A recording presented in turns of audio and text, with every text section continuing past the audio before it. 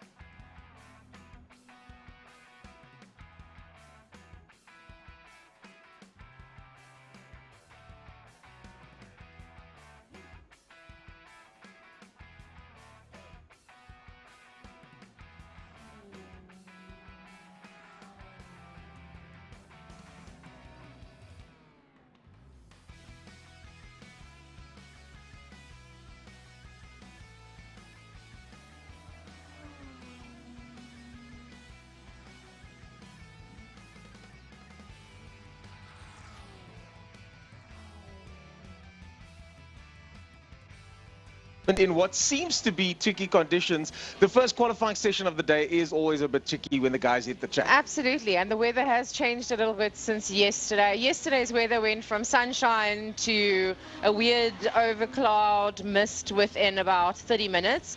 And today it looks all right. I think it's going to be good track conditions because it's not too hot. Very Hopefully good. it doesn't rain and we don't have to stop any racing today. And the threat of rain has been coming and looming for the last 2 days or so.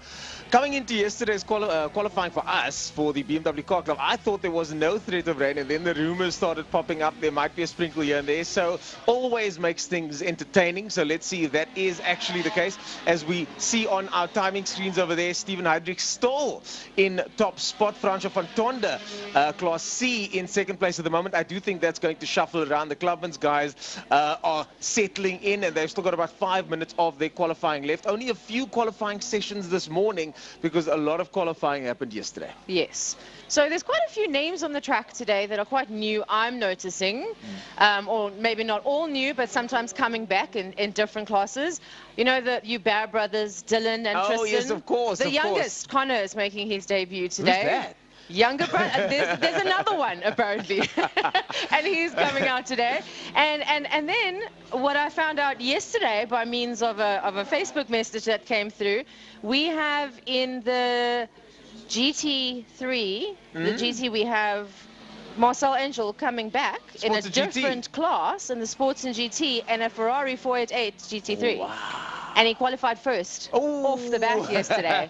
So this is going to be exciting, a brand new class. I mean, he's up against the likes of Darby Hubert and all of those legends. So let's see how it goes today. Yeah, lots and lots of classes. And speaking of other classes, of course, we've got Clubman's, as I said, out now. We spoke about GTI Challenge. We've got all those bike classes to look forward to today. We've got the Sports and GT classes to look forward to, and much, much more, folks. So if you are in the area and you want to come join us here at the Breakfast Show, not necessarily at the Breakfast Show powered by Batec, but you can come to the event and come spend some time with us here at Killarney Raceway. It's going to be an actual jam-packed day today, I'm sure. Absolutely. And always so much fun for the kids. So many great food trucks.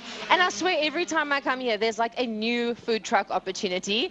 It's not good for the look. I know. Okay, I know, but it is yummy. So it is yummy, and there's nothing wrong with trying a different one every day, every time for lunch. Maybe on the Friday, I did say every day. Maybe on the Friday for qualifying for us and practice, and then on the Saturday, today is the main event of the day.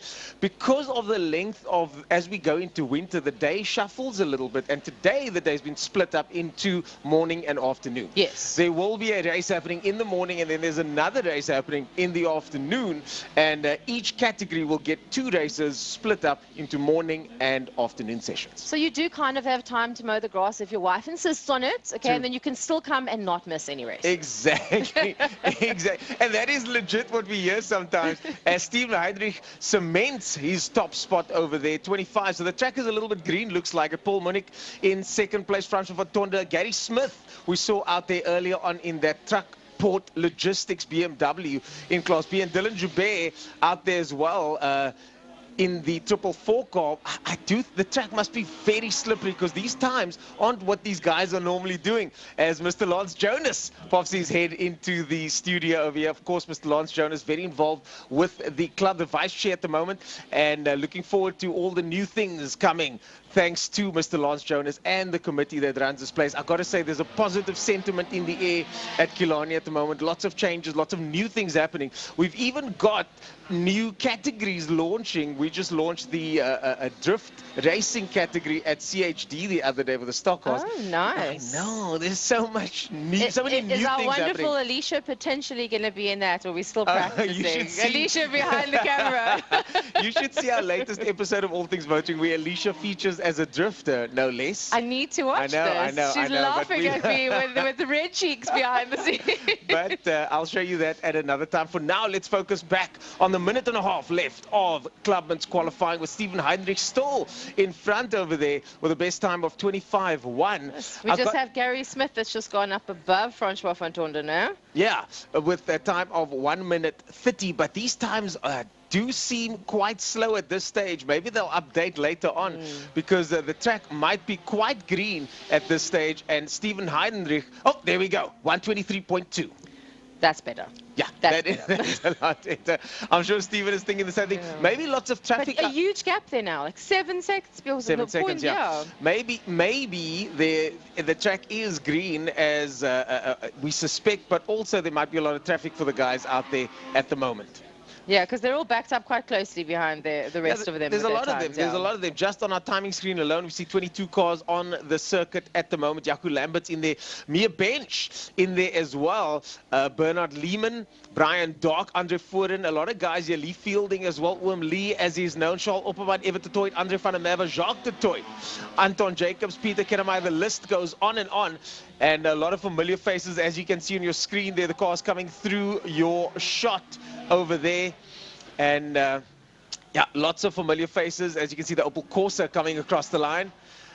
And here comes the BMW that looks like Foren over there, followed by Gary Smith in the yellow BMW. Yep, that was Gary Smith. Beautiful sounding car, beautiful looking car. As we now cut back to the studio. Welcome, folks, if you just joined us. This is The Breakfast Show. I don't know why we call it The Breakfast Show, because there's no flipping breakfast I yet. know, we It's the should get morning breakfast show. while we're doing this. I mean, at least a cup of coffee. At least a cup of coffee I with a come little flying picture up over here, here. running around the corner. I'm here, and no coffee. You know what? I'll arrange that for next time. I'll arrange us to be greeted with coffees next time. There we go. There we Welcome, go. folks. This is, let me try again. Let's call it the morning/breakfast/coffee show powered by BATTEC. And once again, thanks to BATTEC for helping us make this possible. Of course, without sponsors, these events would not be possible. They say there are Absolutely. 3 things needed for a good motor racing day. You need competitors, you need spectators, and of course you need sponsors. That makes the world go round. And our world certainly is turning today as Clubman's qualifying finishes up with Stephen Heinrich right on the top step. No surprises there. I don't see much competition for him at the moment. I'm looking at these numbers, and neither do I. But you never know, things might change when the actual racing happens. Yeah. They could qualify first and then end up ninth. You never know. In the So- words of Murray Walker, anything can happen in motorsport, and it usually does. Today will be no different, folks, as we now finish up Clubman's qualifying, and the last of the cars, Joubert, making his way around the circuit over here.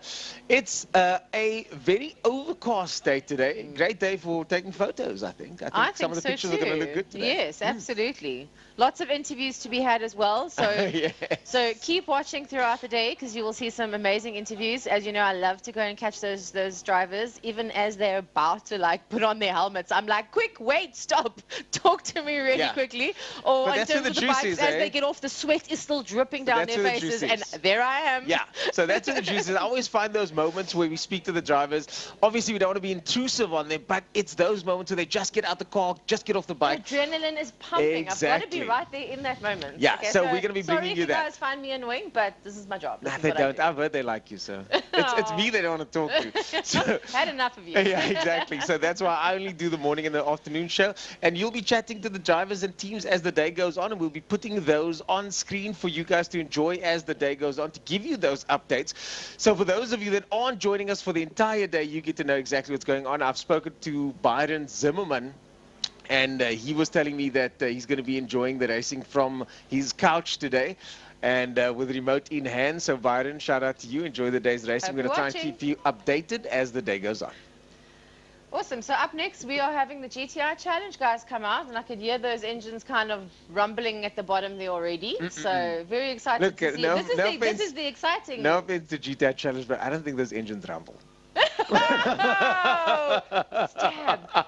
Shady outside, shady. Sorry, GTI Challenge.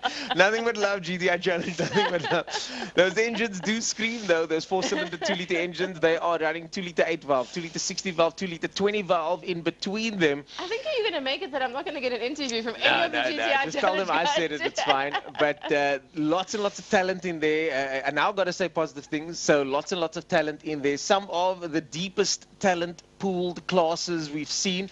Of course, I was privileged to be involved with the 2-time Class C champion Dylan van Eerden last year. And yeah, the class is GTI Challenge ABC is always competitive. Yes, You've very. got guys like Shane Williams that established himself overseas, that's come back now to compete in Class A. You've got Umpi Swart, who's not racing this season, that was a multiple champion that kept everybody honest, and now the championship is wide open. And then, of course, someone like Niad Toy also with a dominant phase. Paul Simon, 2 years of dominance there, overall champion. Piet van der Walt, the man that I competed against many, many years ago. So GTI Challenge, the very, very deep talent pool of Challenge. And some might say one of the most exciting classes to watch because a little bit of argy-bargy. They love it. They love it. They love it. They do. I think sometimes they think it's a little bit of bumper cars. Yeah. So let's tone it down, guys. Let's tone And it down. I was so sad to find out that Marco Bussi's no longer racing. What? Yeah, It's- he's because he went overseas, guys, not because What he do you doesn't want to race. Is he gone? Yeah, he's going. I don't know if he's left yet, but he is going overseas. Okay. So. But I know your team, you guys are like Team Bussi. I'm a fan. When the guy gets a pink car just in celebration of Women's Month, you've got to respect that, honestly. Well done, Marco. Well done. I do see Marco taking a bit of a sort of a team principal role now. He's helping other drivers. He's helping other teams involved with the karting. So Marco and the Bussi clan, multiple champions, Polo Cup champions between them. So, I mean, just incredible, incredible performances over the years by the Bussis. Let's see how the future looks for Marco and his brother Dario. Good luck to them. Absolutely, absolutely. So I've also noticed we've got quite a few new names on the V8 Masters Okay. as of yesterday Good. qualifying. Good. That's awesome to And, hear. and very interesting because I don't know if they've sort of chilled out a little bit with their rules in terms of, you know, what it takes to be a V8 Master. Wait, I haven't seen the ages of these you gentlemen. need to be over 40 for this. Yes, so I need to go and inspect. Sorry, guys. I've been you have waiting a to long be- time, okay? They can't change the rules now.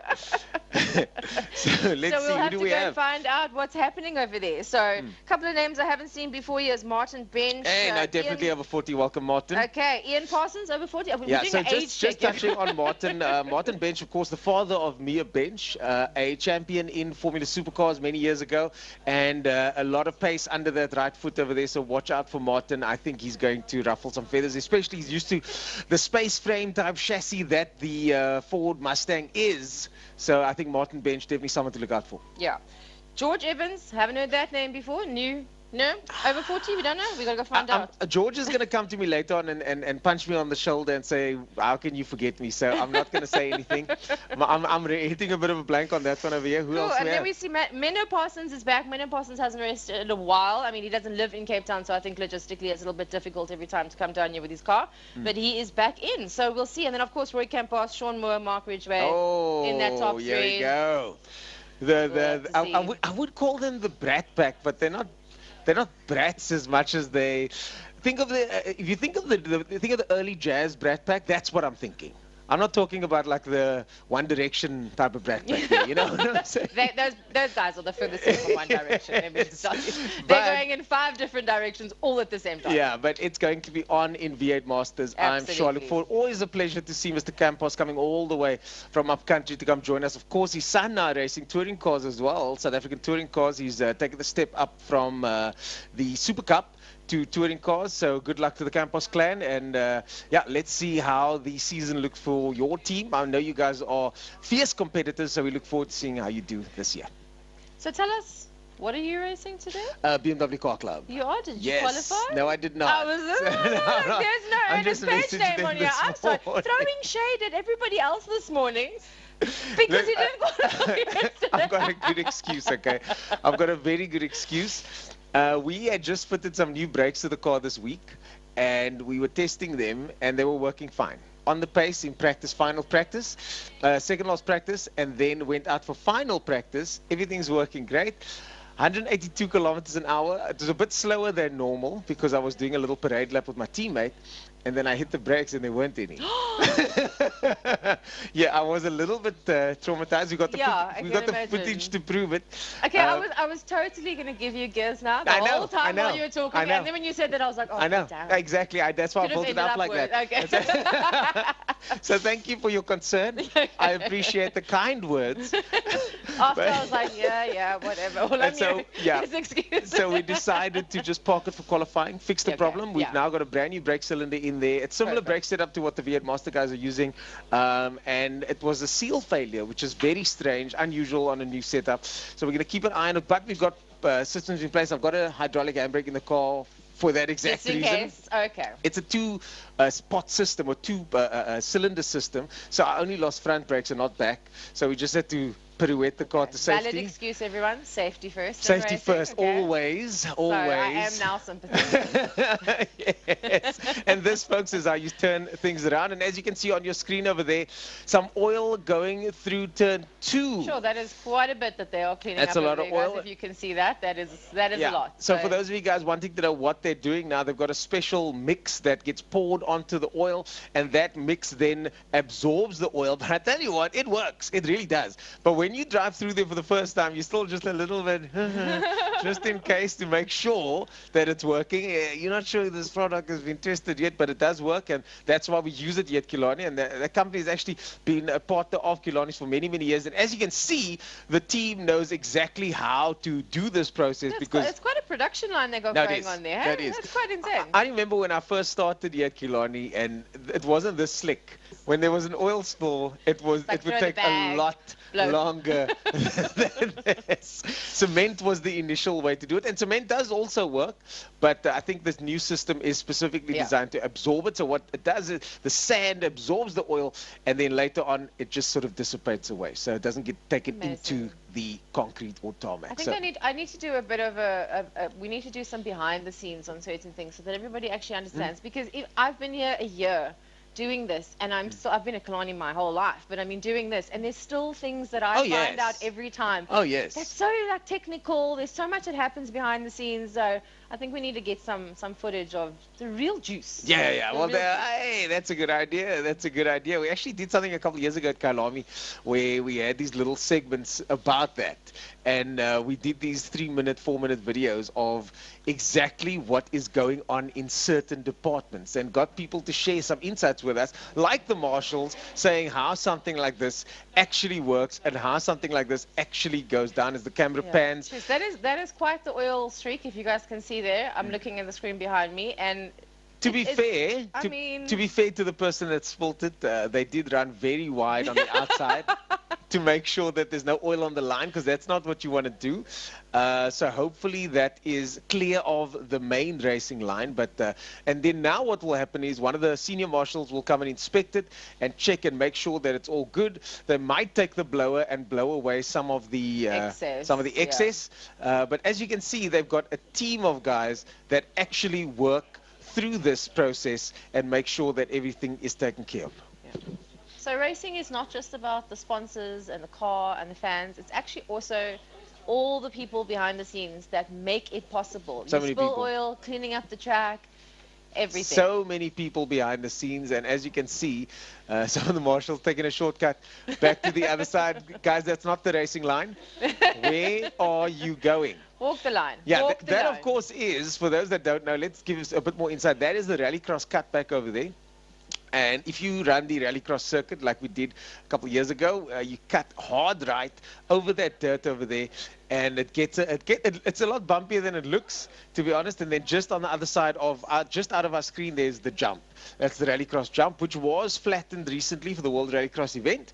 And this circuit that you're looking at now, that part of the circuit also forms part of the oval, which is used by CHD about once a month, maybe once every second month, for oval track racing right here at Killarney Raceway. So that's what you're after and that's what you like. CHD is where it's at on the oval every month or so. I think the next event is in just after May. I think it's the second week of May. I need to confirm that calendar, but second week of May. Check out the CHD calendar to find out more. So guys, it's not just this, it's not just the Power Series. There's so many other events that happen. And I see that the concept of sleeping over at the track, it's happening. It's happening with everything now. Becoming It's a not thing just now. the Extreme Festival, it's becoming a Power thing. Series as well. It is a thing. And we are in autumn, so take advantage now as much as you can. How cool to see all of the qualifying the day before, experience the Friday night vibes here. I've been here on a Friday night in the clubhouse. Okay, make sure you still go to bed at a reasonable time and make it to the racing the day, next day. Yes. I gotta say, it's something that I only usually do that when I'm at away races. You know, you sleep at the track and then you party till late and then wake up in the morning. I see some smiles just off camera. I'm not going to look. I'm smiling at the viewers over there. I'm trying not to get influenced by the smiles. But we've all done that. But at a home track, I've not done it myself. But I have to say there are many people that have told me they miss the old days of sleeping over at the track. Yeah. And I spoke to, again, Lance Jonas that popped in here earlier on. And it's something that the club is actively pushing and making people feel like this is their home circuit. If you're part of the club, even if you're not, if you want to join the club, if you want to come spectate here, this is our club.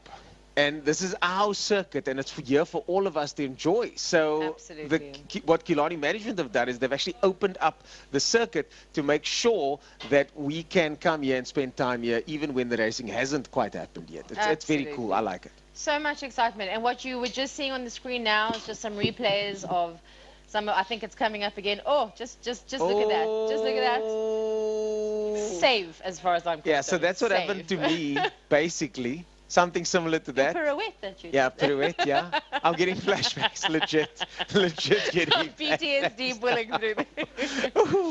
But today's a new day, folks. Today's a new day, and we're going to reset. I've spoken to the team already. We're going to have a quick reset chat by the time we get here. Here's another replay. Who's this? That looks like Dylan Jabert. I wonder if that's his brother driving, or if it's him driving, because he was quite a bit slower than Dylan's usual pace. And Dylan's racing with me in BMW, qualified, if I'm not mistaken, on the front row of the grid. So I'm not sure if that's him, but the track could be very, very slippery out there at the moment. We don't know, and we'll find that out, and we'll let you guys know after the qualifying session. The commentators will surely have some more information later on as well, and you'll get some information as the day goes on. Absolutely. I cannot wait. There's so much that needs to happen today. We need to keep you informed about everything. So I'm going to go and do my inquisitiveness and bug everybody behind the scenes and just be annoying. I'm going to say it out loud, and I've always said this, okay? It's a lot easier for you to walk into a pit lane and go, guys, what's going on, than it is for me to be walking. Yeah, because with you, I don't race. So with you, they're like, what is he looking at? What does he want to know? What does he want? Does he need a part? What is it? I usually need a torque wrench or something, but we're sorted for now. We've got our own torque wrench now. I'm just here to make you all famous, guys. Exactly, and it's important. And as I said, it takes sponsors to make the world go round. As you can see, very proud of my sponsors and the guys that have made this possible. Bit of a shameless punt there. But when it comes to these things, this is the opportunity that's been given, isn't it? We make it, we go meta on this, where it's pretty shameless that you've got sponsors, you want to promote them, we want to talk to you, so let's do a trade exchange. Tell us about your sponsors, tell us about yourself, tell us about what your trials and tribulations are. Like we've had, from our team, we've had a heck of a week. We had a management system that unfortunately had to be shifted. We couldn't install it. And then Monday, we tested the car last Thursday. My teammate's car was fine. I drove it, happy. Handed in the keys, car broke on the first lap. Yeah. Went to install a management on Monday. The guys at Mischief took the baton, and they struggled for a couple of days because there were many electronic gremlins. Worked late nights this week, took the management that was originally supposed to go in, took it out, put another one in because they were like, we can't figure this one out. There's a big problem there. Put the other one in overnight, dropped the car off yesterday, qualified. And just correct me, Mischief Motorsport has now combined with Herman Munker. Yes, Herman Munker and I saw it on Facebook. Yes, so I didn't want to get it wrong, and so I was like, correct me before I put my foot in it. So let me just add to that. So Herman Munker and Sean O'Connell. Amazing guy, by the way. Yeah, absolutely. I know. The gentle giant. We exactly that. We once sent our car. Even your husband, same WhatsApp group. Yes, absolutely. We once sent our car to him, and let me tell you, we got a 10.5-minute voice note back about everything that he had done systematically. It's the way to do it. I mean, the honesty and transparency. That's the way to do it. So Sean O'Connell and I've known him for quite some time now, and Herman I've known for many, many years. They've combined forces to form Mischief Garage. They've just moved to Retreat, and they're now sharing the premises there with Hammy Good, who used to run Mace back in the day. So you've got all these three guys. The trio. The trio, and more. There's John as well in there, Uncle John. John, I call him. There's Uncle Ben in there. There's a whole bunch of guys in this network that are just experts at what they do. And this forms Mischief Garage, the workshop, and then there's Mischief Motorsport, and there's Mischief Events, and then they go Mischief down the road here on road trips Like the and South stuff. African version of Garage. I know. So they've got a TV show as well. It's super Gas Monkey fun. Garage. Gas I said Monkey. Garage There, Monkey, there you but go. I knew Close it. enough. I knew Close what you were talking about. So Mischief Garage. There are only 2 workshops that I potentially recommend to people when it comes to servicing. Obviously, you've got guys like Near the Toy that do motorsport. You've got MIH guys that do motorsport and other things. And these guys are also in my network. They've done work with and for my team and myself and people that I know. But when it comes to straight up servicing, Mischief Garage and my friend Ashik Dolly, these are the guys that I recommend. I've dealt with them personally. And if someone says, where can I take my car for a service? I know that those are the guys to go to. So it's just a trust relationship. And don't forget, the Mischief Garage 9-hour will be happening soon. The Ilamuna Lemons race, which we took part in last year. The lemon race. Yes, that's happening soon. Just a couple of weeks to go. That's so Just cool. a couple of weeks to go. Are you doing it? No way. It's not this year. We did it last year. It was terrible for us. But as my sponsor said at the time. Whoever's doing it, reach out to me because I have so many ideas of how to make your car cool. Okay. Oh, yeah. I am and I know there's a budget. Okay. But I'm like a scrapyard genius. Replay. Check the replay. Is that with the oil? Okay. I wonder. Fantastic job in the replay. Jacques Barnard, our replay man. Unless they were slipping on the oil. Unless they were slipping on the oil. Yeah. I mean, I'm seeing a streak, but I'm not dark enough to actually have been oiled there already. I wonder. But that is the line that the oil made. Exactly. We're looking in close there behind that. It's difficult to say. I'm not going to throw him under the bus. Yeah, we can't. I refuse to throw him under the bus. I've been that guy. My eyesight's not that good to judge from here. We don't know. We don't know. So, yeah, at least now I'm loving these replays by Jacques Barnard. But, yeah, as you were saying. Yeah, what were we talking about? I can't remember. We were talking about workshops and excellent workmanship, etc. But this, to me, the mechanic driver relationship, the mechanic team relationship. Oh, so important. Dan Fury are my team when it comes to this side of the world. They do all my work on my car. They do all my upgrades on my car, etc. And I mean, you can see they're on the back of here somewhere. There they are. Fury Autosport as well. Just fantastic bunch of guys. These are the networks that we build, and when it comes to these types of things, I specifically recommend the companies that I know and trust. Yeah, absolutely. And that's why being part of the Killarney community is so important, because you can then integrate into that community. And that's why we always say, welcome to the community. Come join us. Speaking of community, their own little club, the GTI Challenge guys, are on the track. Officially, yes, they are. Finally. Everything has been cleaned up. I was running out. We were literally running out of things to say. No, you see, this is the thing. I'll go totally off topic and I'll start talking about other things and not it's about your motor job, racing. Simone. It's your job to go off topic. I will start talking about other random things. Please. Okay, so these guys are finally out. Let's see what is happening already. Okay, I think we need to wait for this to update. Yeah, so they'll need to do one more lap first before they go out. But to give you a clue on those names, Noor Abbas, Skalk Geldenhuys, Mohammed Kalfi. We've got John Henry Vaughan out there, Shane Williams, Waylon Volkskenk riding 2 cars today, Zach Layden, the man that's been quite busy recently driving Porsches, BMWs, and now Golfs as well, Polos as well. Majid, new to the scene, Sean Liebenberg and Oliver Hintenhaus in there as well. New person, isn't it? Yeah.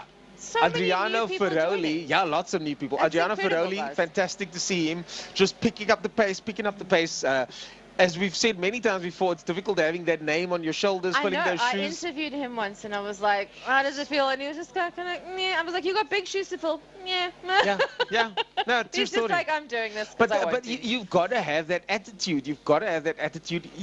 He's not going to build the next 2-engine car again for the first time. His father already did that. So he's got to carve his own niche, carve his own path, and that's exactly what he's doing right now. As you see the kids on the sideline, they're enjoying the racing. Of course, another little inside piece of info is that for the first 2 laps of any race, you cannot stand where they're standing right now. And please adhere to that rule, because, of course, that's when those incidents usually happen.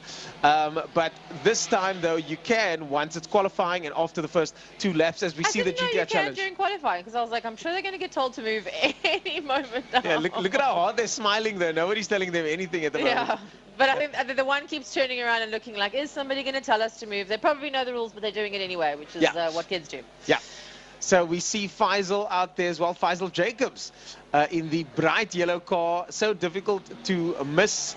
Of course, Faisal from Century Karting and Traction, who is another company that I've been working closely with lately, doing the drift experiences at the spin pitch over there. That's been a fun day at the office, I'll tell you that much.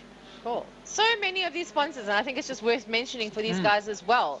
We've got Worth, Eurogrip, Maps Racing there for John Henry Vaughan, Summit Racing, Coastal Engineering Supplies, GNA Motorsports, Hydrocore Hydraulics, Mad Performance, Spice Maker. You don't have to be anything related to cars in order to sponsor. So that's a big thing over there, okay? Yeah. Any type of company, if you want your name out there, put it on a motor racing I've car. always said, if we, I'll go racing with a pamper stick on my car. I'd go racing with a pamper stick and I don't even have kids. Okay. There we go. There we go. So Veroli Performance Center, API Property Group, very much involved. Good to see Cool Touch Racing back again. Next Stop Coaching Academy in the mix. And so there's Conor Uber. So he's actually racing in the same class as his brother. interesting. Or Very the same interesting. class, the same series rather. Yeah, very interesting. Conor Uber out there. Celine Rowe. And Celine Rowe is run by her boyfriend Dylan van Eden, two-time champion. And he is maintaining and running that car. So now the times start ticking. And just look at the pace immediately set by Oliver Hintenhauser. 126.7 for him up there in the top spot. Shane Williams in the mix as well in Class Not A. far behind by a couple of 27.9. seconds. Gelderneys, Class A as well, 28.7. The gap still big there to cap with a 29.2. Leyden, Zach Leyden, first of Class B with a 1 minute 30.121. Volkskenk, second in B. Abbas, third in B. Liebenberg and Kalfi van der Skyf further down. Schroeder, the leader in Class C at the moment, with surprisingly Fontini quite a bit far down. I suspect Fontini will find his way further up the field as qualifying progresses. Now, they complete another lap. Gelderneys now at the 25. Look at how close that is. Goes. Quite a few Class C's are Very close in Class A as well, yeah. Yeah, exactly. Let's see, Class, yeah. So they're a bit mixed up at the moment. There we go. Now they start sorting themselves out. But Schroeder still right on top of the 31. Daniel Munner there in second place, just ahead of Veroli. Van der Skyf still trying to find the pace there. Van der Skyf will cross the line now. Let's see. He goes up to 132.307. Sonnenberg in the mix there as well, but further down, but no time for him as yet. Dani and his son both racing. Dani Sonnenberg, of course, the stunt driver, stunt performer. Fantastic wheelman, as they say. Something tells me this is going to be an extremely competitive, Very as tight, always. very as tight. always. Just And look I at mean, the- just just look for at the top three. qualifying, Yeah. I can hear them. They are pushing. Well, it's like a race out there for qualifying. Can you hear the rumble? Can you hear the rumble? There's that rumble. I'm I just going to said- go to them later waving my white flag, going, it was earnest. It wasn't me. So just look at the top three over there, close in by 0.4 of a second. Sure. Then you've got a Class B, about 0.7 of a second between the top two. Class C, 1/10 of a second between Schroeder and Munner. Finneran in the mix now as well. The young flash Finneran, all the way from the UK. But interesting story, Finneran actually competed in the same class as Lando Norris at one stage. Eh? Oh, wow. Yeah. Oh, guys, Drive to Survive. The latest season is out. I binged it in one day. Is it good? The entire season. And I must say, I don't think I will ever be able to watch that again without the Drive to Survive, where you can hear them speaking to the drivers. That behind the scenes is what actually makes it so interesting People for love me. it. And my People love it. daughter, who's 14, is now officially in love with Lando Norris. Yeah. Officially. And her father... It's the hair, you know the hair that does that It's the thing? hair and that cute little smile. He is cute, I gotta say it. My husband and her father is like, what are you talking about? Yeah, I take it you got a Verstappen fans in the family, or A what? Sorry. Verstappen fans in the family? No, none. No? None, sorry. Hamilton? I'm just going to mention names until your husband nods. I'm a Hammy fan, but I'm not quite sure as we see some dust getting kicked up in GTI Challenge. No surprises there. And these guys really do race for the flag. Yeah, and it looks like that oil is no longer a problem. So Yeah. well done to the guys who cleaned that up quickly before this qualifying. They also slipstream each other in qualifying, as you can see there. So this is really quite the race.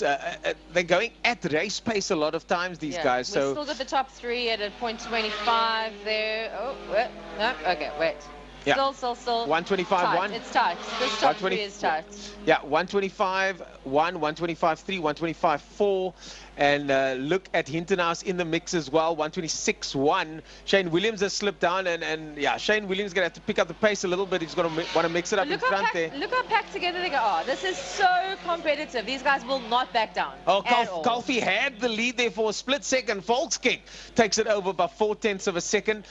Zach Layden now third place. Faisal Jacobs just behind that.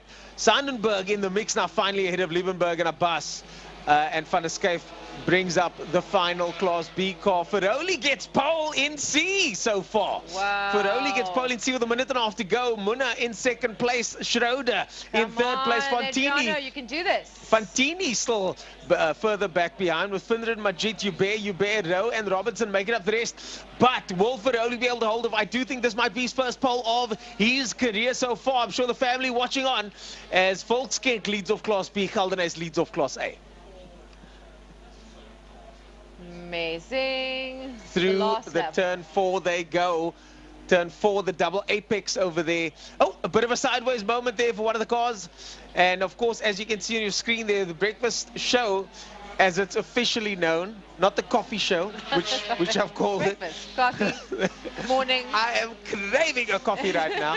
Brought to you by BackTech, of course, and again, BackTech. And also at the same time, a big shout out as always to Lime Property Management for everything that they do. You'll see the flags all around the track. So thank you for making this possible. Yeah, Lime Property, they are sponsoring multiple cars, multiple teams. so thanks for that, Lime. Thanks for Lime. And of course, I've got to mention CRA, a division, sort of the side company of Lime, one of the other companies in the Lime Property sort of portfolio. Really proud to be part of that. You know what this race reminds me of? You know, in a lot of our classes, you have like 1 or 2 cars in the front, and then there's a bit of a gap, and then you have 2 or 3 cars. They're on top of each other. It gives me NASCAR feels. Big time. You know, when they're all just going around at the same time, really close to each other. That's why we said earlier, bumper cars with these guys sometimes. The time has run out. I think the flag has dropped down, and there you go, folks. That is what it's going to look like. There's the flag. Geldenhuys, Victor, Vaughan in third. Look at how close that is there. 0.3 of a second. Williams, Cup. There we go. And then Class B, Volkskenk, Kalfi. They've kind of stuck in their class order. Goodness, Finneran takes the pole. Finneran takes the pole. Well the new kid on the block. You got 2 new kids on the block in pole position. That was close though. Ferroli almost very close for Ferroli and Finneran. Well done to them. I mean, this is qualifying, and look how excited we are. I know. Well done to the 2 of them for locking out the front row of the grid. I've always said this is a class for younger drivers. There's always someone younger, faster, and Finneran and Ferroli have proved that today. Absolutely. Well done. It's that young, no guts, no glory, eh? Yeah, tell me about it. Tell me about it. So, folks, cool. that is our breakfast morning coffee show. Can we go get some coffee now? I think it's time. I think it's time. Folks, thanks for joining us. This is the breakfast show brought to you by BackTech. Any closing thoughts from you, Simone, before we head out? It's going to be an exciting day. Get down here. Do not sit on the couch. I know it looks gloomy out there, but look at us. We're in t-shirts. It's not cold, okay? So this is Cape Town autumn. It's not cold. Get down here. It's going to be an exciting day. Power Series round 3. Check out those interviews. You could also just wear a jacket. If you know what I mean? If you really want to be here, folks, I brought a beanie with in case I needed it, but just my hair doesn't mince. Yeah, exactly. That's why I'm wearing this cap. And then, of course, I've got a rain jacket as well, just in case. But I think if it's going to rain today, it's going to be summer rain. It's fine. Absolutely. We walk around in t-shirts. It's just rain. If you like pina coladas and getting caught in the rain, right? You know what I'm saying? Okay, and I'm sure we'll find a pina colada around here somewhere. If not, what's it, a fail Coke? I'm sure that's a song. It's reminding me of a song. It is. Ladies and gentlemen, Power Series, round 3. Thank you for joining us now. We are going to hand back over to our commentators, and we will see you at the lunchtime show later. But check out those interviews. Enjoy. See you there.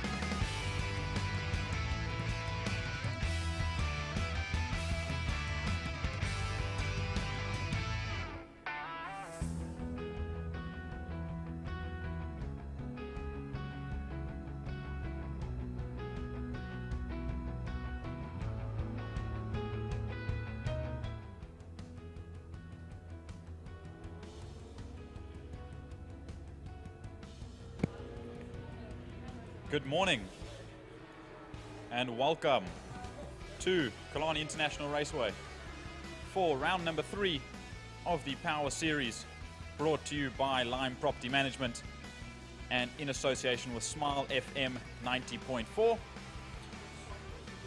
Welcome this morning on a bit of a grey and gloomy day here at Killarney.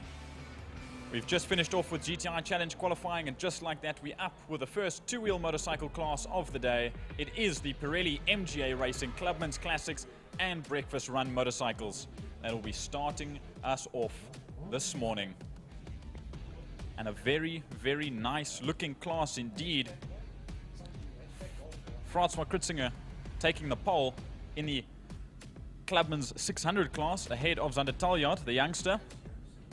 Then Hilton Redlingace, who had been off his ZX7R for quite some time after a big accident last year, or beginning of the year rather, has managed to get that bike put up into one piece with a little bit of body filler and such.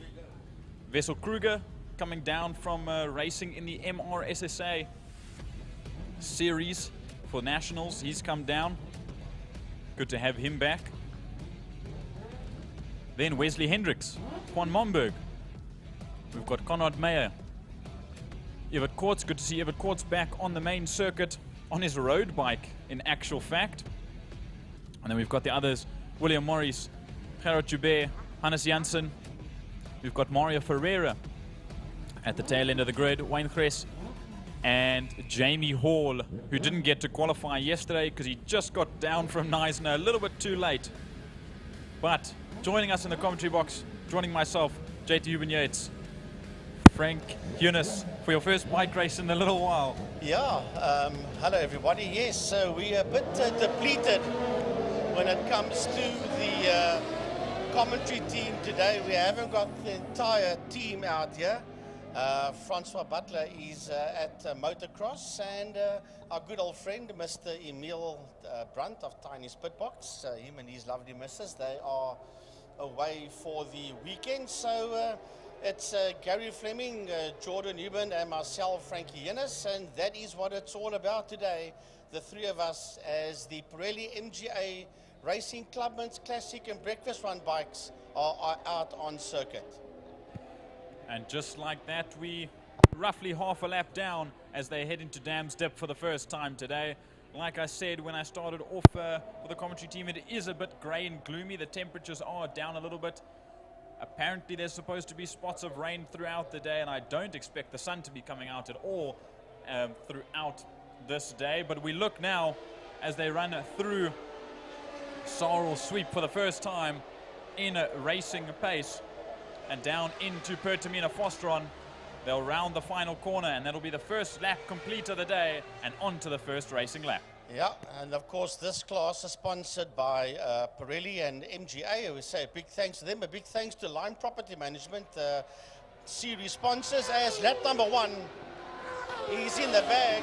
The guys come working their way across the start-finish line, heading into turn number 1.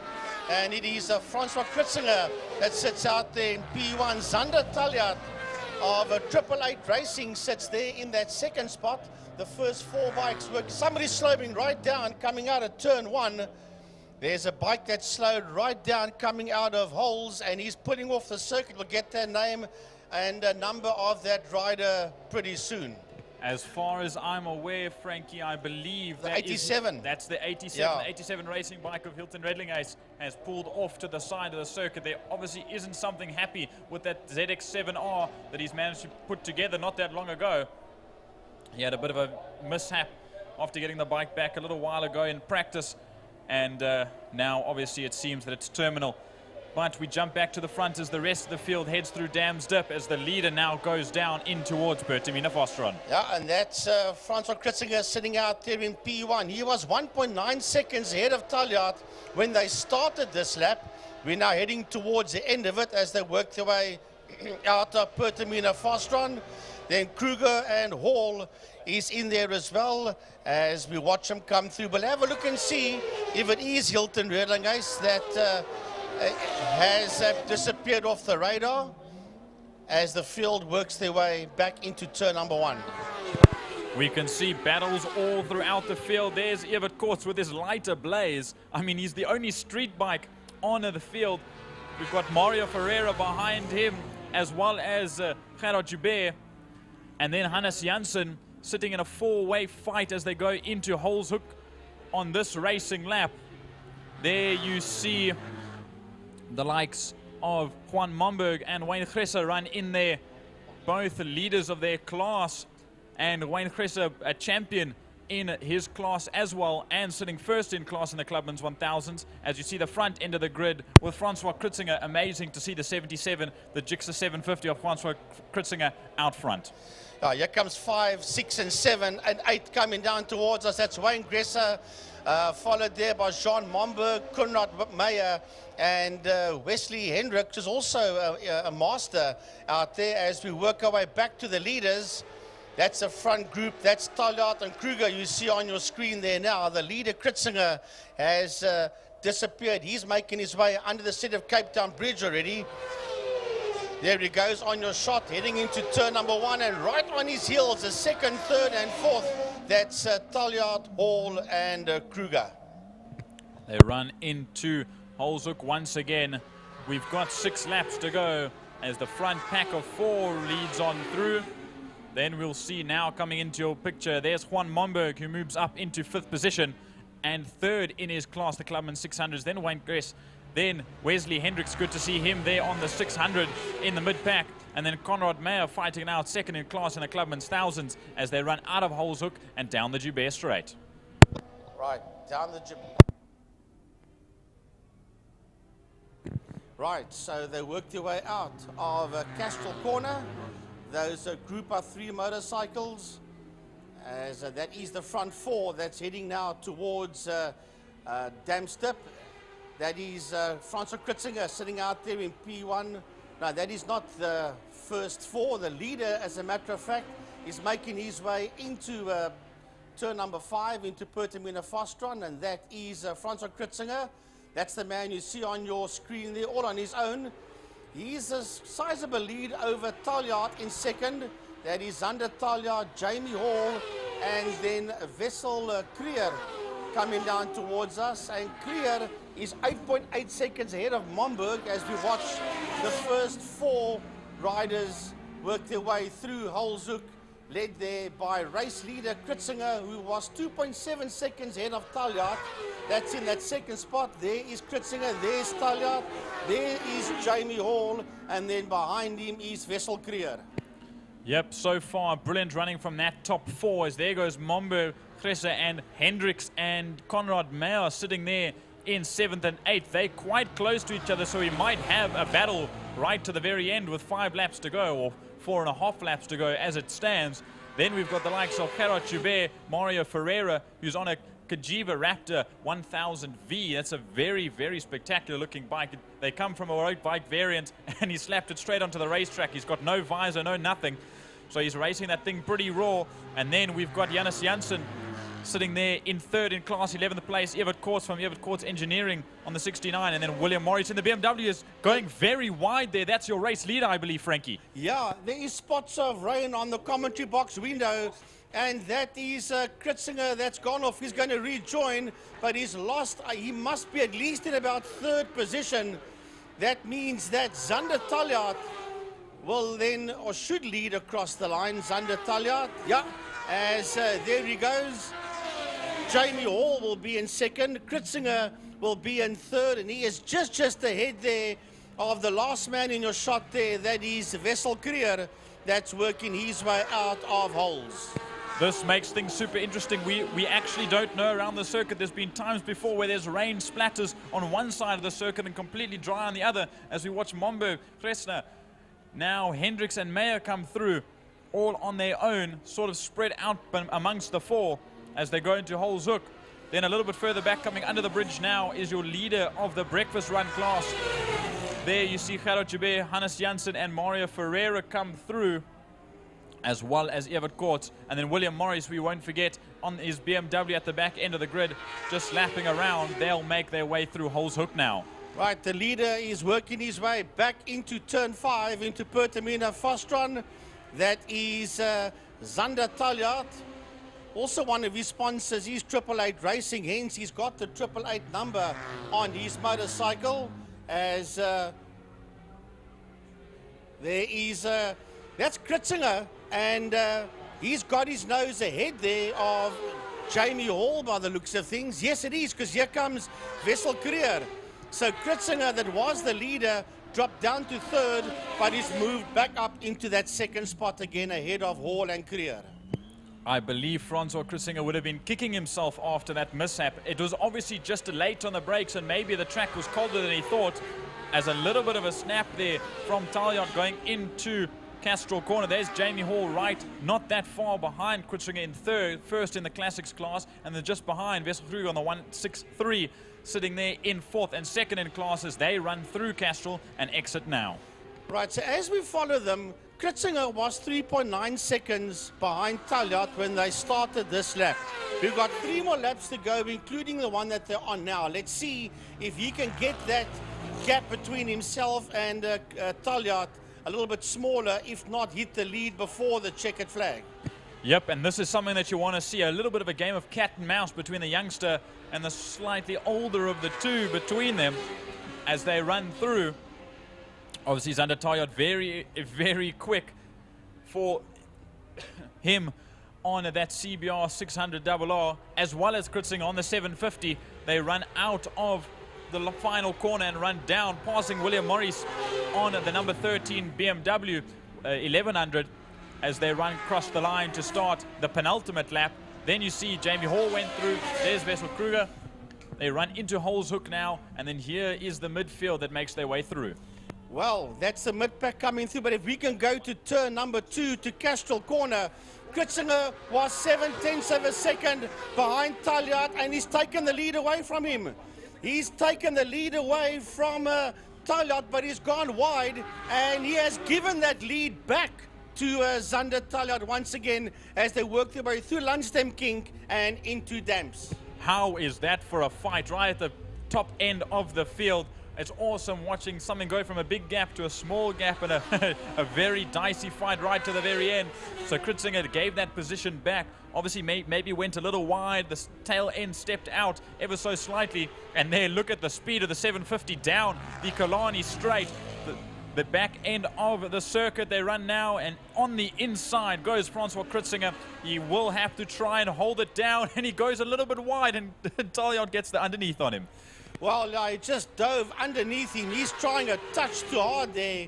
He's Francois Kritzinger as they come around to start their final lap. 1 more lap to go for these two, and they are side by side. Kritzinger sits up on the inside of Taljaard. Taljaard holds that lead, working his way out of one. Out of holes they go. They're heading towards the end of Sector 1. They've got a back marker that's ahead of them. It's one of the breakfast run bikes that these two front runners are catching up there to in Castrol Corner. I believe that's the 69 Everts or Quartz Engineering motorcycle, that Gixxer 750 of Everett Quartz that's running there. Yes, the light's on. They're going to have to make their way past. Everett Quartz is just going to have to be aware of their position. And there goes. Zander Taljaard makes his way past. So does Francois Kritzinger. Frankie Eunice, I think this is going to be the first race of the day with a race right to the line as they make their way through Sarl Sweep for the final time. Through the double right-hander, turn 4, Sarl Sweep. Down the back straight they go. They've left that breakfast run bike behind as they storm down the back Killarney straight towards turn 5, Pertamina Fostron. And it is still Taljaard that holds. Taljaard that holds. There was 0.04 of a second between them when they started this final lap. They're now heading towards a checkered flag. Jordan, bring them to the line. It's Watch going to be very this tight. to the line, and just like that, Kritzinger gets it at the line ahead of Taljaard by 0.05 of a second. How about that? 500s between first and second. Jamie Hall comes home in third position ahead of Wessel Kruger in fourth as the top 4 comes across the line. Oh, here comes 5, 6, 7, and 8 towards us. That's Wayne Gresser, Jean Momberg, Wesley Hendricks, and Conrad Meyer. And that is the way that they are going to get towards the checkered flag. Man, that was some excellent stuff. What a way to start the day, might I say. With a little bit of rhyming there. Yeah. A good stuff as we watch the rest of the field come through now. There's William Morris, who was a lap down. So I lied, that's Conrad Meyer in 8th position that has come across the line now. And then the rest of the midfield, yes. To the line. And then Hannes Janssen will round off the top 10. Still waiting for Mario Ferreira. He'll be the final man on the lead lap because Koorts and Morris was lapped. And of course a DNF there for Hilton Redlinghuis. Yep, so as it stands in the Clubman 600 class, Kritzinger beats out Zander Taljaard. So Francois Kritzinger will take the lead, will take the first race win. And for Clubman 600s, then Jamie Hall wins Classics ahead of Wayne Gresse, who wins Clubman's 1000s. And then there was that three-way battle between Jabir, Janssen and Ferreira in the breakfast class, obviously being won out there by Gerard Jubert. And then, of course, unfortunately, a big accident yesterday for Ryan Smuts, who was supposed to be racing with us today. So our thoughts go out to him on his recovery because that was a big one. But luckily, I think, as far as I'm aware, he's in good hands and will have to be on quite a hefty mend. But obviously, tough luck to have him missing out this race today. But just to let him know, if he is watching, that we're thinking of you, bud.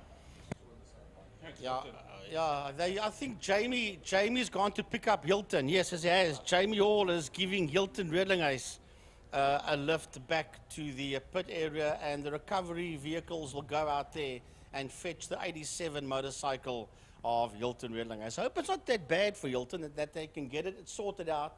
And as I do speak off screen, you can see the bucky with the bike trailer is out there to go and collect that bike of Hilton. But what a lovely start we had, 0.05 of a second between Kritzinger and Taljaard. And Francois overdone it on quite a few times, and Zander just capitalized on that one after making the first mistake, dropping all the way down into P3, Kritzinger, and then it was an uphill battle for him, but yes, he got it. And then, of course, there was a lovely fight for 5, 6, and 7 between Gresse, Momberg, and Hendricks, with Meyer not too far off. Well, he was 16.5 seconds behind Hendricks. So that was the opening race of the day, the MGA Racing Clubman's Classic and Breakfast Run bikes.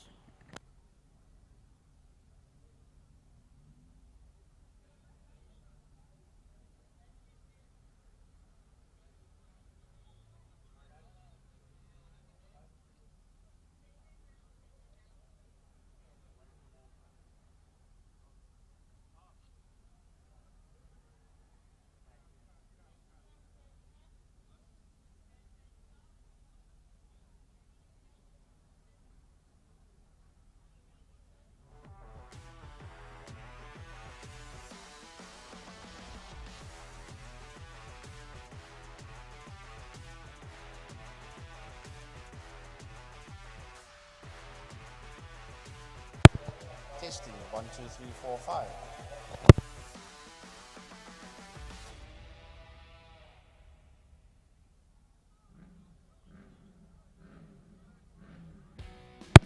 One, two, 1, 2, 1, 2, yeah.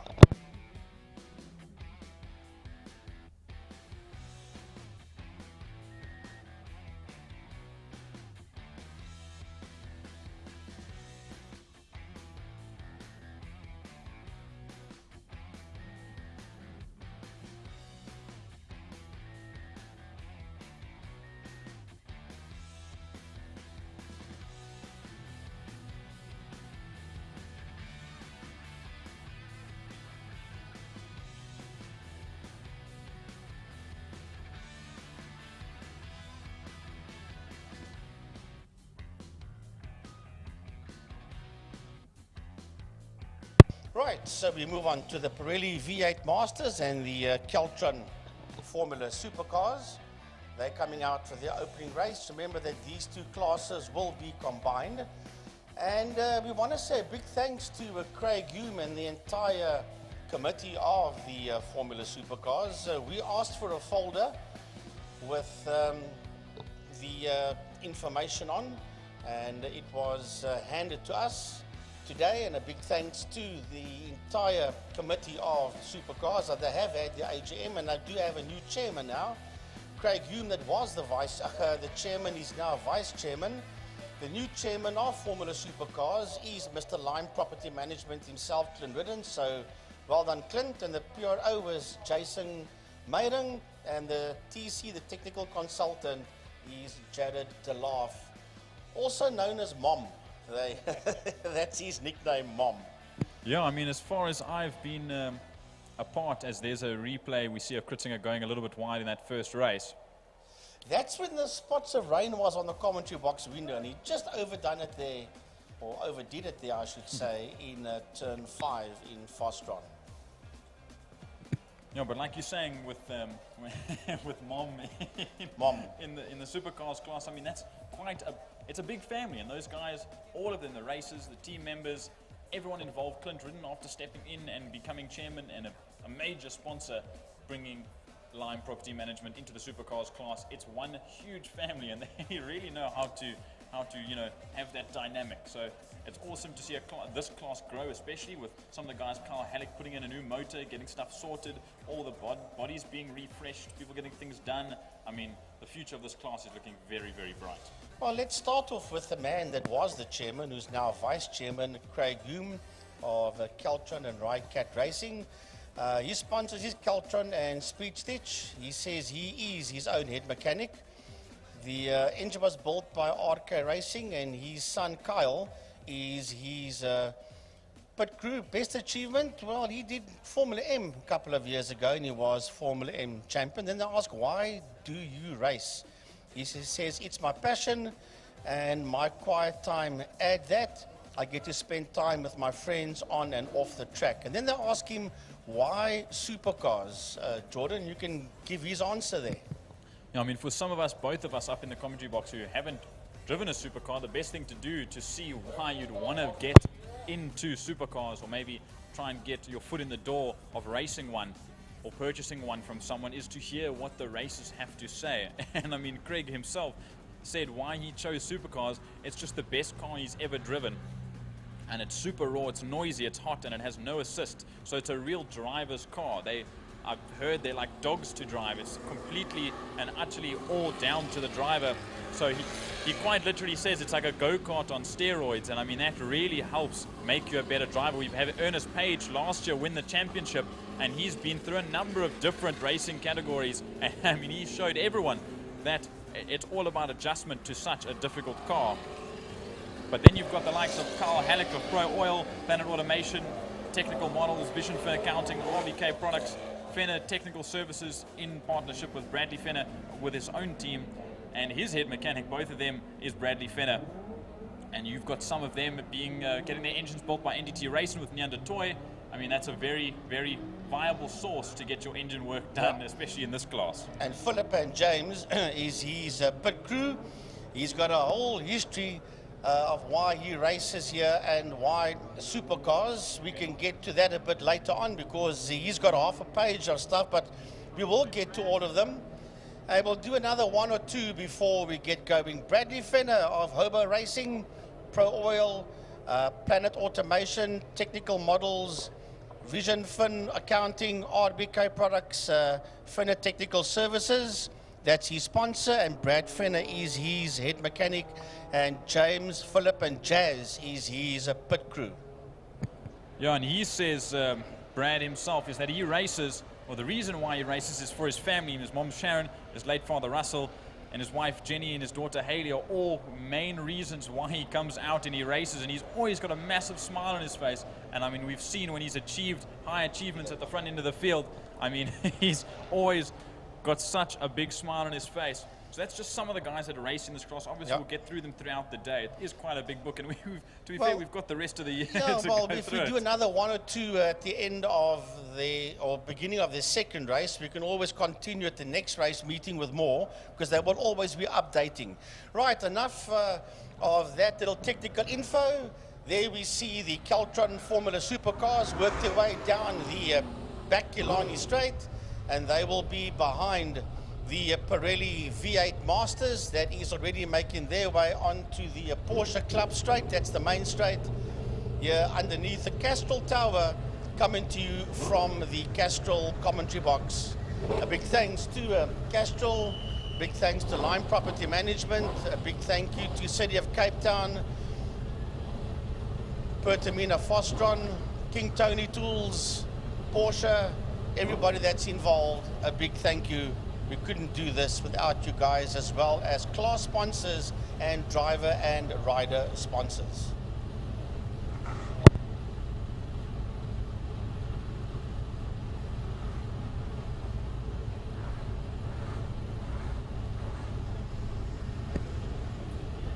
Well, yeah, let's just run off the V8s as the supercars come to the line. We spoke all about the supercars, but it is Roy Campos from Campos Transport, Campos Racing rather, at the front end of the field on pole ahead of Sean Moore. Mark Ridgway in third ahead of Alistair Brown, Gary Thompson, Josh Vergette. And nice to see another Vergette in there.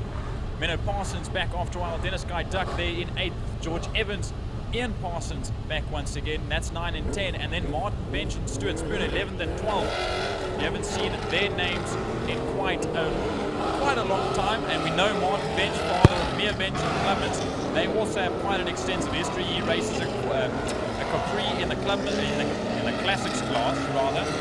So it'll be a different beast, a different classic beast this time with a big V8 for Martin Bench. But I mean, this is, as they get off the line now to do their lap behind the safety car, I mean, this is going to always be a spectacle to watch with the V8s and the supercars combined. And I'm ready to get their first race underway. Well, in the supercars, Andrew Moffat and Glenn Phillips will lock out the front row. Second row will be Carl Halleck and Nazween Schloss. Third row will be Brad Fenner, Shane Boscombe, and the fourth row, Robin De Vos and Leona Chetty. So we hope that they are all there, all the V8s and all the supercars are there.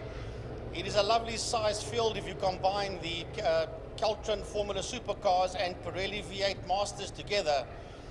And I wonder how many of the supercar guys are going to end up on the lead lap. I think Moffat, Phillips and Halleck should be on the lead lap.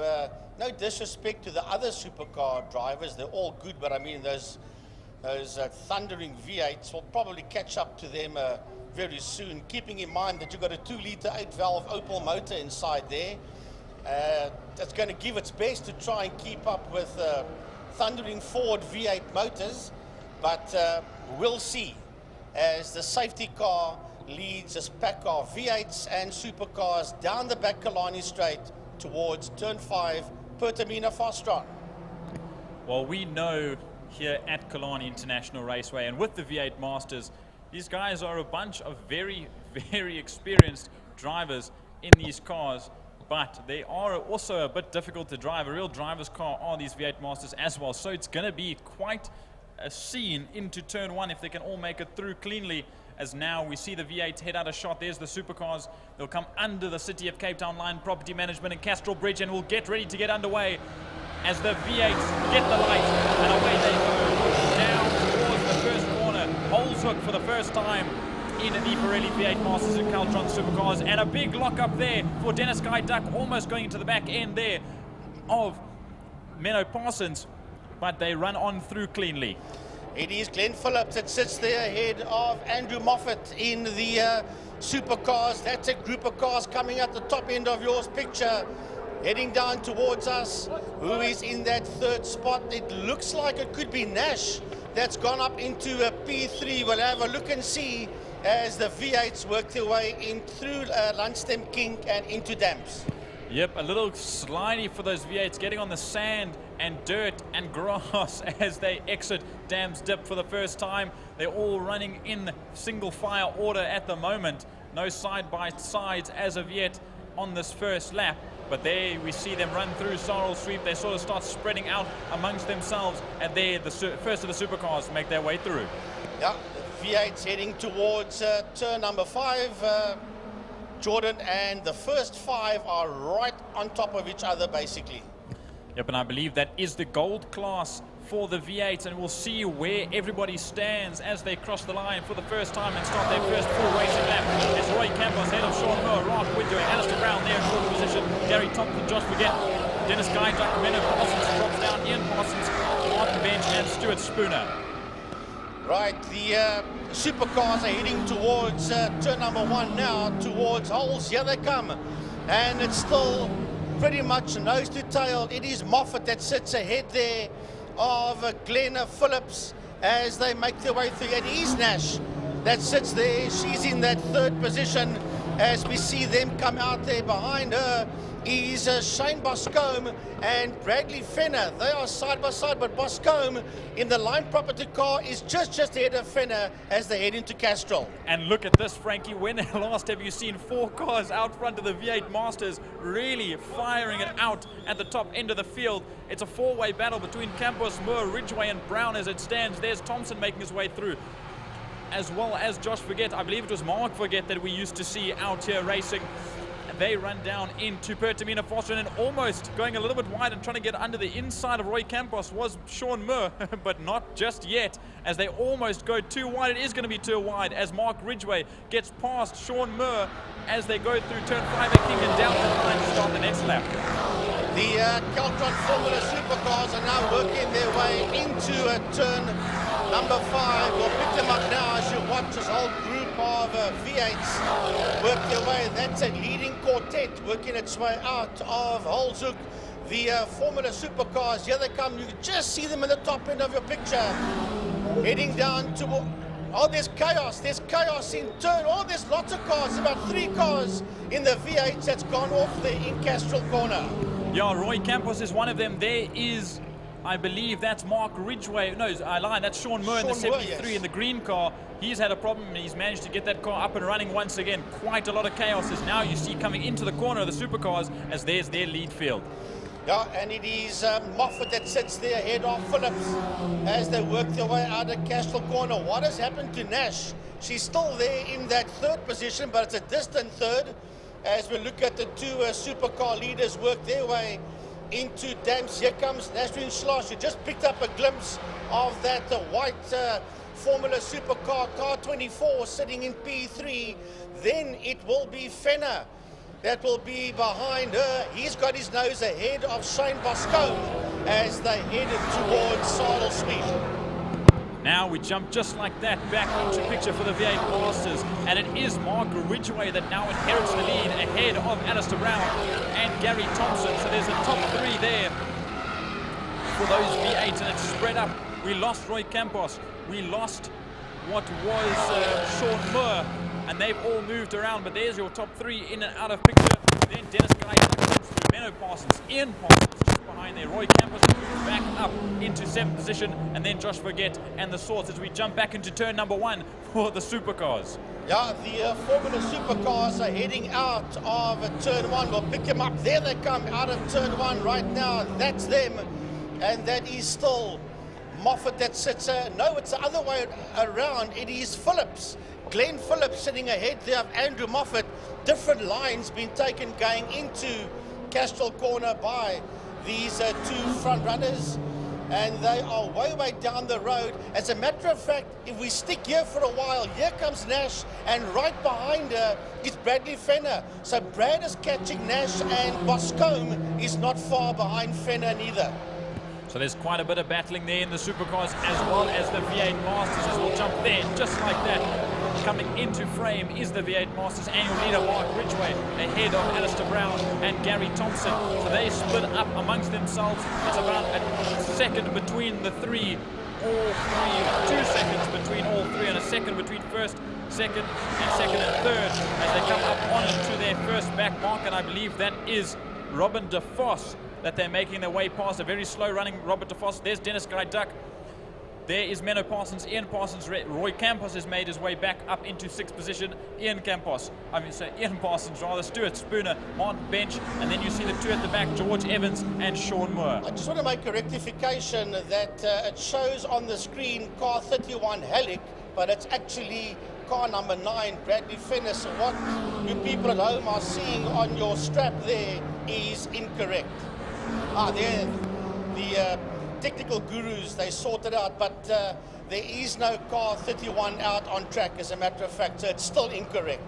Yep, unfortunately, a couple of laps ago, Carl Halleck seemed to have some sort of mechanical issue, and he slowed around the track and has pulled off in what I believe can only be the pits, if not somewhere on the circuit. So unfortunately, car number 31 has pulled out. That Pro Oil and Panel Automation car, as well as Hover Racing, a big shout out to them, has pulled off. But there, now we see the leaders come through, and Dennis Guy Duck and Menno Parsons are having a battle for the top 4 in V8 Masters as they go down into Holshoek now. Still passing back markers as we then see them go through Holshoek as the supercars head into 5. Yeah, the Formula Supercars heading down into turn number 5 into Fostron. It's still Glenn Phillips that is marginally ahead there of Andrew Moffat in that second spot. Now, if we stay there in turn number 5 in Fostron, you will see that Nazreen Schloss has been caught up. She's been caught up heavily. As a matter of fact, behind the two of them is Shane Boscombe, and that is Bradley Fenner. That's a number 9 car of Fenner that is right on her heels as they work their way through the kink and onto the Porsche Club straight, with following them is the 18 of Shane Boscombe. And you've got to remember, with those supercars between Schloss and Fenner, there's a big fight between Nashleen Schloss and Bradley Fenner. That's fighting for the podium. As look at that, Roy Campos goes around. He tried to make his way back up through the field, and he's just spun himself around up to the top edge of Pertamina Fosron. And unfortunately, he'll get stuck there and have to wait for traffic to make its way past so he can rejoin. But there we see, there's Gary Thompson that makes his way through, Menno Parsons and Dennis Guy Duck that sit there in 4th and 5th as they run into Holshoek.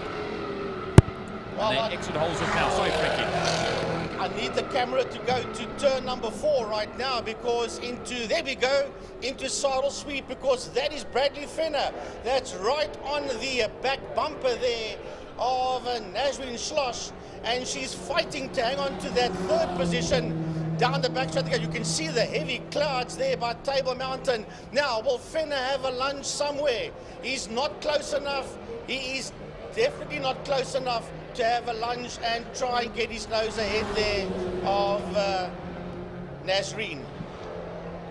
As well as into 1, Gary, if you jump there, we can see the battle at the front end of the field. The supercars will give the supercars a little bit more love, but look at that. It's Glenn Phillips and Andrew Moffat fighting it out back and forth, switching back, coming out of Holshoek, just like that, Frankie.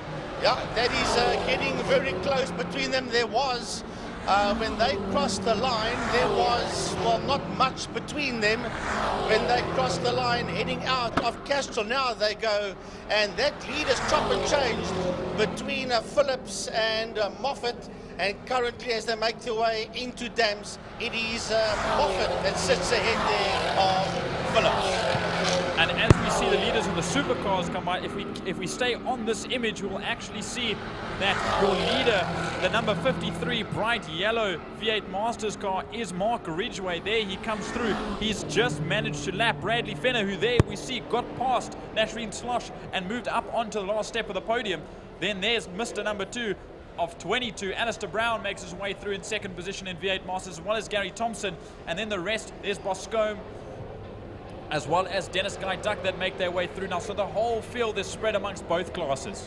Yeah, trying to pick up that supercar leaders. They are completely lost in the V8s. Here they come, going into turn number 1. Into holes, they are side by side. That's your 2 supercar leaders going into Holshoek. That is Glenn Phillips and Andrew Moffat. They are side by side. Now Moffat drops in there behind Phillips as they work their way up the Jabez Straight towards turn 2 Castrol corner. So we saw actually that Dennis Guy Duck had dropped it in a Pertamina Fostron, so there's a yellow flag for that car that's sitting up at the top end of the circuit. But with that, we see your leader, Mark Ridgway, is on the final lap. There's the yellow flag. Mark Ridgway is on the final lap. So there's Dennis Guy Duck's car sitting in a bit of an uncomfortable situation. He moves down through the field. But this is the final lap for Mark Ridgway and Alistair Brown. And there he is. You can see him coming into frame now. He's not that far behind your leaders in the supercars class as they run down, or as he runs down rather, the Killarney Straight for the final time. The leaders of the supercars might just get 1 extra lap. The leaders of the supercars are working through Pertamina Fostron. They are nose to tail, and then you see that V8, here he comes through now. The two supercars are coming down towards us, but we'll stay with the man that sits out there in P1 because he is about to get the checkered flag. There you see the leader of the supercars go through. We'll jump back just after the Smart Bridgeway in the number 53 after a dramatic moment in turn 2 for the other leaders. He promoted to the lead and takes the race number 1 win ahead of Alistair Brown in the 22. Gary Thompson comes home on the podium in 3rd position. Menno Parsons in the 69 comes through.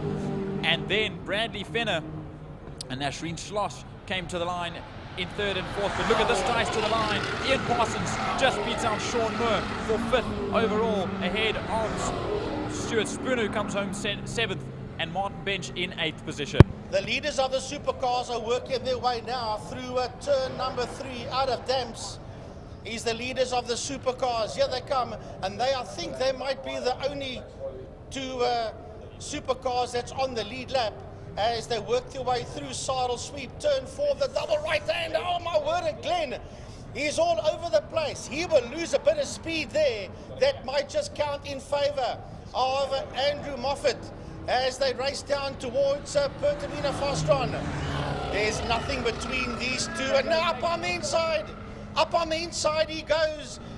Moffat, will he get past? Will he hold it? He's forcing him to the left-hand side of the circuit. Oh, and they make contact. They make contact, and he gets sent packing, does Glenn Phillips. Moffat will come home in P1 with a damaged motor car. Glenn Phillips was sent packing. They were literally, you could see Moffat ran him to the outside of the circuit. He tried to get back, and there was a little bit of retaliation there. And Phillips got sent packing big time as we see the marshals run to the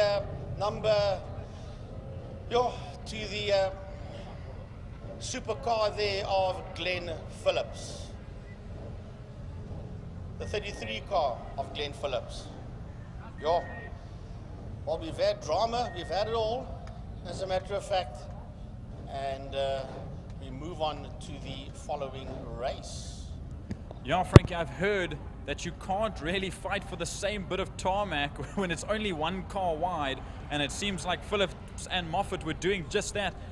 I don't quite see, I can't see where Glenn Phillips' car is sitting behind the slight kink of turn 5A, as just before you'd come under the bridge.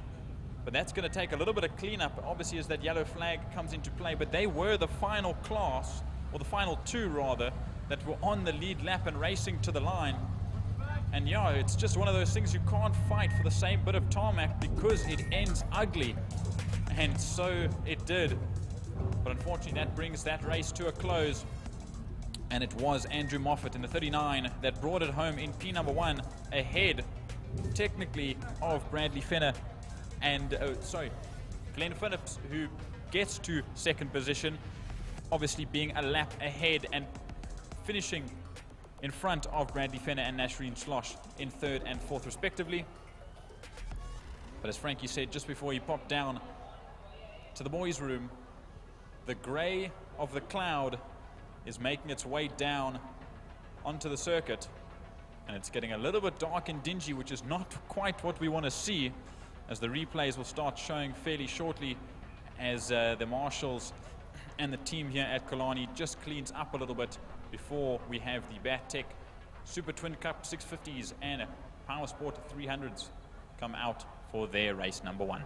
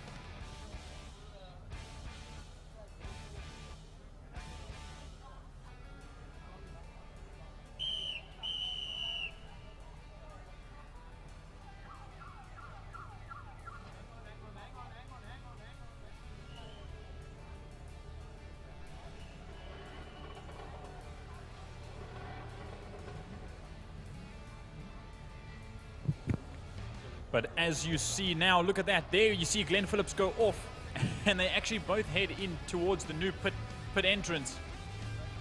Just like that. Not quite the way you want to go, and there's that fight right to the last corner. I mean, there Andrew Moffat runs real late into the corner, dives right up. Glenn Phillips is inside and stays there. As the slow-mo, thank you to our IMUSAT team for getting this up so fast. But there you can see Andrew Moffat gets his nose ahead of Glenn Phillips just like that, but just gets run off the road ever so slightly. Like I said, you can't fight for the same bit of tarmac, especially on the edge of the circuit. There's it at full racing speed. But just like that, the whistle blows, and the BATTEC Super Twin Cup 650s and the Super Sport 300s will head out onto the circuit. As there they go, we see them heading out now for their warm-up lap. And just like that, it will be Max Munton that sits on pole. I may be wrong when I say that this might be Max Munton's inaugural pole in the class. I think it is his inaugural pole in the Super Twin Cup 650s class, but he's got a hard-charging Nicholas Hutchings of the Hutchings Service Centre on his Suzuki SV650 just behind him in second position. And then Paul Medell, whose birthday was just the other day, so happy birthday for the other day, Paul Medell. He sits there on the final spot of the first row of the grid. Then we've got last year's Super Sport 300 champion on his Kawasaki 400. Adrian Solomon sits there in fourth position ahead of the number 54 Reynard Burnett on his ER650 in fifth. And then Alme Mostert on the 94, the Samurai Racing 94, sitting there in sixth and the last spot on the second row of the grid. Then you've got the first of the 300s. It is Raymond Alexander on the 11 ahead of Bradley Musto, the 888 Racing KTM 390. Sits there in eighth position. And then you've got the chairman, Mr. Wayne Arendse, on something a little bit different, the 83, which some may know as a certain Lance Jonas's bike. So Wayne Arendse decided to do something a little bit different and jumps on a 650 in the 650s and 300s class, sitting there in ninth position on the final spot of the third row of the grid. Then it's Mitch Robinson, Cody Redlingace, and Abigail Bosson, who jumps back on a 300. Usually she campaigns in the 650s class, but it doesn't seem like that bike was available for today. So she'll be jumping back on to the Yamaha YZR3 to race. Cody Redlingace, obviously we see on the 650, which is brilliant to see the young lady up in the higher class. And then Mitch Robinson, obviously in the 300s class on his Kawasaki Ninja 400, sits there in 10th position. So as it stands, 4 rows on the grid, 12 bikes, 12 riders. It is going to be an action-packed dual combined class. As it always is, there's always top racing in the Super Twin Cup 650s and Super Sport 300s, brought to you by BATTEC, of course, as well as Pirelli, who is Bike-wise, rather, Motul, Pirelli, and then Bike-wise, David Goosen, part of their team, who also brings in a bunch of sponsorship to all the bike classes as a major sponsor. So big thank you to him. Just like that, the whistle blows. The board is up and ready and waiting. We'll just give it a second. You'll probably hear my voice for most of this race. We'll see once they're ready. The 5 seconds are up. The lights will go on. The lights are on, and they're off and away they go. And a brilliant start for the 2-hour short circuit race winner, Nicholas Hutchings, who jumps to the lead, but he has a hard charging Max Munton on the sun scan. Number 14 on his inside. We'll see as they lead through, and I believe it's Hutchings that got the whole shot and now leads through turn number 1, Holzhoek, and onto the exit of the first corner as they race down into Castrol Corner for the first time in this Super Twin Cup 650s and Super Sport 300s, brought to you by BATTEC race number 1. They go into Castrol Corner now. Now we'll see as they split up. If they don't split up, they'll bunch up together, and we'll see some battles starting to elude. But just like this, down into Dam's Dip for the first time, everyone is quite well spread out, and it's still Nicholas Hutchings ahead there of Max Munton. Then we see Paul Medell and Adrian Solomon sitting in third and fourth. Then Reynard Burnett and Alme Mostert will sit there in fifth and sixth. as they run now through Sorrel Sweep. The double right-hander, very, very fast corner as the conditions get a little bit more grain, a little cooler. So it might be better to start finding where your braking markers are, because you'll have to brake a little bit early in these colder track conditions. And now down into Pertamina, fast on the hardest braking zone on the circuit. You're going from anywhere between 170, 180 in the superbikes. You go 270 almost racing into the final corner. But just like this, we'll come to the line to complete the first lap. And Max Munton is right on the tailpipe of Nicholas Hutchings as they run into the first corner into Holzhoek. And Max Munton inherits the lead just like that around on the inside. But the HSC Racing cyclists of Nicholas Hutchings will not let that slide that easily, and he'll try and possibly make a move into turn number 2, Castrol Corner. He'll dive up the inside. Max goes a little bit wider but cuts his nose off and holds out ahead of Hutchings as they exit Castrol Corner. Now they'll go through the Lundstem Kink, a quick throw over to the left of the circuit, and then down into the banked, slightly banked right-hander of Dams Dip. And just like that, it's still nose to tail between Max Munton and Nicholas Hutchings. Hutchings going to try and go around the outside, get side by side into this corner. No, he slips back and sits just on the rear wheel of Max Munton as they go through now. You can't go side by side through that double right hand, and they don't get unsettled as they come out of the corner. And now it's a two-way fight for first and second, and a two-way fight for second, or for third and fourth, rather, between Solomon and Medell as they run down into Pertamina Fostron once again. Watch, there they go. Nicholas Hutchings again trying to stick his nose underneath the inside of Max Munton. There we jump back into frame, and look at that. It's Max Munton ahead of Nicholas Hutchings. Then we see Adrian Solomon and Paul Medell.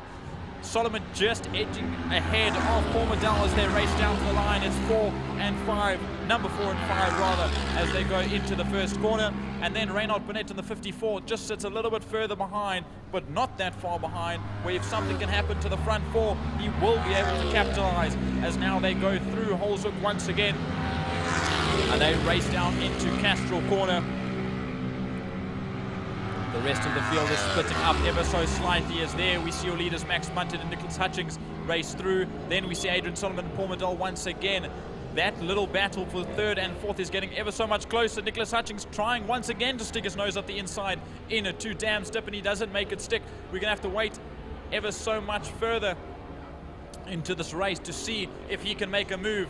Now there's a 2 or 3 bike lengths between the two as they go through Sorrel Sweep, but it's Slipstream City on the back straight, the Killarney straight, as they make their way down the longest straight and the fastest area of the circuit. We'll see now, even there, Paul Medell has a chance to get past Adrian Solomon into the final corner of the circuit. We'll see what happens there. Nothing changes as they go into the corner. Max Munton just far enough ahead. Just like that, he checks over his shoulder, makes sure he's not right on his rear end, and he's not that close. But as they come across the line to start another lap, they side by side, and they head into Holzhoek. We get a little bit of a freeze on the camera there, but once again, Max Munton still ahead as they go through Holzhoek now.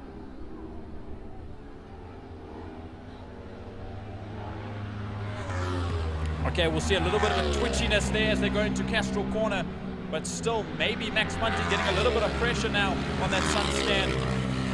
ER650 Kawasaki, but the Suzuki of Nicholas Hutchings isn't letting up at all. Now trying again to make a gap up the inside, but not making it stick as they run through. But now we'll see, just as the rest of the field comes through, there we see the 5th place man currently of Reynald Burnett, 8.5 seconds behind now. Then we'll just carry on through the corner as we see the mid-pack comes through. Just a little bit behind Reynald Burnett was the first of the 300s. That is Raymond Alexander. As here, there's battle, the lead battle into Pertamina Fostron once again. Heads in, and Nicholas Hutchings tries to go up the inside once again. He's trying to make some sort of move, waiting for the door to be perfectly open where he can cut his foot in and just take over that lead, but not just yet. Max Munton closes the nose, and they lead down once again. Here, slipstream is important. There's first and second. Paul Medell will have a chance for the slipstream on Adrian Solomon as they head into turn number 1, Holzhoek. But no, it's still not enough. All these bikes are so evenly matched in these 2 little battles that they have running down into the first corner. And we'll just have to wait and see. There's 5 laps to go, just under 5 laps. as we watch on a fastest lap so far from Nicholas Hutchings, a 1:22.361 from the 72 motorcycle as they go through Castrol Corner. It's ever so much closer, a little bit of twitching from the first and second position riders as they head out of the corner, down through the kink and into Dam's Dip once again. 4.5 laps left of this MatTech Super Twin Cup 650s and 300s race. And funnily enough, the front two are pulling away from 3 and 4. Adrian Solomon and Paul Medal are actually fighting between the two and slowing each other down, as there is your 5th place man, Reynolds Burnett, currently racing on his own. And you might even see as he heads into Sorrel Sweep, just in the background, we'll see Raymond Alexander. Nope, just not enough. There he is, 13 seconds behind is Raymond Alexander. So the grid is completely mixed up. And everyone is opening up. There's Wayne Aronser, obviously on Lance Jonas's number 83. Then we get Elmer Mostert, Randy Musto sitting there on his KTM 390 888 motorcycles prepared bike. Sits there in 9th and 2nd in class. Is there, what a good shot. We jump straight back to the lead pack. As there, Max Munton still once again ahead of Nicholas Hutchings. This might just go to the very end. I'm going to ask myself questions. Can Nicholas Hutchings put Max to the line as we get now with 3.5 laps left to go? And just like that, we see Paul Medal has managed to get past Adrian Solomon, so that straight line slipstreaming speed that he managed to get the lap before worked out in his favor, and he moves up into 3rd position. But we know Sticks, nicknamed Sticks because he's so light and he's so small, that he can just push right on past, and he seems to be doing just that as he goes on through. There they head through Sorrel Sweep once again, and they run down towards the final corner. There we jump back to your leaders, and on the inside this time around, Nicholas Hutchings still not. He gets his nose cut off. There's just not enough. Max Munton won't leave him any room. You don't need to leave the guy behind you any room, and Max Munton is fighting as hard as he can to stay ahead. Nicholas Hutchings trying to go around the outside against the wall. It's almost side by side, almost handlebar to handlebar as they go across the line to start lap 3 to go. And now the gap widens ever so slightly between the two as they exit Holes Hook once again. And then they come down the Joubert Straight and will just pop there into the frame is 3rd and 4th of Adrian Solomon, Paul Medal. I believe those positions have changed once again, and it is Paul Medal will try and dive up the inside of Adrian and Solomon into Castrol Corner. There they go. And look at that, side by side through turn number 2. And jump on through we go between the cameras. And just like that, Paul Medal takes over that 3rd position from Adrian Solomon, and down into Dam's Dip they go. It looks like the track is getting a little bit more fresh and a little bit more damp, but I don't think that's the case because these bikers aren't slowing down one bit. And look at this, Max Munton, the youngster. I mean, as far as I know, he only got his license the other day, is fighting against a very hard-charging champion in the field that is Nicholas Hutchings. And racing they are straight into the final corner. We'll watch for them to come through the frame. That's one of the back markers. And there they go. You can almost not see Nicholas Hutchings when he tucks in behind Max Munton. So that's Cody Redlingace. That's a lap, or about to come a lap down on the front runners. Obviously running a really good first race of her own. And down on the inside, Nicholas Hutchings goes, and he takes over the lead from Max Munton. Max Munton left the door open ever so slightly too wide, and taking that 1st position as it stands is Nicholas Hutchings. But Max Munton will try and fight it back, knees out, elbows out. He takes up the inside, but we've got Cody Redlingace that they have to make their way past. It's 2 bikes, 3 bikes wide as they exit Castrol Corner down into the kink and then into Dam's Dip once again. They are chopping and changing this, not even hairs between the two as they race down into Dam's Dip. It is the penultimate lap. They'll have a lap and a half to go and 1 lap when they get to the line. So it is right down to the wire. As they go on through, we see out of frame and into frame once again. Using all the track that he can is Nicholas Hutchings, diving back, almost kissing the rear tire with his own front as they race down into Pertamina Fostron there. And they'll run on through, jumping to the next It's still nose to tail, the gap ever so slightly more. But this will be the chance for Nicholas Hutchings just to get that edge out of the corner. Does he get the drive to start the final lap ahead? No, he doesn't. Max Munton just has enough speed on that side scan, number 14, to stay ahead as they go in to the first corner for the final time. Just like that, Max Munton stays ahead into the final corner. We've got 4 corners left to go around this 3.2 or 3.3 kilometer circuit. There you see the leaders go. There's 3rd and 4th. We'll just watch them as they run around. And it is Adrian Solomon that sits ahead of Paul Medell. They'll still battle it out to the very end.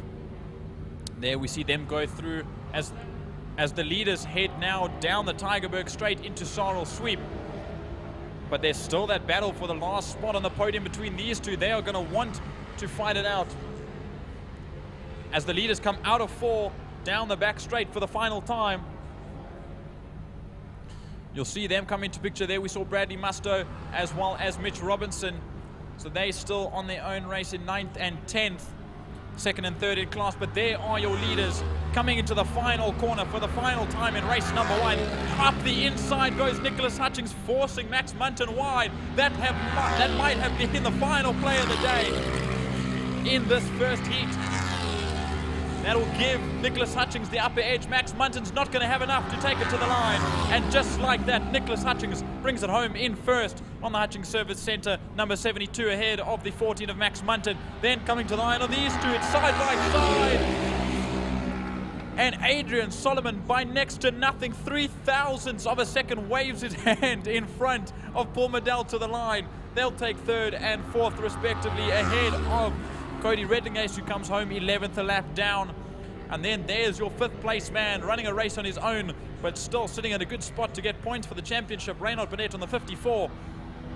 He brings it home in 5th overall. So then we just wait and see. There's still a little bit of riders, well, there's still a little bit of racing between the riders as they come around the circuit. We'll just say in this spot, there we go. We see the last couple of riders make their way through. That's the likes of Raymond Alexander on the number 11 and Elmer Mostert. We'll see who it is that exits the final corner first off, and I believe it is the 11, the first of the 300s class, Raymond Alexander, that will bring it home in first position all on his own. He'll take the win in class in race number 1. Elmer Mostert comes home in 7th overall, 6th in class, so a very good result there for her. Bradley Musto, the number 7, brings it home away from his fans on the wall. He'll come home in 8th overall, 2nd in class, a good result in race number 1. Wayne Aronser, 9th overall and 6th in class for him. 7th in class, rather. And then it was Mitch Robinson that had to bring it to the line, the last bike on the lead lap.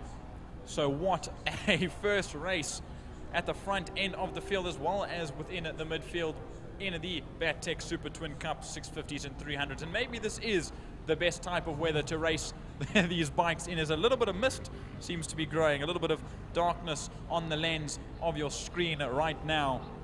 So we'll see how the weather plays out, because a little bit while longer we'll see if the water decides to come down, if there's maybe a bit more wind, because anything can happen for their race number 2. But look at this battling. Check as they make their way past Cody Redlingace. Max Munton looks over his shoulder mid-corner to see where Nicholas Hutchings is. And this was one of the moves, I believe, with 2 laps to go. That was the move Nicholas Hutchings took on the inside. Here's that move into Castrol Corner once again on Cody Redlingace between 1st and 2nd positions. Just like that, they go around the outside. What a race that was. That was utterly brilliant from all the ladies and gentlemen in that class. There we see next up the BJ Trustees Formula Libras come out.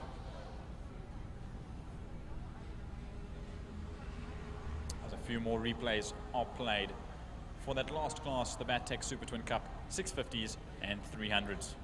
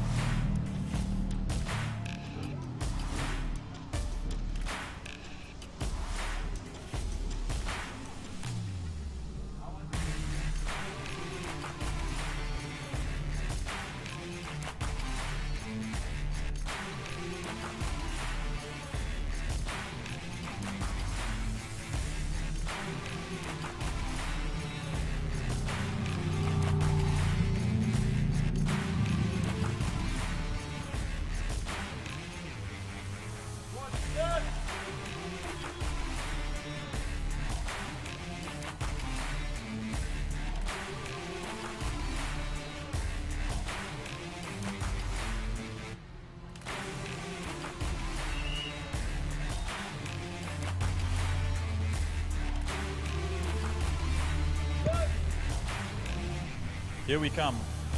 Down for race number 1 of the Bijo Trustees Formula Libra. As the field comes towards the line.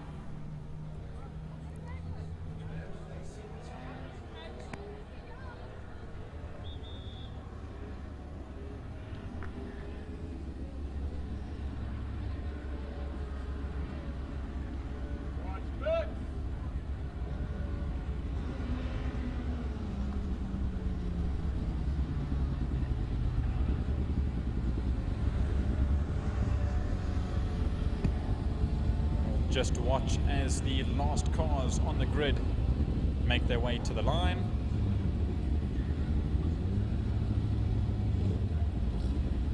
Two, 4, 6, 8, 9 cars out on the circuit.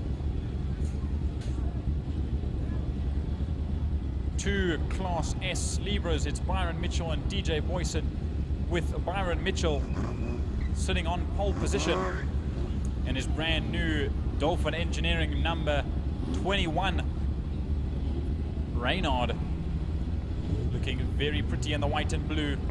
And then we've got DJ Boyson, obviously Mr. Burner, and the Dyko car sitting there in second position. The likes of Kelly Fletcher, James Beaumont, Joshua Smith, Ben-Jack Phillips, Ricky Anderson, good to see him back, and Richard Carr that sit in there. And then we're supposed to have Nick van der Westhuizen, but I don't see him at the back end of the field. Unless I do, but they'll rev up, the lights will go off, and away we go for race number 1 of Bijo Trustees Formula Libra. There's a little bit of a stall on the line for Luan van Heerden. That has to get that car into gear and pushed away. It's currently stuck on the line. They're going to have to push that car off the circuit. He can't get it started.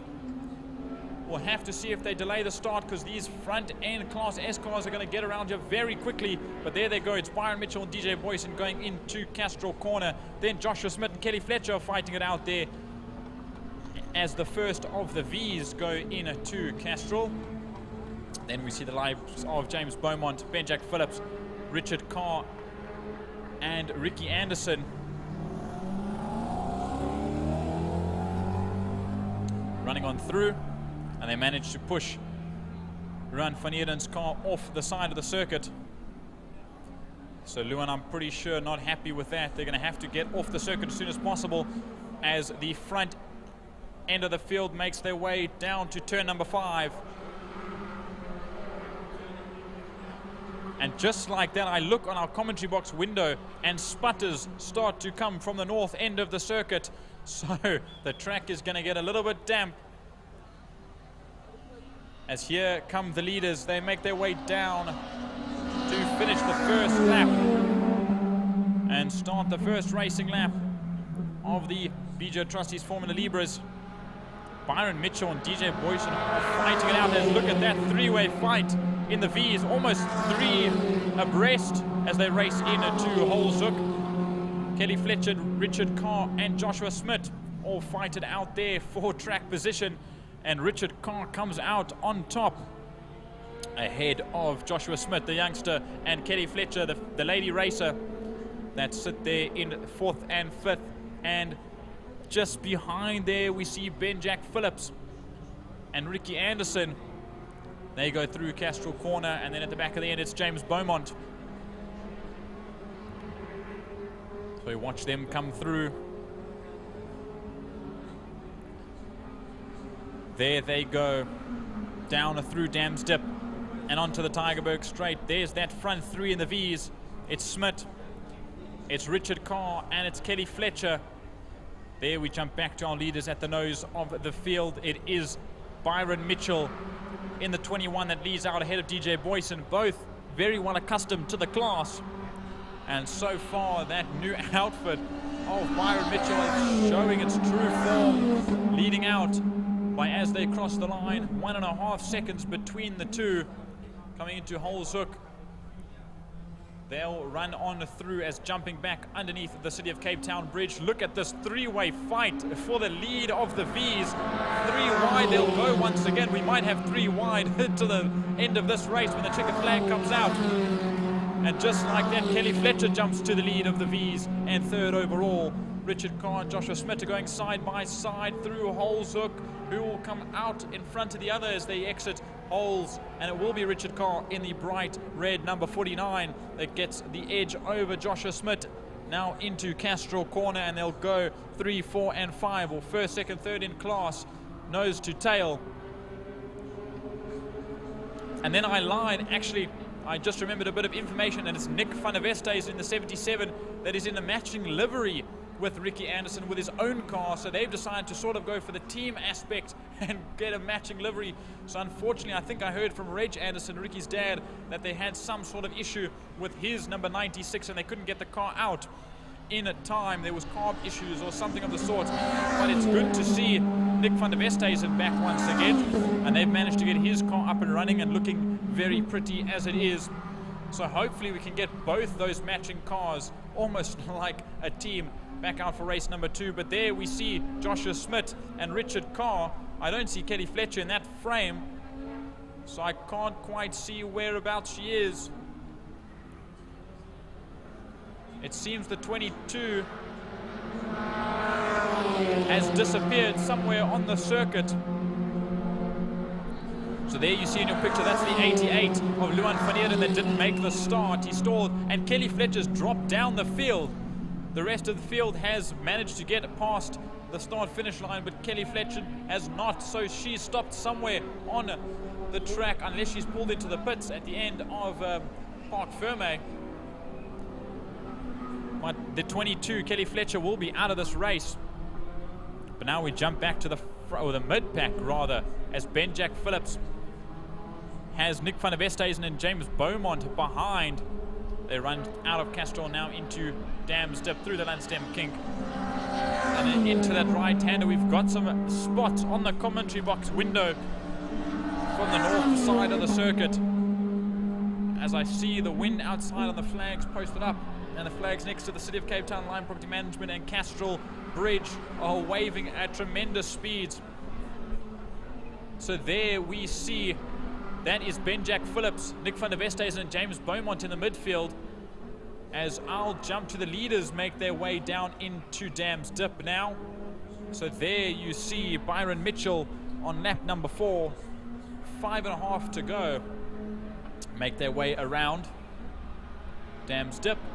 Now we'll just watch here, as here's your lead in the V's. 3rd and 4th overall is Richard Carr and Joshua Smith. Now Joshua Smith is really putting on a performance amongst his slightly older counterparts, as Richard Carr now tries to battle him back. And then there's this battle once again, as well, a three-way fight right in the mid-pack. And it's Nick van der Westhuizen that's on the inside of Ben-Jack Phillips, and James Beaumont wants to try and make his way around the both of them, but he'll sit in that group, in the last spot of that group of 3. They'll still try and elbow themselves, as, look at that, Ben-Jack Phillips goes wide and gives up the position to Nick van der Westhuizen as they leave that corner down through the Landstem kink and into Dams Dip. So it seems the weather's acting up ever so slightly and the drops are getting a little bit bigger. And I think we saw Ben-Jack Phillips maybe hit a slight puddle or something. If it's there, you can see on your camera and on your screen that the drips are coming onto the cameras around the circuit. So here, if you're on a motorcycle, if you're in your cars, now might be the time to check your weather app and see if you need to change your tires. Because right now, all these guys are on slicks and semi-slicks. DJ Boyson, I see, there you see Byron Mitchell go through. Now if you wait into your picture ever so slightly behind, DJ Boyson is way off the pace. So obviously he is being affected by the slightly damp weather as it is. And that's causing some serious problems for the number 20 car, as Richard Carr goes around the outside and holds it out from Joshua Smith. Joshua Smith comes to a very big slow. Is there a problem there for the 83 of Joshua Smith? And I think there is. That car has come to a real slow and he's pulled off to the side of the circuit. Joshua Smith will be out of this race. The youngster has had some terrible luck as Richard Carr stays out in front in Class V. Joshua Smith's going to have to get out of the car, as a big slide there for Nick van der Westhuizen. The damp is coming down and James Beaumont goes around. So the weather is changing dramatically. as the circuit starts to get damp, so they're going to bring their speeds down by a wild amount. There will be a yellow flag into this corner. Byron Mitchell will just have to check ahead that there is that stricken car of James Beaumont that manages to get it back up and running. There's your Formula V Libra class leader, rather. Oh no, I lied, that's Nick van der Westhuizen and Ben-Jack Phillips. So that, excuse me, the 21 of Byron Mitchell will be going into Sorrel Sweep now, so he'll come up to lap this group. If we watch there, he should come down the back straight. There he comes into your picture, as well as James Beaumont, who obviously had that spin in the second corner. So now the weather's coming down all around the circuit. I can see the people in the pit lane sort of disappearing into the garages, going to change tires, going to see what they need to do, as it's still not too damp of a circuit where it will affect you too much, but the more this carries on, the damper the circuit and the colder the circuit will get. But now there we see our leader Byron Mitchell has 3 laps left to go, and he's all on his own. DJ Boyson makes his way to the line now, so we'll see the gap when Boyson crosses the line, and he does so. And it is 13.5 seconds, 13.6 seconds between Mitchell and Boyson. So he is way off the pace. And DJ Boyson obviously does not want to fight with this wet weather and maybe have something happen with that car. Joshua Smith has gotten out of that stricken number 83. So we've lost 2 cars in Kelly Fletcher in the 22. 3 cars rather. Luan van Neerden didn't make the start. Kelly Fletcher dropped out on the first lap, and Joshua Smith has just pulled off to the side of the circuit a lap ago. Jason Smith, I'm sure, who is watching from the side of the circuit, will not be happy with that. They'll have to see after the race is done and when that car is brought back to the pits what is wrong with that car. But there, speaking of car, is Richard Carr, the leader of Class V, comes around the final corner. He'll start his 3rd final lap. Then we see Nick van der Westhuizen and Ben-Jack Phillips, and there is your overall leader. Byron Mitchell will start carving his way through. Now not quite back markers, but cars he will turn into back markers very shortly. It's now 2 to go, the penultimate lap. As the clouds open, Nick van der Westhuizen goes for a spin. He needs to try and get that car out. It's right in the sand trap. Nope, just like that, the wheel spins, and that car might just be stuck. The 77 is in a terribly bad spot as Byron Mitchell now goes on the inside of Ben-Jack Phillips to make him a lap down. So that is everyone up to 3rd position, with the exception of Richard Carr, who's still on the lead lap. But I think that Nick van der Westhuizen is going to be stuck into the sand in Holes Hook, so the marshals are going to try and push that car out if they can, but it's getting slippery and damp, and the sand is getting dug deep there, as you see. Nope, there's no way they are getting that 77 out. They're going to ask him to get out of the car, and they're going to throw the yellow flags down at the end of pit lane, just so the other drivers are aware of the situation into turn number 1, Holes Hook. But there we see the leader go into Pertamina Fostron. He'll come out of the corner and down the Porsche straight. The main straight here at Killarney. He's going very slowly, so obviously he is feeling the effects of the damp track now, and he doesn't want to do anything major and put that brand new car in the wall. So there, Nick van der Westhuizen steps out of the car and walks to the side of the track. There goes Richard Carr through your frame, and here starting his final lap is Byron Mitchell. So he'll just pedal around the circuit. He is exactly 12.8 seconds ahead of DJ Boyson, so he's got nothing to worry about in terms of that. He just needs to bring it home in one piece as the cameras begin to get very damp, as you can see on your picture. So there he is, just pedaling that car around, trying not to get wheel spin out of the rear wheels on those slicks. As there we see Richard Carr going to frame, and it will be very soon that Byron Mitchell might just lap all the way up to Richard Carr in 3rd position. Just like that, those cameras are getting very, very blurry. We might have some difficulty seeing the rest of the races go on throughout the day.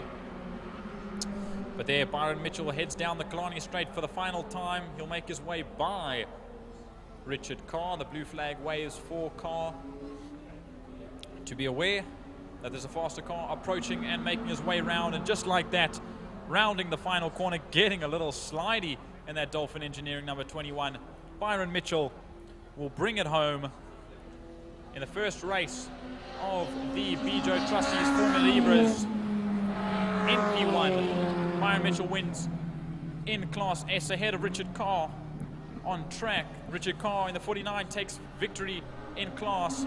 There, your second place runner and finisher in class and overall. DJ Boyson comes home in the Dyco and Burner factory entry. Ben-Jack Phillips comes home in 4th overall, 2nd in class for Ben-Jack Phillips behind Richard Carr. After all that chaos amidst the midfield and the likes of Nick van der Westhuizen and James Beaumont going for quite hefty spins. And then, of course, Joshua Smith and Kelly Fletcher pulling out of this race early on and in the midway through. But there we see one of the last cars coming around to get the checkered flag. That will be James Beaumont. That comes home. Here comes a little wave. And just like that, we started with 8 cars. We were going to start with 9, and the 88 entry of Leon van Heerden just couldn't get that car to kick off and get underway. And it was pushed to the side of the start-finish straight onto the grass. But 5 cars in the Bijo Trustees Formula Libras managed to get to the end of the race, and that is very, very unfortunate. We're missing quite a few big names, the likes of Damian White. And a few others that haven't managed to get their cars up and running.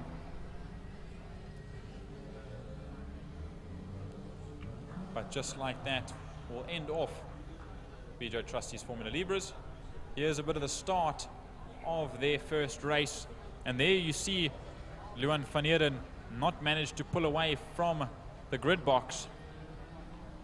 Obviously that engine cutting out and him not managing to get it restarted, which is very, very hard luck. Hopefully he can get that car restarted. They're pushing it back onto the circuit either to get towed or hopefully to get bump started, so he can try and make it back for race number 2 a little bit later on.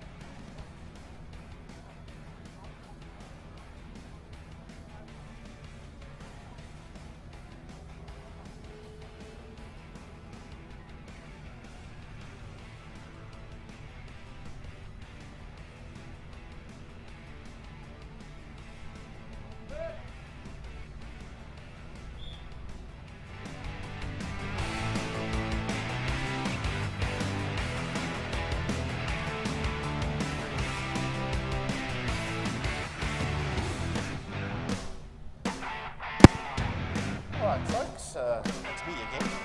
Yes, I was busy watching Gary Fleming earlier on with the cameras, and I did a little bit of the camera work. So yeah, you've got to learn somehow, somewhere. But thanks to Gaza, he helped me a lot out there today so far. But yeah, we now move on to the Pirelli Seal Pro Wineland Superbike Challenge 600s and the Masters out there. And there is a returning rider, and his name is Michael Du Toit. He's a master, but he's going to be in the SPK Challenge category. And Michael hasn't raced for, what, 2 years? Just over 2 years. And he's back out on track again. A couple of years ago, 2 years ago, he was on bike number 7. He's now number 99. He's Michael Du Toit.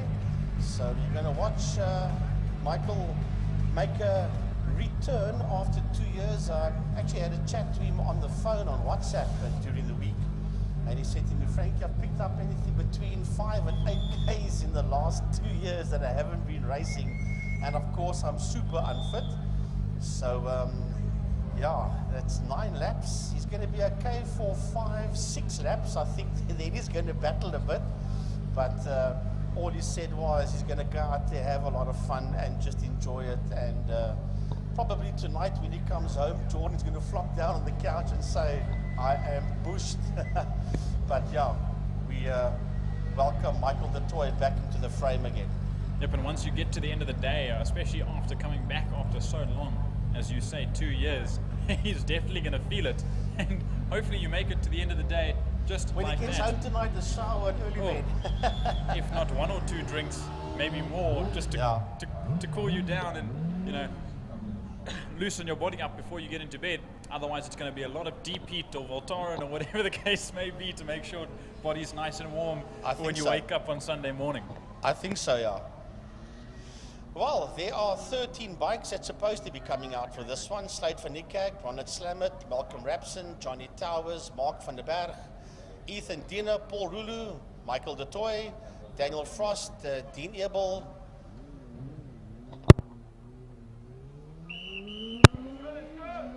Samkela Luwani, Wayne Arendse, and Lubabana and Tasana. Right, so let's have a look and see if all 13 of them are out there, or are going to be out there. The rain has now stopped. There is one bike that's gone out. I think that maybe, I was going to thought that maybe a Scout, but it's not, because a second bike goes out onto the track unless they're using them for 2 Scouts. We'll have a look and see if the rest follow suit, Jordan. No, the rest are following suit and they're making their way out.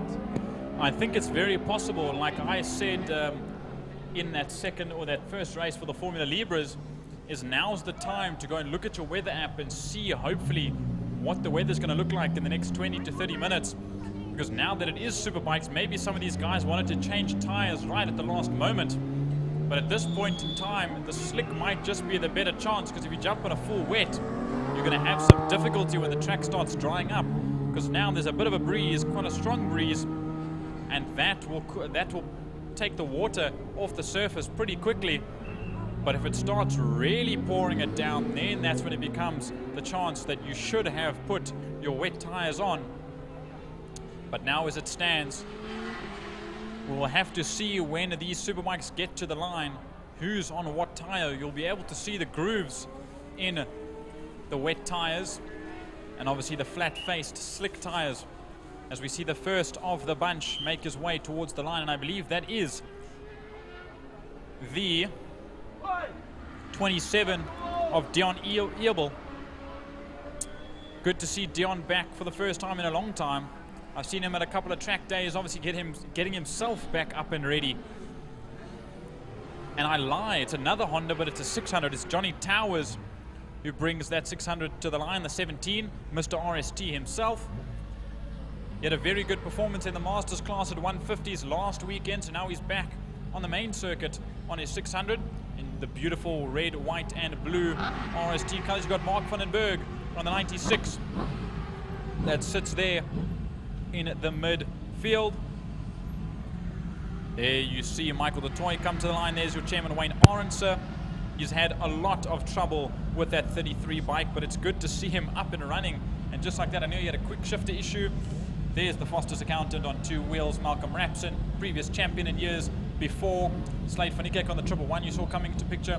There is the 49 of Samkelo Lawani. His birthday was yesterday, so happy birthday, or 2 days ago, so happy birthday to you, Samkelo Lawani, for just the other day. Youngster Ethan Dinner comes to the line on the 3, also in the 600 class. Paul Rulio on the 15. Daniel Frost on that cotton candy coloured number 28.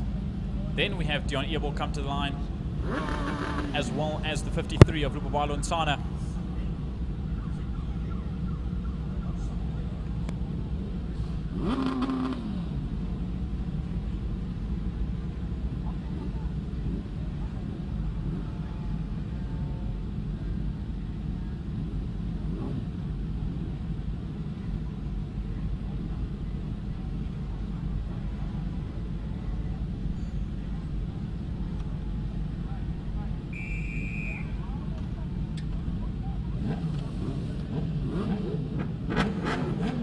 So just like that, the revs climb. Your pole man, Slade van Niekerk, the wild child, sits ahead of Ronald Slamet and Malcolm Rapson. That's your front row of the grid. Johnny Towers, Mark van den Berg, Ethan Dinner. We get ready, the revs climb.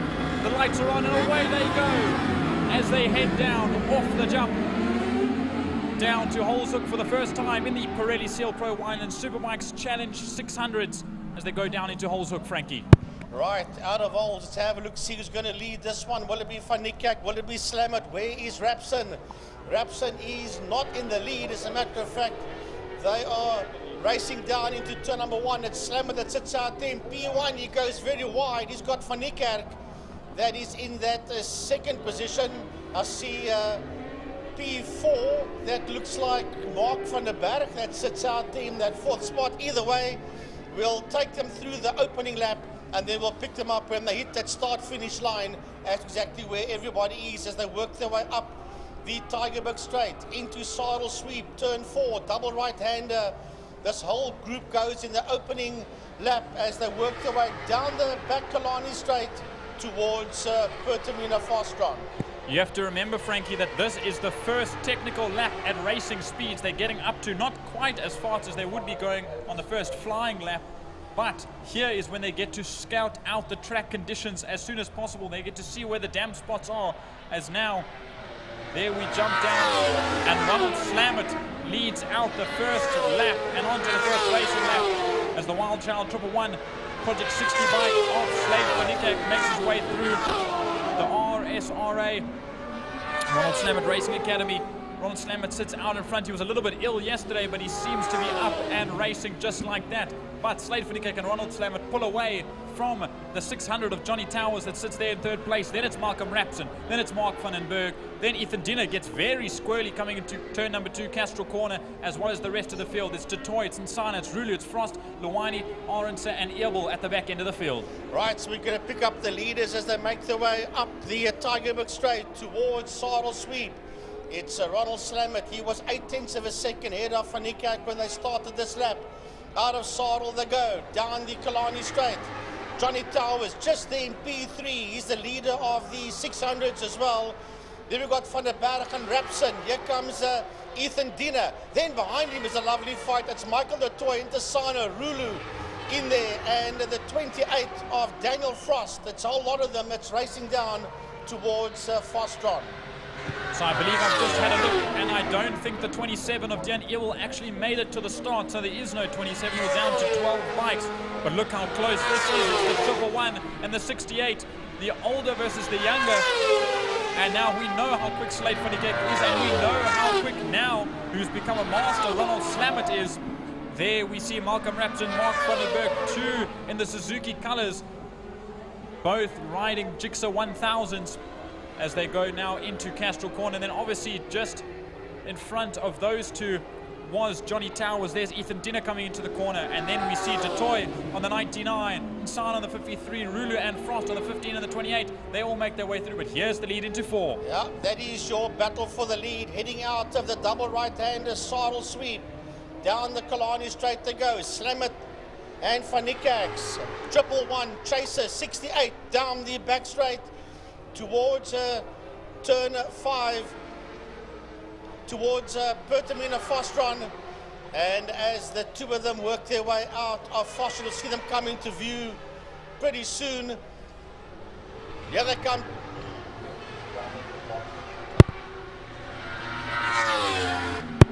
Oh, hang on, Ronald's put his hand up. Ronald's put his hand up. Slade has gone off. Ronald's put his hand up. He's obviously not very happy with the conditions. You would have seen him wave his arm around. He's not pretty happy with the weather conditions at this point in time as the rest of the field race down towards turn 1 holes. Yep, the race will carry on. I believe he was quite maybe upset as they've thrown double yellows into turn number 5. So Slade van Niekerk's down somewhere, and that is not good news. So we'll just have to wait and see what's happening here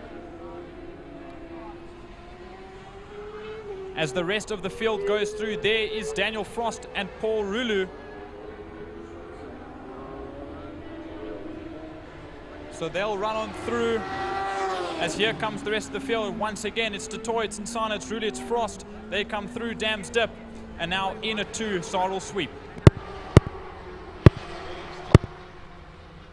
That's Detroit and Nsana coming through. And then there's Rulu and Frost that make their way out of Sarl sweep now, Frankie. Right.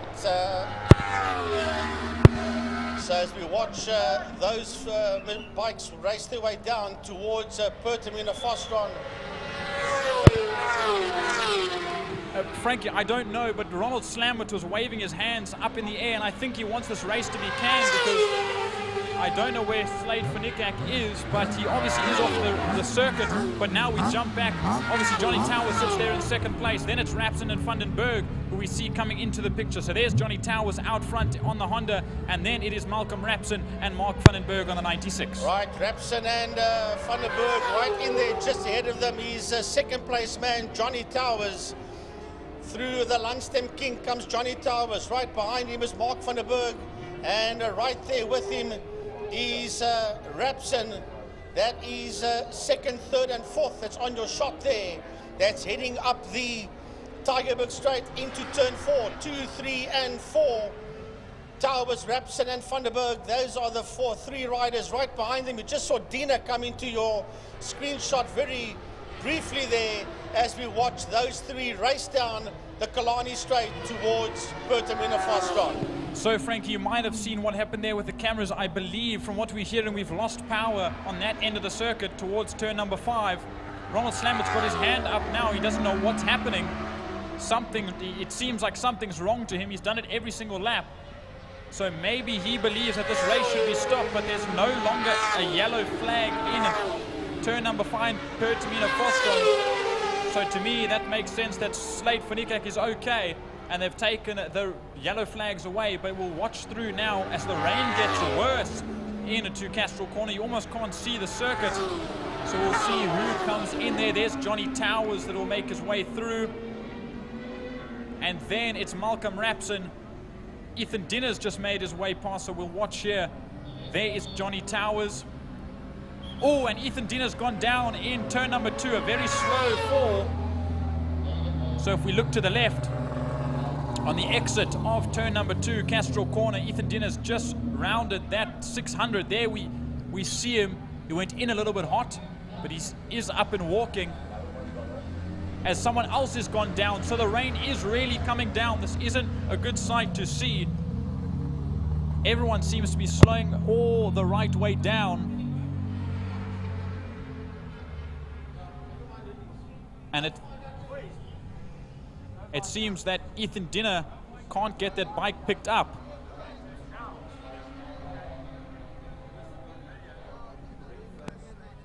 So that is red flag that's been thrown out now.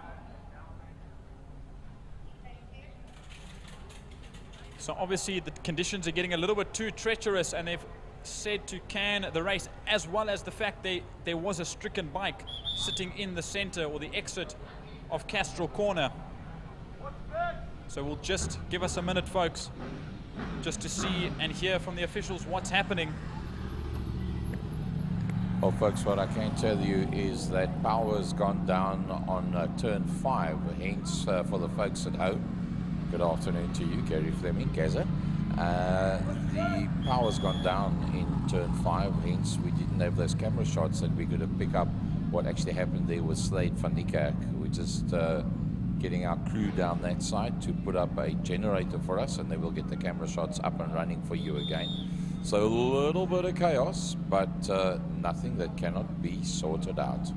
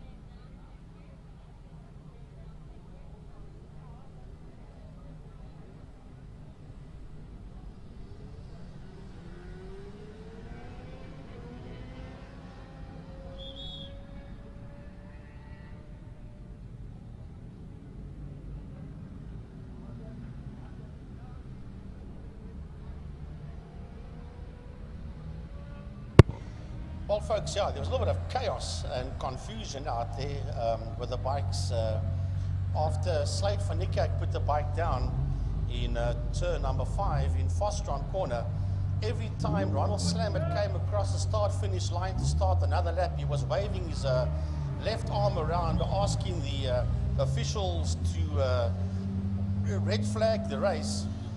And they eventually did red flag the race, but as the folks at home can see on the replay, there was multiple chaos in turn 2 Castrol, with 2 riders eventually going down due to the track conditions. The rider that went down ran out the way, left the bike on the track. Well, he had no option to do that, and there you see a second rider just bin it right on the edge of the track on the outside of Castrol. So yeah, the conditions were pretty hectic towards halfway through the race. So the red flag has come out. They've called this one quits. I'm sure we'll see them for the second race a bit later on. I doubt very much if they will rerun this one. So they'll probably find that they will call this one, and then hopefully if all goes according to plan, we will see them out on track for the second race a bit later on. As the following race on the program is the BMW Car Club Cape Town Series, and then after that we will, depending on the weather of course, and depending on what all the powers that be make, we then are supposed to have the Pirelli MGA Racing Clubman's Classic and Breakfast Run bikes once again. But that all depends on weather conditions and what decisions gets made by the powers that be. So I'm getting a little bit of information that was sent around. Emil Tiny Brunt from Tiny's Pitbox just sent it to our commentary group, and it says that as per race control, should the weather become any worse, each race heat will decrease by 1 lap. But should the rain become even more intense, each heat will decrease by 2 laps. So if the rain in heats number 2 or heats number 1 for the rest of those that are still racing now gets any worse, they'll start dropping the laps in each of these races. But as far as I saw, it was 9 laps for every class today except for the sports and GTs, which were given 10. So we'll have to see how the length of the races changes with the weather. But as you look out into the circuit, if you look right, Frankie, you can see our commentary box is starting to get a little bit more damp on the north side. Yes, and of course, Table Mountain is completely gone. But our telltale hill between Bloberg and Melkhorst, that's the one. If that one disappears first, then you know the rain is on its way coming in from the South Atlantic. And it is definitely here. And it is coming down. It's not a heavy rain. It is a light drizzle, but it's non-stop. And it is unsettling the riders. But you go back to the guys with the four wheels, and it is the BMW Car Club Cape Town Series, race number 1. 14 guys supposed to be out there. I know that Ernest Page was saying early on that they had problems with brakes with one of the cars, but they were going to sort it out, and that 19 car of Ernest is out on track. He's on your screen, you see him there in P10. But it's Mansur Parker and Anwar Levy that are going to lock you out the front row of the grid. Then Waylon Volskenk, big welcome to him. He's a man that races GTI Challenge Class C, and he's out there in the BMW in P3. Well, behind that's going to be the well-known and somewhat good-looking Dexter Bruce. What a character. And then Jan-Connor Kilbride will be the second of the Class D cars out there, both him and Dex, in fact, in Class D. Then we've got Marco Retta. Marco Retta is waiting for brakes, parts for his brakes for his normal racing car. And he's out in a somewhat much more standard Class D entry, 1:25.9, the fastest he's been able to haul out of that motor car. So it'll be something completely different for the likes of Marco Retta, with the first three Class E cars being James King. Nice to see him back out on track. Dylan Joubert, newcomer to this class, and Jacques de Toy, and behind that, in fact, is Ernest Page, all Class E entries. Yeah, then you get the Class F entries out there, and that is Brian Dark that will lead out the Class F. He's in P11, and of course pole in class is Brian Dark. And then Line Property Management, Shane Boscombe. He did a 1:32.304. We saw him earlier on in the Formula Supercar. And then Jacques Prince. And then I see there Andre Fuhren, and Carl Prince does not have times behind their names. And they put Shane Boscombe's name again, but there is only one Shane Boscombe, trust me. So there should be 15 cars out there, not 16, because Boscombe's name shows twice. So big thanks to BMW Car Club Cape Town for the BMW series here at Killarney. There's the 5-0 car coming through. That is Marco Retta. So we'll have a look and see. But Parker and Levy, they are in Class B and Class C. There is one Class B car, there's two Class C cars, there's 1, 2, 3 Class D cars. Then there's about 4 Class E cars and about 5 Class F cars out there. So we will wait, look and see. And this one will be over 8 laps.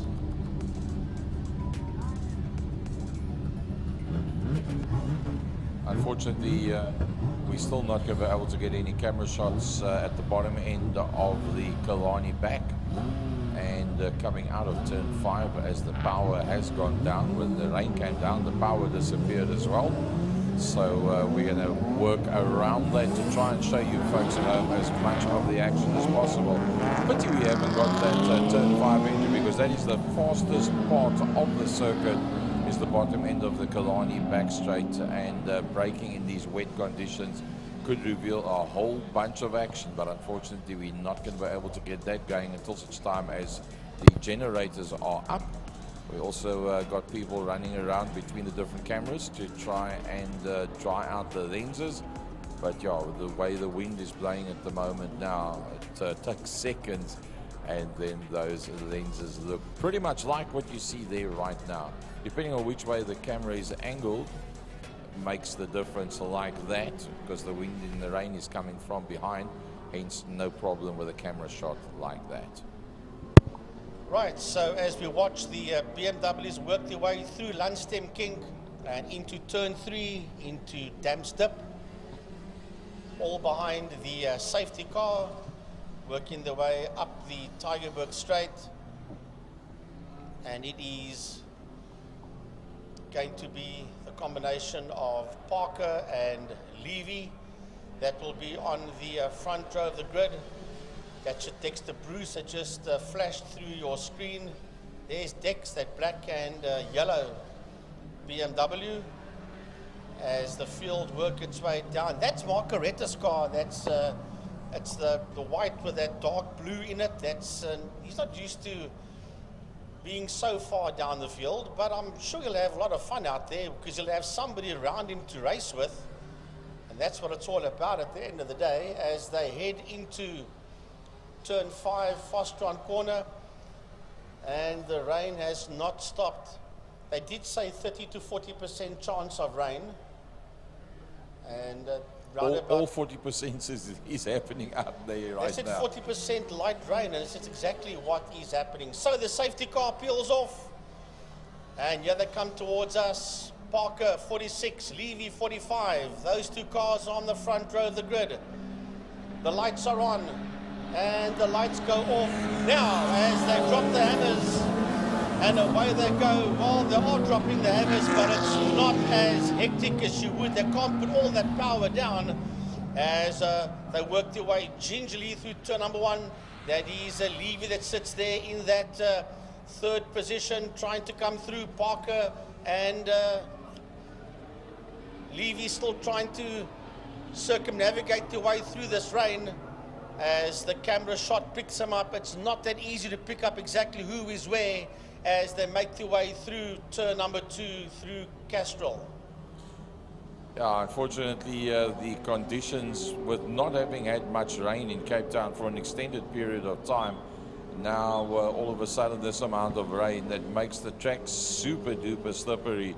And well, if you only got 1 or 2 races in a year where you need wet weather tires, a lot of the guys won't buy a new set of wets every single season. They will hold on to them, and for that reason, the guys that have got brand new wets will be at a massive advantage as to the guys that have got older wets. And or if you don't have wet weather tires at all, you just got to either sit in the grandstand and watch or tiptoe around the island. Now we'll have to wait for them to get to the end of the opening lap because your strap at home, folks, is totally wrong. So we'll wait for them to get until the end of the opening lap, and hopefully that will sort itself out because there's no Prince Boscombe. That's not the way it is. It's a Parker and Levy that are first and second as the two of them come towards us. Volskenk will be in there. So we'll have a look and see now. It is Parker that leads across the line with Dexter Bruce in that second spot. Okay, so that car at the back that I thought was Dex wasn't Dexter Bruce. Then we've got Levy coming through, and then just behind Levy, we've got Wayland Volskenk out there in Class C, sitting in that 4th position. Well, this camera lens was cleaned literally 3-4 minutes ago, but unfortunately with the inclement weather, it's costing us dearly some of these shots. And I'm pretty sure we're going to miss, unfortunately, some of the action out there as well. But look at that, the leader coming through, Mansur Parker from Dexter Bruce, and then that whole pack of cars behind that. Anwar Levy, Wayland Volskenk, Margaret and James King in the middle of that grouping. Yeah, as the field goes through, here comes Margaret as leading. James King is just in there behind Retta. Then it's Ernest Page and Connor Kilbride. As they come through, there's Page, there's Kilbride, then behind Kilbride, Brian Dark in there, Jacques Prince, but the leaders are heading down into turn number 5, into Fostron corner. First and second making their way into turn number 5, into Fostron. It's pretty wet out there. We had electricity problems down there early on. Let's see if those cameras are working in 5. No, they're not. So we're going to have to wait for them to go right through turn 5 and turn 5A. Here they come towards us. This is P1 and P2. It is Mansur Parker, Dexter Bruce coming through. as the field just runs through into turn number 1. Dexter Bruce doing a lovely job trying to hold on to Mansour Parker. This is the battle for 3rd, 4th, 5th, 6th, 7th and 8th positions. Look how gingerly they work their way through the corner. The 42 of Volsking got it slightly sideways, but he held on to it pretty decently.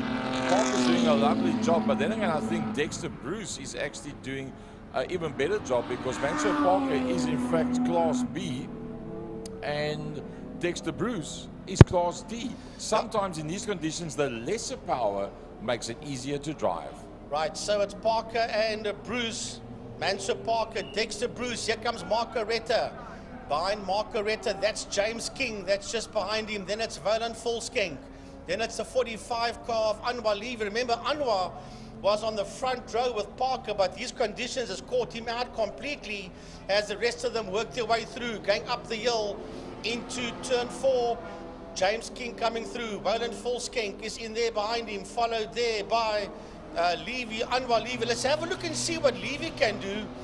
At the back of that field there, you just see Ernest Page coming into view as well as they make their way through turn number 5, working their way out of Fostron. Now we're missing out on the action in turn 5. We're just got to wait for them to come back into view. Parker with Dexter Bruce.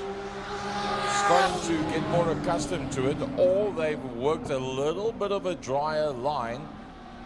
Margaretta from James King. There comes Ernest Page. Ernest Page dives out, and there was Connor Kilbride from the Neanderthal stable, trying to get it back onto the circuit. It's going to be a bit of a difficult one, that, because there's a little bit of camber on that grass.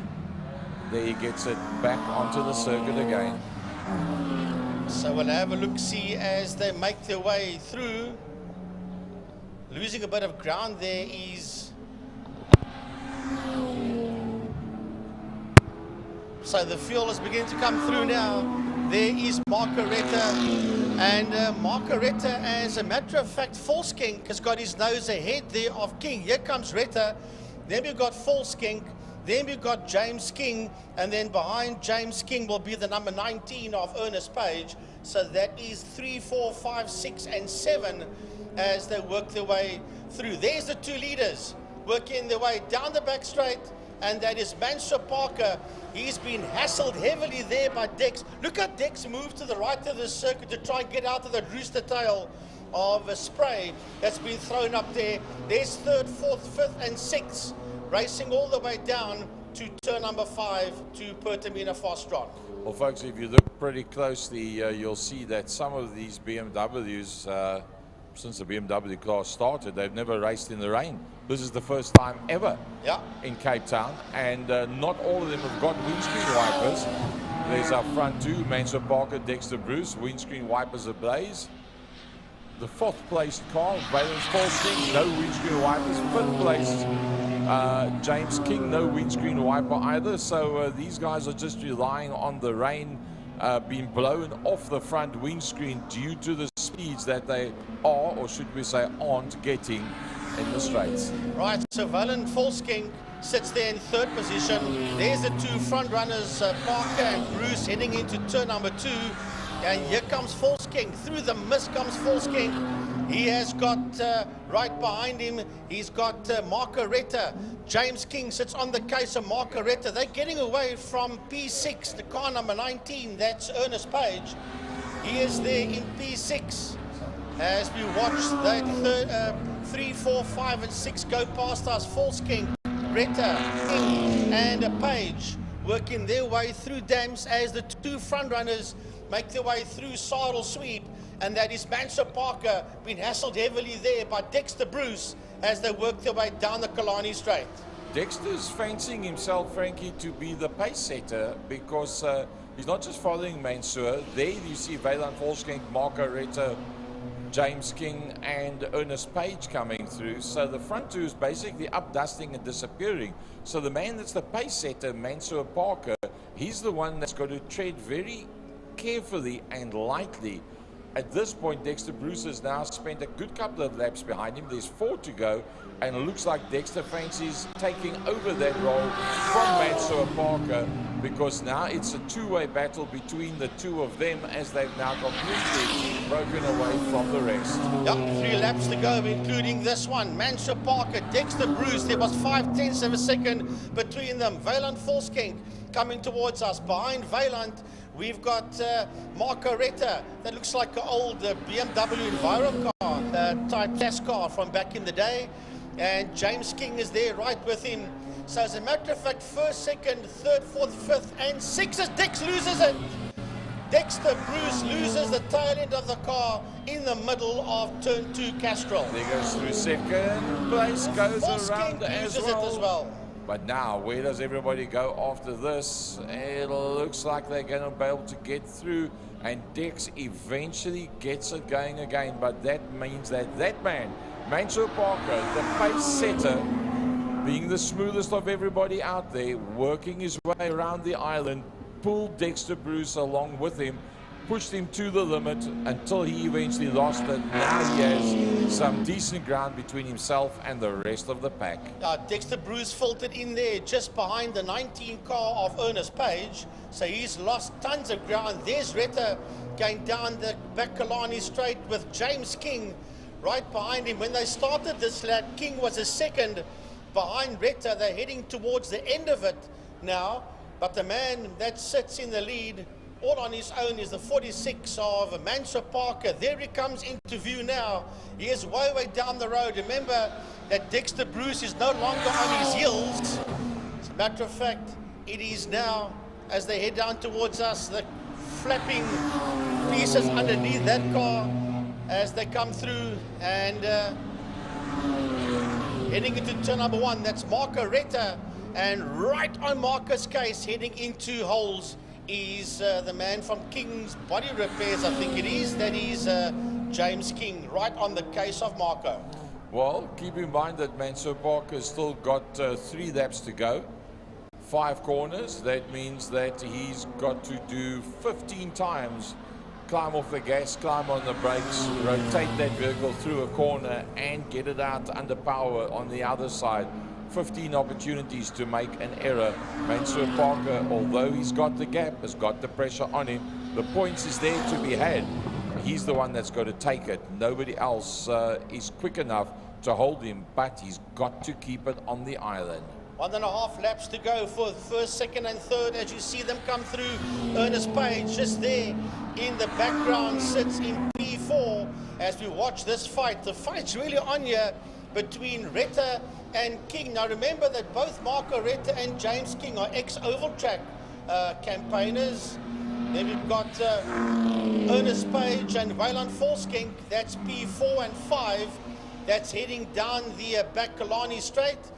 Dylan Jabez is in P6, but he's 9.2 seconds behind that lot as the leader comes into view again. Oh, he's going very slow. This lap times 142.9 was his last lap, yes. As a matter of fact, he's got oodles of power, where these two in second and third do not have all that power, and they're only 2.7 seconds ahead of the leader on the final lap. They could catch him, and they could possibly get their noses ahead of him. So Mansour will know, I'm on the last lap, and I've got these two sliding BMWs of Retta and King in second and third right on my boot lid. Marco Retta has taken 4 seconds out of the leader in the second last lap of this race, and he is now all over the back end of Mansour Parker. Well, Marco Retta went into this one saying, I've got much less power than what I normally have. It's just a normal BMW. He might walk away with a race victory. Well, there's a half a lap for them to go. The thing is that Parker, who's in Class B, he's got a Class D and a Class E car behind him.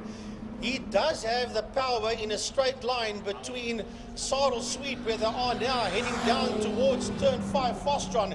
If you can get the gas down, you can pull away from them, but he doesn't want to hammer it because he'll pick up too much wheel spin, and then they'll be all over him. In any case, they are all over his case as they race down for the final time in race 1 towards Fostron. Yeah, we're going to have to just wait for them to come into view. Here is third and fourth position. Oh, sorry, Waylon Falskink and Ernest Page. That is the next guys that's coming through. And here comes your winner, Mansour Parker. He's going to take it from Marco Retta and James King. Lovely piece of driving there in the last couple of laps by Marco Retta. Yeah, here comes Waylon Falskink to the line, and right behind Falskink, we've got Page coming through, and right behind Page is Dylan Jabir. Dylan Jabir, 1.5 seconds behind the 19 car of Ernest Page, so a lovely recovery there by him. I think another lap or so, he might even have got his nose ahead of the 19 car of Page, but those are the first 6 cars across the line. Connor Kilbride, he'll bring the 142 car home in P7. He runs in Class D of Spirit Invest. And then Mr. Brian Dark of Orchard Engineering, will finish his race in that 8th position. Shane Boscombe of Lime Property Management should finish his race in P9 if all goes according to plan, which it does. And let's have a look and see. Yeah, Levy had a good fight out there, but Levy and Jacques de Toy crossed the line. De Toy ahead of Levy and followed there by Andre Foren. So the car that I thought was the Dexter Bruce car was actually the 213 of Jacques de Toy. As a matter of fact, it is the ex Dexter Bruce car. And that's what got a person confused. Dexter was out there in that new car of his. As a matter of fact, he got a DNF Dexter because he did rejoin initially behind Ernest Page, and he only did 5 of the 8 laps. So it's a DNF there for Dexter Bruce. Well, under difficult conditions, that was the BMW Car Club Cape Town race number 1. It even caught me out as well, because looking into the cameras you just see water, and difficult to pick up who they were in the opening stages of the race, but the moment we got them all figured out, it went pretty much okay. Couple of PBs there, personal best for Retta and King, for Dylan Jabir, Connor Kilbride, for Jacques de Toy, and for Andre Foren. They did a couple of personal bests, and a 139.228 by Waylon Falskink. He was the fastest man out there. We'll be back with you shortly.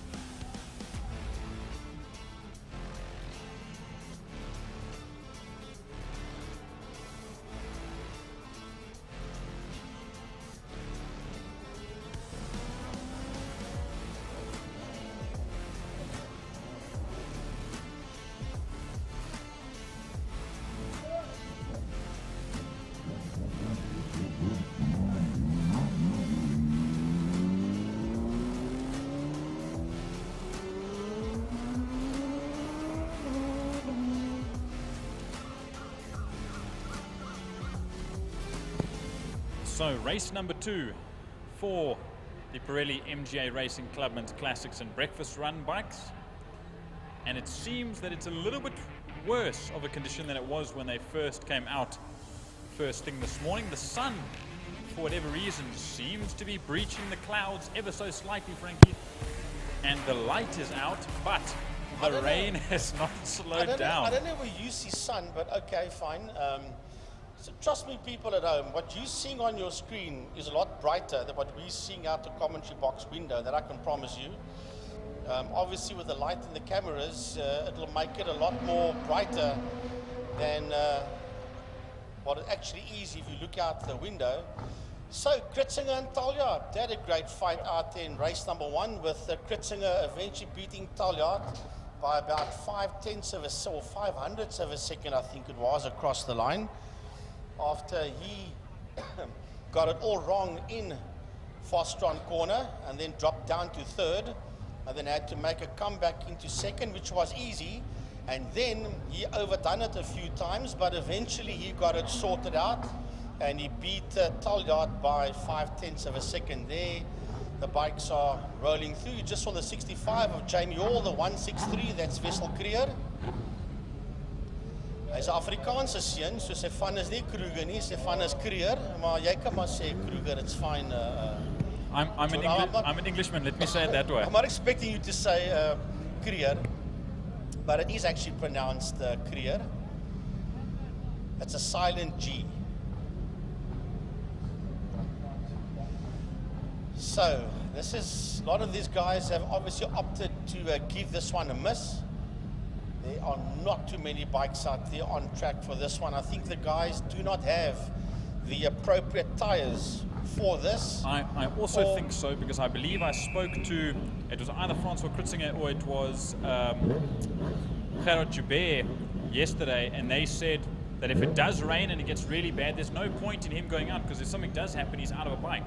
So it's really not worth it if you don't have the tires or if you're not comfortable with it. So there are only what looks like 1, 2, 3, 4, 5 bikes, and just like that, away we go with enough bikes that you can count on one hand. But hopefully this will still provide more than enough racing. This will show us who's got the big boy pants, if you will, in these conditions, as Wayne Cressett jumps to the lead.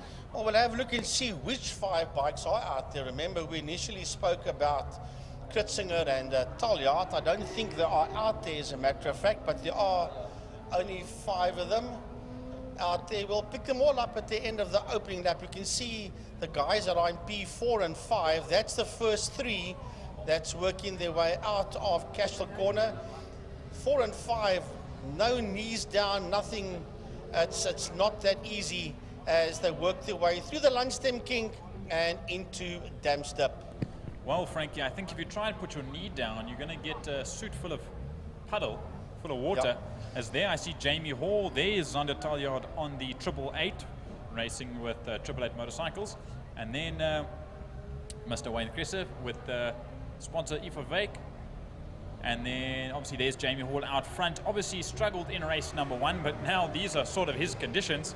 I'm sure the Neisner man himself knows a thing or two about some rain, as obviously we still have no cameras in the south end of the circuit.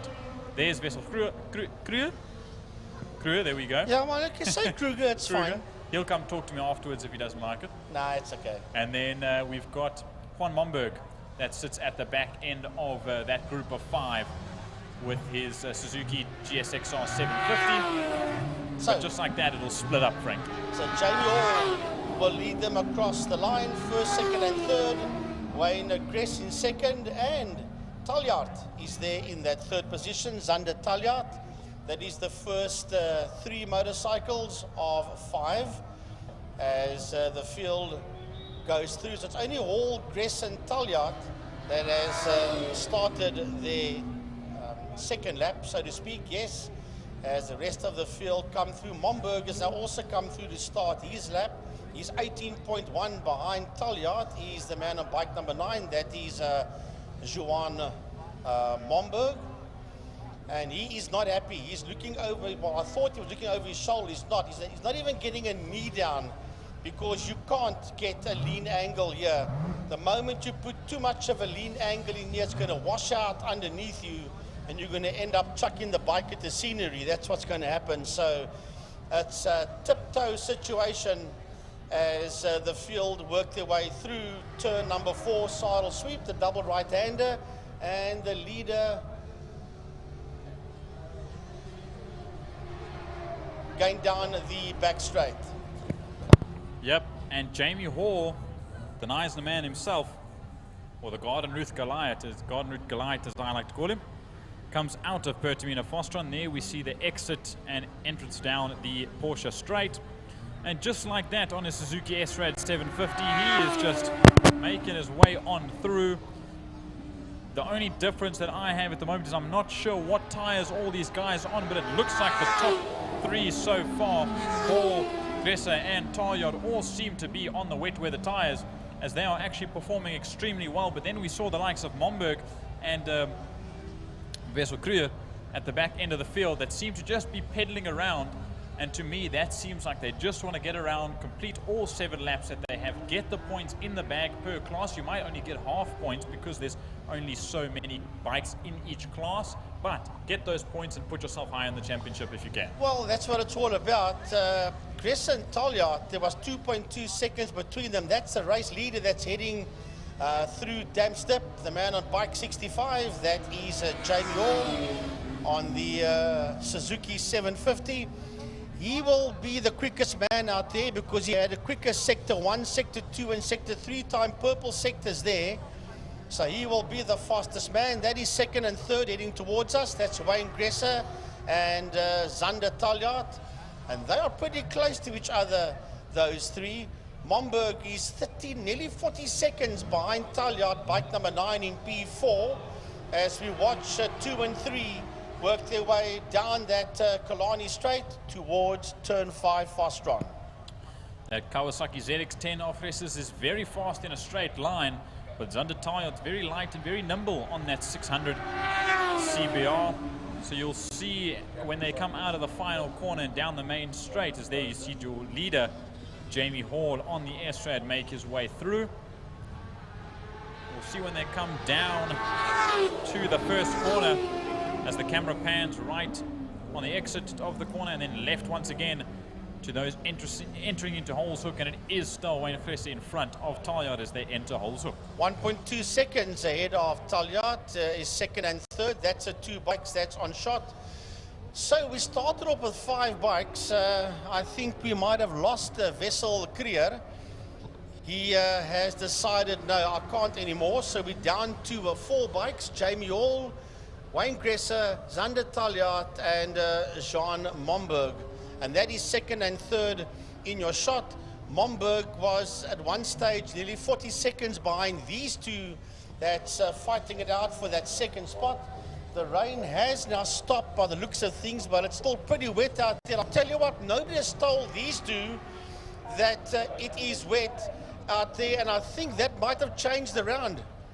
It's Taljaard, yes, Taljaard has got his nose ahead of Wayne Gressa. As a matter of fact, I think Taljaard's going to pull away from him. He is. He's visually, as they start sector 3, pulling away there from Gressa. Yeah, and just like that, that makes a huge difference, because with only 4 bikes out on the circuit at this one time, you can see that this will make a big improvement for Jamie Hall. He'll get a little, okay, he might not actually get as many points because there's only one in the Classics class, one in the Clubman's 1000s, and 2 in the Clubman's 600s. So they won't get awarded full points, but everyone's loving the racing so far on the pit wall because there's still racing going on with just 2 bikes as these two head into the first corner. Well, I'll tell you what, I'd give them full points just for going out there. Either way, that's a fight for second and third. It's changed around again because Gressa's back ahead of Taljaard as they exited turn 1 out of holes, working their way along the Joubert Straight towards turn 2 Castrol Corner. So all that hard work that Taljaard has done has been undone. As a matter of fact, he's losing lots and lots of ground now no, it's not. That was Momberg that we saw there. There's second and third. So that is Juan Momberg and Jamie Hall. Jamie Hall's coming to lap Momberg, who's obviously just pedaling around the circuit. But if you wait a little bit longer, I don't know if they're going to be in this shot, but just behind, you were right. There was a change between Taljaard and Gressa, but now it's changed once again as they go down the back straight. Yeah, he has got his nose once again ahead there. Here they come towards us. That is Jamie Hall. That's the front runner. And there is second and third in your shot now. Wayne Gressa is ahead of. That was chopping and changing for a while. And as I said, all the hard work that Taljaard did early on was undone. But he's a lot quicker. He's Taljaard on the exit of Fostron Corner, catching up onto the back of Gressa. Let's have a look and see when the two of them cross the line. What is the gap between them? It is 1.234. That's nice. Seconds between second and third as both of them heading to 1. Yep, so I believe Taljaard's a little bit better in the corners, but Wayne has that extra little bit of straight line speed from that 1000cc when he can put it down, and he seems to be putting it down quite well as he runs now. These two, Taljaard and Gressa, are now going to catch up to Juan Momberg, who once again, I've said, is just pedaling around, looking over his shoulder, just making sure that he can get to the end of this race, as there is 1.5 laps to go, with your race leader, Jamie Hall, about to start his ride down the Killarney Straight for his penultimate lap, and then it'll be around the final corner and then onto the final lap. Yeah, so Momberg moves out the way there to allow them through as race leader all on his own, working his way into Fostron Corner. So Momberg just let these two through. That's second and third, and that's fourth. He's gone a lap down as Momberg. As a matter of fact, just to let you know, the leader is heading towards the City of Cape Town Bridge all on his own. That is Jamie Hall as he crosses the line. And he's done a fastest lap on this one, a 1:33.510. That's Jamie all on his own heading into turn number 1. He can literally slow it down, get off, go buy himself a hamburger and chips back on the bike, and then probably win this one by the proverbial country mile. Here comes second and third towards us, Gressa and Taljaard, as the two of them head into turn number 1. And there is now 2.180 seconds between the two of them. Yep, so they'll start their final lap, and I'm sure they'll also pedal around and just try and get to the end of this racing lap as Juan Momberg comes across the line, and he'll start his technically final lap as he's a lap down. But once he completes this lap, and once the top 3 complete the lap, Jamie Hall should be rounding there. It's on your picture, Sorrel Sweep.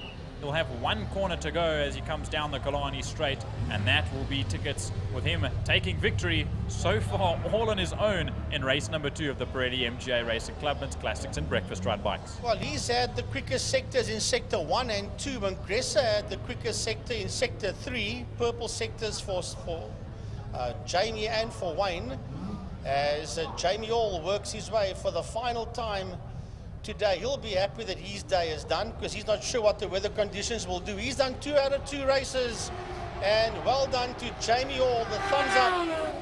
Jamie Hall brings it home in P1. Here comes that fight for second and third, heading into Fostron Corner. There the two of them go. It is Wayne Gressa ahead of Zander Taljaard, as Taljaard is not close enough to launch any attack there on Wayne Gressa. as the two of them make their way towards the flag. Gresser will come home second. Talia will cross the line in that third position. And there was 1.7 seconds between the two of them. As a matter of fact, the winning margin all on Gresser was 24.8, nearly 25 seconds. All was ahead of the combination of Gresser and Talia. Momberg is the last man on track. He'll finish in fourth position. Here he comes, bike number 9, towards the checkered flag, and he will complete his race. Just a wave of the hand. I'm sure he's also glad to be done with that race number 2. So clap the hands from the likes of Everett Courts and those on the pit wall. And a lot of them, we see how many on our timing screen and on those at home, how many guys did not start this race. The likes of Ferreira, Joubert, Janssen, Morris, Korts, Meyer, Hendricks, Redlingace. Obviously, Hilton had that issue in the first race. And then Francois Kritzinger, race number 1 winner, obviously didn't make it out for race number 2, so that has docked him a little bit of points, but I'm sure he was happy with that race number 1, and that might put him somewhere a little bit higher in the class at the end of the day. Now, it's a pity that Wessel Creer did not finish. He would have come second in the Classics if he had been out there, but well, he was out there initially, and obviously either he had a problem with the bike or he must have decided, listen here, these conditions are not kosher, and I am going to just dive into pits and save the bike and park it for another day, which would be a wise call if that was his call. But for the 4 that went out there, I salute them. Well, all 5 as a matter of fact. I salute them because they are brave riders to go out there in these trying conditions. Next up, Lauda Classic Cars and Caltron Fine Cars, race number 1.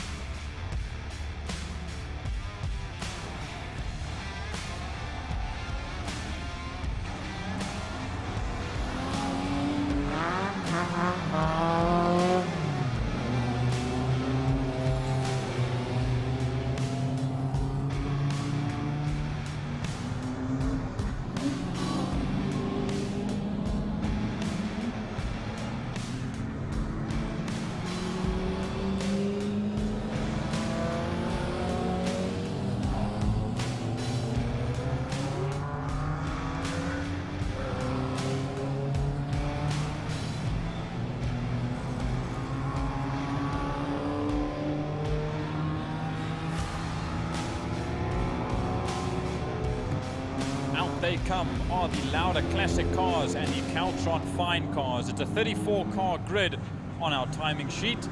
We'll see how many of those cars find their way out onto the circuit and start this race number 1. But from what it seems like, I'm looking at the timing sheet. It is a bit mixed up. I don't see it in its final qualifying order.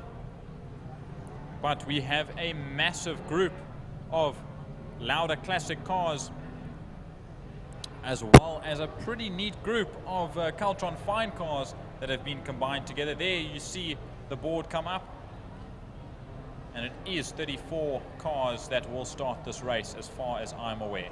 Well, I just saw Boetie van Sail coming through in the Ford Fairmont, that orange Fairmont. He's one of the new drivers that's campaigning in the Lauda Classic Cars for 2025 and that big V8 Ford Fairmont GT. So we're going to keep an eye on him and see his progress. He'll be in Class X, Will Booty. So we'll have a look and see. There's the Beetle coming through. Brian Evans also in that. Here comes Pierre Low in the RX-7. Wayne Lotter coming through. Michael Hitchcock, picking a Michael Hitchcock up as they work their way down the back Killarney straight. Yeah, and we'll just watch as the rest of the field and the entire field makes their way onto the grid. I see the likes of Jared Everens. You've got Trevor Momberg. You've got Louis Powell. Good to see Louis Powell back. I don't know if any of you saw on Facebook, but Frank and I discussed it a little bit earlier. There's a bet going on between himself and Trevor Fisk, as well as, I believe it's not Gerald White, that said and put 10,000 Rand on the table if a certain Trevor Fisk could finish the race in front of Louis Powell. So we'll see how that turns out come the end of this. Never mind that. They've got to get both those cars to the checkered flag, as a matter of fact. So yeah, I do see Louis Powell's car there. Look at that big Ford Galaxy that's standing there in the new pits. That's going to come out. That is going to be a block of flats around here. The problem is you've got all that horsepower, and the track is wet. It's not raining anymore. The rain has stopped. The cloud cover has lifted. As a matter of fact, our Telltale Hill towards the Melkbos direction is being returned to us by the weather, and it's back again, but still the track is pretty wet. So yeah, those V8s I think are going to battle out there in this condition. They're going to have to feather those throttles, the accelerators I should say, and not get too much wheel spin. Yep, this is going to be a major thing for the front wheel drives versus the rear wheel drives. The likes of Jaco Oosthuizen, who we see is very good in the dry. Jaco, I think, will put on a very good performance in that conquest, as well as the likes of Bruce Evan Taplin, also front wheel drive, very well prepared Toyota Corolla. And there's cars throughout the entire field. The Hutchings pair, I don't know if you know this, but they have swapped cars. So it will be Lane Hutchings in Trevor Hutchings Scirocco, but and that puts the other way around. That puts them back into Class X because Correct. It's new driver car combination. So my question is, if they've been put back to Class X, whatever points they have scored this year, does that point still count, or does that points just disappear out the window? Because now they've gone back to Class X, it's new driver car combo. So the points that you have scored throughout the year, that's gone then. Well,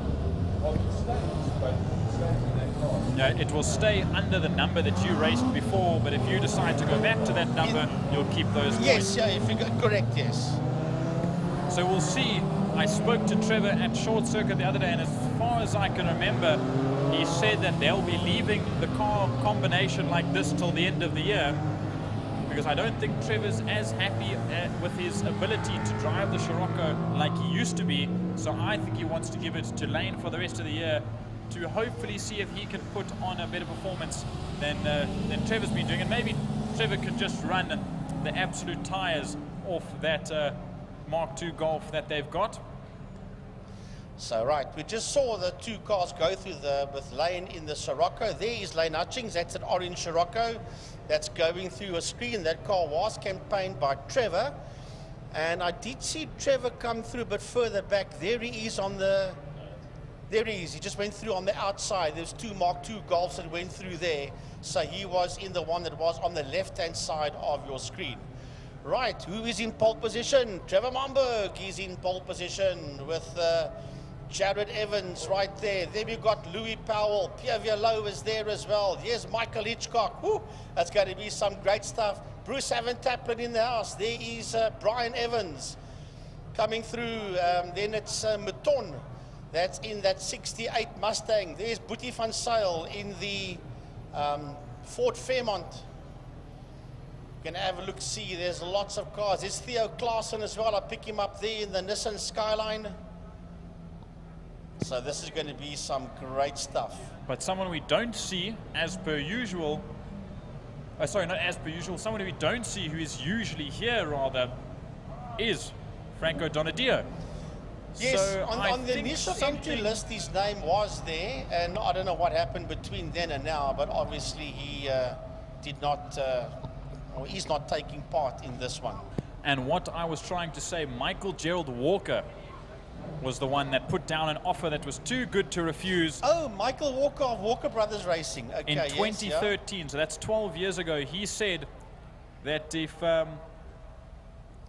excuse me, if Trevor Fisk could get to the line before Louis Powell, Walker would personally hand 10,000 Rand to one of the two. Yeah. So we'll see how that result turns out. There's your fine cars out in the field. Dewald Lambert will start off in front of Sandra Becker, but now we head underway. The lights are out and away they go for the Lauda Classic cars and Caltron fine cars as Trevor Momberg and Jared Evans in the two Capris go side by side, and Jared Evans is around into the first corner. There he goes. He manages to pirouette and catch it, but he's in the sand as the rest of the field leads through. Well, he must just tiptoe his way through and not get stuck there. So as the field, is he stuck or is he stopped? Either way, he's in trouble there. And his race one only lasted a few hundred meters. So here we go. There's Louis Powell. There's Pierre Verlot coming through. Brian Evans is in there. Oh, they're tiptoeing through. There's Wayne Lotte. Theo Klaassen is in that fight as well. Jan Koekemoer, I saw him out there. There's that red RX-7 of Koekemoer. He has got Trevor Hutchings there with him as they work their way through. Dave Rowley in the Beetle. It's a whole combination of cars that's working their way through Lunchstem Kink and into turn 3 Damps. And as we watch them go through, not that far behind, I see going into Damps now. You'll see at the top end of your screen as they come in. There's the likes of Dave Rowley. There's Malcolm Pfeiffer. There you see Dewald Lambert's just made his way past Boetie van Zyl. Obviously, And that Calvin Beekman in the Morris. the big V8s and those in the slightly bigger. There's the Galaxy. They are having a bit more of a tough time putting the power down with those big motors on this very, very damp track. As I see, Jared Evans did make his way back out onto the track after getting stuck in the sand, but he's a way far back. Yeah, he's only making his way towards Saddle Sweep now, as a matter of fact. But here we go. Ooh, Pierre Verlot has got a Hitchcock right there with him. Then it looks like it's Dion Conradi. Yes, it is Dion Conradi in that fight. Trevor, Lane Hutchings, and behind him is Wayne Lotte. As this field comes through, then we've got one of those Datsuns in there as well. We'll get that pretty soon. We just saw Louis Powell work his way through your shot there. Wayne Rosser up on the inside of Pierre Verlot, working low to the outside. Then it's Oosthuizen. Now the big V8s are not coming into their own now, because look where Michael Hitchcock finds himself. He is basically more or less in the middle of this pack. There he comes through. He's just ahead of Pierre Verlot and of Wayne Lotte. As well as Lane Hutchings. Look at that bright orange Jägermeister-like Scirocco that comes through, and that is a BMW. That's one of the rows. That's one of the rows indeed. In that 325i, that's now I see has managed to get back out onto the track, a spin, and maybe a problem getting that car started, but he's back out once again in front of Dave Rowley and the bunch. Right, so here they come through. It is not easy out there. Wayne Lotte sitting in there just behind Hitchcock. Pierre Verlot coming through behind Pierre Verlot. He's the rest of the field just making their way through. Hitchcock, Rosser, all in that fight as the leaders make their way into turn number 5, into Fostron corner. And believe it or not, it is Trevor Momberg in P1. Louis Powell is in second as we watch this field heading into Fostron corner. It's Brian Evans that sits in second now as I see him cross the line. Then it's Louis Powell in the 151. That very classic 4 Escort of his. Then it's Wayne Rosser in the Mark II Golf that moves up into 4th position. Then Michael Hitchcock. There is Wayne Lotte. Then we see the likes of Hutchings. There's Lowe, there's Oosthuizen, there's Richards, there's Bruce Evan Taplin. All of these guys coming. There's Pierre Lowe coming through. Everyone is making their way down into Holshoek now. Now we watch there. There's Ferdy Bouton in one of the Mustangs. And I see Jaco Oosthuizen had a big problem. He's dropped way down the field. So I wonder if he was involved with that turn 2 incident with one of the row BMWs. As they go through now, we jump back to the lead. There is Trevor Momberg. And then there, lights ablaze, Brian Evans, whose son, Jared Evans, was fighting side by side on the first lap into the first corner with your race leader and went off. Manages now to sit in second place, does Brian. Then there's Louis Powell and Wayne Rosser, and then there's Hitchcock. Yeah, here and, that is Wayne Lotter. Wayne Lotter right behind him. Then we've got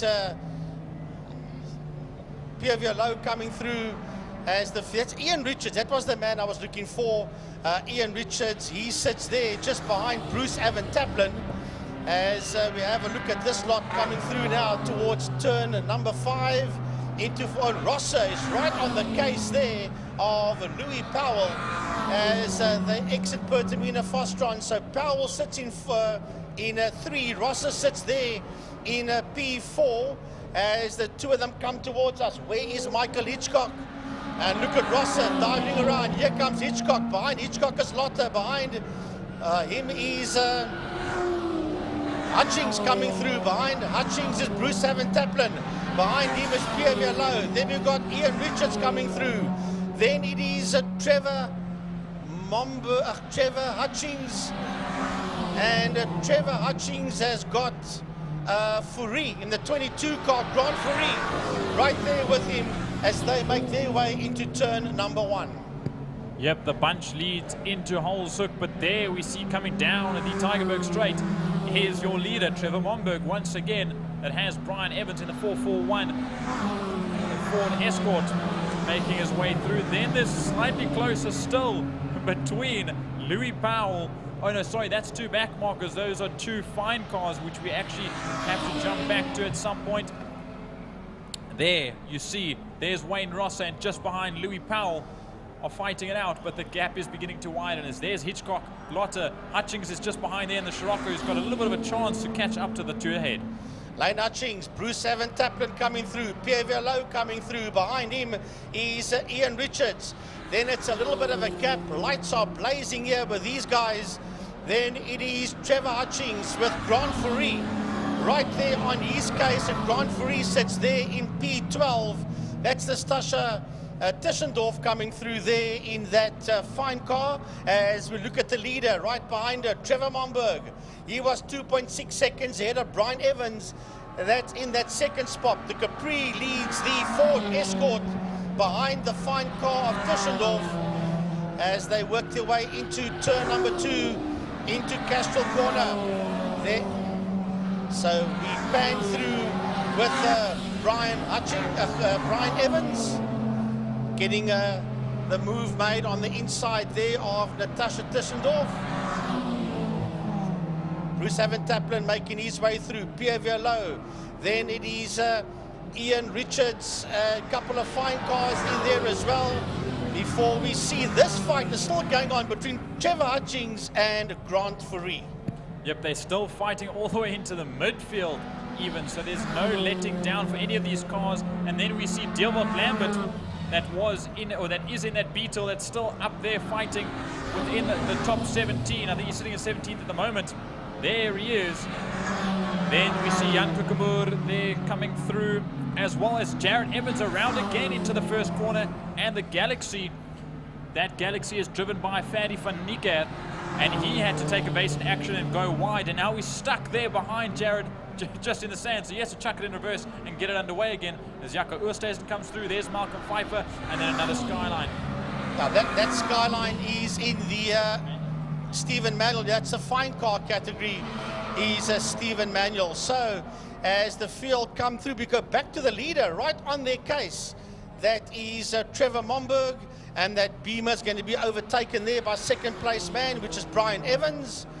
That's there in P2. I wonder if that's not Sandra Becker in that fine car BMW. As a matter of fact, I think it is Sandra Becker in the fine car. She's been overtaken there by Brian Evans. Yep, and there's a spinner in 2, and that is Sandra Becker in her first race here in fine cars. In that E36 in all white. She was down in 27th place, second in class, but now we see this whole group. There's Rowe, there's Klaassen, there's Mouton. They all making their way past one of the fine cars as they release out. Justin Brown is part of the fine cars as well at the back end of the field, as well as JC Engelbrecht. Oh no, JC Engelbrecht is in the classics, but now they come down into Holzhoek once again, and it's Fadi Mouton that leads this group out. Dion Conradi, and once again Jared Evans gets himself mobile, but he has gone backwards. That's Dion Conradi that is at the tail end of that group of cars you just saw there. There is your leader you just saw flash through. There he comes, behind the Galaxy. That is the man that sits out there in P1. He will come around to start his last lap. That is Trevor Momberg. Momberg, here comes Brian Evans. That's in that second spot to start his last lap. Malcolm Pfeiffer in there, but he's a lap down. He's Pfeiffer, as we see P1 and P2, the Capri and the Escort work its way out of holes on the last lap. Yep, the grid is all over the place. As you see, there goes Brian Evans. We see some of the mix up here. Trevor Momberg is making his way all the way through some of the back markers in the field, all the way up to Dave Rowley. He's just past Van Niekerk there in the Galaxy. There's Dave Rowley ahead. And then you've got Jaco Oosthuizen, who's fighting in front in one of the other Escorts as they go through. That would be, sorry, Fisk. That's Trevor Fisk that he's got in front of him there, and he gets round, but then you see Momberg makes his way through, and he's just clawing through the field as he has 2 corners left to go. Yeah, he is now cutting and carving his way through the back markers with that Ford Capri. He's Trevor Momberg.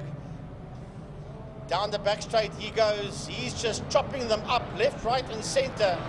He's Trevor. And he'll clear all of these back markers, or he should clear all of them before he gets into turn 5 into Fostron. Oosthuizen just moving right out the way there for him, so he has cleared that whole group as he works his way out of Fostron corner towards the checkered flag. Brian Evans is sitting in second, but it's a distant second for Evans. There you just see Evans in the background there as Momberg takes the checkered flag. Evans crosses the line now. Then you've got a whole lot of back markers, including the Morris 1000. Heading towards the flag. Now we're waiting for Rosser to come to the line. There he comes, Rosser, and right behind Rosser is Louis Powell, and right behind Louis Powell is Michael Hitchcock. As the three of them, that is 3, 4, and 5. They're the Inscrop 3, 4, and 5. Rosser, Powell, and Hitchcock towards the checkered flag. Yep, just like that. And here comes, there is Wayne Lotter just ahead of Lane Hutchings and Bruce Evan Taplin. So that was a good group of 3 cars, 1 rear-wheel drive and 2 front-wheel drives. And then we have here another Scirocco. Ian Richards. That is Ian Richards ahead of Sandra Beck, who obviously had that split in 2. And then we see the Mazda Pierre Vialot that's supposed to be out at the front, but had some issue. And still this battle, Frankie. Yeah, and it's going to be Fourie, Grant Fourie that gets the flag just ahead there of Trevor Hutchings.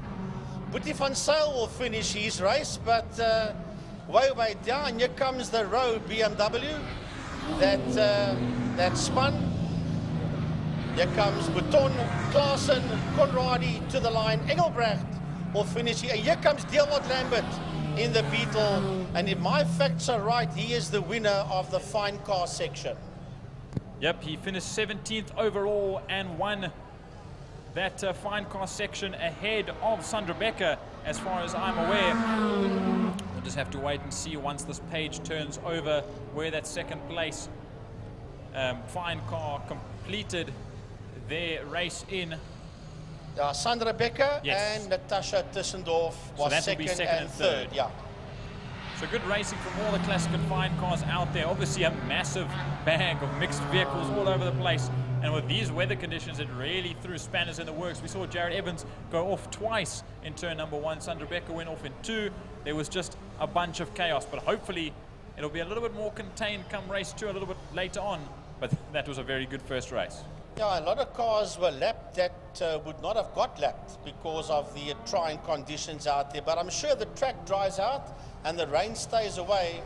It's going to be classic and fine car racing as we are used to it here at Killarney. But Jared Evans, even though he did a couple of 360s, was still the quickest man out there. Well, that can't be right. No, that's wrong. That is wrong. You cannot do a 107. So definitely that time is that's Brian Evans, so 1:36.585. I was going to say, how do you do a 1 minute 7 seconds around here in a Capri? So that time that we saw on our monitor was completely confused. But it was Brian Evans in car 441, the Escort, that did the quickest time of 1 minute 36.585.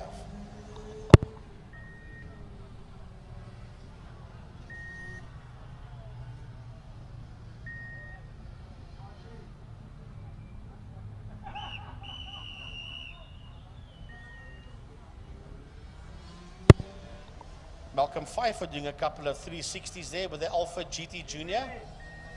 And this is the replay of the Capri of Evans that spun around in that big old Galaxy, just taking evasive action there. Eventually got going again as we have a look at that. Sandra Becker, and she did a spinneroonie there in the BMW, making her debut outing in the fine car category.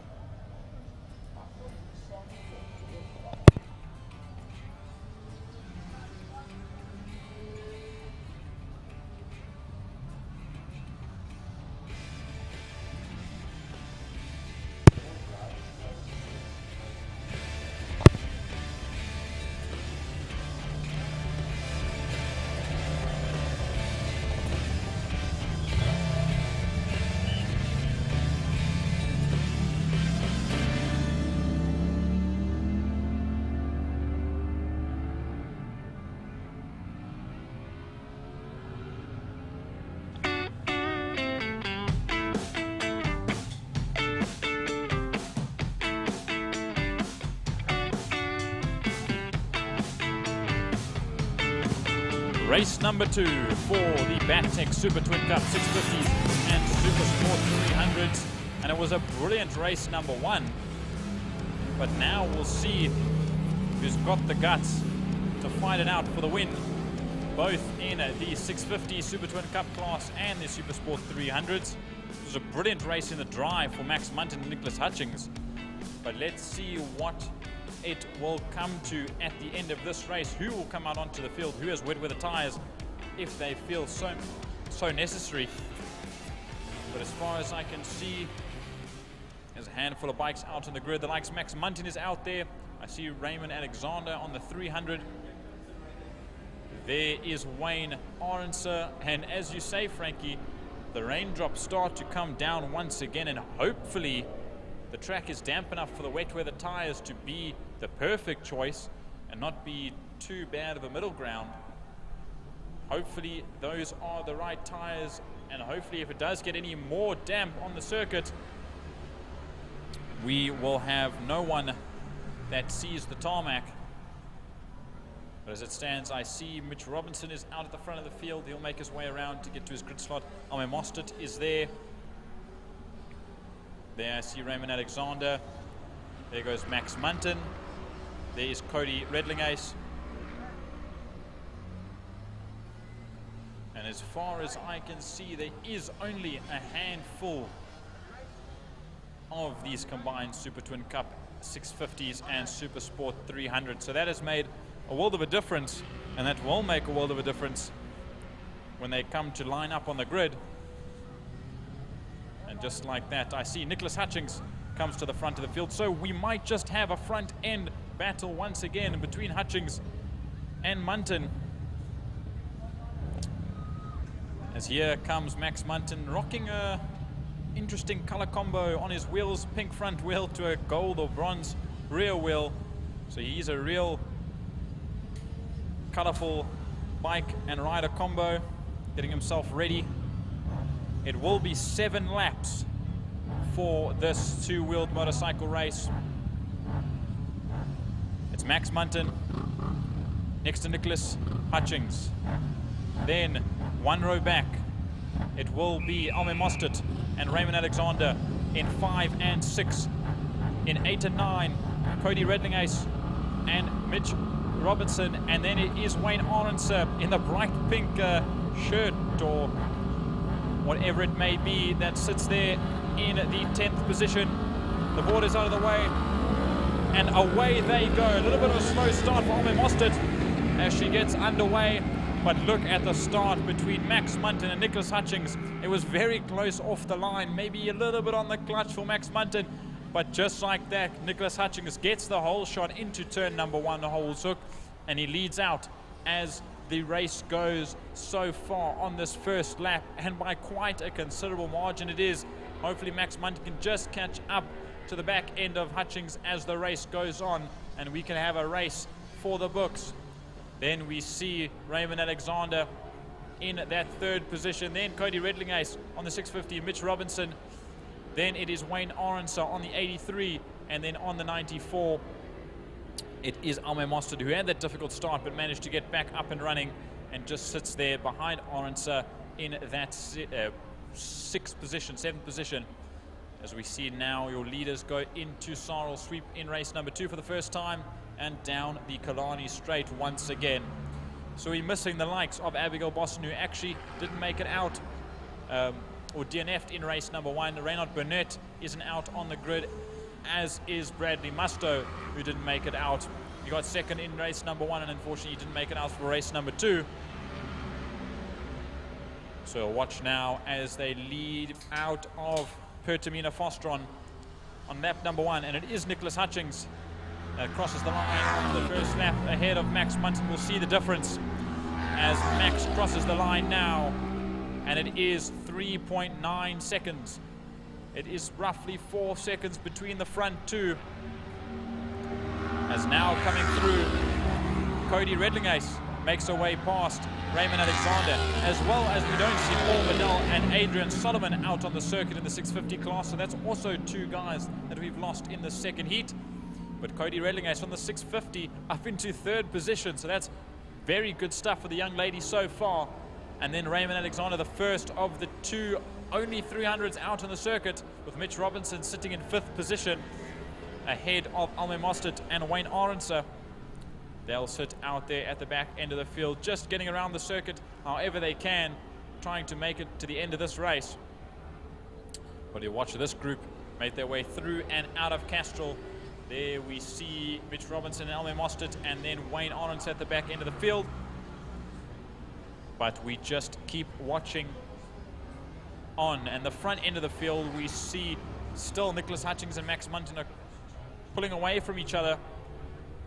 As you can see on that right side of your screen, there's that graphic for those that are watching the live stream. You can just roughly see where the 2 motorcycles are as Nicholas Hutchings makes his way out of the final corner and down the Porsche straight once again.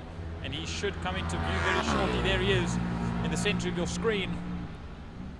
Down into Holes Hook once again. We'll follow all of these riders through. There we see Max Munton, 8.5 seconds behind Nicholas Hutchings out front.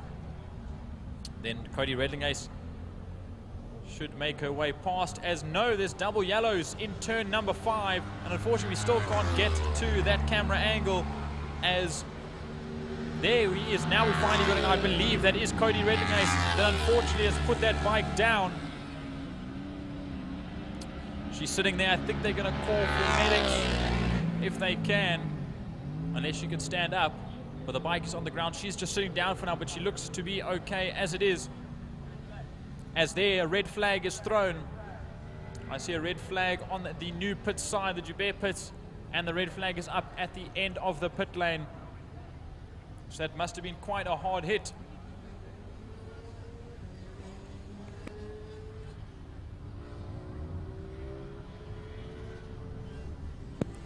So just give us a minute, everyone, as the medics should be heading out shortly, or the fire and safety vehicles, just to get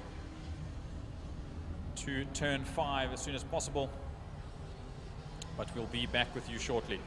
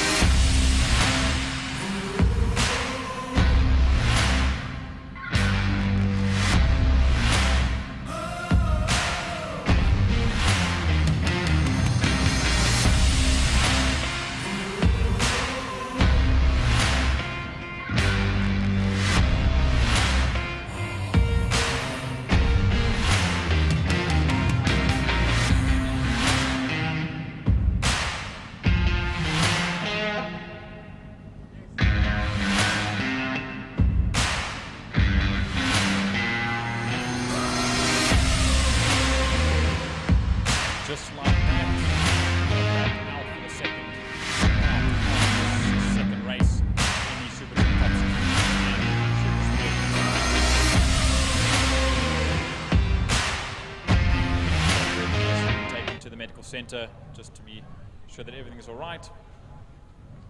So we are hoping that there's nothing too major that happened there. We didn't get to see the accident into turn number 5, only the aftermath. But we are hoping up here in the commentary box that everything's all right. But they'll have 5 laps left to go in this second part of race number 2. Nicholas Hutchings obviously leading the race by quite a considerable margin from Max Munton, and then Raymond Alexander, who was promoted to 3rd position. But we'll see now who comes up to the grid. And first up, Raymond Alexander on the number 11 comes to the grid, as well as Nicholas Hutchings, Max Munton, Alme Mostert on the 94. Hopefully she'll be wanting to get a slightly better start the second time around. And then Mitch Robinson and Wayne Arendse. And then as far as I could see, that is all that are out. So we will have 6 bikes on the grid for the second part of race number 2. The 5-second board is up. The lights are on. The lights are out. And away they go. And another brilliant start, an even greater start in this second part of race number 2 for Nicholas Hutchings as he storms ahead. Another hole shot into Holes Hook, turn number 1, ahead of Max Munton. And then we see Raymond Alexander storm up to 3rd position. And just like that, Bradley Mustoe goes back out there, managed to get the wet tires on. So he goes out onto the field from the pit lane to hopefully get some laps in and still get some points down. Quite a mad rush to get him out now. So hopefully he was allowed to be put out onto the track. But he should have wet tires and can hopefully get up within the top 2. And now we watch as there is Nicholas Hutchings, who leads out ahead of Max Munton on the 14. And then there's this battle between Mostert and Raymond Alexander. Raymond Alexander being the first of the 300s, only 3 300s into this race as it stands. Himself, Raymond Alexander, Mitch Robinson, and then Bradley Mustoe, who late joined onto the circuit from the pit lane. But yeah, they go into Pertamina Fostron once again. And there we see Raymond Alexander. There's Mitchell Robinson now sitting behind Raymond. And then Alme Mostert on the 94. And then a little bit further back will be the 83 of Wayne Arendse, so we'll be rounding the final corner now. But there we see your front 2. There is Nicholas Hutchings on the Hutchings Service Center, number 72. And then Max Munton, who actually didn't race in short circuit last weekend, a prominent race, both race winner and well-performing racer in short circuit. Didn't get to the races last time around, but he is back performing quite well here on the 650 at Power Series. So he sits there in 2nd position, and there's Raymond Alexander with Mitch Robinson right behind. 2 of the slightly older, more experienced gentlemen on the circuit, as well as Wayne Arendse and his bright pink shirt, as well as Alme Mostert, that divides the 3 gentlemen between her. There we see that battle now between Mitch Robinson as well as Raymond Alexander. Mitch Robinson is really pushing there behind Raymond Alexander. This might be the chance for Mitch Robinson to get another victory that he hasn't got in quite some time. But Raymond exiting Sorrel Sweep a little bit better than Mitch Robinson. And here comes the 650 power from Alme Mostert on the 94. She rockets past Robinson, now on his inside as they head into the hard braking zone of turn number 5, Pertamina Fostron. But nope, these 300s or 400 in Mitch Robinson's case can just round these corners a little bit faster than the 650. But the 650 has the straight line power As you watch them go down, here comes Alme Mostert once again. All three bikes in a straight line train of three. As they come down, they split up. And they choose as dry of the circuit as they can. Jump on the brakes. And there goes Bradley Mustoe, who's catching up. Oh, sorry, that's Wayne Orenser rather.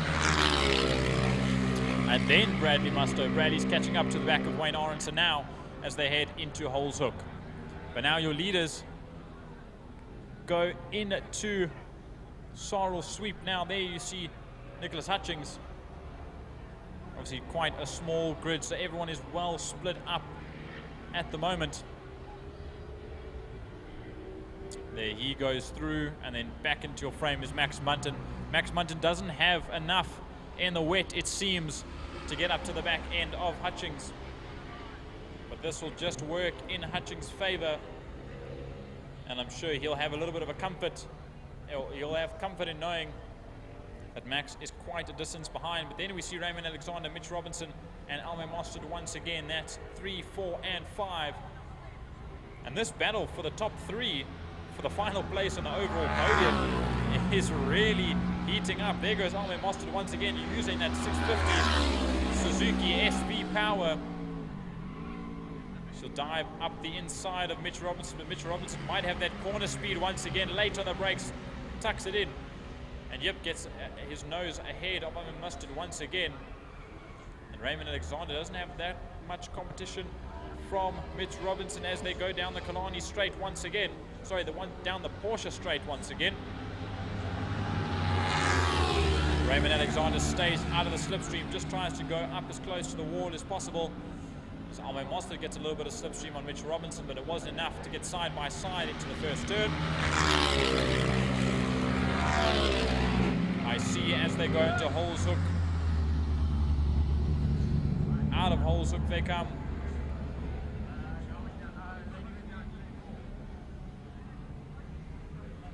And there they go into Castro Corner, and the gap splits between the three.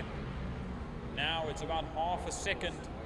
0.3 of a second between the three of them, and a slightly bigger gap now between Mitch Robinson and Alme Mostert, closer to a second between those two in 4th and 5th. And then I see Bradley Mustoe, who might just make his way into the frame on the top left by the leaderboard. Not quite. He's moved up ahead of Wayne Orenser,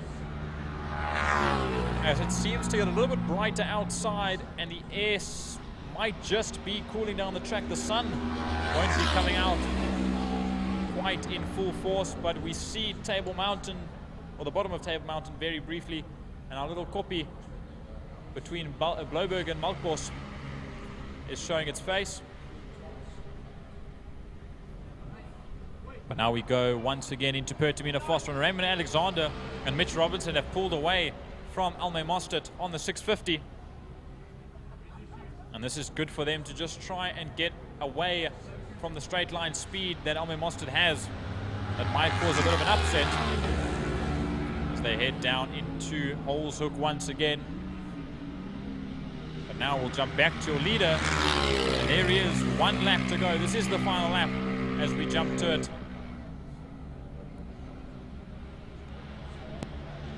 There's Nicholas Hutchings. We might just see Max Munton come into frame. Nope, not quite yet. There is Max around about. Nope, not yet. He is actually getting slightly further away. You can see on the graphic on the right side of your screen if you're watching the live stream. There is Nicholas Hutchings rounding the final corner for the final time in the Spatek Super Twin Cup 650s and Super Sport 300s, race number 2. This will end their day. And just like that, it's victory for Hutchings on that Hutchings Service Center Racing number 72, ahead of the 14 Sunscan of Max Munton, who comes home in second. And then we wait that large gap for the next three of 3, 4, and 5, and then Bradley Mustoe had moved up into 6th position again, ahead of Wayne Orenser. They come into Pertamina Foster now for their final time. There we watch Raymond Alexander leading out as Mitch Robinson gets a big tank slapper, and he sits up and he just manages to keep it steady, and he might even hold it out ahead of Alme Mostert to the line. That was a big one, obviously on a patch of wet ground, and Alme Mostert will beat Mitch Robinson to the line. Alme Mostert will come home third, and there is Bradley Musto. Bradley Musto comes home in third in class. It will say that he is a couple of laps down because he started from the pit lane, but hopefully that was enough. He should be promoted to the podium. And then Wayne Aronser comes across the line to finish off the final 650 Super Twin Cup and Super Sport 300 race of the day. What a turn of events in the second race. But still a good race nonetheless. 6 finishes from the supposed 12 starters. Hopefully we'll have a few more come round number 4 in May. Still very good racing from all of those involved. And brilliant stuff from Nicholas Hutchings. The fastest lap of a 1:32.022 in those treacherous conditions. And then Max Munton ahead of Raymond Alexander. Raymond Alexander taking first place in class. Alme Mostert coming third in home in the Super Twin Cup 650s. Mitch Robertson second in class in the 300s. Brilliant, brilliant stuff. All right, folks, one more race to go before the lunch and fan walk. And the fan walk will be Thermo Fire's Clubman Saloons, because they will be the first race up after lunch. So we wait for the Visa trustees of former Libras to come out the moment that the motorcycles have made their way back to the pits, the 650s and the 300s.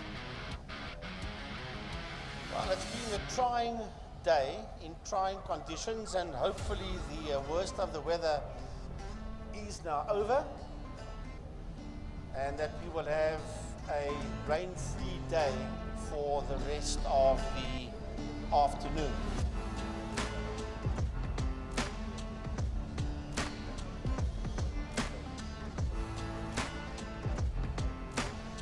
Well, Jordan, the next main circuit event here will be on the 26th of this month of April, after the Easter weekend, and we will be doing the 9-hour. Something a little bit more zesty. Yeah, something lemon-like, if you will. Yeah, I like to call it the Lamuna. That's what I like to call it. Yeah, so that will be the Ilamuna 9-hour. Call it the Race of Lemons. That's what it's also known as. And that will be the 9-hour. But that is a replay of Cody Redlinghuyse going down in turn number 5 into fast track. She tried to get up there and she couldn't. That was the replay of that. And that's what brought out the red flag and stopped it there. You see once again, you just see the end of it. As she dipped the bike into Fostrom, the bike just washed out underneath her, and that is what resulted in that red flag. So here we go, the last race before the lunch period. Region trustees of Formula Libras, and then the lunch and fan walk, which will be Thermo Fire's Clubman's Saloons. Yep, so we'll see who comes out onto the grid this time around. We had only 5 finishes in race number 1. Hopefully we have a couple more. Luan van Heerden obviously didn't get to start the race. That car stalled on the line. They had to push it to the side of the circuit. I don't see that grey number 88 out on the tarmac. But who is back out there again? Is that Josh? Yes, he's back out again. Is Joshua Smith. As well as Kelly Fletcher. I saw on Kelly Fletcher's Instagram, she said that they had a low oil pressure warning come up on the screen of her steering wheel. So she just decided to pull it in and make sure that she didn't do any more damage to that number 22. Obviously last year's champion, you don't want to risk anything at all if you're still fighting for another championship. And if my eyes don't deceive me, I might just be seeing double, as I believe Ricky Anderson, son of, I would say, legendary Reg Anderson, is back out on the circuit. Yeah. I heard from him earlier that they tried to get that car out and the clutch cylinder, or the clutch save cylinder, had completely exploded, and there was just clutch fluid everywhere. So they had to go and swap that out and pull that apart. So he'll be back out there, and obviously in that, there you can see Reg on the bottom of your screen. Oh, just He's by waiting. coincidence, yeah, you see Reg Anderson standing there with a cap on his head. Can probably hear me. But that'll be cool to see Ricky back out on the circuit. But yeah, you can see that both of those cars are in that black with pink pinstripe livery. So they both going for that sort of vibe, as the kids would say nowadays, which is quite cool.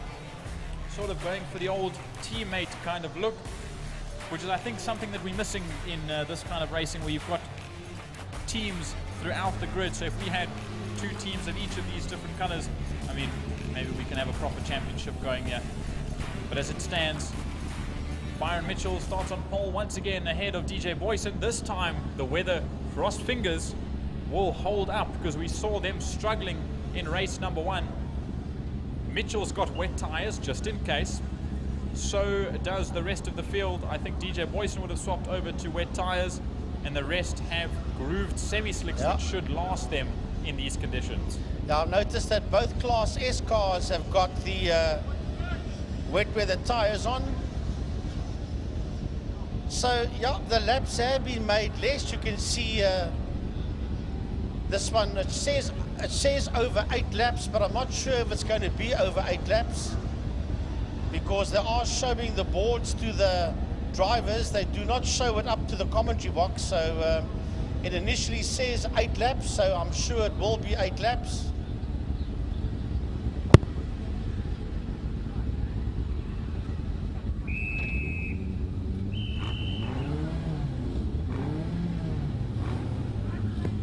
So we'll get ready to get underway. I'll give you the chance to take these guys off the line. I've taken most of them off the line today.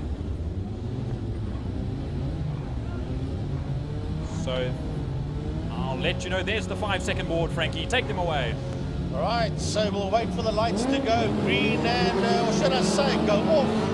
And away they go, off the line. Running down into turn number 1, DJ Boyson sits there on the outside. Oh, they nose to tail, and Boyson pops into that 2nd position as they work their way out of turn number 1. Out of turn 1 they go, and it is Mitchell that sits there in the lead with Boyson in that 2nd spot. And then we have a look at these Formula Vs. It's been led there by Richard Carr. Richard Carr will lead that group out. Richard Carr then, who's going to be in that 2nd position? It's a Beaumont that's in that 2nd spot.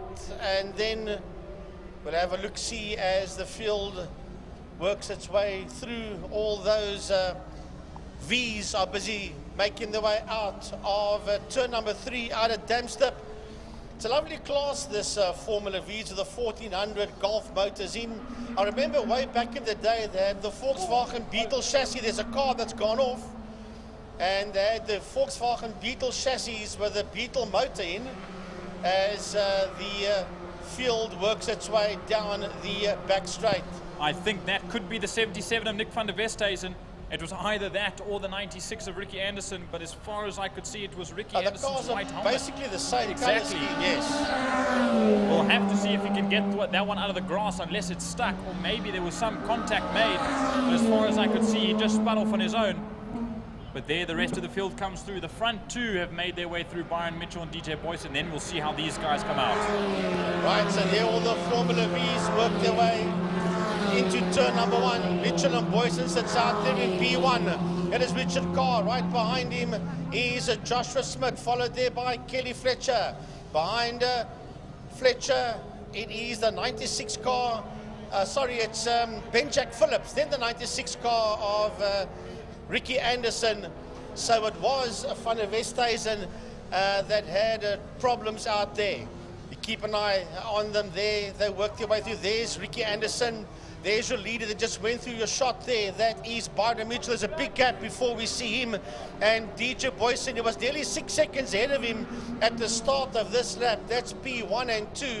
And then there's 9 seconds between Boyson and Carr as we watch the leader make his way through turn 5 through Pertamina Fostron. The 21 car of Byron Mitchell. Yep, there he comes.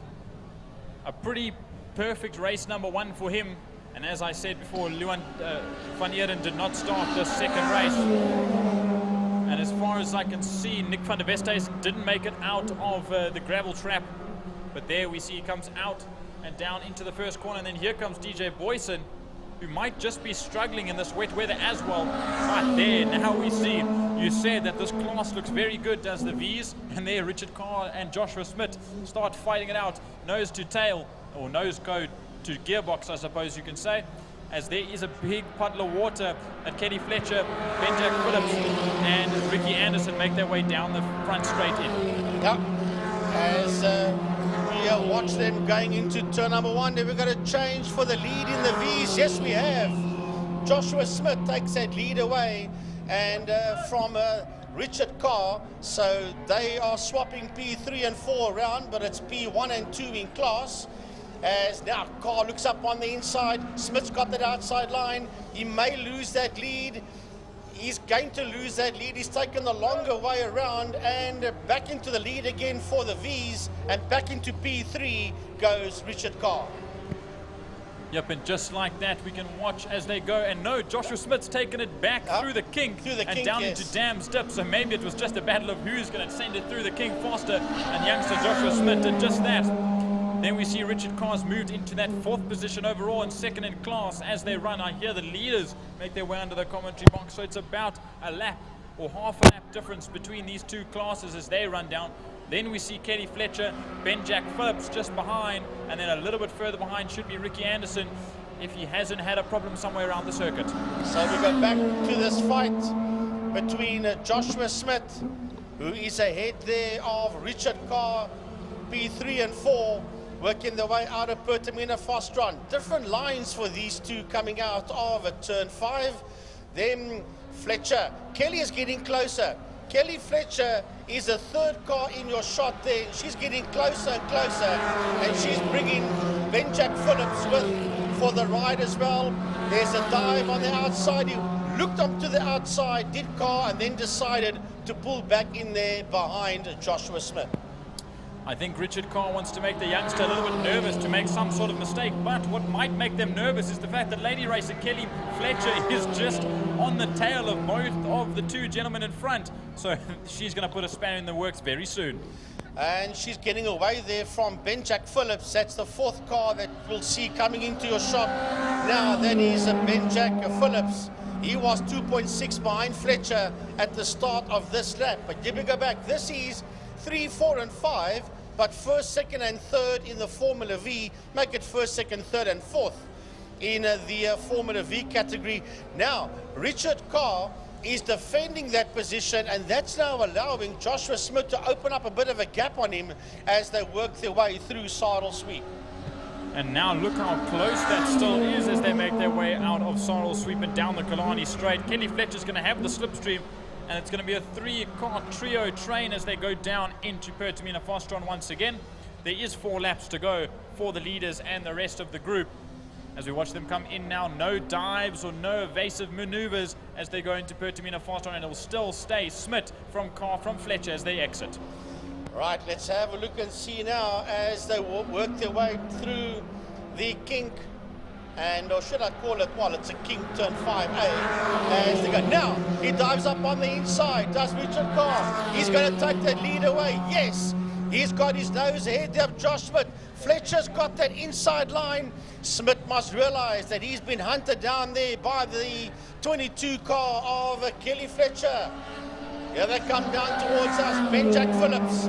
He's in a distant 4th. Fletcher goes and sits right there on that far left-hand side, going into Castrol Corner, trying to force Joshua to cover that line, then go up onto the inside. There's Phillips coming through your shot now. He sits 5th overall. or 6 overall, I should say. But Joshua is being attacked. He's being attacked here by Richard Carr and by Kelly Fletcher. And while they are bogging each other down, Jordan, that's allowing Phillips to close the gap slightly towards the 3 of them. Exactly that, and I think that's exactly what Ben-Jack Phillips wants. He's got the chance, and he can see the 3 in front. If they just squabble with each other for enough time, he'll be able to capitalize with 3 laps left to go. He is running out of time, however, but Joshua Smith and Richard Carr really throwing elbows out there, and Kelly Fletcher's about to get into the mix as they dive on the brakes. Look at that, Joshua Smith has Richard Carr right on the gearbox, as does Richard Carr with Kelly Fletcher right behind. Well, this one's going to go to the wire, and visually you can see Phillips, the 4th car in this train, that's getting closer and closer. Now, Carr goes and sits right there on the right-hand side. Fletcher wants to go through the middle. Fletcher wants to go through the middle. That's not going to happen. She has to tuck in there behind Josh if she wants to try and get her nose ahead of Richard Carr. Carr's defending and attacking all at the same time. And yes, Ben-Jack Phillips is getting closer and closer to the 3 of them. But as you can see, Frankie, from just behind the 4 of those Vs, here comes your race leader and the leader of Class S, Byron Mitchell. So he might stir stuff around if he doesn't make the guys in the Vs a little bit more confused when he makes his way by. So we'll see as they come down through the Lundstem kink. He might even back off a little bit and let them run, because he only has 2 laps or 1.5 laps left to go as this bunch leads out. So they lead out through Sorrel Sweep now, and it's still coming up to a 4-way battle as here comes Ben-Jack Phillips. Yeah, Ben-Jack Phillips, but now I hope that the leader does not destroy this battle between the 4 of them. There's the 4 of them, and there, right behind them, is your overall leader, Mitchell. Well, Gary says he's backed off. Jordan also said he might do so, and he clearly has done so. I think he wants to wait until the longer straight and then bomb all of them without trying to destroy their Royal Rumble between the 4 of them. But Joshua Smith is still hanging on by the skin of his teeth. Richard Carr second. Kelly dives up onto the inside. Let's have a look and see. Kelly goes and moves back to the outside again, and Richard Carr gets his nose up front. Richard Carr gets his nose up front with Smith in second, Fletcher in third, Ben-Jack Phillips 4th in that group, and in between them is your overall race leader, Byron Mitchell. Yeah, like you said, Byron Mitchell was just waiting for the moment to try and get past as many of them as possible and try not to throw things out of alignment. This is the final lap.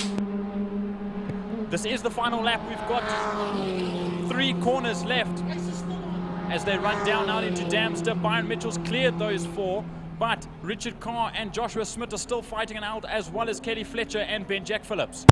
So there they go through. So eventually he's not got his nose past them. This is the final lap, and Byron's done a 1:19.997, and he is 31.5 seconds ahead of Boyson, and he will be bringing that car to the checkered flag as he works his way out of turn number 5 out of Fostrom. This is his fight coming out. Here he comes towards the checkered flag, and he's going to win this one convincingly with Boyson in second. But here comes 1, 2, and 3 for the V's. That's going to be Richard Carr. Right behind Richard Carr is Joshua Smith, and right on his case, 10th of a second is a Kelly Fletcher that finishes 5th overall and 3rd in class. Ben-Jack Phillips will finish 4th and 6th overall, 2.441 behind him. Here comes your overall 2nd place man. That is Boyson. Boyson working his way towards the City of Cape Town Bridge, and he will be more than 30 seconds behind Mitchell, 35.3 to be exact, for Byron Mitchell in that 2nd position.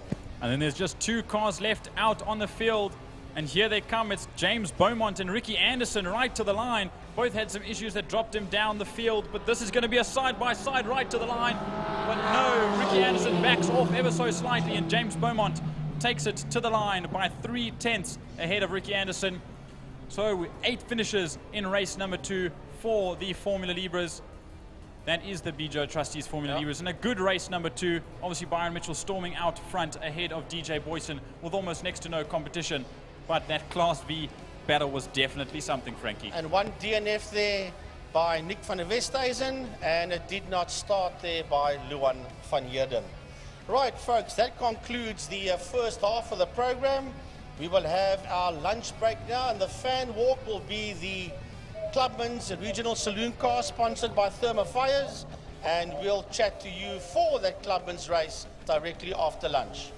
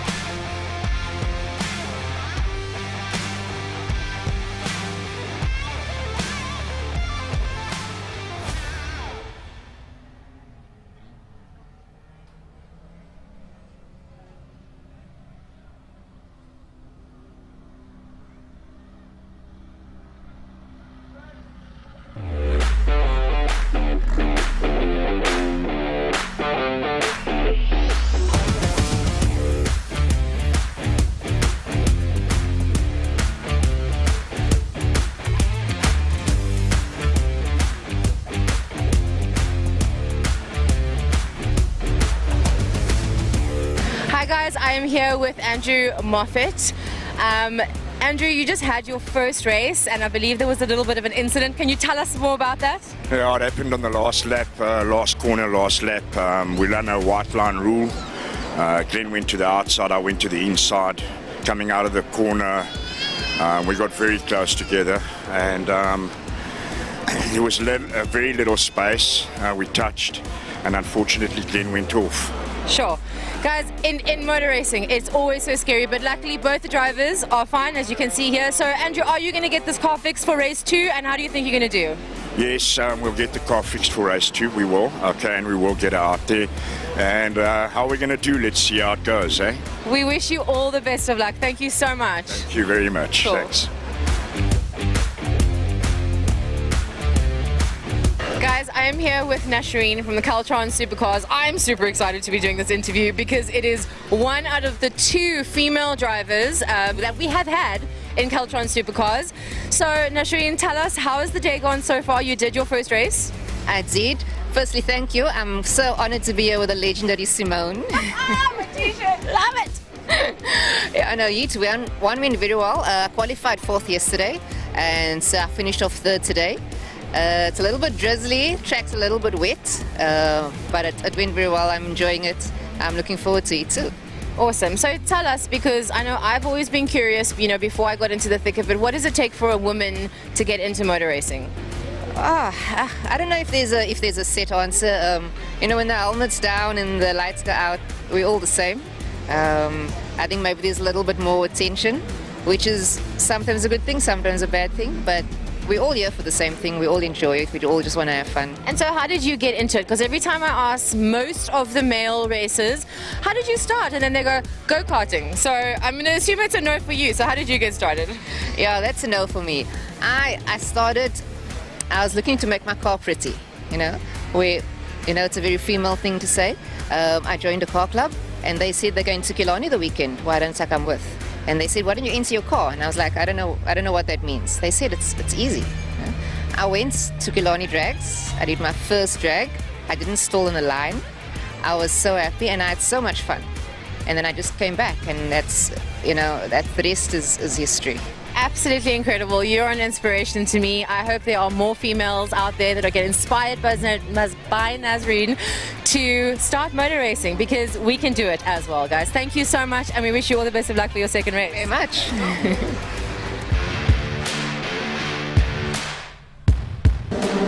I am here with Brian Dark. Brian, I see you have a BMW. Tell us, first of all, what class do you race in? I'm racing BMW and I'm racing Clubmans. Okay, is it two classes on one day? 2 classes on one. So what, that's 4 races and 2 qualifying? I'm in Clubmans. I'm qualified 11th, and I think I'm in 9th with the BMW. I'm pole for F class. Wow, that is a busy day. So, like, what happens if something goes wrong with your car in between the races? Like, how quickly, and can you guys get it fixed so quickly? It's a BMW. Nothing goes wrong. Nothing goes wrong with a BMW, guys. You heard it here. That's why we made a whole class for BMW cars. So, for the rest of the races today, how do you think you're going to do? Well, it's my first time in the rain. I don't know. We'll have to see. I was just about to ask, what do you think of the weather conditions and how that's going to fare? Look, again, I'm going to say it's a BMW. Can handle anything, right? Absolutely. Awesome. Thank you so much, and we wish you all the best of luck today. Thank you.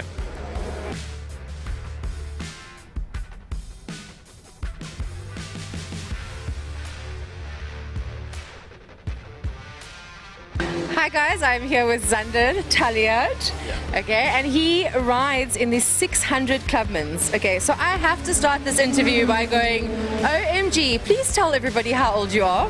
I'm 17 years old. Okay, my son is 17, I can barely get him off of the couch and off of his gaming, so wow. How did you get into racing bikes?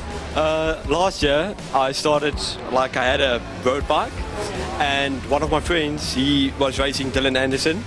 He was racing on the track and we won. He crashed, so we donated money, so we won a track day with his dad in his car, and Dylan Anderson bought his bike and everything with, so he rode on the track, and from that day I was just like, Dad, I want to do that. So that's where it all began. So end of middle last year, we went to the track on my road bike, and I did pretty alright, and then everyone said to my dad, okay, you need to get him a track bike, and that's where it's born to race kind of a thing. Yeah. Okay, and how are you doing in the races today? I'm first in the championship now. What? What? Yeah. And you've been doing this for a year, and it was just casually let me just get on a bike. Yeah. Yeah. But it's fun. I really enjoy it. As long as you're having fun. And then I've got to ask, what does your mom think about her baby boy? I'm sure she looks at it that way. Just keep behind the scenes over there just going, oh. That's exactly what it is. Okay. She just stays in the pits and doesn't look at all. Okay, well, good for your mom for supporting it and your family standing behind you. And all the best with the racing today. We wish you all the best. Thank you so much. Awesome.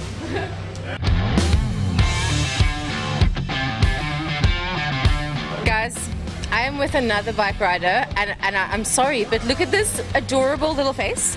He is 15! 15! Okay, so I am shook, and I'm not leaving this pit until I speak to these moms, because this is insane and it's incredible. Bradley, tell me, what class do you race in and how are you doing?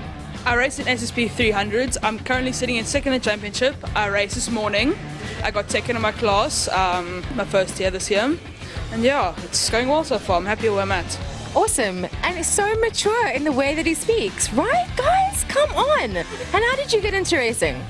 Well, my mom, she first ever wanted to get bikes. Mom was behind this? Mom standing behind the camera there with this glowing smile. Incredible. That never happens. Like, every mother always wants their child to never touch a bike, even look at a bike, and they want them just to go away. But all started my mom wanted to get bikes. Now, of course, us getting bikes, that made me want to get into bikes. And then I fell in love with Ducati. Then I went to the place in town, and they introduced me to an academy that you teach kids to ride. And I did it, and he said, hey, why don't you come race or go to the track? I'm like, okay, sure. I tried it out, and afterwards I just got into it and into it more and more. And this is where I'm at today. Absolutely amazing. And this is a KTM, not a Ducati. What was the choice behind that? Okay. So we skip that one. And how long have you been riding now? My third year this year. Third year? Wait, so that means you started when you were 12? Am my maths correct? That is incredible. Okay, wow. Bradley, I wish you all the best of luck today, and I'm so glad that you have the amazing support behind you of your family. And guys, teenagers, get off of the couches, okay? Get out here and do some racing, please. That's a shout out to my son, please. Bradley, thank you so much. We wish you all the best. Thank you. And we are back, ladies and gentlemen. It is the lunchtime show this time, and welcome to Killarney. You've just joined us. My name is Dennis Page, joined by the lovely Simon. Simon Simsalabim, as you've known, but just in case anybody forgets the name, it's on the T-shirt. And did you manage to chat to any of those riders and drivers today, by the way? I did. I know it's going to be a topic later on, but I managed to chat to Andrew Moffat, who had a bit of an incident, shall we call it, with Glenn Phillips. So I'm sure there's some great juice. Oh, yeah. That you and Jay will talk Big about. Jay is coming to the studio in a couple of moments, and he'll be chatting to us about all things supercar. We've got a bike rider here that'll be talking to us about all things superbikes. But speaking of bikes, you guys would have just seen there was an interview I did, and I'm mind blown. We have two bike riders. One is 17 years old. Too young. In Too the young. 600 Too bikes. Now wait for it. The other one is 15. Oh. He has been riding bikes since he was 12. Okay. Yeah. The most mature 15-year-old I have ever met, and incredible. And his mom was the one that got him into it. Wow. That blew my mind. Yeah, you were saying the mom was The quite... mom was his biggest cheerleader. I would be like, Well, I would be like sitting there praying, like, Me please, too. you know, no. When it comes to motorsport and kids in motorsport, I feel like this is such a cool proving ground in a way to build maturity, because you've got to learn how to deal with adults, you've got to learn how to play in a team, you've got to learn how to talk to the camera. You're up against guys that are like double, near triple your age. And we're not even talking about the competition element yet and the competitive side of things. And then one of the riders that we've got coming in today now doing work for Suzuki, promotional work, TV stuff, commercial stuff, etc., etc. The list goes on. So I think it really creates an all-round personality, an all-round sports personality. Motorsport's where it's at for me. Absolutely. And just a special thing that I have to note, because this was important to find out, that the 15-year-old did have to get a special concession, approval to ride, because he is under the legal age of racing on the track. So special consideration made for him. He's 15 and he well deserved. Yeah. Absolutely well deserved. Speaking of those that don't need special consideration, the V8 Masters, who should have a minimal age of 40 years old. I didn't actually watch that race, but I'm very interested to see, excuse me for bumping the mic, how Martin Bench did in this race. So you've got the results there with you. I have the results here, but that was an insane race, and they shook things up a bit, because as we know, like, there is some serious competition in that class. Mark Ridgway ended up coming first with a best time of a 1:17. Yeah. in difficult conditions, eh? It was pouring down buckets, basically, okay? Alistair Brown came in second, Gary Thompson, Menno, Ian Parsonsek, Sean Moore, Stuart Spooner, Martin Bench, eighth, unfortunately, Not bad. but First not time, bad first time, for the first first time, quite Those honestly. cars, from what I hear, those cars are very tricky to drive. I've spoken to the V8 guys many times. They've invited me to come test drive one of those cars, which I haven't done yet. But left-hand drive, manual, sticky manual gearbox, you know, the one that clanks in, a sort of gated shift in there, hard clutch. It's not an easy car to drive, no power steering. I'm not even sure if they've got power brakes in those cars. So it's a very difficult mechanical car to drive. So to get the hang of it, to find those limits, it's not going to be easy. So well done to Martin for completing the race. Absolutely, and between first and eighth, there was a maximum of 2-second difference between them. So that's how competitive that race was. Well done to them. I'm glad they had an entertaining, on the black stuff sort of a race, and the numbers are looking good today as well. Yeah, definitely. Awesome stuff. So I think I'm gonna have to tell you to say goodbye for now. I'm gonna take this. Can I grab that? Yeah, fine. And we're going to bring someone else in to come and chat to bring you. our first guest Exciting in here. times. Someone that I bumped into at Red Star Raceway. Someone that I actually shared the track with in a weird way. I was driving a Suzuki and so were you, but I was driving a Suzuki car and you were driving a Suzuki bike. Please introduce yourself to the viewers and tell us a bit more about yourself. How's it, guys? My name's Tristan Pino. I race superbikes. I'm doing the national series this year. And yeah, I was riding a Suzuki next to a Suzuki car for the first time. That was cool, eh? That was cool. We've, as someone that's from a precision driving background, I love when I have to do cool, fun things like that. All I had to do was drive the car in the middle of the road, and you had to swing around me and do all the fun stuff. I think it's going to look good on camera, but why were we there? Tell us a bit more about the Suzuki event. Hey, it was like, I think a photo shoot for Samola Hill Climb. I'm quite excited to go do it. It's going to be the first time I'm actually there. I'm going to look how it is for the first time. So you've never been there before and you're going up there in a bike flat out? Or hopefully I can come in a car first with you or somebody. We need to make that happen. Look, if you want, we can talk through the track when we're there. I'm actually busy setting it up on my sim as well, so if you hit me up, you can come check it out in the sim if you like. Yeah, definitely. Because I think a circuit like that, you only get 12 runs sometimes over the course of the weekend, and that means that you've got to learn that circuit in a very compressed amount of time. But you've got lots of experience with bikes. All I've heard is it's bumpy and almost like the dirt gets on the road because of the cars. Yes. And yeah, it's a very dirty surface. It's a very dirty surface. It's not the cleanest, smoothest surface. Not like a circuit like this. But Tristan, let's talk about your background. When did you start racing, and how old are you now, by the way? Then I'm 18 years old. Okay. Then I learned how to ride when I was 2 years old. I started in short circuit when I was 4. Then 2010. Whiz, dude. So I've always said this. So you're telling me you've got 14 years of racing experience at the age of 18. That's bananas. Kind of. It's quite cool living in my boots. Your smile on the other day when we were at the track the other day, you were saying, "I'm gonna go race this. I'm gonna go race that tomorrow." You were so happy to be living this motorsport life right now. Yo, I'm living the best life. It was quite funny. I had the national in PE last weekend, and then I got flown from Suzuki to Red Star, do the photo shoots, and then I flew back Tuesday, and now I'm at the track to the weekend. Man. So what did you want to talk to me about specifically today? Superbikes you mentioned. We've got the superbikes here. I'll pull it up while you continue talking. But we've got the Battek STC 650. Can you talk us through this? This is race 1 over here. Would you mind talking us through this, please? Then I think race 1 worked out pretty well. Nicholas rode. He had, he had quite a good ride. HSC, of course. Shout out HSC. Up front, he seemed like he almost owned the track almost. When you can see when somebody just pulls a gap and they're riding on their own limits. And then Max, he's a rookie to the class. Yeah.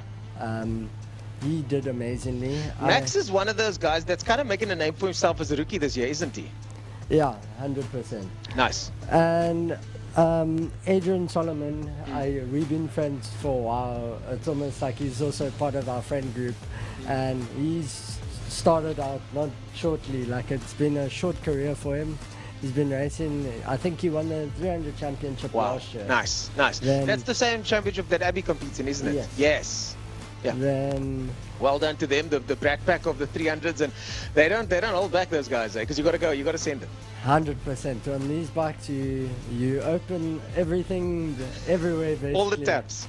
Kind of, yeah. It's you go out of pit, and it's rather let's not worry about saving tires. It's let's go flat out everywhere almost. Nothing wrong with that. Nothing wrong with that. So let's move on to the superbikes over here. This is what you wanted to talk to me about. Oh. Ronald Slummett's back. I saw him walking around in civvies in the pit lane. I thought he wasn't racing. I waved at him. I was on my bicycle. But I just realized now that man's on a bike today. Yeah, it's quite cool having him on a bike.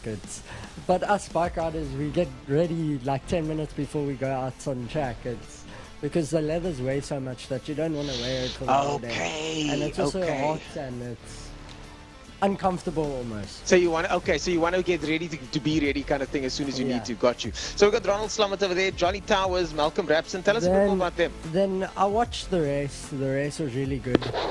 It was pretty dry on the start of the race. Ronald and Slade went at it for a couple laps until Slade tucked the front at turn 5, and then Johnny was... Is he okay? Is his bike fine? He's fine. He'll be ready for race 2.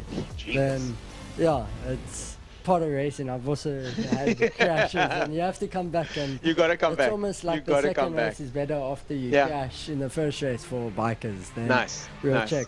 And then Johnny Towers won the 600 race. He did great.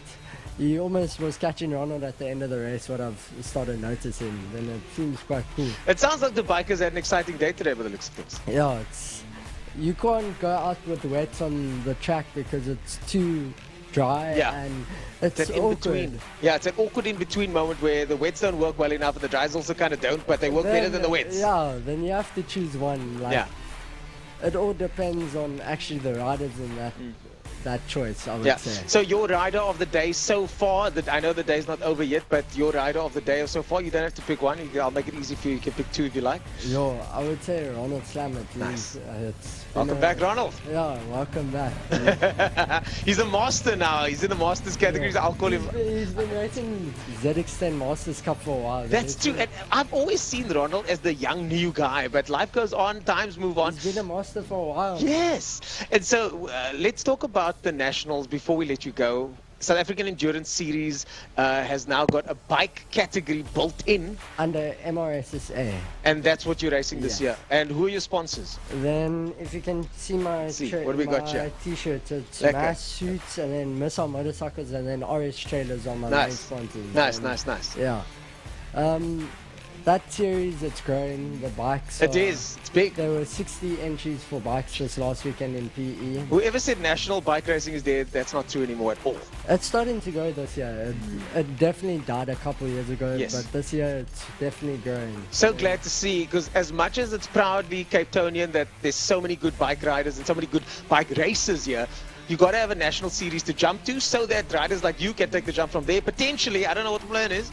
Maybe go overseas, I don't know. Yeah, that's definitely would be the future plans. Nice. Let's see how this year goes. And the future plans is to go overseas. Yes. Well, you're hanging out with Suzuki. Don't worry, we're going to be rubbing shoulders with them at the hill climb. I'll make sure to put in lots of good words. I'll even show them this clip if you want. I'll send you this clip. Cool, so shout out to Suzuki and backing this gentleman over here. I think you guys have made the right choice. He's fast. I was on the track with him. He's quick. It was quite scary to get used to. It took me a couple corners. I can imagine. You were leaning, but we were actually going slowly. We were like, oh, there's a car out here. Yeah. It was quite fun. Yeah, that was like I don't mind doing it again with you. You're quite a good driver too. Thank you. Let's do that again. Tristan, thank you so much. Remember the name, folks. Tristan Pina, future bike rider international. Let's see. I'll be supporting. Hopefully you will be too. Thanks a lot for joining us, man. Cheers, Tristan. Thank you. Ladies and gentlemen, Tristan Pina joining us here from the bike section over here. Cheers, brother. And let's get our man Jay in next from Formula Supercars. Jay, the Formula Supercars representative. We need to get your Formula Supercars because you keep winning Kyle's kit. You know what? I'll tell you something. It was in the meeting, it was in the minutes. I went on Friday, I said, guys, where's my shirt? It's a bloody nice shirt, though, I must say. We forgot. Okay, so it's fine. It's fine. It's in the pipeline. But let's talk, while you're wearing this, let's talk about these guys. This is the Hobo Racing Team kit. Correct. And this is the kit for Kyle and the boys. So Pro Oil is now, they're still called Hobo Racing, but Pro Oil is the main sponsor. So we've got Pro Oil, we've got, there's so many sponsors. I know, you've got RBK, RBK products. Fenner. Who's Fenner? Who's Fenner? Who's Fenner? Fenner is Bradley Fenner's company. I don't know that company. Who are they? Fentech owes me labels, by the way. I want my labels. I sent you a message this morning. Labels or stickers? I want both. I need to label my brakes. I sent him a picture of my brakes this morning, and I'll chat to him later. But of course, Brad Fenner, he did well today. Very well. But let's. Did he get second? Because we don't. I'm going to pull up those Crossed results. the finish line with the last unfortunate result. I don't know if I should mention Yeah, now let's talk about I that. was in Park for a little bit. So, it was a little awkward, but it was nice to see them. While I pull up the results here, let's. Did they shake hands? They shake hands. Okay, so the beaker squash. Actually hugged. Oh, nice. So I'm happy that they did that, because at one stage we were a little bit, what's going to happen? As someone that clattered into Glenn Phillips myself last year, I know what it's like walking up to the same person and going, hey man, sorry about that. So Glenn Phillips, always a good sport. I'm so sorry to hear that his car unfortunately got damaged. They were racing each other at the front. It was an epic battle, I must admit. From first lap to... Alicia's going like this behind the camera. Sorry for my distraction there, but she's going like this. And I heard, and we knew it would be that, though, didn't we? It was. I mean, I watched Glenn get overtaken in turn 1. I watched him take it back in turn 3. I watched Andrew go through turn 4 trying to take Glenn. Then on turn 5 they did the same thing, and that was one lap. Yeah. I mean, it was such a good race. And when I think on the last lap, Glenn lost it out of turn 4. Well, the back end out, we saw the dust pop up. Yeah, back end came out nice high, got a bit squiggly. We heard the commentators going absolutely mental. Then we saw on the just keep the mic here. On the because we can't see. There's nobody. No, just very excited on the phone, and then all of a sudden we heard Glenn's off, and we were like, "What do you mean Glenn's off?" And we watched the race. They both took it through the kink over here at the back behind us, and unfortunately, they both went off. Yeah, they both went off. Some doors may or may not have been closed. That's up to the clerk's office. But you can watch the replay though. Yeah. On the if you can skip back on the live stream. You don't want to hear us talking about racing. You can actually go re-watch the races now if you like. That's what I'm going to do later tonight, in fact. But incredible up front. But let's talk about further down the field. So Andrew Moffat takes the win. Glenn did cross the line though. And Glenn did get second place according to the results, so well done to him. Then behind that is your man Fentech, Brad Fenner, I think is his name. So third place. Yeah, Brad Fenner from 5th, actually lost the position on the start.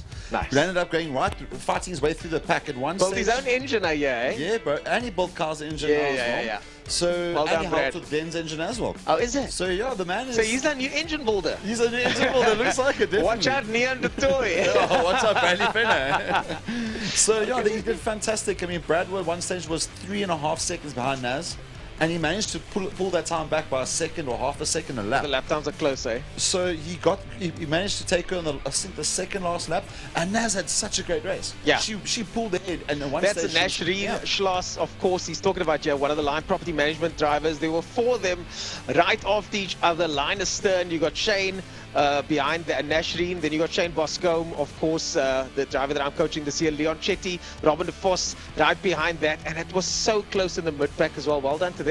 I know with the mid pack, unfortunately, there is a bit of issues. I know Shane's been complaining about a couple of setup issues that he's got with the car. Just can't get it quite on top. He's having a bit of issues. Rob's got a massively bad misfire. I heard. Halleck also, same thing, misfiring badly. We were on the dyno last night until about 11 o'clock. Trying to get this car set up and right. We've got either a problem with the pickup on the eye, or we've had a problem with always the that coil eye. pack. And we've even replaced technicians. So Carl in this race has replaced three major components. So is Carl going to be back for race 2? He's back for race 2. And the car does sound a lot better. It's revving a lot cleaner. So then, of course, there's the championship considerations here, because I know that Glenn Phillips is leading at the moment and he's going for that championship. He's not racing the next one. So that leaves things a little bit wide open. Kyle didn't finish the previous one. So now I want to look at the points and find out what's going on. It's getting interesting, and that's the whole point of supercars. Sometimes not always on the racing on the day, but it's also the points and reliability. The you win races in the garage. And I've been told that before many times. You win it in the garage. And championships are one of the bad days. Yep. So let's see how these gentlemen do on a bad day like today for some of them. But of course, once again, congratulations to Moffat, Glenn, second place, of course, Brad Fenn in third. While we're on here and talking about because the Mustangs obviously raced with the cars. I don't know if you heard about the drama last night. Apparently they tried out some new rims, and the rims were pulling through the nuts. So we were last night. Oh my gosh! We were last night. This is like the tea, as the kids say. We were last night hanging around, obviously by Paul at the dyno, and these oaks were just replacing rims and replacing tires. So they went back to the old rims. So shame those poor mechanics last night. We left Killarney about 8:30. We're still working on those 12 Mustangs and working hard. So my hats off to them. And the cars made it to the start line and the finish line. My hats off to those Mustangs. Those mechanics worked hard last night. From the last race at 6 o'clock, when those cars pulled in there, they worked all the way through. And there was damages, everything. I think one of our guys actually went over there to ask the report, and he said the mood was a little bit tense. I don't blame him. Those oaks, apparently one of the guys, he had to put in leave for work.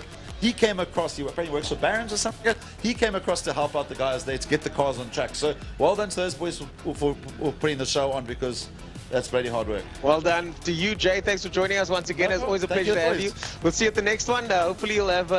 good luck for your race as well. Thank you. Yeah. We're about to talk about that. That was an interesting one. Cheers and chat later. Ladies and gentlemen, Big J joining us over here in the booth and giving us the updates from Formula SC, formerly known as Formula Supercars, FSC, and that is in conjunction with the V8 Mustangs, the Owen Ashley series as it's now known. And yeah, it's just fantastic stuff that these drivers were able to do what they did. The resilience of a motorsport team is often not shown because a lot of it happens behind closed doors. The guys are working late hours. Shout out to Mischief Garage, the guys that worked on my teammate's car this week till past 11 at night, and then at 11:30 at night decided to swap back to another management system and did that overnight, and the next day and got the car. I think we've got to acknowledge, because I checked our YouTube comments and somebody left a comment for, I don't know if I'm going to pronounce this correctly, Chachi or something, COCCHIE at Mischief. Said, Chucky Chuck. That's it. They said they're absolutely phenomenal. So a big shout out from the people that are listening to us that went and took the effort to put that on our comments on our YouTube. Thank you for tuning in, guys. Chucky Chuck's, of course, Matthew O'Connell, the singer and artist and race car driver and drifter nowadays as well. I don't know what else he does, but he's a multi-talented gentleman and a very good friend of myself, and awesome guy to be part of the team Mischief, of course. Him and Sean O'Connell, thanks for everything, guys. We appreciate your work. And of course the mechanics, as we mentioned, the tuners, Herman, the guys, man. The thing is, I always say, me as a driver, I'm pretty replaceable. If you go here and you find the hottest young hotshot to go drive my car, I'm pretty sure you'll do okay. But when it comes to the team and the guys that work on the cars, they know your car inside and out. It's so difficult to replace those guys that they are often overlooked. So for every team out there, the guys that do the work in the background, this one's for you. Thank you for everything you guys do. We appreciate the work, man. Absolutely. I've spent so much time specifically with a V8 mechanic team, and let me tell you, it's a team, and it is crazy, and there have been some hairy moments where I walk and I go, no, okay, turning around, I'm not going to talk to them right now. It's not a good time. I know already when Dan gives me like one-word answers, then I don't ask questions. Yeah, but they have a good time. When the racing is all said and done, let me just tell you, I've seen those boys party. Yeah, indeed. And they party hard. Indeed. So let's get to BMW Car Club of Cape Town, the series that I took part in earlier on. Mansoor Parker takes the win overall and Class B win. He was being kept honest by Dexter Bruce, but unfortunately Dexter had to retire there near the end of the race, but he was really holding him to it.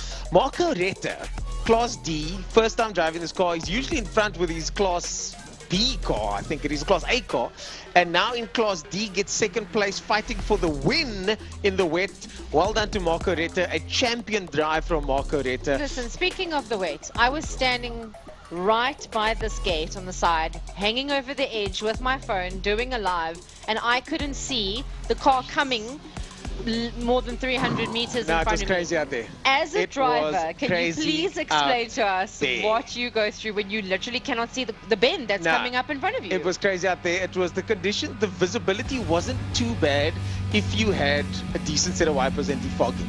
Shane Bosco, who finished, I think, second in F. Yeah, second in Class F. He told me his car was completely fogged up. But the thing is, what was not good was grip levels. It was very slippery. The first rain of the day is always going to be slippery. Our cars aren't set up for wet weather. So well done to the guys that did well. James King over there winning Class E and third overall. So James King, I was driving behind these guys, champion drivers from both of them. Waylon Falsking gets first in C after multiple spin outs, but he was one of those guys that were just sending it absolutely to the moon. I think he got the fastest time as well. So well done to Waylon, but congratulations to him, first in Class C. Dylan Joubert caught up with me right near the end. Him and I got second and third in Class E. I'm glad my brakes are working this time, so I'm very happy. Yeah, especially in the wet. And yeah, well done to Brian Dark for taking Class F honors. I think it's his second race with the BMW, so fantastic performance by them. Lots and lots of good racing from the guys. BMW Car Club of Cape Town, you know, our numbers aren't as big as they normally are. They're going to grow. Yeah, they're going to grow. You know what else I noticed when I was standing right up on the side over there? I mean, you have the wall here. And in the first couple of laps, just before the rain started getting it, everybody was coming around and doing what they usually do and riding up against that wall in that straight line. And as each lap went by, they went further and further away from the wall until they were kind of riding on the left-hand side. And I figured it must have had something to do with the weather and the rain and not wanting to actually power around that corner and come into that straight so fast with the rain. It's the puddles that gather. I was trying to dodge puddles as well. I was trying to take different lines to the guys in front of me to try and catch up with them and take the conventional line, but you can experiment with different parts of the circuit to feel where the grip is. And then I went through turn 1 and I was like, oh, there's no grip there. And then you try something different the next race. So it was fun when it was done. I think it's overrated to say it's fun while it's happening, because while it's happening, you're just kind of trying to survive. But I'm glad it's done, and we had a good time racing. It was good racing. It was. And the guys that won in those classes, fantastic performances. I saw it firsthand, so well done to you guys. Awesome. Yeah, so what do we have next? We've got the Pirelli MGA Racing Clubman Classic and Breakfast Run class. We didn't talk about that earlier for the bikes. Francois Kritzinger gets first place. Suzander Talliat in second place. Jamie Hall gets first in his class, and Wessel Kruger gets second in his class. That is the 17-year-old that I interviewed earlier. 17 years old gets second place. But it just shows you when it comes to bike races that he's been racing for a year. Jeez. Absolutely incredible. That's crazy. They got an overall score here as well. I'm not quite sure why that has gone that way. And then Lauda Classic cars, we haven't spoken about them yet. Trevor Momberg. Nice to see a familiar name on top there. It looks like they had a very wet condition at the moment. With Trevor Momberg in Class B getting first place. Brian Evans, Wayne Rosser in third place. Louis Powell gets first in Class A. Always been a fan of Louis Powell. And nice to see him still out there on track. Maybe a classic, but he ain't old. He's clearly still got some speed over there. But just behind him, Michael Hitchcock, definitely keeping him honest. Wayne Lotter gets first in Class C. Lane Hutchins from HSC gets first in Class F. Ian Richards makes his debut in the red Sirocco today. The first time that car's out. They told me they didn't have much time to prep that car, so well done to Ian Richards. He gets second in Class F, so they'll be quite happy with that red Sirocco. You can look out for that car later on, and making sure that they are flying the flag. Awesome, and I see, unfortunately, that Jared Evans was not classified in this round, and that's hectic because his dad, Brian Evans, right up front there. So as we can see, it takes 75% of the race distance to get classified. So some of these guys either didn't start or didn't finish enough of the race to get classified. And they were, of course, joined by fine cars, where Dieval's Lambert from the Lambert clan by quite some distance gets first in fine cars. They'll be working out those index of performance scores, of course. Fine cars scored on index of performance as the Clubman's cars now make their way through back to the Park for May and paddock area. And then just behind that, is Sandra Becker and Natasha Tischendorf. Shout out Natasha. Sandra Becker and Natasha Tischendorf getting second and third in fine cars. Well done to So them. Sandra Becker used to be in Keltron Supercars, but now she is racing in the Classic and Fine I'm cars. not sure if she's racing both. I need to check because I'm sure I saw I did go and try and look for her, and she wasn't by the Keltrons. I'm sure I saw and that's a when I name found somewhere. Najreen, and let me just tell you what an amazing human being that Oh, woman yeah. is. Absolutely Oh, yeah. incredible. And I am rooting for you. I'm proud to say that Nash and I have competed together many times. She was my navigator, I was a navigator, and we won a few times. Amazing. She is a winner, and she won't be happy until the day that she's right up front. So well done to her. Now, you're right, I don't see that name over here. So yes, I did see on the end, I'm sure I saw in qualifying, but yeah, Becca will now be in fine cars. And I think that's it from us. We're going to be wrapping up shortly. Yes, the racing must continue. The racing must continue. And like we said this morning, if you were listening, it is a jam-packed afternoon. This is not anywhere near to over. The sports and GTs are coming up. 2 races. We hope that the rain is over, but I'm sure it'll carry on anyway. It's going to be a jam-packed afternoon. Do not miss out. Do not miss out, folks. We'll see you at the next one. Are you going to sign us off later, I think, eh? Yes, okay, cool. I am. So I will be around for a while still, so stay tuned on all of the action that's about to happen. From me, goodbye till next time. Cheers.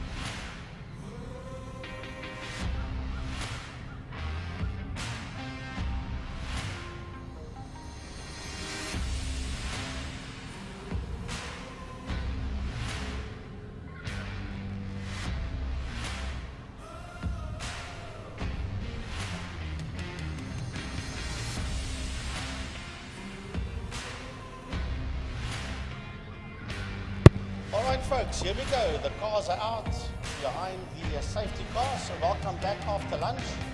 This is Thermofire's Clubman Saloon Cars race number 1. Remember, these guys do a rolling start.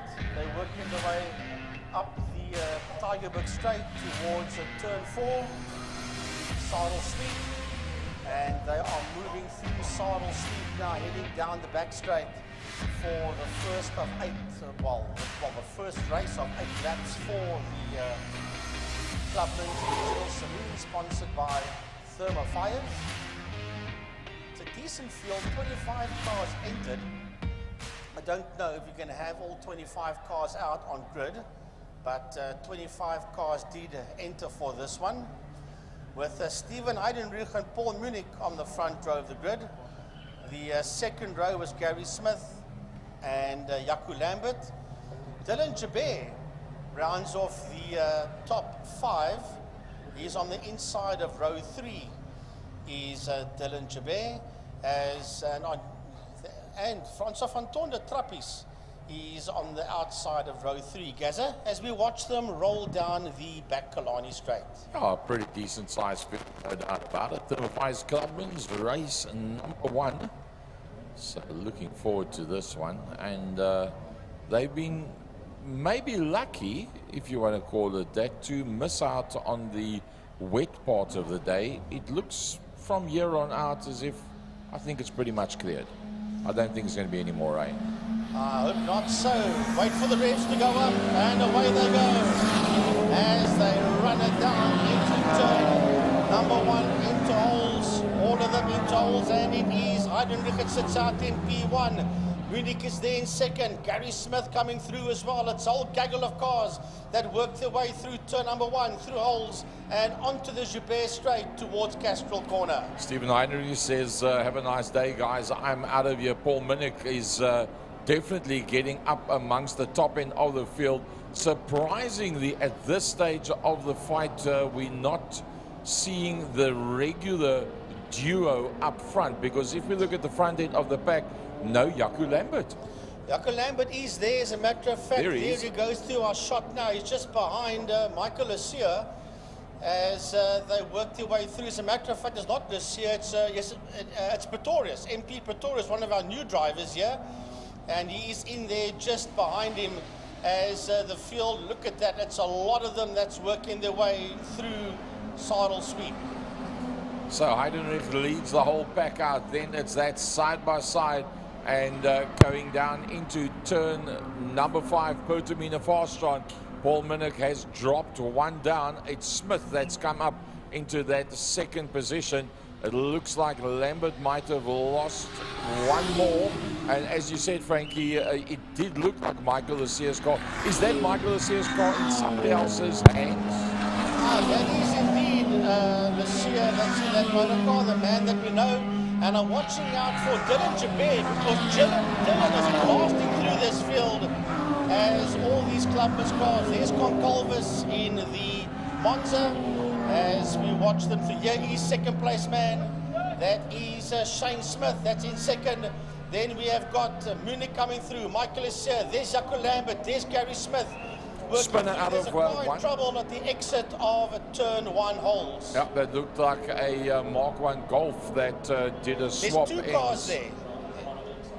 Oh, so that's Charles Oppelman. So there we see Stephen Heidenreich coming through. Shane Smith in the BMW. Paul Minnick in the Golf coming towards you.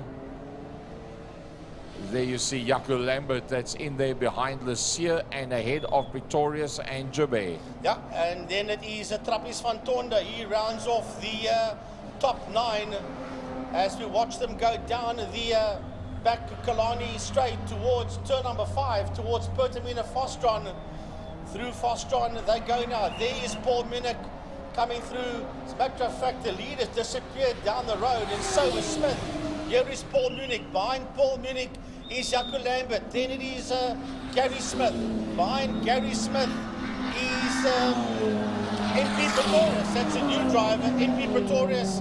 Then we've got Dylan Jabir, and right on his heels is a returning Trappis van Tonda. Oh, this is getting pretty interesting. Peter Kannemeyer, Anton Jacobs, Steve Griffin Wintle. I see the BMW's got a bonnet that's coming open there.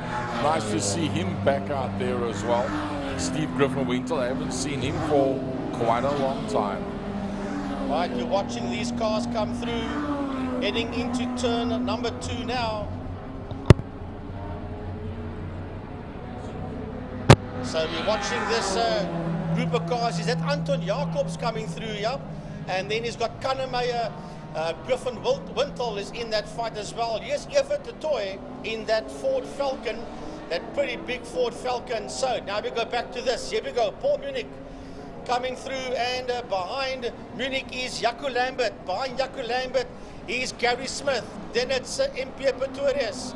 That's in that fight. Gary Smith is right there as well. Then we've got Jabé, Dylan Jabé in the BMW, and Dylan sits right on the case of Pretorius. Lambert having a look at the back end there of Paul Minnick. Minnick's, I cannot quote to you what his lap times normally are, but he definitely looks to be up there and pumping with the boys up front. As we saw Jaco Lambert work his way to eventually become one of those front runners, well, you can put Paul Minnick in that same envelope now.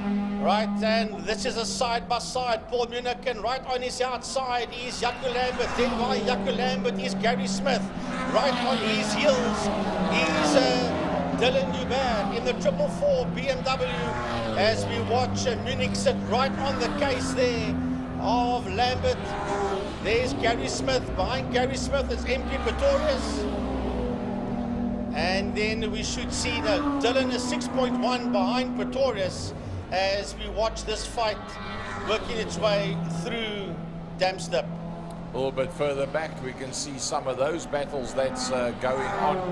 And although they're starting to get pretty spread out, you slow down a little bit, there's somebody right behind you. You speed up just a little bit, there's somebody right in front of you. Right, there down the back straight goes that whole leading group, been led out. We can't see him on shot there, but it's been led out by Stephen Heidenreich. Going through your screen now is Jaco Lambert. Behind Jaco Lambert is Paul Munich. Behind him is Gary Smith, followed by MP Pretorius. That is Shane Smith we see going through a shot there. And then his dad is in there, Gary, and just behind Gary is Pretorius. Here's the next group coming through. Dylan Joubert, Francois van Tonder in the white polo as they come across the line. So nice to see Trappies out on track again. He has a look for that inside line.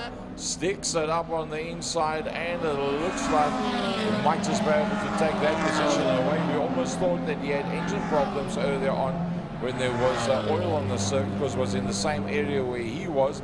But it was not Trappies. All is good, and he's back out on track and having fun. Yeah, we thought that it was Trappies' car. I actually gave him a WhatsApp and he said, no, I'm all good. There's Michael Asier going through your shop there. As we go back to this, there is Shane Smith.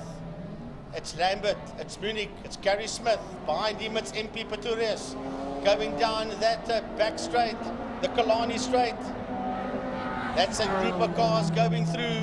Lambert comes into your view now as we have a look at that is one of the Smith cars. That is Shane Smith coming through there. Well, Stephen and Shane has just disappeared down the road as we watch them come through. That is Shane, that's Jaco Lambert, Paul Munich, Gary Smith, MP Pretorius going into turn 1. Going down to put him in a Fastron turn number 5. You can see they're getting a little bit spread out. That BMW with the bonnet that's slightly open. One of the bonnet pins has come loose. Seems like the marshals have not deemed that to be problematic and still keeps on trucking. Right, so here comes Griffin Wintle towards the line now. Behind him is Anton Jacobs. As Gary was talking about that BMW with a body pin, that is David Vermaak with the bonnet pin that has come off, and right behind Vermaak is Peter Kannemeyer. Geez, I haven't mentioned that name for a long time. Then Bernard Lehman, Evert de Toy coming through, and then behind the Toy, it's the 110 of Mia Bench. Well, what about this guy? His name's called Steven Heidenreich. He's up dusted and he's driving into Sunday morning already. Origin Oil Skyline in the hands of Steven Heidenreich. He's just pretty much in a class of his own right now. There's nobody anywhere near him at the moment. He's got an 8-second gap on everybody and anything else. In fact, there is the chase group that's in there behind him. There you'll see there's Heidenreich coming through. That's the back marker. Then the next one is Shane Smith. That's the yellow BMW. Then we've got Jaco Lambert. We've got Gary Smith that's now gone ahead of MJ Pretorius. Well, just there's Pretorius coming through. Then it is Paul Minnick. Now we see Michael Lassier in the black Mark 1 Golf. Often the fastest Mark 1 Golf out there in class. He's got away from Trappies van Tonder in the Polo. Then behind there is Dylan Joubert, who's reasonably new to the class. And he's second in the Class X cars. And then behind that, here comes Steve Griffin-Wintle in the colors that we're accustomed to seeing him in back in the day. Then we've got Jacobs and Vermaak in the blue BMW. Then Kannemeyer that's leading class from Lehman, De Toy, and then our lady racer, Mia Bench, is right in there. Here comes Fielding with Van der Merwe in the block of flats behind that. That's under Van der Merwe. We're going to have a look at that fight for second and third. That's between Smith and Lambert heading into Fastron corner. That is Shane Smith right on his heels. Is Jaco Lambert out of Pertamina Fastron. Jaco Lambert carried more speed out of Fastron corner than what Smith did. Then we've got Gary Smith. Behind him is MP Pretorius. Munich has actually gone backwards, to be quite honest with you. Then behind him, you've got one of the Golf back markers that is coming through as we go back to the front runners, and that is Shane Smith, and right behind him, Jaco Lambert. Yeah, Munich has gone a little bit backwards at this stage. He's got a big gap between himself and Michael Lassier, but he's also got a growing gap between himself and Pretorius that finds himself on the outside line, and Pretorius with the 71 Smith car on that inside line getting the better of him through turn number 2, Castrol corner. So this is the final lap as we watch Smith come through Pretorius, and really the leader will be making his way down the Killarney straight shortly. We're waiting for him to come into view. You can hear that Origin Oil Skyline whistle as it races down towards Pertamina Fostron for the final time in race 1. Stephen Heidenreich, he was 8.7 seconds ahead of Shane Smith when they started this final lap. He's now heading towards the checkered flag. It's a dominant victory here by Stephen Heidenreich and the Origin Oil Skylines as he crosses the line in P1. Well, the battle for P2 coming through, and it's going to be Shane Smith ahead of Jaco Lambert. Then it's the second of the Smiths with Victorious, Paul Minnick, and then Michael Lucia, also Class A, Michael Lucia. So that means he picks up third in Class A between himself, Heidenreich and Smith. I'll be waiting for Trappist van Tonder. That's a back marker coming through there. Here comes Trappist van Tonder to the line.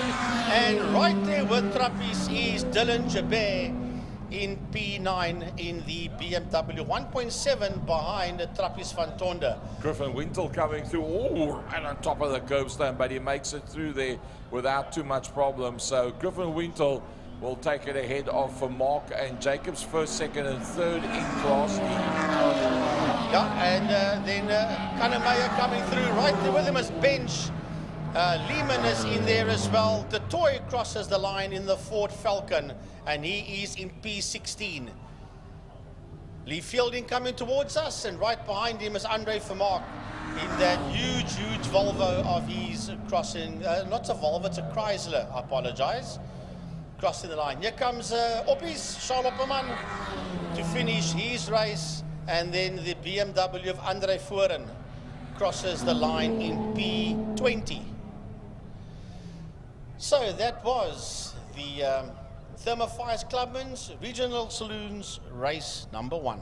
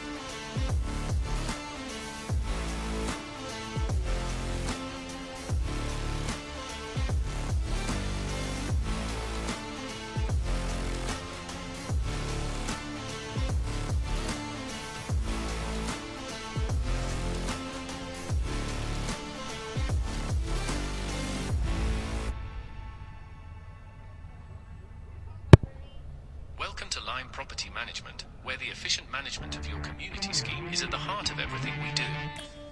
Our dedicated team provides superior property management services, ensuring that your property is in good hands and that your investments grow.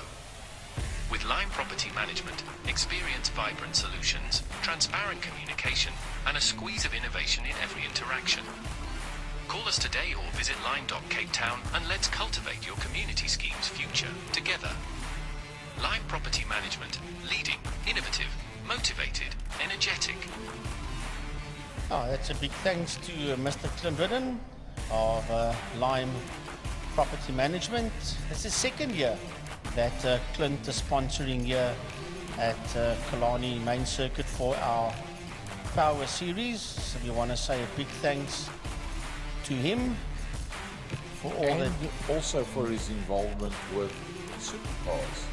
Yes. The new chairman of Supercars, the owner of no less than 4 or 5 of the cars in the series, and also being instrumental in pulling of the ex-Cape Town supercars that have been lost to other centres, getting those cars back to Cape Town as well.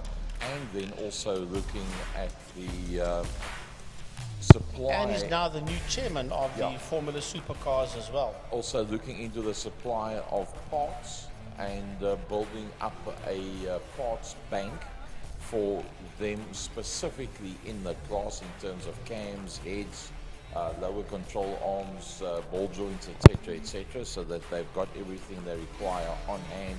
And then also looking at the opportunity and possibility of building more of these supercars. None of them have been built for many years. And the quotes that had come to light up until recently and now to build more of these frames was exorbitant, to say the least. And Clint now looking into that to see if he can get that part of it sorted out and actually bring more cars into the series as well. So not only the chairman of Supercars, not only the main sponsor of the regional series at Killarney International Raceway for 2025, but also a motivational factor in many other areas which is under development at the moment, which will be brought to public view in time. And then also big thanks to Porsche Club. We want to say big thanks to them. A big thanks to Pertamina Fostron, to Castrol for the Castrol Tower, also the Castrol Spinning Pitch, and of course sponsoring Turn 2. King Tony Tools sponsor the subway, and then the City of Cape Town for the bridge, as well as Smile 90.4 FM, the official media partner of the Western Province Motor Club, playing more 80s than anyone else in Cape Town. So we want to say a big thanks to all of our sponsors, as well as all our class sponsors. And a big thanks, Frankie, last but not least, to the weatherman that gave us some water and excitement this morning to clean the track out, and now to allow us the variety of going back to dry track main circuit racing. So we've thanked everybody. Well, yeah, I'm glad the track is dry again, but we'll have a green racetrack now, because I think everything that was on the track, the oil's been washed away. That's one good thing about the rain. But the rubber gets washed off as well. That gets put down there as the weeks and the months go by. And that rubber does actually help the guys for grip.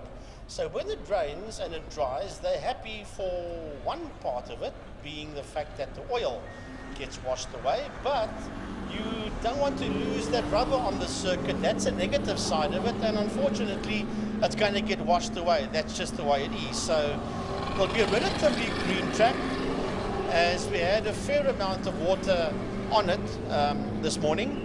So we now move on to the Pirelli V8 Masters and Keltron Formula Supercars race number 2. And Gary is going to join me with this one, as Jordan's had to run down and do the first half of the prize giving. So there's about 3 classes he has to do in the clubhouse, then he'll come back up and join us once again. I want to just give a big shout out to Emil Brandt and Linda Pretorius. They're there in St. Helena Bay. He is our official radio man, and he's had the opportunity to take a weekend off. So I think he deserves that weekend, and so does Linda. So we are 3 of us up here today. Francois Butler is at the motocross event at Zone 7. So yeah, we are, the 3 of us are sailing the ship here at Killarney for the 3rd round of the Lime Property Management Power Series. V8 Masters, wow, what a pack. Mark Ridgway, Alistair Brown, Gary Thompson, Menno Parsons, Ian Parsons, Sean Moore, Stuart Spooner, Martin Bench, George Evans, and Dennis Geduk, including Rui Campos and Josh Vogt.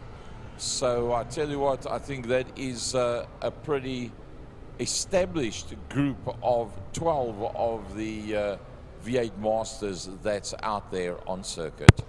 Yeah, the V8s had a pretty good run early on. The supercars had a great fight for the lead, and there was contact between Mr. Andrew Moffat and Mr. Glenn Phillips coming out of turn 5 out of Fostron. And who of them are going to be out on track, I don't know. I'll have a look and see. Glenn is not there. Glenn Phillips is not there. Andrew Moffat's car is there. I'm looking out the back of the commentary box window, and I do see Andrew Moffat's car. The 39 is there, but the 33 of Glenn Phillips is not out on circuit. Well, listening to the interviews that was done in the lunch and interval, I think there's a little bit too much damage on that motor car to get it sorted out that quickly. So let's see how they're going to line up on the grid. Is that going to be Mark Ridgway? Yeah, Mark Ridgway on P1 pole position.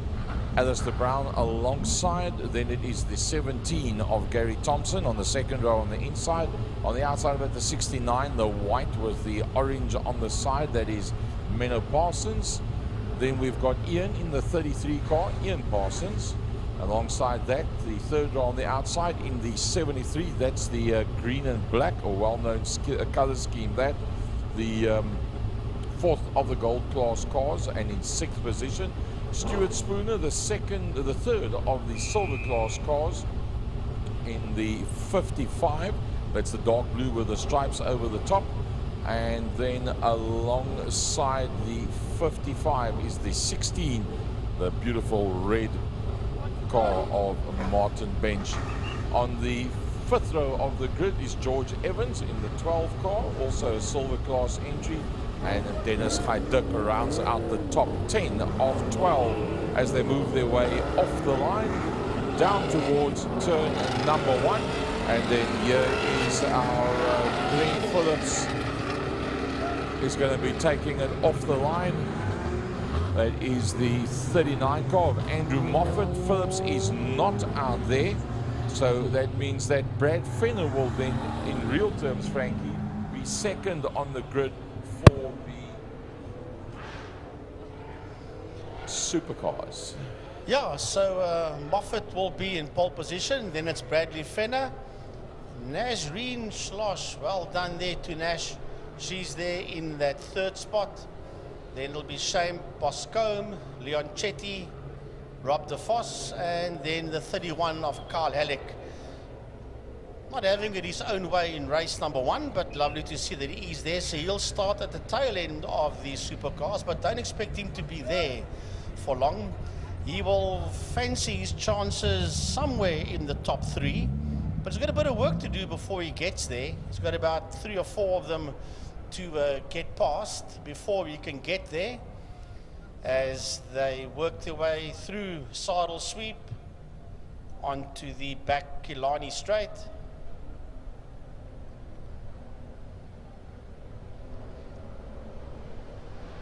Down the Killarney straight they go, the V8s, the Pirelli V8s, and the Keltron Formula Supercars. Keltron, of course, is Keltron Electrical Engineering. That is Ryan Catt, who was supposed to be racing today, but wasn't feeling too well yesterday afternoon, and he withdrew. So we're down to what we see there on the screen behind the V8s. Yeah, because of his work commitments, he didn't have enough time to get to the car timeously to be able to sort it out. Eventually decided that it's not going to be worth it, not going to be able to repair the car correctly. Work comes first, and down towards turn 1 will it be Mark Ridgway, the yellow mean machine from pole position. Alistair Brown on his outside. Gary Thompson moves up into that second position. Here comes the supercars. I've been led there by Andrew Moffat, then Fenner is in second. I'm watching that 31 car that's at the tail end of the field. He's not going to want to stick around there too long. It's Moffat that sits out in P1, Fenner second. Then Nasreen Schloss, is she still third? Yes, she is still third. Then it's Shane Boscombe, and I was just catching a glimpse there of Halleck coming through as the V8s run through Lundstrom Kink and into Damps. Gary Thompson holding on to that second position in there behind Mark Ridgway. Alistair Brown in back down into third. Then the two Parsons, Menno and Ian, doing a bit of side-by-side stuff, but everybody gets through safely. Right, that is the V8s. Just behind the V8s, there is your leading supercar. Heading down the back straight, it's Andrew Moffat sitting out there in P1. Moffat sits there in P1. Oh, and on the dirt, is that Boscombe? It may just be Boscombe. Watch out for the 31 car of Carl Halleck. He is really beginning to move through the field, and if he can't get in P1 or P2, he wants to come through into that third position as the V8s work their way into turn 1. Mark Ridgway and Alistair Brown is on that outside line. Gary Thompson on the inside. Thompson works his way through. Sean Moore is right in there as well. Well, I tell you what, this pack is still very tight. 3 gold class runners in Mark Ridgway, Alistair Brown and Gary Thompson at the front. Ian Parsons, the first of the silver runners from Menno Parsons and then Stuart Spooner. Right, the supercars are heading towards Castrol Corner, and we'll pick them up now for you as they go into Castrol Corner, being led there by Andrew Moffat. Moffat will lead them through Castrol Corner. Then we'll have, he's gone, no, he hasn't gone to second yet. That is still Fenner that sits in that second position, followed there by Nazrin Schloss. Through the kink they come. There we go. There's Moffat. There's Fenner. There is Schloss behind Fenner. And then behind that, you've got Rob de Vos. Robin de Vos is making his way through as well as the V8s head into turn number 5. Fostrod. Running that one very, very wide as they came through there. Once again, side by side as they work their way through out of turn 5. So very, very tight. Mark Ridgway starting to get just a little bit of a gap. You see, remember, he started in pole position. Alistair Brown, Sean Moore is up into that third. And then that's side by side, Ian Parsons and Menno Parsons. The fight behind that being Gary Thompson and Stuart Spooner. Coming into view now underneath the City of Cape Town and Lime Properties Bridge, the leader of the supercars. Yeah, that's Andrew Moffat sitting out there in P1. He's got a sizable lead in this fight with Fenner that's there in that second spot. Then it's Nash. Behind them, it's Rob de Vos. Behind Robin de Vos, we've got Carl Halleck. There's de Vos coming through, and that fourth car coming into your screen there. That's the 31 car of Carl Halleck that's busy working his way through. He hasn't really made that much indent. He's gone past 3 cars as we watch. Nazreen says, come on, you want to play, Bradley Fenner? Let's play, as the man in the class that leads is the 39 of race leader in that class, Moffat. This is surely Nasreen's best ever in terms of placing. She's working her way up towards the front end of the field. Yeah, and she's got a teammate not behind her, but the second car of those 3, or the third one I should say, is Robin de Vos as the V8s head into holes. Mark Ridgway from Alistair Brown, Sean Moore, Menno Parsons and Gary Thompson has got now past, well, dropping down is the second of the Parsons, Ian Parsons, and something must have happened to him because he has dropped down on the menu. Right, so we've got a trouble there in Castrol Corner. One of the V8s has spun out there in Castrol. However, we focus going into one, the leader of supercars, that's Moffat heading into turn number 1. Here he comes into Holzoek. And then Nazrin Schloss, well done. Bradley Fenner, right there with Fenner is Rob de Vos. And now right on Rob's case is Carl Halleck in that 31 car. That's a group of 4 cars fighting it out for 2nd, 3rd, 4th and 5th in the supercars as the leader disappears out of your screen, Andrew Moffat. I tend to think that Carl Halleck might be a little bit surprised at the pace of the others. If you look at the first and second races of the season, you would have expected Carl to be able to pull away from this group. That's not the case. He's stuck in the middle. Well, that's what I said. He'd be fancying first, second or third, and he's not there. He's sitting in P5, as a matter of fact, in the supercar category, and that's not where Kyle wants to be right now. No doubt about it as they work their way through Sorrel Sleep. And we'll pick up the V8s. There's our leader, Mark Ridgway.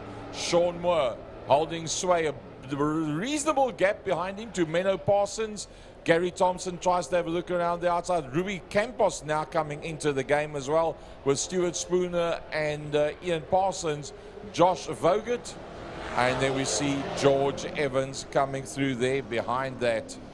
So leader of this, there is smoke coming out. I think that might be body rubbing against tire of race leader in the supercars. Yeah, there's not a smoke pumping out there. I think the tire and the bodywork is rubbing against each other. And he may just lose out big time because here comes this group of supercars behind him. We've got one V8 that's stuck in there and then the rest of the supercars. Battle Royal going down into Pertamina Fastron, led out by the 65. as they work their way out into the front main. So not a lot of space between these guys after so many laps. There's just 4 more to go, and they're still sitting right on top of one another. Well, heading into turn number 4 into saddle sweep, we've got 2nd, 3rd, 4th and 5th in the supercars. There is a lost V8, and there 2, 3, 4 and 5 in the supercars. Leading them is Moffat, then it's Slosh, then it is Fenner, then it's the Foss, and then it's Halleck down the back straight. When last have we seen the supercars so close to each other? The first 5, there's not much. They're going to catch Moffat. Moffat, that tyre and the bodywork is wearing itself down, and they're going to catch the leader or the rest of the supercars. 2, 3, 4 and 5, they have caught the leader, as you can see on screen. Well, he's got to go another 4 laps with that smoking right there in front. How long can that tyre still last? You can see the bodywork is flapping as they go down. I don't know if he's going to be able to hold on to this one. It's getting very tight. I tell you what, supercars is a spectacle of note today at Killarney International Raceway. Round number 3 of the regional series, brought to you by Line Property Management. He's going to drive it and either win it or drive it till that wheel pops, or should I say the tyre pops. Remember, there was contact that was made between himself and Glenn Phillips in race number 1, and now Moffat is paying the price. Through the line stem kink, they come. Moffat is praying for the checkered flag. He's got 2.5 laps to go, and Fenner was looking up on the inside of the Foss. Fenner was searching around up the inside of Rob de Vos, but de Vos held that position. It is Nazreen that still sits there in that 2nd position from Fenner, de Vos and Halleck. Well, I'll tell you what, it's a brilliant battle. Probably one of the best that we've seen for a long, long time in terms of supercars. There's literally 5 of them working their way down the back main, and it looks like there is just about a change up. Nope, still holding on. Can Nasreen be the first probable lady ever to win a supercar race? I don't think she's ever won a supercar race yet. I don't think a lady has ever won a supercar race This is yet. the best opportunity she's ever going to have. She will be over the moon. She's moving up to the inside. Is she going for the lead? Into turn number 1, into holes. Is she going to get the lead? No! Man, Moffat says no. As the overall leader heads into turn 1 in the V8s, that is Mark Ridgway. Well, the problem is, Frankie, with 2 to go, is Mark Ridgway going to come up onto the back end of this battle? Is that going to affect the battle? He can't afford, if he gets to them too quickly, to just sit behind them like what we saw in the Formula Libra race earlier on.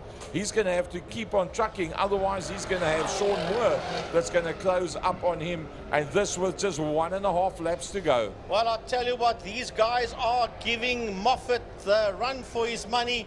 He knows he's got a lap and a bit to do. He's praying that that tyre does not explode on him, because that will cost him everything. And he is fighting for life. He's fighting for survival. He leads a group of 5 supercars, 1, 2, 3, 4, 5 in class. And behind them is your overall race leader in the V8s. And as I said, overall, Mark Ridgway in the V8. And Nasreen goes to the front. Nasreen Slosh has gone to the... No, she hasn't. Oh, being blocked off. Now they're going side by side. It's oopsie over the top of the... and yeah, oh, listen, Mark Ridgway is forcing his way through. He's got to keep on trucking because Sean Moore's closing and Sean Moore's closing fast. These supercar drivers are not interested in what's happening with the V8s. Well, it looks like he will get to the front of that group in time, but look how close it is now, because all of a sudden Sean Moore, with Mark Ridgway being the gentleman, oopsie, and there is that Nasreen that's gone off as well. It had to happen sometime. That is probably Nash and Moffat that has made contact there going into turn 1 on the final lap. You wouldn't believe it, the bad luck out there. So that has changed the whole face. Oh, and a big off in Castro Corner, pirouetting V8 Master. There's 2 cars off there. One is a V8, the other one is a supercar that's rejoining again. But wow, that all happened very, very quickly. It's been total mayhem and chaos out there, but it's been utterly brilliant stuff as our leader works his way down the Killarney back straight down towards Pertamina Fastron. Very, very close between first and second, purely because of that traffic that they had. Mark Ridgway's made no errors. He did it all right. He got through the supercars without damaging anybody, and he comes through for a victory.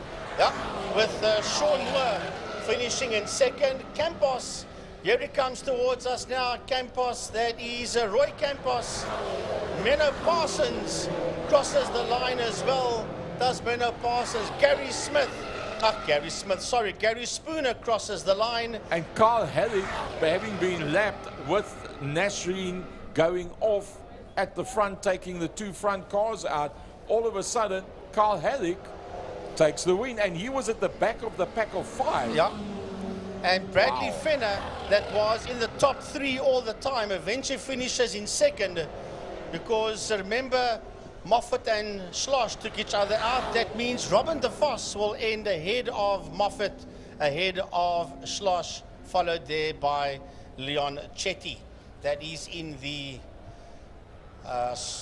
supercars. In the V8s, Mark Ridgway, Sean Moore, Roy Campos, Menno Parsons, Gary Thompson and Stuart Spooner round off the top 6.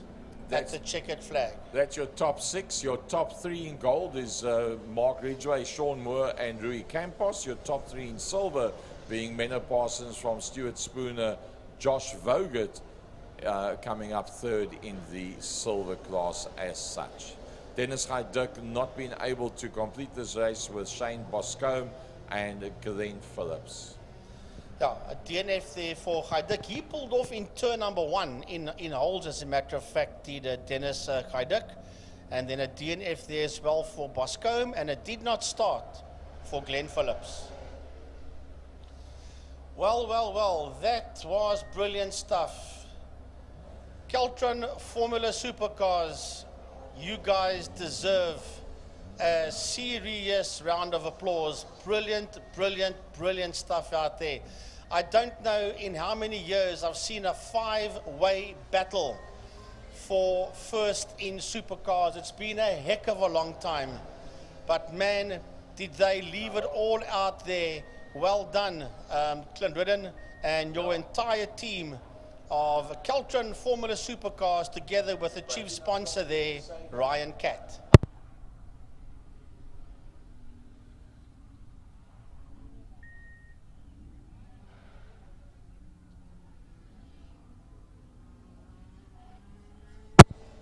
A lot of replays.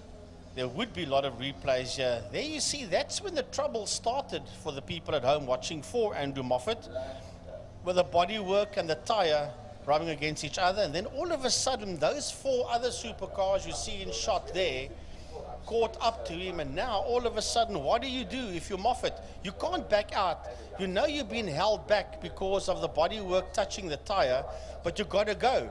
You've got to go as quick as you can and not even worry about that tyre. If it lets go, it lets go. It's one of those things. You hope that it obviously doesn't. As the 33 car spun out there, that's Ian Parsons that spun out. And just a good couple of replays.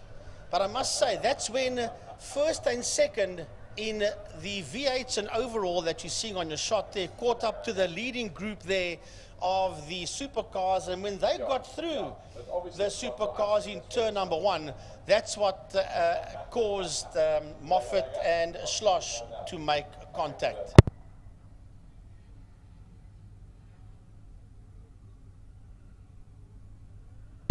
But man, this was brilliant. This was brilliant. Now you see, what do you do here if you are Moffat? Moffat just picked them all up at the wrong time. A couple other replays. This is before Dennis Hajduk departed the scene. But yeah, brilliant stuff. V8s and supercars, magic.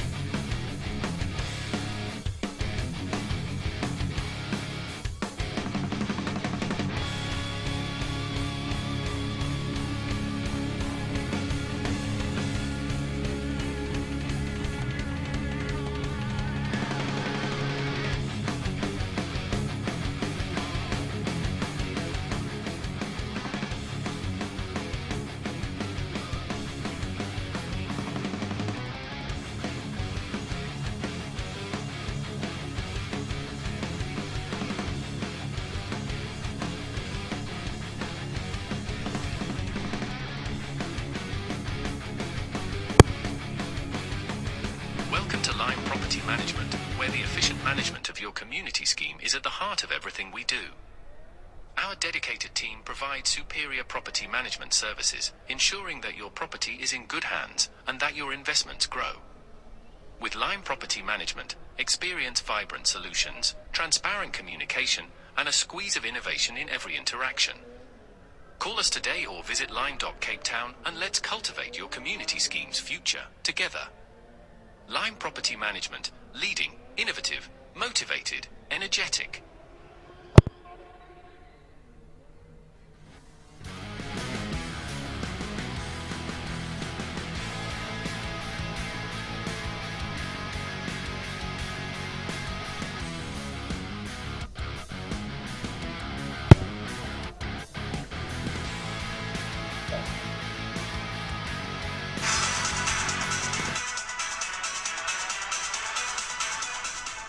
Club in Cape Town has its home right here at Killarney. In fact, it's the only Porsche club in the world to have a clubhouse at an international racetrack. We are proud sponsors of Killarney and the Porsche Club Straight. Our passionate club members and their families regularly attend our race meetings. If you own a Porsche, come and visit us at the Porsche Club and we will let you know what fantastic events we have on offer. The Porsche Club, the best car club in Cape Town.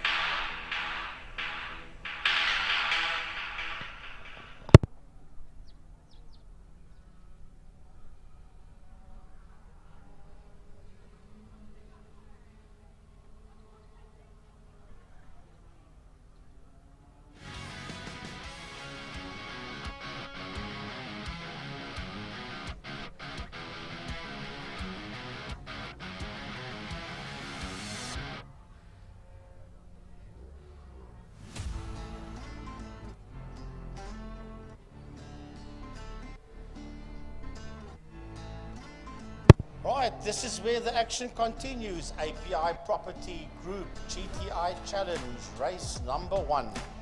And I am led to believe they're going to be doing the 3-light start and not the 1-light start like they did last time. Remember, we'll be back here again on the 26th of April for the Lemons 9-hour. And that's going to be interesting stuff. I'm not sure what time it starts. Probably final start around about 12 o'clock the afternoon all the way through until 9 p.m. I'm just guessing. And that will be the end of the month for the 9-hour. So the facilities will be open for people who want to stay over on Friday evening, and you can even stay over on Saturday evening. Well, I'm sure you can stay over Saturday. Although it's probably just going to be for the Friday. So you can come through, you can camp, and you can enjoy yourself, have a few liquid refreshments, and enjoy the evening and camp out here at Killarney International. And then you are here on Saturday morning for the 9-hour. Not sure what the entry list looks like up until now, but I'm sure we're going to have a decent amount of cars for that one.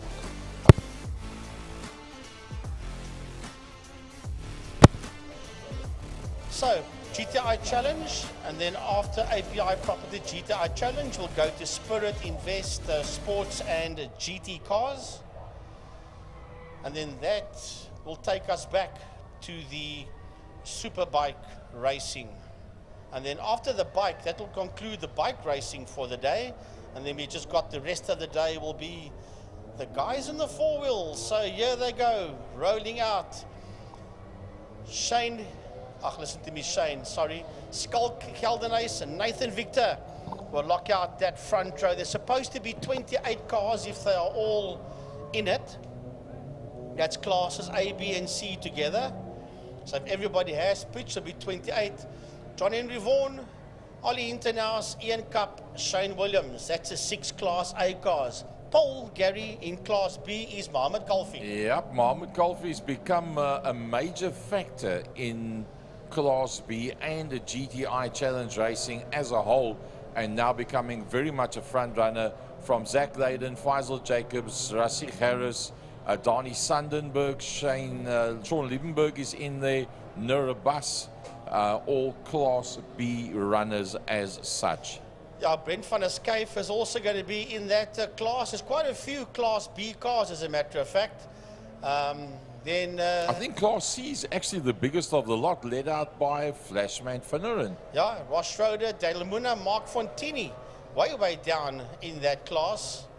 Justin Hubert and Connor Hubert, they are 21st and 22nd, followed there by Celine Rowe. That's probably our only lady racer at this stage of the game in GTI Challenge. Has there ever been Yes. any? Who? Yes. There's been Wendy. She was Wendy Oakamp before she got married, but she used to do GTI She was married Challenge. to one of the brothers, if I remember correct. That's correct, yes. I just offhand can't remember the name now. But she has raced the GTI Challenge. Wow.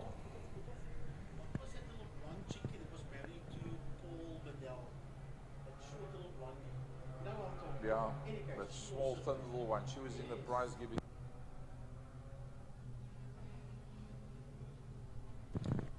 Well, I think any lady that's prepared to get out on the circuit gets a thumbs up from me. Any lady that's prepared to go one-on-one with a Brat Pack, man, you're going to be something really special.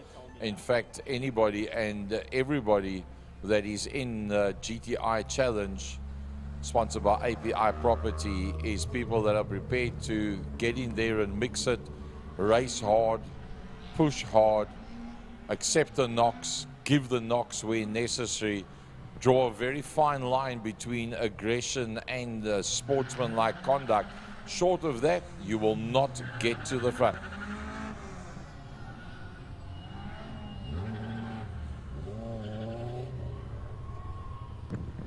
As they come up towards the line. Sorry, Gary, he just gave us the name I'm looking for here, Wendy Roberts. And then there was another lady racer, Nadia Nair, as well. Yeah. So our College of Knowledge, Emil Brandt, he might not be here, but he's still feeding us as much info as he possibly can. There was two Roberts brothers that raced at the same time together, both of them in Class A. And I think the other Roberts brother eventually, I think, is the husband of, trying to think of a name now, it'll come to me. Yeah, also married into the racing fraternity as such.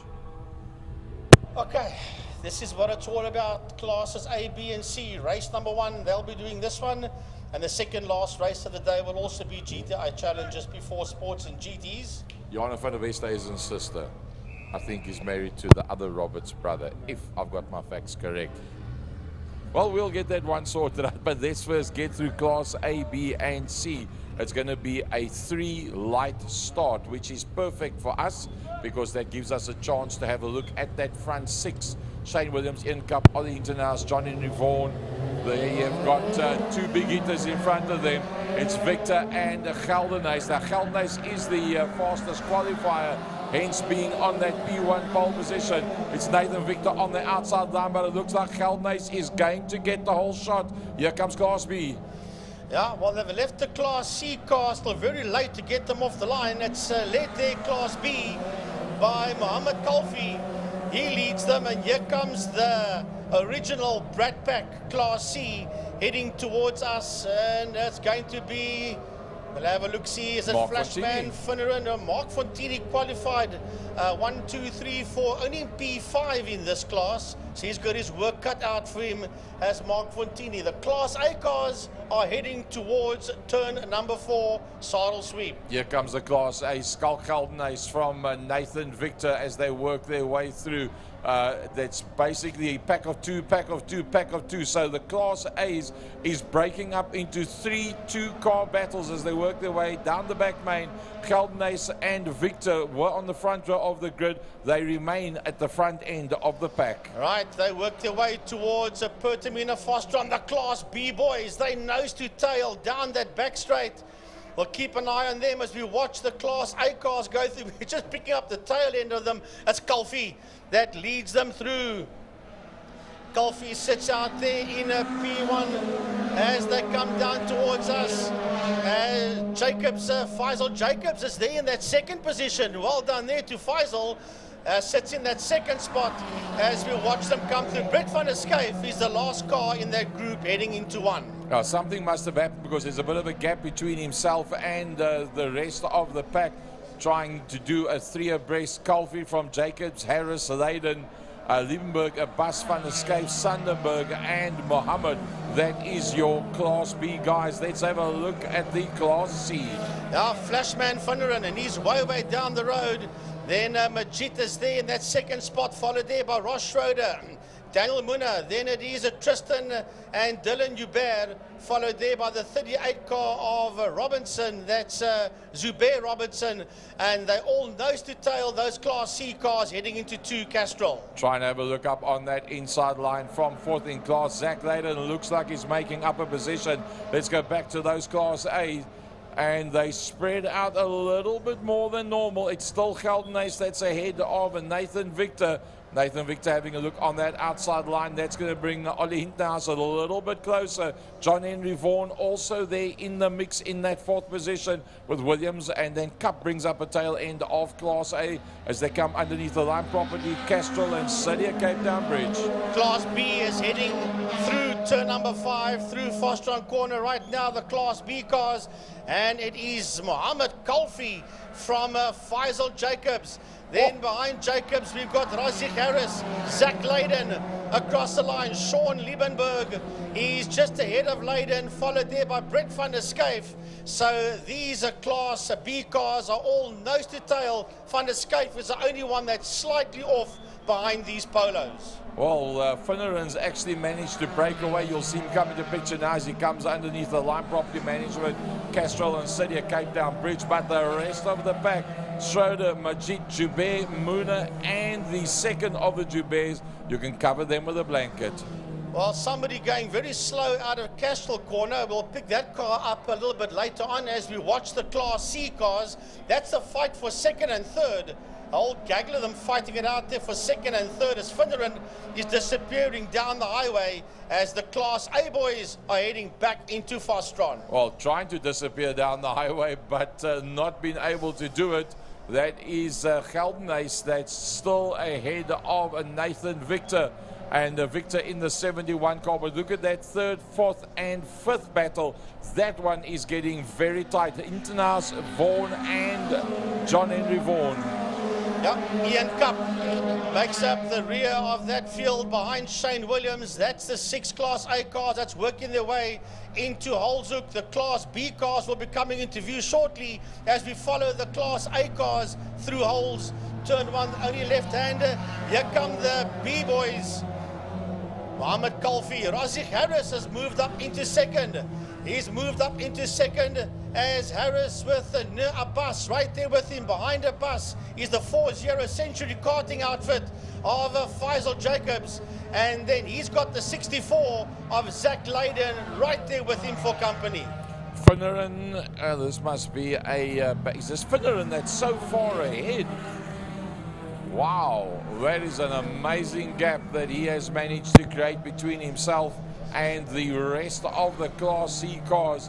They're even closer this time around. A 5-way battle as they work their way out of turn number 1. Yeah, it's been led there by Majid from Hubert, Muna, Schroeder, Hubert and Ferrolli as the Class A cars head out, and still it is Geldenhuys ahead of Nathan Victor. There was a 1/10 of a second when they started this lap. We're heading towards the end of it now as they race down towards us. John Henry Vaughan has gone up into 2nd position. John Henry Vaughan has gone up into 2nd. Williams, Hinthaus and then Cup as the Class B cars work their way out of Fostron. Oh, this Class B battle's now starting to stretch out just a smidgen. But if you think about it, there's still 4 laps to go. Well, only 4 laps to go. And that's how close they are to one another. Finneran has just up-dusted and disappeared away from the rest of the pack. Majid has got this whole brat pack of Class C's in there behind him. That they haven't made an accident yet is utterly amazing. They are so close to one another. 1, 2, 3, 4, 5, 6, 7 of them all together, Class C. That's absolutely insane to watch. These are Class C cars. They've got one lost Class B car in Volkskenk. You see that Volkskenk Polo coming down towards us. He must have had trouble out there in race number 1 because he sits last in class and just behind second place man in Class C, namely Flashman Finneran. How much longer, Frankie? This is GTI Challenge. We're not accustomed to seeing nothing going wrong if they're all so close to one another. Class A is working its way through Pertamina Fastron corner as you watch the Class C cars going into Castrol corner. We'll get them now. It's nothing. That's nothing between these two. Now, will he dive? Will Nathan Victor have a go? He's going to have a go on the outside, and that's not going to work unless if he can hang around him on the outside and stay there, he will have the line for Castrol corner, and that's exactly what he's doing. No, then he pulls in there behind Geldenhuys. He just ran out of road on his right-hand side. Now he moves back to his left to try and sell him a dummy. It's not going to work. That I can promise you. John Henry Vaughan is there in that third spot. There's a spinner. That looks like... Now, I thought it was the 4 car, but it's not. It is a Class C car that has spun there, though. That could be Adriano Ferrari. In Castrol. I think you're right. I think it's Adriano Ferrari that's standing there. That is the 4 car. Remember, he did start from the pit lane. So it is quite possible. Well, I don't think that the 4 car is a silver car, and that is not the Ferrari car. That. So look at these cars coming towards us. This is Class C. That last of the Class B cars is just ahead of them. He's behind Finner, and this is the fight for second and third in that C class. And Tristan Hubert has gone up. He has made the move. He sits second overall from Muna, Ajit, Schroeder, and then the 4 car Ferrari is still in there. So that car is not the Ferrari car, but it's still standing on the racetrack. So there's double yellows in Castrol corner, no overtaking there. Nathan Victor still putting pressure on pole sitter Geldenhuys. And, well, Geldenhuys comes from good stock. His father is an champion in the GTI Challenge, so he knows what winning is all about. But to hold out Nathan Victor on the charge, not easy for anybody. Well, the Class B cars are heading into turn number 1. That's going to be something interesting as we watch them go towards Castrol corner. Here they come out of Holzhoek, and it's still been led there by Mohammed Kalfi from Razi Harris. Then it is Nir Abbas. Behind Nir Abbas is Faisal Jacobs, and right on his heels is Zach Leyden. Zach Leyden coming through there. He's the last, and that car still there in the way there in Castrol corner as the driver is now out of that car. Well, still holding on at the front is Geldenhuys. Is this going to... I don't believe Geldenhuys has ever stood pole, led every single lap, and finished at the front end of the field. He's coming in now to start the final lap. Is this making history for Geldenhuys? I think so. It's quite possible. I just saw John Henry Vaughan dart around one of the slower Class C cars as we start the last lap. As a matter of fact, Skulky's done a 125.218, so he's the quickest man out there on the last lap now. Coming up towards Castrol corner, and it's a last gasp effort with now down to 4 corners to go after this one. But I think while we've got the opportunity, let's have a quick shofty at what is happening in Class B. Yeah, Class B heading towards us, still being led there by Mohammed Kalfi from Razi Harris, but he's been hassled here by Nir Abbas, and right behind him is Faisal Jacobs and Zach Leyden. Zach Leyden won't give up. He's still hanging on to the back end there of the Jacobs car. And the Class C battle. Class C, well, Flashman Finneran far down the road. That's happened. Oh, there's contact. But the leaders are heading into turn number 5 for the final time into Pertamina Fastron. And it's all about the combination of Geldenhuys and Victor. Oh, I tell you what, Geldenhuys has been utterly brilliant. He held out Nathan Victor, a hard-charging Nathan Victor. Very few would be able to do that. Well done, John Henry Vaughan, picking up a third. I think he started around about fourth or fifth. Coming through behind that, Williams. Cup has got ahead of Ollie Hintenhouse. Yeah, as that is the Class A cars that finished. We're going to pick up the Class B cars. Been led out by Mohammed Kalfi. Here comes Hintenhouse to the line now. So he got lost somewhere in the equation as they work their way down towards us. Well, let's have a look and see who is going to be to the checkered flag. It is going to be Kalfi that's going to come home in P1. But is it going to be in second? That's very close across the line. And it's going to be Harris that gets to the flag. 0.05 of a second ahead of Nir Abbas. Followed there by Faisal Jacobs, Zach Leyden, and crossing the line now is Brent van der Schuyf. At 180 k's an hour, 0.05 of a second. What's that? The thickness of your number plate? Here comes the leader of Class C towards us. Flashman Finneran has showed the Class C cars the way to the checkered flag. He will win this one convincingly. Flashman Finneran.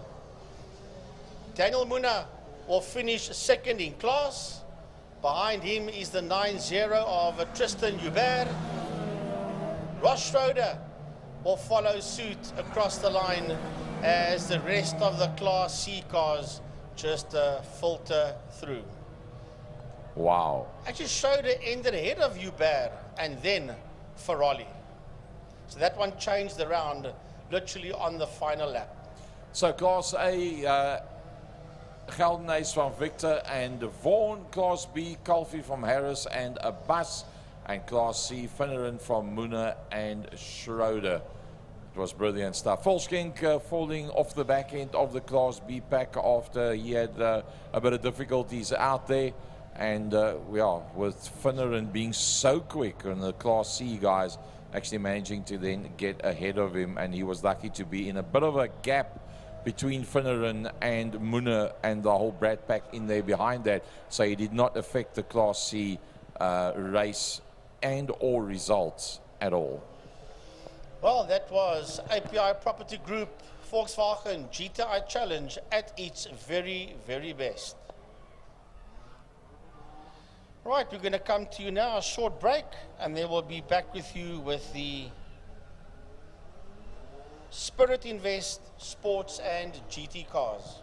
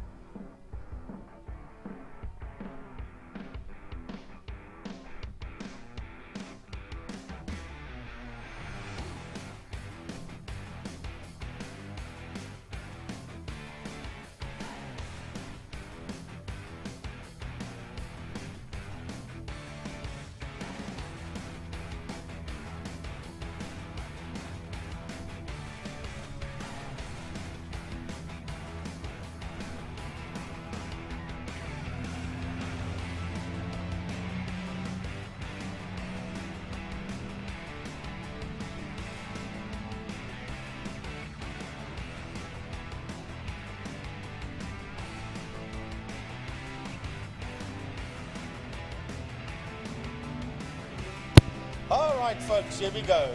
Spirit Invest, Sports and GTs, race number 1, over 10 laps. You would think that everyone's had their first race of the day, but now they get to start us off for their first one. And it looks like a pretty good field, does it not, Frankie?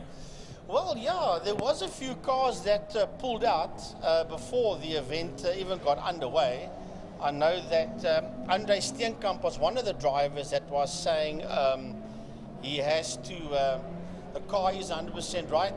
But what is nice to see is the Ferrari of Marcel Angel, the man from Autobus Angel himself. He's brought that Ferrari out here. I haven't seen that Ferrari at Killarney International for quite some time. So it's nice to see that car back out on track again in the hands of somebody that can. Remember that in June month, we've got the SA Endurance Series coming here, the 6 hour. But that's only in June. We still got quite some time before we get to June.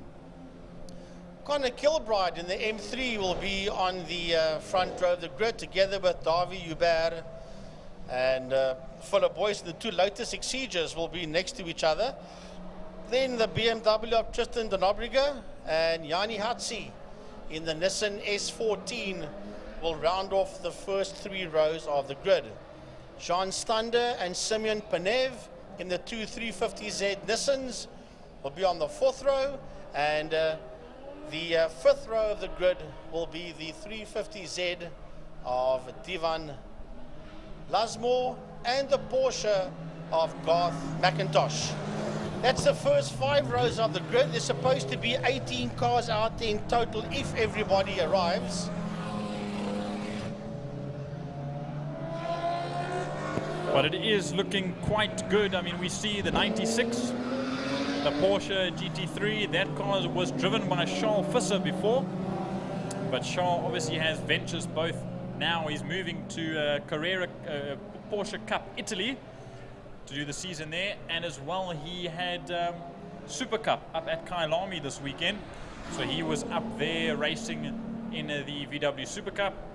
So I believe, I don't know if that car, that Porsche GT3 was bought over by Garth McIntosh or if it's being borrowed, but just like that, I mean, awesome to see some new driver car combinations, 1 or 2 cars that we haven't seen in a long time. And you know what I keep seeing that I'm very impressed by is the more and more Nissan 350Zs that keep coming out in this class.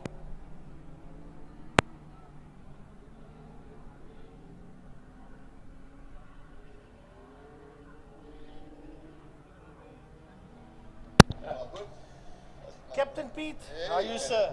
I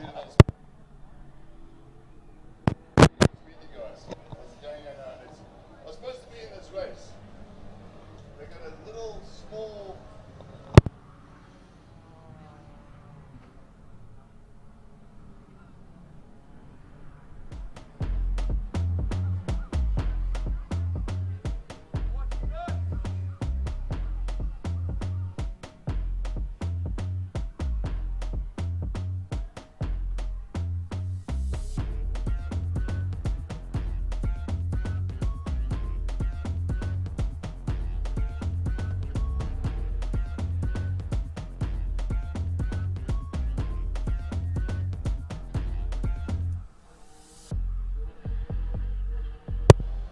Right, here we go.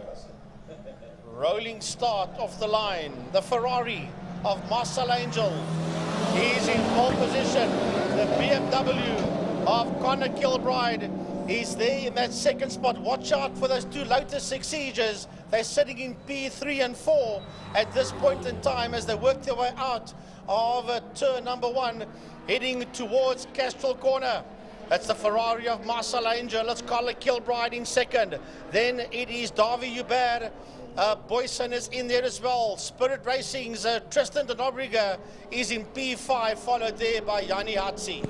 A good first 3 corners it's been so far. Very clean from all the drivers as they make their way down into Dam's Dip now with the leaders heading up. That is Marcel Angel himself going to Sorrel Sweep as it stands. and he is pulling away from Connor Kilbride.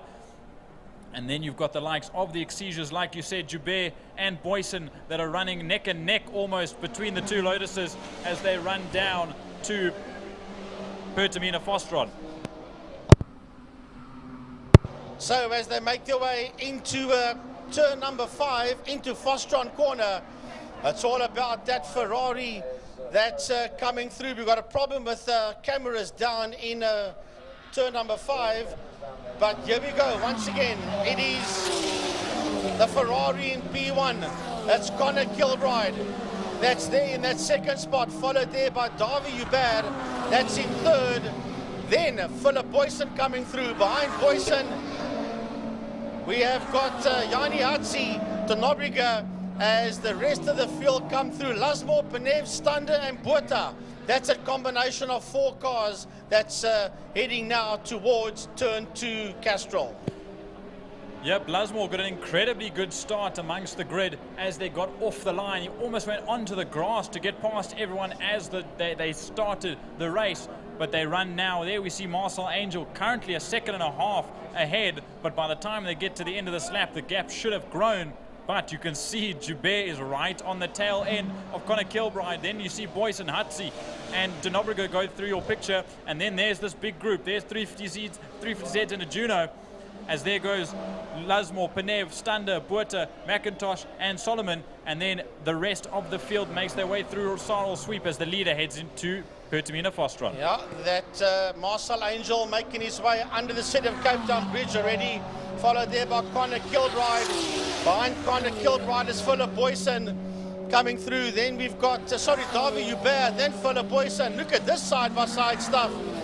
It is Yanni Hatzi and Tristan De Nobrega, with Hatzi on the inside of De Nobrega, and De Nobrega stays ahead there of Yanni Hatzi as they exit turn number 1. And then we've got Penev, Stander, Lasmore and Botha. That's those 4 cars coming through, and right there with them is the Porsche of Garth McIntosh. And I lied, I made a mistake. Juan Sanders in the Ligier, not the Juno, as they run through now. He pulls away from all those 350Zs as we see the rest of the field coming in. Botha, McIntosh, here comes Solomon, there's Gorman, Erasmus, Trollop comes through, Swanepoel and Greef. But now we jump back in. I think we've got some freezing issues with some of the cameras at the back end of the circuit. But there we see Boyson go through. And then there, De Nobrega and Hatzi, we saw that battle side by side that they were going through the first half of the lap. And now it seems De Nobrega's got a little bit of an edge ahead of Hatzi. And now there you see our leader come into frame and down to start another lap. Yeah, that is Angel. Here comes Kilbride. He's got Davi Hubert right on his heels. Here comes Philip Boyson. Behind Boyson is De Nobrega. Behind him is Yanni Hatzi as they head into 1. And here comes Simeon Penev towards us, and then it's a big 4-way fight behind Penev. That is Devon Lasmore, Emil Botha, Garth McIntosh, all in that fight as well as we wait for them to go through. And then Gavin Gorman and Eric Salomons also having their own little fight out there as they make their way around. Yes, they do, and they come into frame now. There we see Davi Joubert just came out of picture. There he goes. Now we'll watch that Lotus Exige, and then just coming to the picture should be the, I say sister Lotus Exige, but the Origin Oil Exige comes there to Philip Boyson. Now it's 4.5 seconds is the gap between himself as they run down now. De Nobrega is ahead there of Hatzi, but now we jump back to your leader once again. Marcel Angel still heads out, and Kilbride 7.5 seconds ahead. Well, I'm going to hand one of our mics over to Peter van der Spey. He was supposed to be in this race today, Peter, but obviously had car issues. Peter, you can come and join us with commentary on this one. But first of all, tell us, what was the problem out there today? No, it was just a little bit of a body fitting problem where if we actually, the floorboard didn't really match the body cover. So we had to just get that lined up. And and there was a bit of too much stress on the body clip, so we couldn't really risk it coming off. But other than that, yeah, I'm very disappointed not to be out here with the guys, because I think I would have been at least in the top 3. You know, Johan Stander, who's in the Ligier, he's new at this game and he's doing exceptionally well. I think he's doing his best times that he's done so far, from what I know, from what I can see there. And it's nice to see him coming up through the field there. And now, were you expecting it to be raining today? And if you were going to be racing, were you going to be fine with racing in the rain, or would you have been one of the ones to maybe take a step back from the weather? No, absolutely. I love the rain. You know, it sort of evens the field out nicely, and then you have the likes of Marcel Angel that you may be able to catch then, you know. You know, with the rain, whoa, there goes the whole cover has just come off his car. Oh, that's got to be a yellow flag. Come on, guys. That's a yellow flag, man. Come on. Yeah, that's going to be a bit of an issue. I don't know if they'd bring the safety car. We've got 5 laps to go. There's a whole bonnet line. You guys can just jump out there and grab it. Now, whose was that? That was Davy Bears, I think. Was it Philip Boyson's? Yeah, so that was just a sudden, I mean, maybe pins, maybe whatever, just a bit of air under that front clip. Yeah, just almost gonna a collection. I hope they can see it, yeah, okay. Okay, just jump somebody over there quickly and oh, yeah, no, this is very dangerous, actually. You'd hate somebody to hit that thing. I see they've got the double wave yellow, so people are aware. They've got a double wave yellow, okay, so. But now you know yourself that is exactly the racing line. You'd be up right up against them. Marcel Angel just missed that. The entire bonnet came off there. I wonder if he went off somewhere along the road.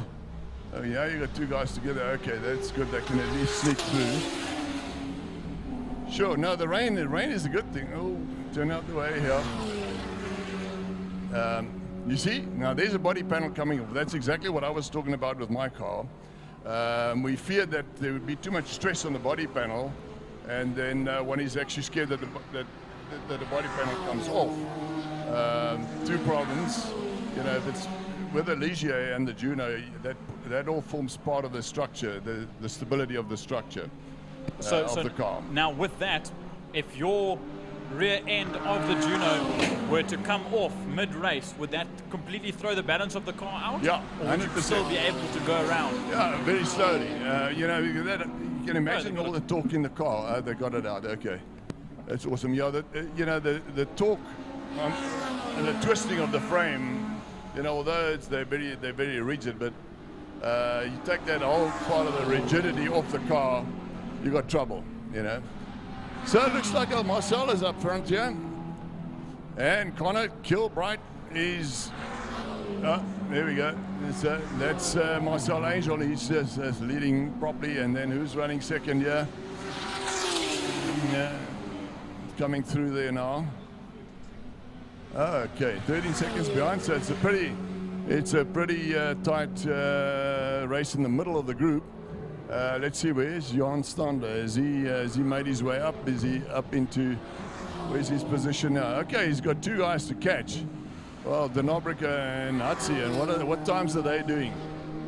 So there we're seeing, there is Denobrica in your frame, and then just behind is Yanni Hatzi, and then obviously Johan Stander. So obviously there is a little bit of a catch-up to go. Maybe setups were maybe set out for the rain. I don't know if you would have had to change your setup if you were expecting rain, but I mean some of these guys can do what would you call it, like an all-rounder setup, whether it's good in the rain or in the wet. I mean in the dry or the wet. So I think that's what some of these guys might have, unless they did a quick last-minute change. 100%. That could very well have been the thing, because I mean I watched one of the races early on where the guys went out in the dry and then it started raining and there was all sorts of pandemonium. That's when Byron Mitchell was that race in particular. But yeah, I would have been out of my slicks, but I would definitely have had a standby setup done with the wets. You probably would have seen the wets coming off and the dries coming back on again. And the problem is that can be such a rush right at the last moment that it unsettles you a little bit when, if for whatever reason maybe the rain does come out all of a sudden. I mean, we've had times at the track where it's wet in turn 5 because there's clouds over there, but it's dry around the rest of the track. But there now we see, obviously, I don't think anyone is on wets now. They could see that after lunch it was nice and dry. But we see Marcel Angel out there, Connor Kilbride 15.5 seconds. Then it is Darby Jabir, one of the two Lotuses, that is now still running 5 seconds behind Connor Kilbride. And then obviously the Lotus Exige, Philip Boyson, whose bonnet flew off, and they managed to pull it off the side of the circuit. They've pulled off, because I don't know if maybe there's some damage there or whatever the case may be, but I mean, Philip Boyson was definitely a contender at the front end of the field. Oh, absolutely. And, you know, I think the very exciting class there at the moment is Class C. Is that Class C, the purple over there? Yeah. Class C. It seems to be a nice big class. And you got the Lasmores and the Benov and Stander, Hutzi, the Nobriga. Oh! Who spun over there? I believe that was the Porsche GT3 of Garth McIntosh rather. We'll just have to see. Oh yes, he's on the edge there, very dangerous spot actually, and the other guy's flag should be out by now. And you know, it's really difficult when you balanced on the ridge of the car and you can't get going, you know. And I mean, if you can just get going, you can get off that hump. And then he could actually finish the race. But you can have a situation where he's actually stuck, and no real damage to the car. But now you're balancing on the bottom end of the car. Yep. And I mean, that's one of those times where the marshals might be able to push the car off, but you've already lost so much time that it's not that worth it. As we see Marcel Angel, he's coming around the final corner for the last time in race number 1. And then you've got Simeon Penev, that Porsche still stuck there. It's Simeon Penev and Divan Loosmore that are fighting out in two of those 350Zs. But here we have Marcel Angel coming to the line to take race number 1 victory ahead of Connor Kilbride, that is still 16 seconds away. Yeah, it's basically as they started, eh? And then is this Johan Stander coming through? No, that's not at the moment. And is that poor guy still stuck on the hump? That is such a pity. That's such a disappointing thing, you know. You just slide around, no damage to the car, just a simple little spin, and then you sit on the edge. And who's that? So there we just saw Connor Kilbride come home in 2nd position. That was 23 seconds off. And then there we see Darby Jabir come home in 3rd. So that's your top 3 order for race number 1. Marcel Angel, Connor Kilbride, and Darby Jabir, all in individual classes. So they'll get their classes sorted out by the end of the day. There's more 350Z battles right to the line. That was Gavin Gorman Gavin Erasmus rather, and Brett Swanefelter. And then the likes of Tristan Denobrick coming home again ahead of Yanni Hutzi. And then obviously still there's that double weight yellow. I think that's Johan Stander coming around there now in the Ligier. And he seems to be going very slowly. Is he? Okay, so he's made it. That's fantastic. I think he's the 3rd in class, Johan Stander, and I think he's done 1 or 2 really good laps today as well. And it's, you know, he's really getting going. He's getting the hang of this car now, and he's just going to get faster and faster. It's really an incredible car, that. And then, so what a good race, and well done to Marcel Angel. And thank you for coming and speaking with me on this. Obviously, we'd prefer to see you out on the circuit. I'm sure that's where you'd prefer to be yourself. Do you have any other plans minus Power Series? Do you plan on doing any endurance races in the SAES? Yes, absolutely. You know, in 2023, I came 3rd in Class A in the South African Championships there. And then I gave it a miss for the whole year and a half now. So I intend to give one of those 2 races a go. I may do the 1 year in June. I want to do the 6-hour here in June. And then I was really excited to do this race, to do a little bit of a comeback. You know, I've been sitting on my laurels too long, and you don't want a race car sitting in the garage gathering dust. And so it's, yeah, I'm very disappointed to not be able to race today, but you're going to see me on the track soon with the next race. There's no doubt about that. And also in the 6-hour endurance race. I may very well maybe even take part in the 9-hour Lamuna race, you know, just for the hell of it. Well, that will be an incredible sight to see, and it's great having you up here. I know I've never spoken to you before, so it was lovely meeting and chatting to you. Absolutely wonderful. I'm sure this isn't something that you generally do either, so maybe a different experience for you yourself. No. Thanks for having me up here, and it's always lucky to come up here and have a little chat to you guys, and really have a fantastic day further, and I look forward to the next race. Awesome. That was the Well, voice that was of Mr. Peter van der Spy. Captain Peter van der Spy. Why do I call him captain? Because he is a Gulf Airline pilot, Gulfstream pilot of note. That's why we refer to him as Captain Pete. So that was the sports and GTs. As we get ready now for the Pirelli Seal Pro Wine and Superbike Challenge 600s. And that's coming up 11 bikes, 12 bikes, if I can count right, it's actually 13 bikes, if they all come out onto the track. Slate van Niekerk went down in turn 5. He binned the bike there in a Fastron corner early on when the track was very wet with the ZX-10R. It was the Yamaha R1 of Ronald Slamet that was ahead, and he was waving his one arm around saying, "Stop the race, it's too wet." And eventually they had to call it quits. Malcolm Rapson will be out there in third. Johnny Towers, who was leading the 600 class at that stage and was also in that top 3-4, he will start this one in P4. Then Mark van der Berg will start there in P5. Ethan Dina P6. The returning Mr. Michael de Toy in P7.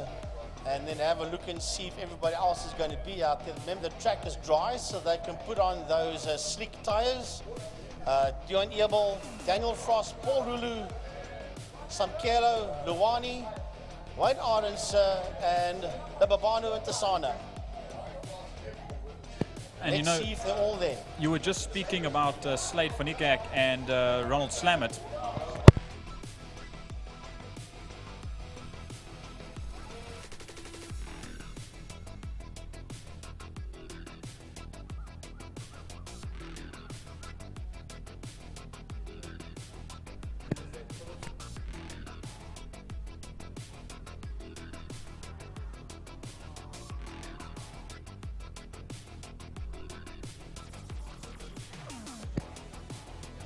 But Slate van Niekerk, obviously you were saying that Ronald Slamet was waving his hand and it was getting extremely wet. We saw Ethan Dinner go down in Castro Corner, turn number 2, and then Paul Rulu went wide and he got a little bit in the dirt and he dropped the bike as well and then couldn't get it started. So it might become a little bit of a problem, but I'm sure this is probably the perfect time to have the superbikes come out for race number 2, change of setup, maybe get your mind a little bit right. The sun is out, the sun is much further away. I mean, the clouds are much further away.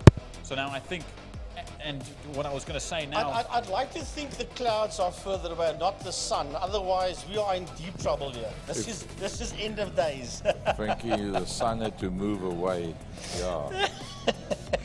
that would be a technical infringement. They'd have to go to the COC or what? It would be a FIA session. We have to send it to the stewards if the sun started to move further away. So keep in mind that this weekend we've got MotoGP and we've got Formula One. To you guys that's watching our live stream, IMUSAT, welcome. Vandag is het lekker om jullie samen met ons te hê. And remember, there's also Extreme Festival that is on the go and being live streamed as well. And then there's another sport, I think they call it rugby. I don't know, there's ruggers or whatever. Something like that. Yeah, there's some of that stuff going on as well. But I think we'll stick with the 2 and the 4 wheels. Yeah, Much I nicer. think so. Next up, Pirelli Seal Pro Wineland Superbike Challenge, and the 600s all out there on circuit. Slate van Niekerk, Ronald Slamet, Malcolm Rapson, Johnny Towers. And yeah, that's your front 4, keeping in mind that Johnny Towers is leading the 600 out there from Martin Dinner. So that's going to be pretty interesting. And then, yeah, behind that is De Toy that's leading out his class, which is fantastic to have him back out on circuit again. He stands 7th overall on the grid. Yeah, that's in the Superbike Challenge. He sits in P7, but he is pole for the Superbike Challenge. He's Mike de Toy, Dion Ebel, and then Daniel Frost, and Paul Rulu. That is the top 10. Then Luwani, Arendse, and Ntasana.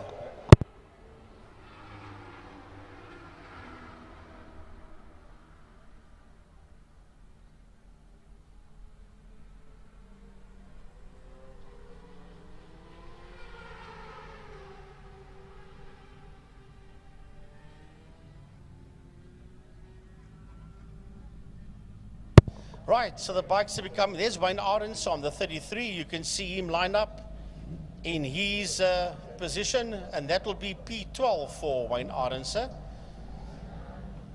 Now the question is, I didn't look out the window, is the 111 bike on? Yeah, he is there. So that's what I was going to say a little bit earlier on, is with the drastic waving that Ronald Slamet was showing us, it looked very serious. Yeah. But Slade actually has an onboard camera in his helmet, and when I saw the footage of him going off in 5, it was actually just a quite brisk leaning in halfway through the corner. The bike went down and slid into the dirt. He landed on his feet, jumped up and tried to get the bike underway again. But obviously Ronald was thinking this is going to start getting dangerous if someone like Slade is going off at the front end of the field. But at the same time, anyone novice, well experienced, anyone can make a mistake, and that's just an unfortunate one. But it's good to have him back out on the field. Frankie, the revs are up, the lights are on and off, and away we go for race number 2 of the Pirelli Seal Pro Winans Superbike Challenge and 600s, and down they go into Holes Hook for the second time today. Well, and Slamet gets the whole shot out of turn number 1. Oh, as a matter of fact, as Rapson's also beginning to move through the field. No, that is Van Niekerk that is there in that second spot. Man, as they work their way through Castrol Corner, there is nothing between them. They really left it all out on track going into turn number 1 into holes as they work their way through the Lundstem Kink and into Damstip. But Ronald Slamet got the whole shot out of turn 1, and now it's the Red Baron that is racing away. And you know, this is the perfect conditions that these guys would have wanted in race number 1, and how they've been given it. But it's a sort of change of mind altogether, since now they were racing on a wet track and now it's completely dry. And now the Red Baron is showing his skill quite clearly as he pulls away. Maybe Slade's got a little bit of a switch that's been turned off. He's currently sitting in P2, but I know this guy, the wild child himself, will start pulling closer and closer. But he does have the fastest account on 2 wheels. Mr. Malcolm Rapson, previous champions years before. He's right on Slade's case. It's going to be super close. That's going to be very close indeed as they all roll through to turn number 1. That seems to be the lot of them out there. Only 11 bikes, 12 bikes out there. Dion Ebel is not out there as we watch them come through. Here we go. Van Niekerk, Slamet, Van Niekerk, Rapson. Johnny Tauber sits in P4 and he leads the 600 class as the field work their way through Lundstem Kink and into Damstip, led there by Ronald Slamet. Yep, you said Slamet, Van Niekerk, Rapson, Towers is there, obviously first in 600s. Then it's Mark van den Berg. Then we see Michael de Toy leading out the challenge class as it stands ahead of Wayne Arendse and Daniel Frost. And then Paul Rulu, as well as Lubabala Nsana. He sits there. Ethan Dinner in the second place, 600 at the moment, ahead of Samkela Lawani, are just at the back end of the field. But those guys are very quick in that class as well, so you'll see them pulling up closer to the mid-pack very soon. We've got 9 laps in this race. We had 7 laps in the first one, I believe, or 8 laps. But now you can see Ronald Slamet comes across the line, and these two are not that far behind. No, as they work their way through into turn number 1, it's Slamet, Van Niekerk, Rapson, Towers, Mark van der Berg. There comes a 99 across the line.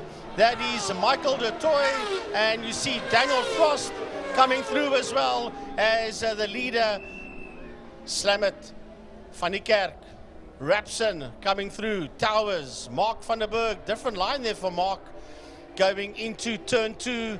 Then it is the learner, as he calls himself, that's Michael de Toy, working his way into Castrol Corner. And now that you say the learner, I know exactly who you're talking about. I've seen him at a couple of track days before in the past, and now it's good to have that name back. He's definitely not a learner anymore, but maybe he does feel like that after being away for 2 years. But he's still in the mid-pack, showing them what he's got. But the leaders will run down to Pertamina Foster. Now there you see the gap between Slamet, Van Niekerk and Rapson has completely widened. So the top 3 are moving away from each other, both forwards and backwards. There we see, that's Johnny Towers. And then Mark van den Berg. So Mark van den Berg's not that far off on his Jigsaw 1000. And then we see the first of the challenge class. That is Michael Du Toit and Wayne Arendse go through, and then it's Daniel Frost, Paul Rulu, and Nsana. We carry now as this group goes into Hole's Hook rather. And that is the mid-pack. And the mid-pack's quite close all the way down to Samkela Lawani. It's actually Paul Rulu's birthday today. I forgot to mention that. I said Samkela Lawani's birthday was 2 days ago, but Paul Rulu's got a birthday himself, and he's down there. He's actually in the top 10, which is currently very good for him, I'm sure. But now there's your front end of the field, closer to the front. They go through Sorrel Sweep now. Now the gap between the Red Baron and the Wild Child has absolutely demolished between the two. They are so close. Slade van Niekerk has picked up however many tenths, and he's right up there with Ronald Slammert. He'll go up his inside, and he'll take the position away. Just like that, it took him 2-3 laps, but he's done just that. And now these are his conditions. He can race in the wet, but he showed us in race number 1 and that was quite difficult. However, in race number 2, he's really showing you what he's got in the dry. And this is really important for the championship as well, because I know that Ronald Slammert, the Red Baron, wants to come back and win his 4th title, and he can do that. He's showing us the pace, but Slade van Niekerk just seems to be on a different level at the moment, with Malcolm Rapson sitting there in 3rd position, just a little bit of ways off the pace. Then we see Johnny Towns first in the 600s. It's good to see a 600 so far up in the field, and that RST man himself is just way too quick. That is prepped by Missile Motorcycles and Kieran Snyman. Obviously, Kieran Snyman taking a bit of a step back from riding himself. Then we see Van den Berg went past. There's Michael Du Toit. Then there's this big group of bikes. It's Arendse, it's Frost, it's Paul Rulu. There's Lubabalo Nsana. Ethan Dinner comes into your frame, and then Luwani is not too far behind there. You see him at the back of your picture. He still comes through, and he can see those out in front, and he knows that if anything does happen, he's got a few spots that he can collect if the guys in front of him start to fight or maybe lose a little bit of time. But coming through now to start another lap under the City of Cape Town Bridge. Let's look at the gap between the 111 of Slade van Niekerk and the 68 of Ronald Slammert. As it sits, it's just under 2 seconds, and then it's a 2.7 second gap between Slammert and Rapson. Then 5 second gap between Rapson and Towers, so they are slowly getting further and further away from each other, and Slade van Niekerk just seems to be in a realm of his own as he pulls away from Ronald Slammert in 2nd position. There, Michael Du Toit gets a little bit squabbly over the bumps in the center of the circuit, just under the City of Cape Town Bridge. Now look at this. It's a full bike battle. Very close, as just up the inside goes Wayne Arendse. Wayne sits there now in 2nd position, but you still have Nsana, Rulu, and Frost all up in between the 3. There goes Michael Du Toit to begin the photo. Then here, we see putting a leg out. Then this group of 4, it is Arendse, Frost, Nsana, and Rulu all battling it out like it's nobody's business. And actually, I lie, it's Ethan Dinner in 11th on the 3, the 600cc CBR, or the R6 rather, that is battling it out there. So in actual fact, Wayne Arendse has just nipped a little bit further ahead. But this is going to be a very close battle to the line. We've got 3 laps to go. The leader now goes down into Castrol Corner, but we'll stay with this for now, as Slade van Niekerk currently sits all on his own. I'm sure this is what he wants after that bit of a difficult thing. But still very, very close. There's a bike down in turn number 5. That is not a good sign. We'll look there. 2 bikes down, unfortunately. One rider is running, the other is lying on his back. It's Daniel Frost. There's a red flag is out, thank goodness. We know that nowadays, if something happens on a bike, the best thing to do is just call the red flag. I see double waved yellows, so the red flags haven't been told to go into turn 5 just yet. But there is caution. But both riders are up. I'll give you the information that both riders are standing. It is Daniel Frost. And I believe the second bike, if I look around the circuit and just see who came across the line, it very well could be, before I make a speculation, I don't want to judge But I think that could be the 3 of Ethan Dinner. Both riders are up though, which is incredible news. You know, the last thing you want to have is any sort of incident, and just like that, the riders know what they need to do. They bring it into the pit lane. With 3 laps to go, I'm pretty sure that will be race over. I don't know how many percent. I think we're 66% of the way through.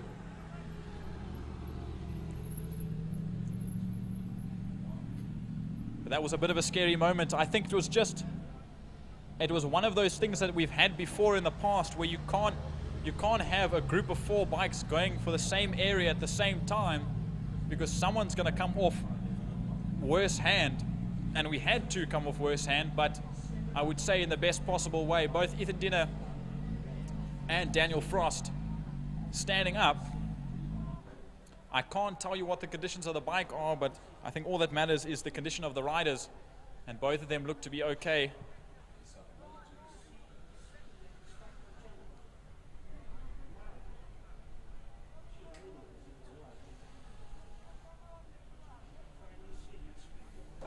Just a confirmation for those that may be a little tense right now. Both riders are okay and standing.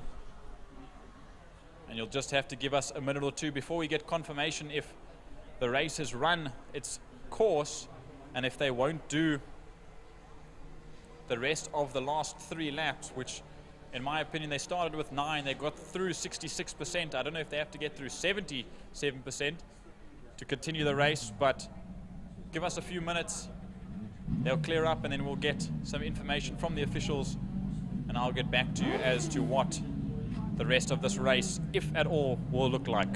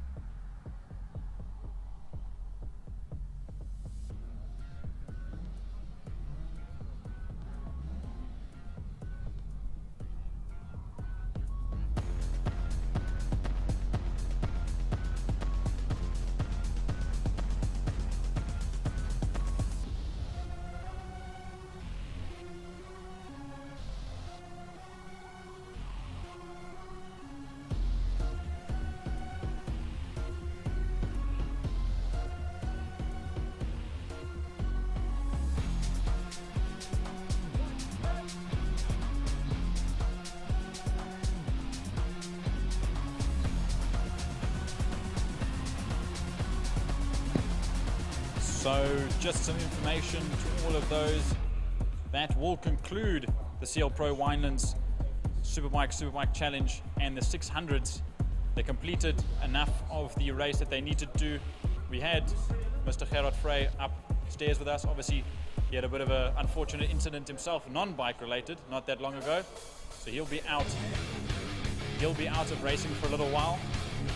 But obviously, CL Pro Winelands himself, I'd say, he's here. Obviously, it's always nice to have the riders that, even if they've had an accident and you're injured, or even if you don't have an accident and you get injured elsewhere, I mean, they still come back to the circuit. It's always nice to have the people back. It's nice to have them and Gerard Frey himself and Chantal, his beautiful missus, here up with us today. So I'd like to see you back on a bike, but I know it's going to be a little bit of time. You and me both. But just that confirmation that race number 2 will be cancelled. They managed to get in 6 or 7 laps of that race. And it was just an unfortunate series of events. Those that were watching the live stream could see the replay that both riders were okay. But I believe that it was just a bit of an unsettlement from Ethan Dinner going into that final corner. I saw, and Gerard Frey said to me that I think he grabbed the brakes and he got a little bit unsettled and the bike sort of got wobbly, and you see in the replay that the bike goes down before it collects Daniel Frost and his motorcycle, the 28. And there you can actually see the replay now as we watch. And it was just one of those unlucky, unfortunate events where there were so many bikes in one spot at one time. And Ethan Dinner just got a little bit out of shape. The bike went down, he went down. Luckily, he didn't collect anything, or no one collected him. And then obviously Daniel Frost was just the unfortunate one to be in the middle of it. And the bike obviously slid into the bottom of the 28, the Candy Floss pink and blue bike. And unfortunately both bikes went down, but bikes can be repaired. I know humans can be repaired, but in motorcycle racing we'd rather not have the riders get injured. But that'll conclude, like I say once again, the CL Pro Winelands Superbike Challenge and the 600s. But now we move on to race number 2 of the BMW Car Club of Cape Town series. You always come out in a big way. This time 14 cars out on the grid. They had a hefty one in race number 1 in the rain, but finally they get a little bit of sunshine and a slightly clearer track. So I think they're going to be pretty stoked about that one. All right, I think they'll be a lot happier with the fact that things are a heck of a lot drier compared to what it was early on. BMW Car Club Cape Town, race number 2. And Parker and Levy, Mansour and Anwar are going to be on the front row of the grid. Then Boland Volskenk, Dexter Bruce, Connor Kilbride, Marco Retta, Jacques Dutoy, Dylan Hubert, Ernest Page, James King, Jacques Prince, Andre Fuhren, Shane Bascombe and Brian Dark, if all 14 of them are out there.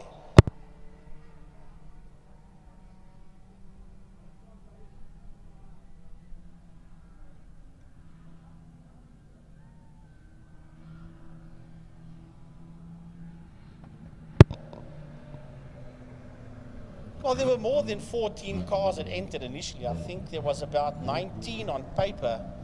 14 of them are out there on track, as I said, if they all do come out. So let's have a look and see as they begin to line up for their second race of the day in the BMW Car Club Cape Town series. There is Brian Dark, the 2222 outfit of Brian Dark. And that is his number, 222242s. I was asking him the other day, I said to him, why do you have 22 or 222? He says, no, he wants 2222. Well, there's no rule in law that says you can't have it, so... That's what I would have thought. It is the way it is. And like in Formula 1, you only have from 1, or technically one's only reserved for the champion. You've got from 2 to 99, and in some other series you have from 2 to 999. So I never knew you could put 4 numbers, but I don't think Brian Dark really cares. So You know what, he I don't put know. four I don't twos on there. believe that there's a rule and a regulation that says you can't have 4 numbers, although it's not practical, but there is nothing wrong with it.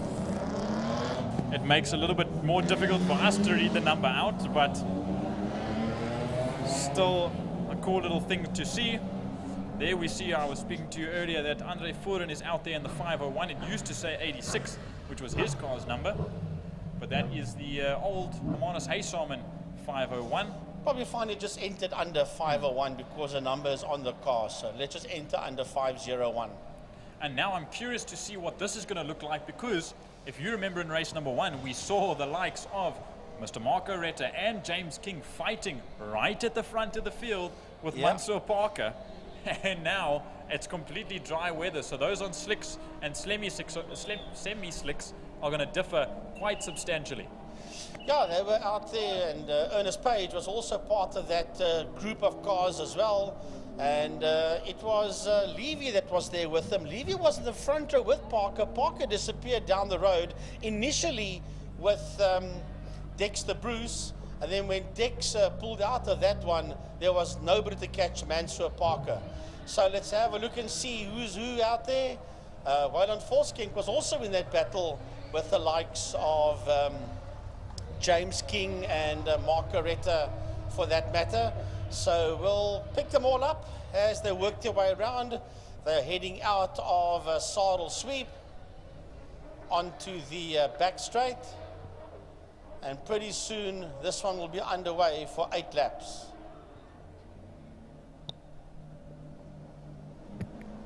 Indeed it will, and now hopefully, I say hopefully, but you know by the time it gets to mid-year that May, June, July, August, when the downpours really come in, this might just be the last of the dry weather racing that we get for a little while. Well, I'm hoping that we can get through a dry race for the 9-hour at the end of the month. We should, in theory.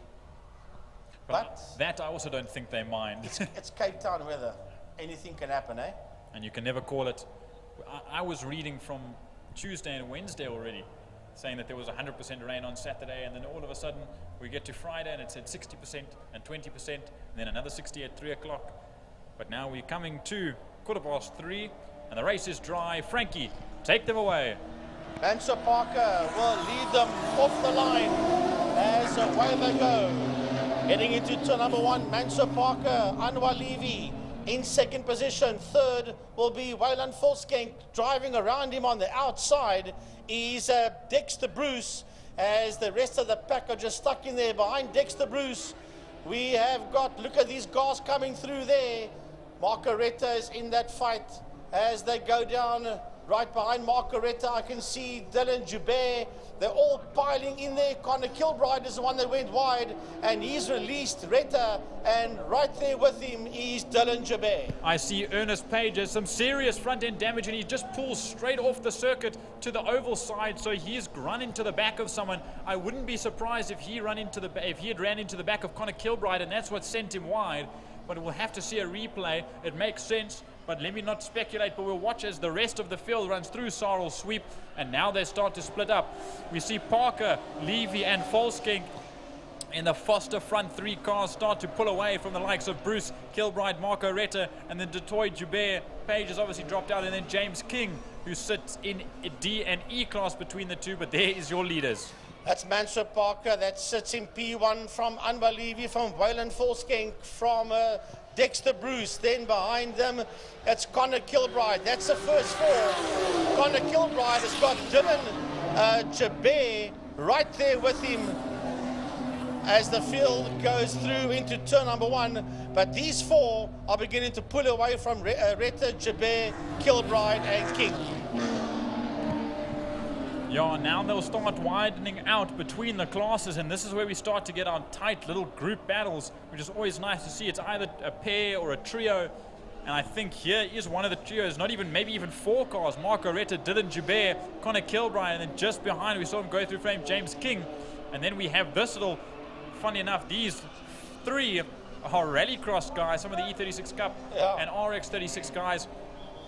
That is Brian Dark, Jacques Prince, and Andre Furen will fight it out. And then just behind Shane Boscombe was at the back of the field, where we jump back now to the mid-pack. And there's Marco Retta, there's Dylan Joubert, there's Connor Kilbride and James King.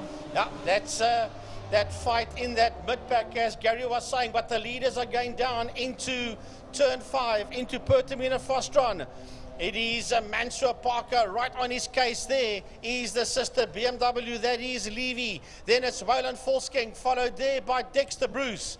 That is the first 4. Then coming through is Marco Retta. Right behind him is Dylan Joubert. Right behind him is Connor Kilbride. And right on his case is James King. And that's that same group of cars that's heading now into Holzoek. As a matter of fact, Parker is trying to get away from that lot as we see these guys come through, and Dylan Joubert is having a fight here with Connor Kilbride, and Dylan Joubert's got his nose ahead there of Connor Kilbride, and right in there behind them is James King.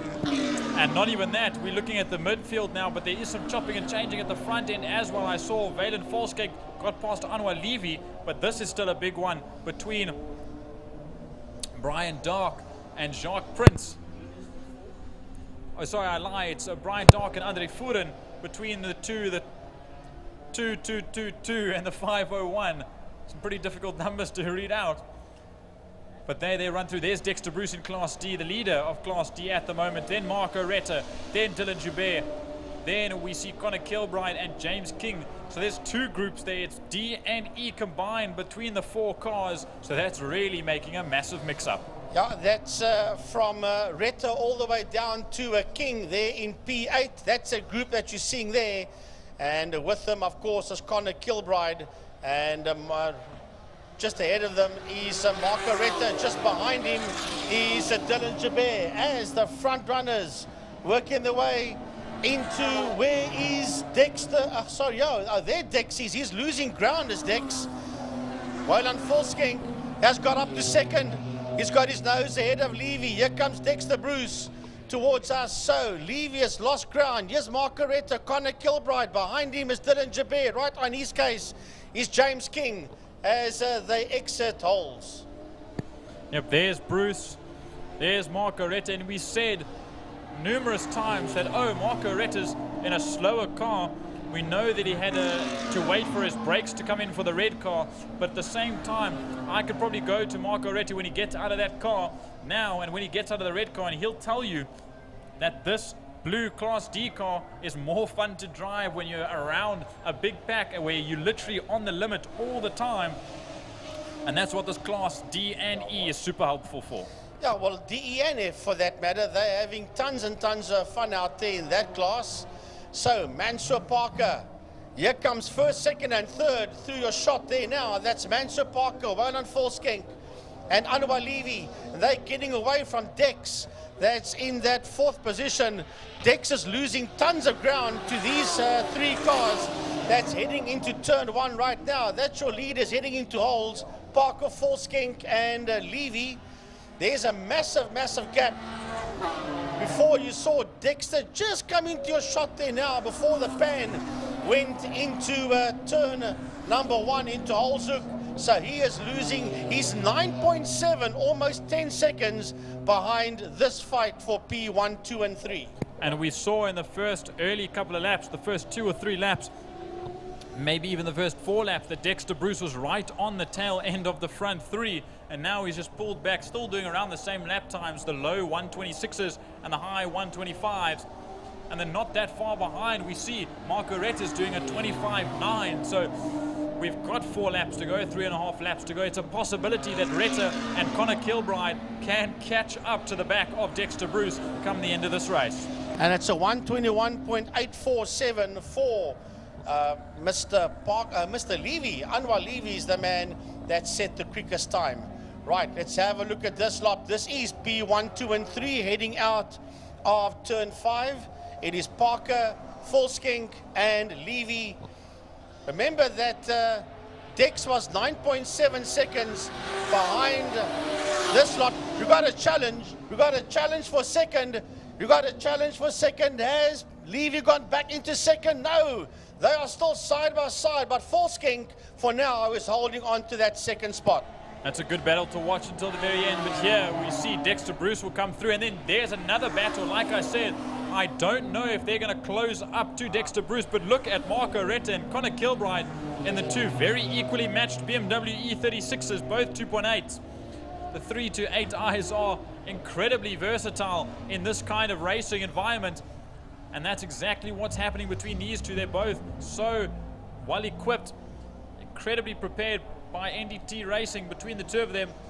And just like that, look at them go around on the ragged edge. Is Marco Retta getting a little bit slidey coming through Castro Corner. And the gap now, the last I saw, 3.5 seconds almost between Marco Retta and Connor Kilbride, and that fourth place man, first in class, Dexter Bruce. Yeah, we're watching them going down into turn number 5. Once again, that's your leaders. That's heading into Pertamina Fostron. That's Parker and Levy from Volskink. Here they come down towards us. Bruce was 15 seconds, or is 15 seconds behind this trio as they come around to start their penultimate lap. Here's a lovely fighter. There goes Dexter Bruce through your shot. And Connor Kilbride and Marco Retta ahead of him. They're closing up onto the back of Dexter Bruce as they exit Pertamina Fostron. So it's very possible that we have a three-way fight at the front end of the field and a three-way fight for 4th, 5th and 6th. They've only got 2 laps to go. Does this group of 3 coming into your frame now? They're still a little bit of a ways away. It's now 2.5 seconds between Connor Kilbride and Dexter Bruce, and Kilbride's managed to get past Marco Retta into the first corner, whole zook. So in a little bit wide for Marco Retta getting on the dirty stuff, but that didn't slow him down that much, and I'm sure he'll try and get back at Connor Kilbride as soon as possible. Well, this is another fight out there on track. It's Dylan Jabert, and he's got his nose ahead there of James King. That's for P7 and 8 on track. Dylan, as a matter of fact, leads his class, which is Class E, and he sits in P7 overall as we watch him work his way around. But this is still Marco Retta and Connor Kilbride coming through.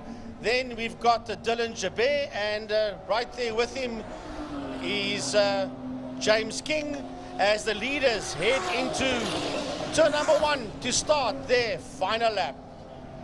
Just like that, you see there's Shane Boscombe currently sitting 12th overall and 4th in Class F. He will have the fast front end runners coming up into his rear mirror very quickly. So Shane Boscombe now sits in 12th. And he'll have to wait. He sticks to his racing line, of course. You can see them and might just get out of the way. But look at this. Volskink dropped off the pace ever so slightly to the front 2 of Levy and Parker. But now Parker's dropped down to P3 as now the 1 makes his way past Shane Boscombe. And this might upset the bunch a little bit.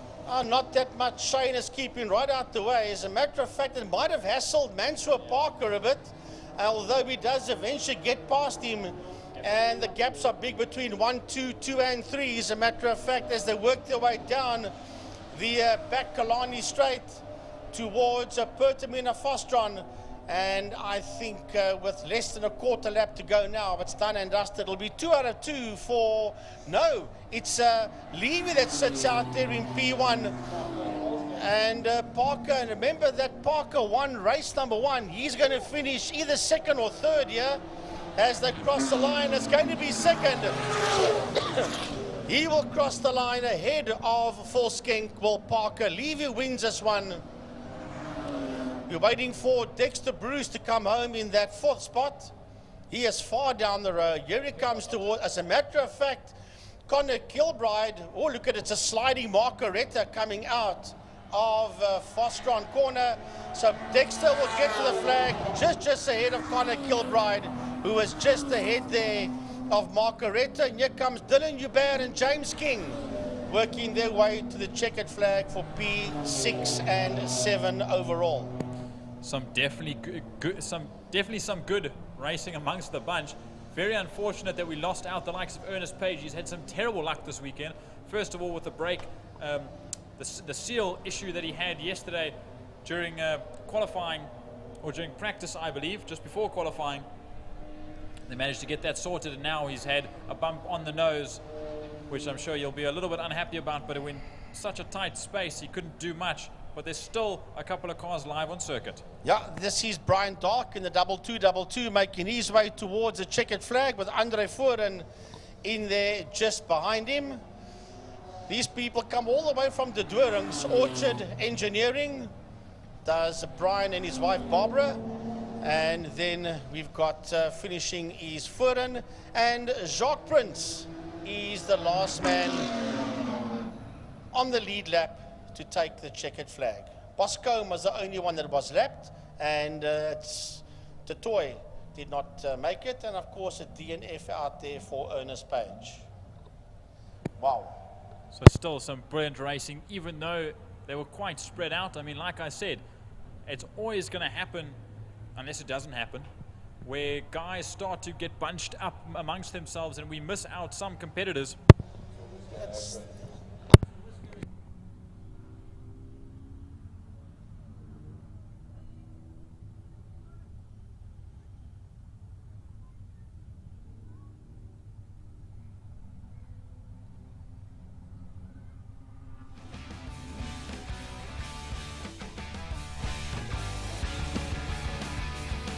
There's a couple more cars that we're missing.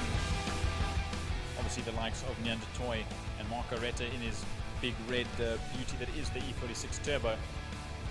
But hopefully we can grow those mid classes, the class C, D, E and F. Because the more of those cars that are built and raced, the closer this class is going to get. Even providing action with just 12 cars out on the field. But next up, race number 2. For the Lauda Classic cars and Caltron Fine cars. They provided some serious action for us in race number 1. But now, Frankie, we saw in race number 1, we had some pretty good dominance, not quite dominance, from the front-wheel drive cars. Yeah. However, the track is completely dry, and this will throw the big boys, the Michael Hitchcocks, Fadi Moutons, the Pierre Vierloos, all to the front end of the field. And this will change the whole field once again. You see one of the rescue vehicles, if I can call it that, going there to the Ernest Page BMW. That's pulled off. Poor Andrew Moffat's car still standing there. Moffat this weekend was supposed to take part in the sports and GTs with the Lola, with the 13B rotary motor in it, but obviously I'm not sure why that car isn't out on track. Obviously couldn't get it right for the weekend. Would have been lovely to have seen Andrew Moffat do some double duty here today, but yeah, that's the way it goes in this game, eh?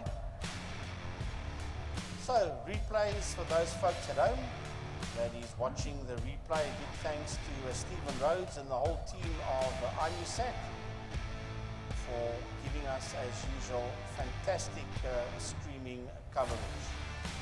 Under trying conditions today with the weather, with electricity, power failures down towards the south end of the track, and camera packing up here on the main straight, but him and his whole technical team, the whole crew, got all those little issues sorted out. So to each and every single one of them at IMUSAT, a big thanks from the Western Cape Motorsport commentators crew up here in the commentary box.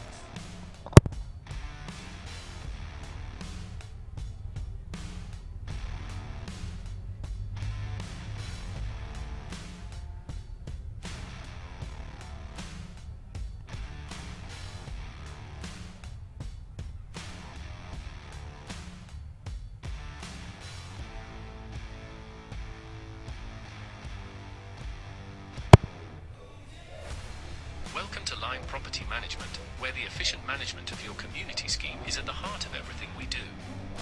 Our dedicated team provides superior property management services, ensuring that your property is in good hands and that your investments grow.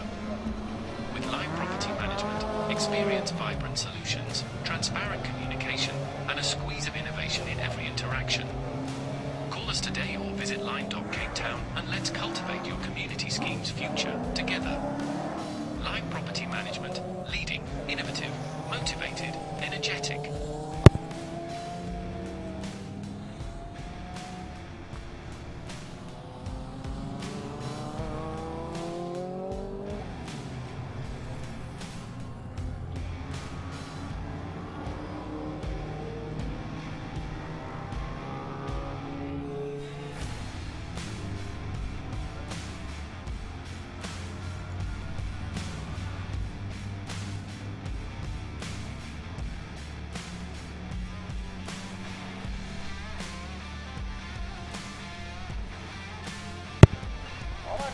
we go. Lauda Classic cars and Dalton Fine cars. Race number 2 over 9 laps, working their way out onto the circuit. Let's have a look, see. 35 cars entered for race number 1. We've got 35 down again. Some of them might not have made it out there for this one, but in general, this was or is the biggest class of the day. So well done to everybody at Classic Cars and joining them with the fine cars today to make this the biggest field out there.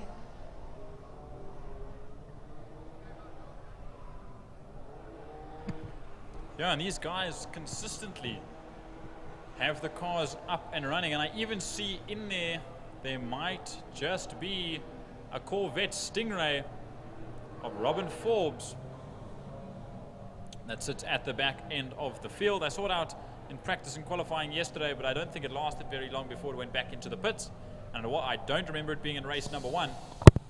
So we'll see for race number 2 how things go for that monstrous V8 Corvette. As the field comes to the end of the circuit, they make their way around, and Frankie, I don't know if you can feel it in the air, but it seems to have gotten a little bit darker all of a sudden. Yeah, remember that it is, we're heading towards May month, which is, well, we've still got about 2 weeks to go before we get until the end of February. So yeah, it is going to get pretty chills. The air will get pretty chills. We might even have inclement weather, I'm thinking, when we do the 9-hour. Not only are we going to go from day to night, but remember it's in the end of this month, so there might even be a splash of rain or something, which could just make it interesting, because anything can happen here in Cape Town weather-wise. So who knows, we'll see. There's Dewald Lambert in the Beetle, Sandra Becker just there behind him in the BMW, racing in the fine car category. So the cars are one by one beginning to line up. There's Robert Rowe. He had a problem out earlier on with that boxy beam of his at the exit of turn 2. Castrol corner, got the car fired up again. There's Trevor Fisk. And there is Mr. Klaasen, Theo Klaasen, coming through with a Nissan Skyline. The RX-7 there, that's Jan Kukumur. And Trevor Hutchings driving the Golf today. You saw Dion Conradi also move up there with the Conquest. So the guys are beginning to look for their positions. Fadi van Niekerk, you can't miss that big yellow Galaxy, that Ford Galaxy, 6.9 liters of pure brute raw American muscle power. You can't miss that car out there on the grid, that's for sure. I wouldn't even call that a boat. I'd call that's that a ship. That's a cruise liner, if you will. You could a live cargo in the, ship. look there, you could live in the boot. It's a it's a massive motor car. I hope he doesn't have any illegal liquids in the back end of that thing. There's Jaco Oosthuizen taking up his position. That's the old and the new Conquest. The Jaco in the newer one. Dion Conradi to the left. That's the original Conquest. Jan Kukumur out there. There's Calvin Beekman in the Morris Minor, the Morris 1000. And look how small that Morris looks on screen compared to the Galaxy. On screen it doesn't look that bad, but if you look out the window, you can actually see Geordie, how minute. It was like a full stop compared to the Galaxy.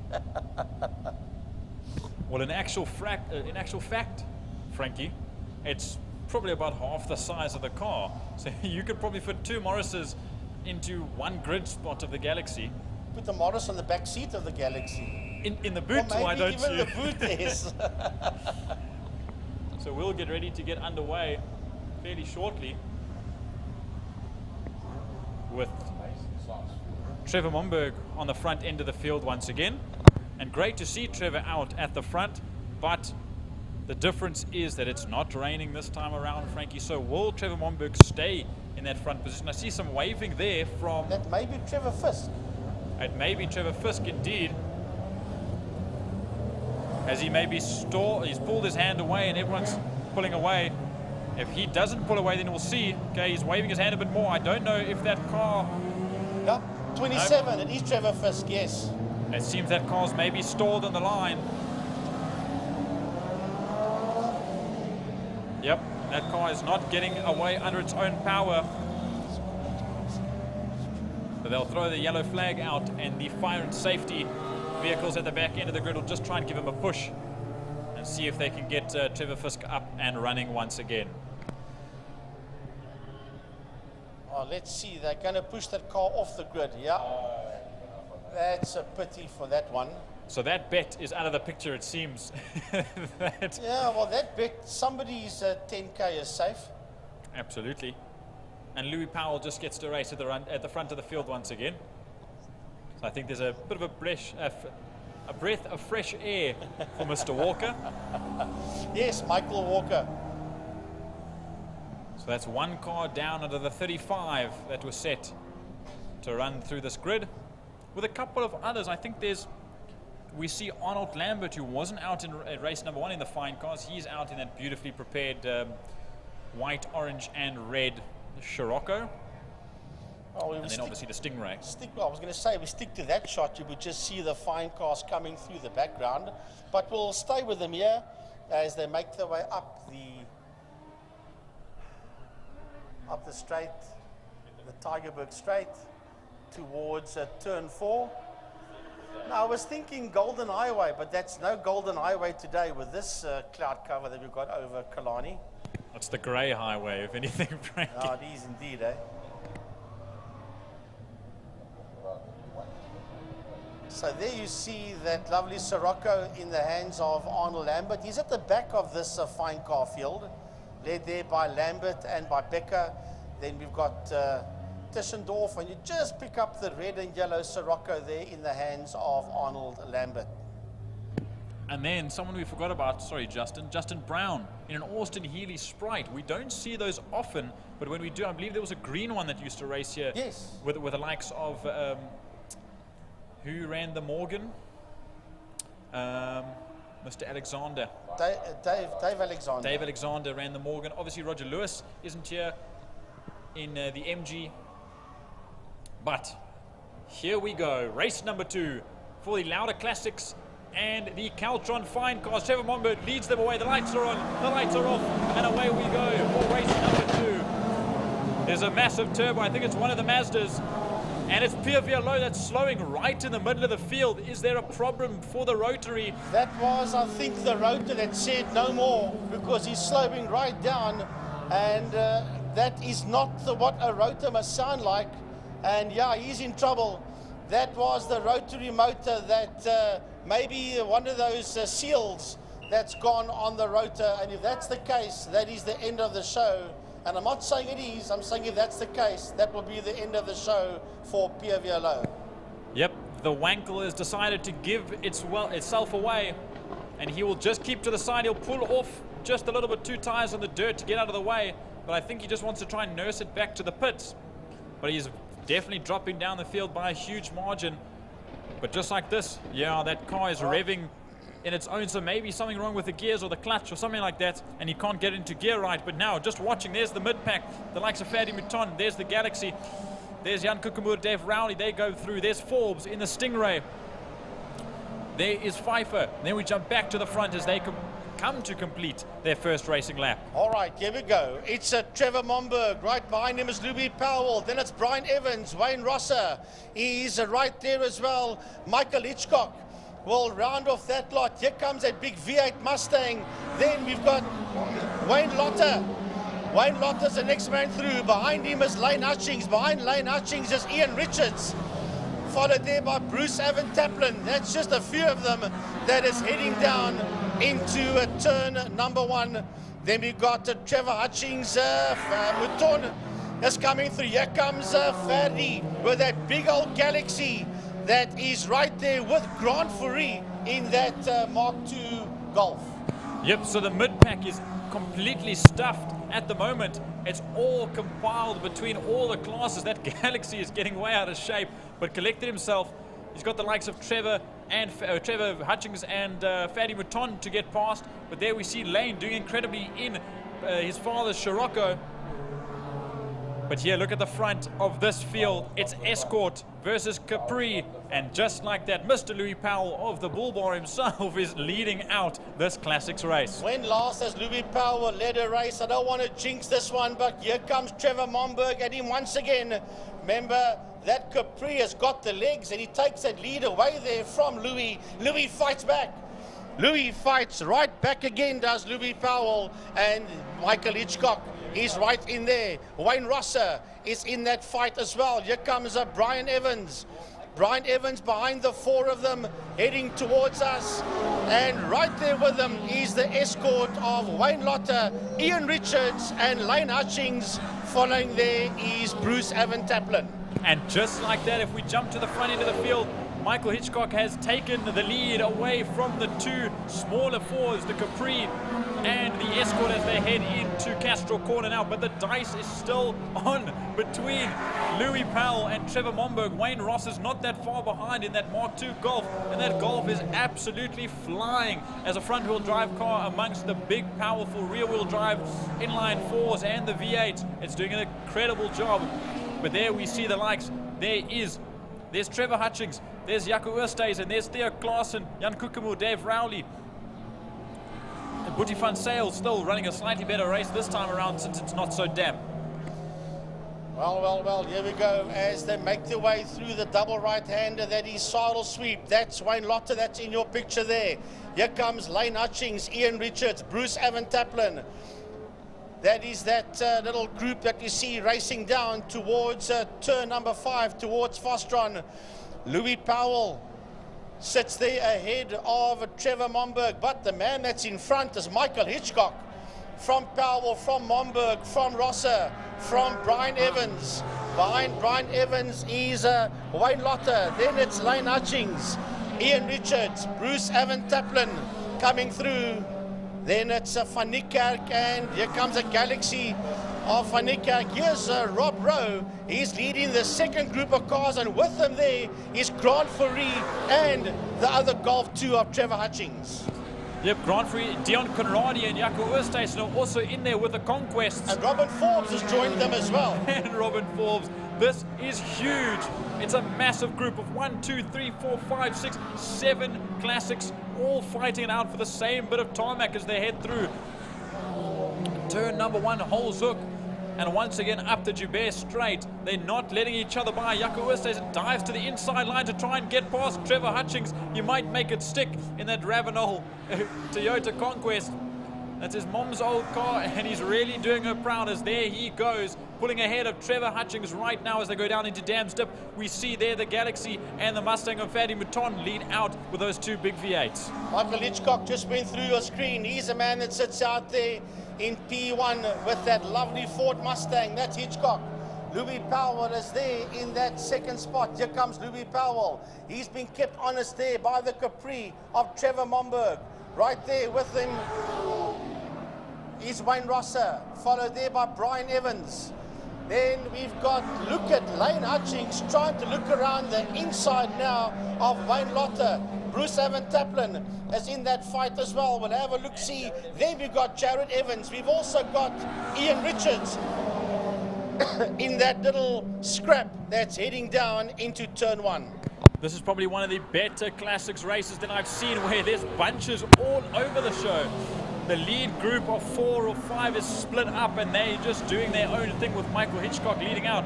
But look, there's Fadi Mouton. There is Van Niekerk. There's Van Niekerk in the Galaxy that's pulled away from the front end of this big group of cars. But there we see Fourie, there's Conradi, there's Hutchings, there's Forbes, there's Klaassen, Kokemoe and Dave Rowley in the Beetle, just trying to find a little bit of space closer to that big group in front to really show what that feisty little Beetle's got. Yeah, and then behind the Beetle is this Boetie van Sail. Yes, it is, with the Ford Fairmont. Man, these guys are all in there with each other. Followed there, not too far behind them, is that little Morris of Beekman. He sits in 23rd spot. You can see Jared Evans getting sideways, unsettling that Capri like it's nobody's business. He spun it twice in the rain, but there's no rain for Jared Evans as it stands. Look at him try and claw through behind Lane Hutchings and the escort of Wayne Lotter. Bruce Evan Tapman's dropped off a little bit, and so has the 64 of Ian Richards. But now they fight out. It's a 5-car battle, Frankie. And look at this, a 2-car battle at the front between Momberg and Louis Powell once again. And Louis Powell is sitting. That's a fight for second and third. Remember that the Mustang sits out there in P1. So this is second and third. That's Powell and Momberg. But don't hassle about that, because Rosser is in there as well. We'll see him coming to screen now. There's Rosser. There's Brian Evans. That's a back marker coming through in the Cortina. Here comes Fadi van Niekerk in the Galaxies, right there behind Rob Rowe. Then here's Forbes. Here is Jaco Conradi. Then we've got Theo Klaassen. Ahead of him is Fourie. On his outside is Trevor Hutchings. Jan Koekemoer is in there with the other RX-7. And the Beetle as well of Dave Rowley. Theo Klaassen, man. Boetie van Sail has joined that fight as well with the Ford Fremont. They're all in there as they work their way out of Castrol. These classics are putting me out of breath, Frankie, with the way that they're fighting here on the grid. But now we see there's Louis Powell once again. Oh, sorry, no, that's Brian Evans rather. So it's Evans and Rosser that fight there. And then not that far behind is one of the back markers in the fine cars. But there, we'll watch them run through. There is Michael Hitchcock. We'll see the gap between Hitchcock and Powell now as Powell comes across the line. And it is 12 seconds adrift and 8/10 between the front three. All right, here comes second and third towards us. That's Louis Powell, Trevor Momberg coming through there. There is Brian Evans, Wayne Rosser. Behind Wayne Rosser that's a back marker. That's one of the Bedeen Datsuns, yes. Then we've got Jared Evans. Then it is Lane Hutchings. Right there with him is Wayne Lotter. Bruce Evan Tapman in that fight. Ian Richards joins that party as well. There's Fadi van Niekerk. Then coming through now on the lead lap behind Van Niekerk. We've got some of the fine cars in there. Here is Robin Forbes getting ahead of Robert Rowe as they exit turn number 1. And then we have got the two conquests there with them of Dion Conradi and Jaco Oosthuizen. I see, very unfortunately, as we see the leader, Michael Hitchcock, come around the final corner. I saw the Galaxy. We saw the Galaxy running an incredible race, has pulled into the pits, and that'll be that for that 6.9 litre Galaxy. But there comes Hitchcock. There's Sandra Becker, who's currently running very impressively in the fine cars. I believe she's third in class in that BMW E36. And then there we see Powell. There's Momberg. So that's second and third as they come through. There's one of the Skylines at the back end of the field. And then there is Brian Evans and then Wayne Rosser. So the front end is splitting out ever so slightly. Yeah, then on the left-hand side of your screen, that's Jared Evans coming through, and here we go. That's Lane Hutchings, that's Wayne Lotter, as they come through. Then behind them is Bruce Evan Tapman as the field races down into turn number 1. Yep, so that that group of 3 rather just has Ian Richards a little bit further behind, but Ian Richards just doesn't have enough to grab that little bit. There's Fadi Mouton in the second of the Mustangs, but he's a little bit of a ways off. And I'm not sure he's going to be able to catch up as they've got 2 laps to go. Your leader has a lap and a half. But there's Rowe, Conradi, there's Jaco Oosthuizen, there's Engelbrecht in the Cortina at the back end of the grid. Then we see the likes of Klaassen, there's Grant Fourie, there's Koekemoer, there's Trevor Hutchings and Dave Rowley. So they're still fighting it out closer to the back end of the field, or the mid-pack rather. So there's action aplenty everywhere. Well, that's Boetie Low, and that's all Boetie van Sail. That's all the way down to 21st position. So we went right through the mid-pack. Here comes Louis Powell. That's at second to Hitchcock. Hitchcock is going to start his last lap pretty soon. As a matter of fact, he's already on his last lap. Then here comes Powell. Then we've got Malcolm Pfeiffer that's been lapped there by Trevor Momberg. Here comes Brian Evans towards us. All these guys are starting their final lap. Jared Evans, Wayne Rosser. Then one of the fine car Skylines are coming through. Then it's Lotter coming through. Behind Lotter, it's Bruce Evan Tapman. And right there with him is a Sirocco of Ian Richards. We've lost Lane Hutchings. He's slowing down towards the Park Ferme area at the end of turn 5. So that's that battle out where he was fighting there with with Ian Richards and Bruce Evan Taplin. So we've lost the Scirocco, unfortunately, after running an incredible race. But there you see your leader, Mr. Michael Hitchcock of Cape Cross Forklifts. As far as maybe I've said that wrong. But the Mustang leading out at 67 hasn't put a foot wrong in race number 2. He passes Natasha Tischendorf. There's Dewald Lambert, the leader of the fine cars, I believe, at the moment. Here he comes. Michael Hitchcock will take race number 2's victory by quite a considerable margin to Louis Powell. That's about 17 or 18 seconds behind. Right, Momberg will come to the flag. Here comes Louis Powell. Behind him is Trevor Momberg. Behind Momberg is Sandra Becker. And she is in the fine cars. So here comes Powell. Here comes Momberg. Becker will finish her race in the fine cars. Then it's Brian Evans heading towards a checkered flag. He'll finish in 5th position overall. Jared Evans right there with him. Malcolm Pfeiffer will finish, but he's going to be a lap down. Michael Pfeiffer, Pfeiffer, and here comes Wayne Lotter. Right behind him is Ian Richards, and right on his case is Bruce Evan Taplin coming to the flag. Yes. I saw Stephen Manuel also crossing the line now. He's also close to the back end of the grid. Yep. So the fine cars and the back end of the classic cars are all mixed up. But look at there, there's Rowe as well as Forbes. That's a battle to the line as Fatty Maton comes in, Frankie. Yeah, and then we've got Robert Rowe. Robert Forbes crosses the line. And then behind Forbes, it's Rowan Dion Conradi. Wayne Rosser finishes his race. So does Jaco Westhuizen, and Theo Klaassen crosses the line.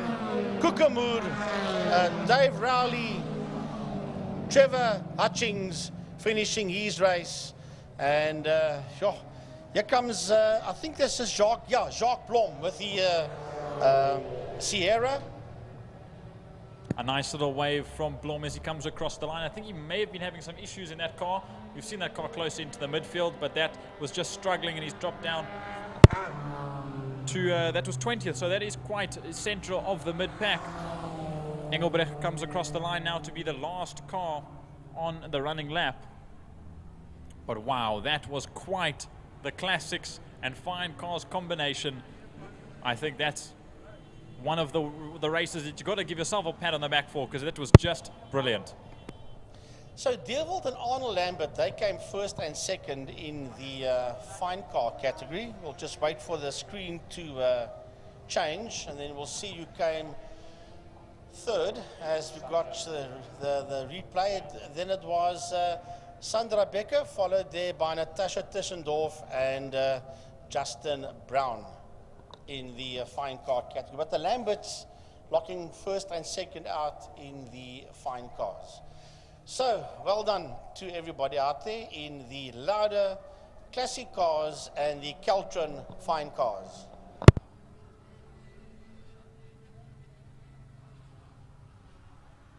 Oh, we've got three more races to go. Clubman's GTI Challenge, and then we'll end the day off with Sports and GTs.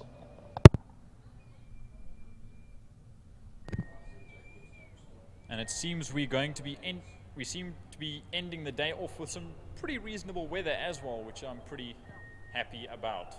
I'm sure so are the last three categories that are racing. So this will be quite stuff. But just as we sit and wait, we'll just play some adverts for the people that support us here at Killarney International Raceway. Welcome to Lime Property Management, where the efficient management of your community scheme is at the heart of everything we do. Our dedicated team provides superior property management services, ensuring that your property is in good hands and that your investments grow. With Lime Property Management, experience vibrant solutions, transparent communication, and a squeeze of innovation in every interaction. Call us today or visit lime.capetown and let's cultivate your community scheme's future together. Lime Property Management, leading, innovative, motivated, energetic.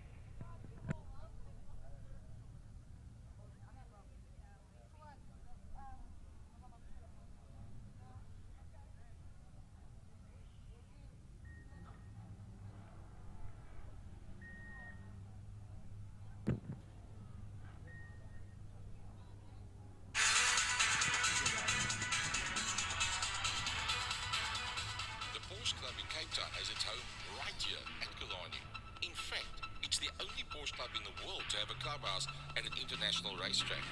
We are proud sponsors of Killarney and the Porsche Club Straight. Our passionate club members and their families regularly attend our race meetings. If you own a Porsche, come and visit us at the Porsche Club and we will let you know what fantastic events we have on offer. The Porsche Club, the best car club in Cape Town.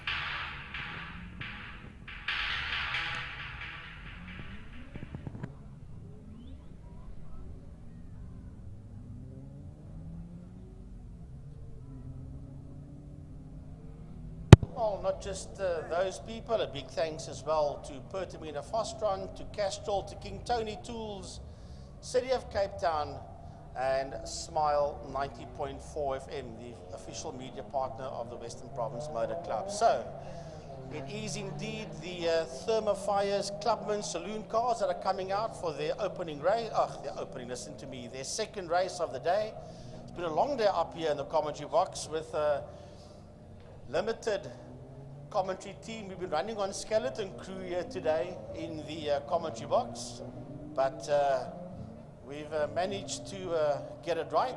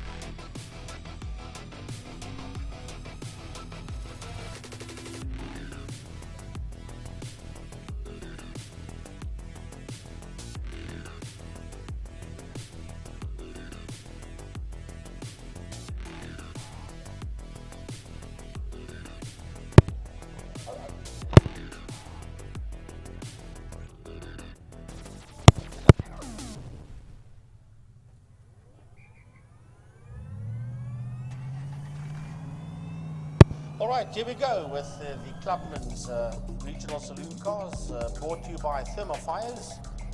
8 laps, safety car will roll through. Now remember that Stephen Heidenreich won this one convincingly, and he was far, far down the road, was Stephen Heidenreich, as the cars begin to work their way behind the safety car. Safety car's really making its way into Castrol Corner as Michael Lassier and Shane Smith will lead the field around. There is Paul Munich, and right there on his inside is the Origin Oils Nissan Skyline of Stephen Heidenreich. Well, I think Paul Munich will be in a pretty decent spot to maybe pick up a second position. Stephen Heidenreich starting on the second row of the grid. I mean, he just up-dusted and disappeared in race number 1. So I think he could start mid-pack in general and go right through to the front. Yeah, but remember that Paul had a pretty decent couple of opening laps and then faded towards did he fade or did the others get more accustomed to the track conditions? I don't know. Look, the track was dry for them, so they were lucky. They one of the few classes that got both their races dry, well, race 1 and now out for race number 2. So we'll have to look, see. There's MP Pretorius. I see Gary Smith out there as well. He did well in race number 1. He was very consistent, smooth lines. Wasn't far behind. Well, he was in that top 5, was Gary. Looks like Mia Bench, yes. Mia in the 110 Beamer. She's also in that fight as well. She's leading up the Class C battle ahead of Tashius van Tonder.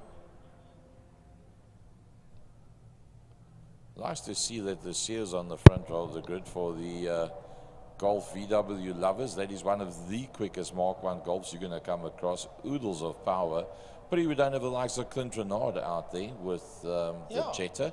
Would be nice to have him. Jess Huggett was entered, put the motor in, ran it in, hired the track, ran it in a bit further, sent it to GT Wraps, got it wrapped, got it back, and on Wednesday stuck it on the dyno, 1 run, and there was dampness in the oil. Took the motor out and sent it straight back to PE. So unfortunately, Jesse Huggett, the highlight of his day is the fact that he's getting married at 5 o'clock this afternoon. Right. This is not working well with this microphone. I need some lead here, Gazzy. I need to go in front of you. All right. So it's time to go racing again for the Clubmans. Their second race of the day. The safety car, you can see, has just moved off to the left of your screen. It's right. It's in the hands here of Michael Asia as they come down towards the line, and off we go. Over 8 laps, working their way down into turn number 1. They go, and Lucia, will he get the whole shot? As a matter of fact, he won't. It's Heidenrich. Oh, there's a lockup. One of the BMWs have gone very wide. That is Shane Smith. Gary Smith is right there with him as well as they come through. Then it's MP Pretorius. Then it's Paul Minnick in that fight as well. That is busy coming through. Then Trappies van Tonder is in that group right there behind Trappies is Anton Jacobs. As the field come through, Charles Opperman is in that fight as well. All of them are nose to tail. That's the first 9 cars that's working its way through Lundstem Kink towards turn 3 damps. Well, going into turn number 1, it was Heidenrich that just ran right around the outside, locked up the left-hand front slightly with the Origin Oil Skyline, and managed to rotate it and turn it in pretty neatly. He went straight to the front, and that these Michael Lesieur and Smith alongside one another with Lambert right in there, the second of the Smiths coming up just behind that, and then Pretorius ahead of Our Lady Racer in 7th, Mia Bench. Yeah, Mia's having a good one out there, but here we go. We're keeping an eye on them as they make their way out of Pertamina Fostron. Never mind the man up front. That is Heidenrich. He's disappearing down the highway. And in second position, it is Smith. Then it's Lesieur across the line. There is Smith. There is Lesieur. Then you've got Lambert. Then Pretorius up on the inside of Gary Smith, followed there by Paul Munich. As they hit through, Munich goes wide. He will allow Trappies van Tonder through. That will also allow Anton Jacobs through as well. And it will allow Dylan Jabert through. Opperman will also go through too. So that mistake has cost Paul dearly there in turn 1 holes. Yeah, trying a little bit too hard, but keep in mind that he did the gentlemanly and correct thing and did not just go straight back onto the track in front of somebody else. He was off the pace at that stage of the fight because there was no traction on the grass. So he did a gentlemanly and rules-wide correct recovery of the circuit. Well done, Paul. Van Tonder coming through. There's Dylan Jabert, who just picked him up. As that man going through a shot there. Well, that's the 2 leaders. That is Stephen Heidenrich, and right there with him is a 22 BMW in second spot. That is Shane Smith. Come around to complete another lap. Then behind them is Lesieur. Behind Lesieur is Lambert. Behind Lambert is Pretorius. Oh man, Gary Smith's car is walking around underneath him. Here comes Van Tonder. And behind Saab Munich. Munnich's off and in the wall. Munich has gone, and he's hit the tyre wall there on the outside in the center of a turn 5 fast rod. Maybe the end result of damage that he picked up from going off the circuit, or just trying too hard to try and make up some positions. It's Stephen Heidenreich. Shane Smith has just put up the fastest lap, and he finds himself 2.4 seconds behind Stephen Heidenreich in the Origin Oil Skyline. Well, here comes Dylan Jabé. Anton Jacobs is right there with him. There's Charles Opperman. There's David Vermaak. Mia Bench working her way through. Steve Griffin-Wintle. That's Bernard Lehman in the Corsa. Lee Fielding busy working his way through. That is the guys in that mid-pack and just behind the mid-pack. But here we go. That is Lucia going down the back straight. Being chased there by Lambert and Pretorius. Lucia, Lambert and Pretorius, and then not far behind them is Gary Smith. As we keep an eye now, Pretorius up on the outside of Jaco Lambert. That's got that inside line. MP Pretorius, a man that comes from Namibia, does his racing there in Windhoek at the Tony Rust track, and he gets his nose ahead of Jaco Lambert as they head into one holes. Well, we just saw Heidenreich and the first of the Smith cars, the yellow BMWs. That is Shane Smith ahead of Gary Smith. And then I must say Michael this year, as always, up in the top three, just ahead of our visitor MP Pretorius.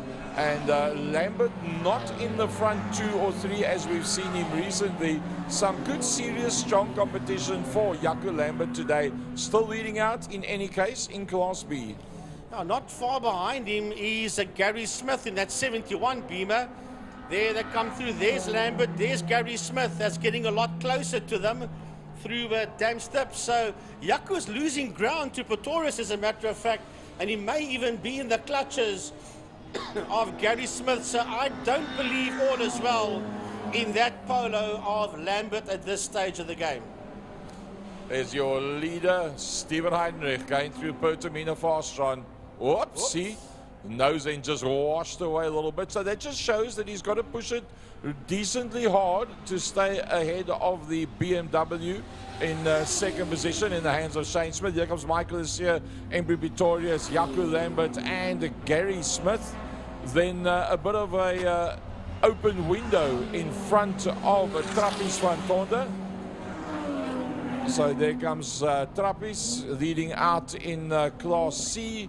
Behind him is Jubé. There's Charles Opperman. Jacobs, our lady racer Mia Bench was intense. She's now dropped down to 12th position. Finds herself just ahead of Griffin-Wintle. Yeah, then it's the toy followed there by the Corsa of Lehman. That is going through a shot there. That's Opperman for Mark behind him. Then it's Bench that's in that fight as well with Anton Jacobs. And then it is the escort of Steve Griffin-Wintle. Not Seth, Steve, the original Steve Griffin-Wintle that is in that car today. I said Griffin-Wintle because I wasn't sure whether it was Steve or his son, Seth. So, lovely to see Steve out there. That is Steve Griffin-Wintle. So, now let's have a look. Where are we now? That's that group of front runners that's heading into turn 5, into Foster. Oh, Pretorius is all over the back end of Lucier's Golf. Michael Lucier, MP Pretorius, and they are getting away from Jaco Lambert, and keeping him honest is Gary Smith. There the leader goes through turn 1. That is Heidenreich. Right behind him is Shane Smith. And then you got Michael Lucier, MP Pretorius, Jaco Lambert, and Gary Smith. And then, as we said, Trappis van Tonder, he's got the whole length of a straight of openness in front of him. And he's got 4 seconds on Jubé in the 444. There you can see what the gap is. There's Trappis, that's the white polo coming through. And then the Opperman and Vermaak very close to one another. Mia Bench has actually gotten past Griffin-Wintle. Aha, look at this. Opperman has got David Vermaak there on his inside. Vermaak, Opperman, Mia Bench, Steve Griffin-Wintle, Anton Jacobs. So on the dirt there is Opperman. Opperman put that Golf on the dirt, and that's going to cost him a bit because now David Vermaak is a lot closer to him, followed there by lady racer Mia Bench. Steve Griffin-Wintle and Anton Jacobs, Evert de Toy in that Ford Falcon is right in there with them as well. He sits in 14th overall and leads Class E, but it's a big lock-up there by Vermaak as he goes after Charles Opperman. There is Peter Kannemeyer coming through as we see the leaders go through. Heidenrich, here comes Shane Smith. That's into turn 1 holes with 2 more laps to go. Here comes Michael Lessieur. We just saw Michael Lessieur briefly. One of the back markers being overtaken there by the Origin Oils Nissan Skyline of race leader Steven Heidenrich. I see Paul Munich is back again, but he's down in P20. He's Paul. He's going to be lapped by your leader, which is Steven Heidenrich. Here comes Paul. He is all the way in 20th spot, and the leader goes through. Here comes second place man, which is Shane Smith, and Michael Lessieur coming through. He has got MP Pretorius right there with him as MP.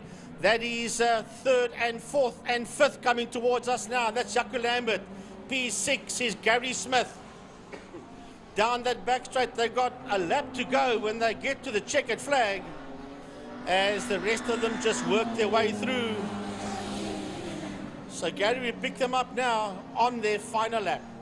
Steven Heidenrich in the Origin Oil Skyline coming through, and wow, one of the people that would have been in the group directly behind him that hasn't had a good time is Paul Minnick, and he's actually come, whoa, the Skyline steps its tail end out. So Minnick having gone off twice. In fact, you can see the damage on the left-hand front corner. Watch as it comes past your camera shot. That's from going into the barrier, and he's now actually been lapped by the man that he was trying to hold onto the back of. So Steven Heidenrich in the Origin Oil Skyline leading out very, very neatly by quite a distance. In fact, almost 7 seconds as we wait for, yeah, he's coming through now. There's Smith in the yellow BMW.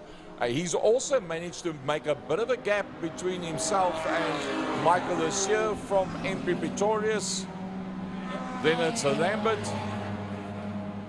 And the second of the Smiths, and then a gap back to Van Tonder.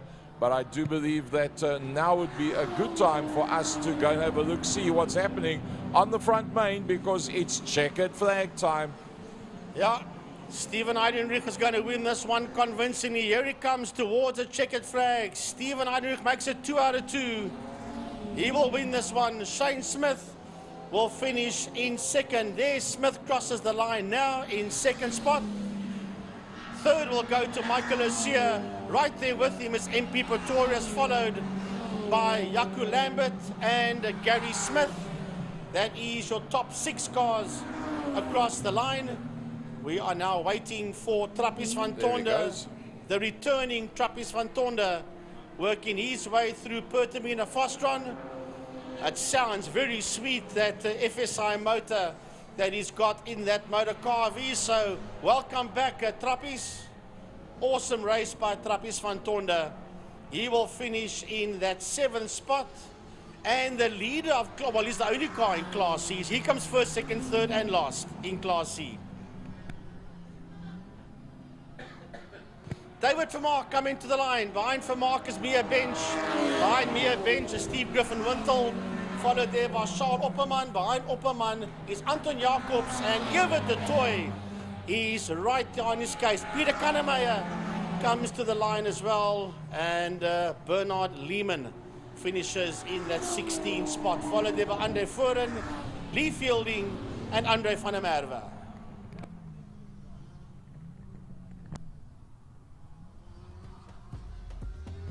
Well, it all happened out there. Great action out there with the Thermofires, Clubman's, regional saloon cars.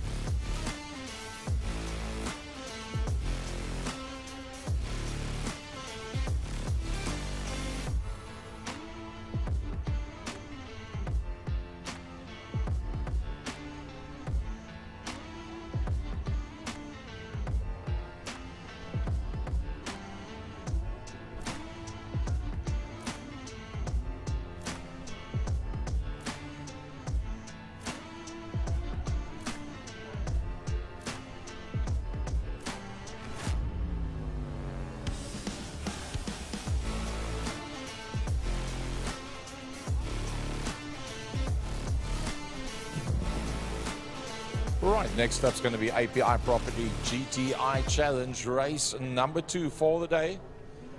Ollie Internaus and Ian Cup will be on the front row of the grid with Shane Williams and John Henry Vaughan. But it was all about Geldenhuys and Victor in race number 1. They were all conquering, nothing much between them. It was the pole position that decided the whole shot for turn number 1. And thereafter, it was always Nathan Victor trying to attack on Geldenhuys to try and take away that lead position. Class B was all about Mohammed Kalfi from Nurabus, Zak Leyden. Massa Harris had a pretty good race in there as well. Finneran did fantastically in the first event as well. Daniel Muna found himself in the front 4, which I think you'll be quite happy with. Ferrolli had a spin in turn 2 for those that missed. And this being heat number 2, it's going to be the invert. So Ollie finds himself on the front row. Ian Cup was the last of the 6 Class A cars for a period of time, initially in heat number 1. Now he comes off the front end of the grid, so it's a whole different mindset, a whole new set of rules that, oops, see, somebody's actually pulled off. I don't think that was a spin. No, that car just pulled off the circuit. Yeah. There between turn 3 and 4. That was a bit of strange. There by the marshal's post, that car just pulled off. I wonder if he didn't maybe think there's a bit of fire or something that he ducked straight towards where the marshal post was. Or medical. What is the number there? Just said the number of the car there. Car something, did he say 19? No, but is it 19? I just heard a number. Yeah. I think he said 19. Harris. B19, yes. So it's Razik Harris that had trouble out there. We just got confirmation on the radio. And he did pretty well. I think he finished second in Class B in race 1. Yeah, he raced hard. He was stuck in the middle of that pack, and he was one of the guys that made up right on the last when it really counted. So here they come, lining up.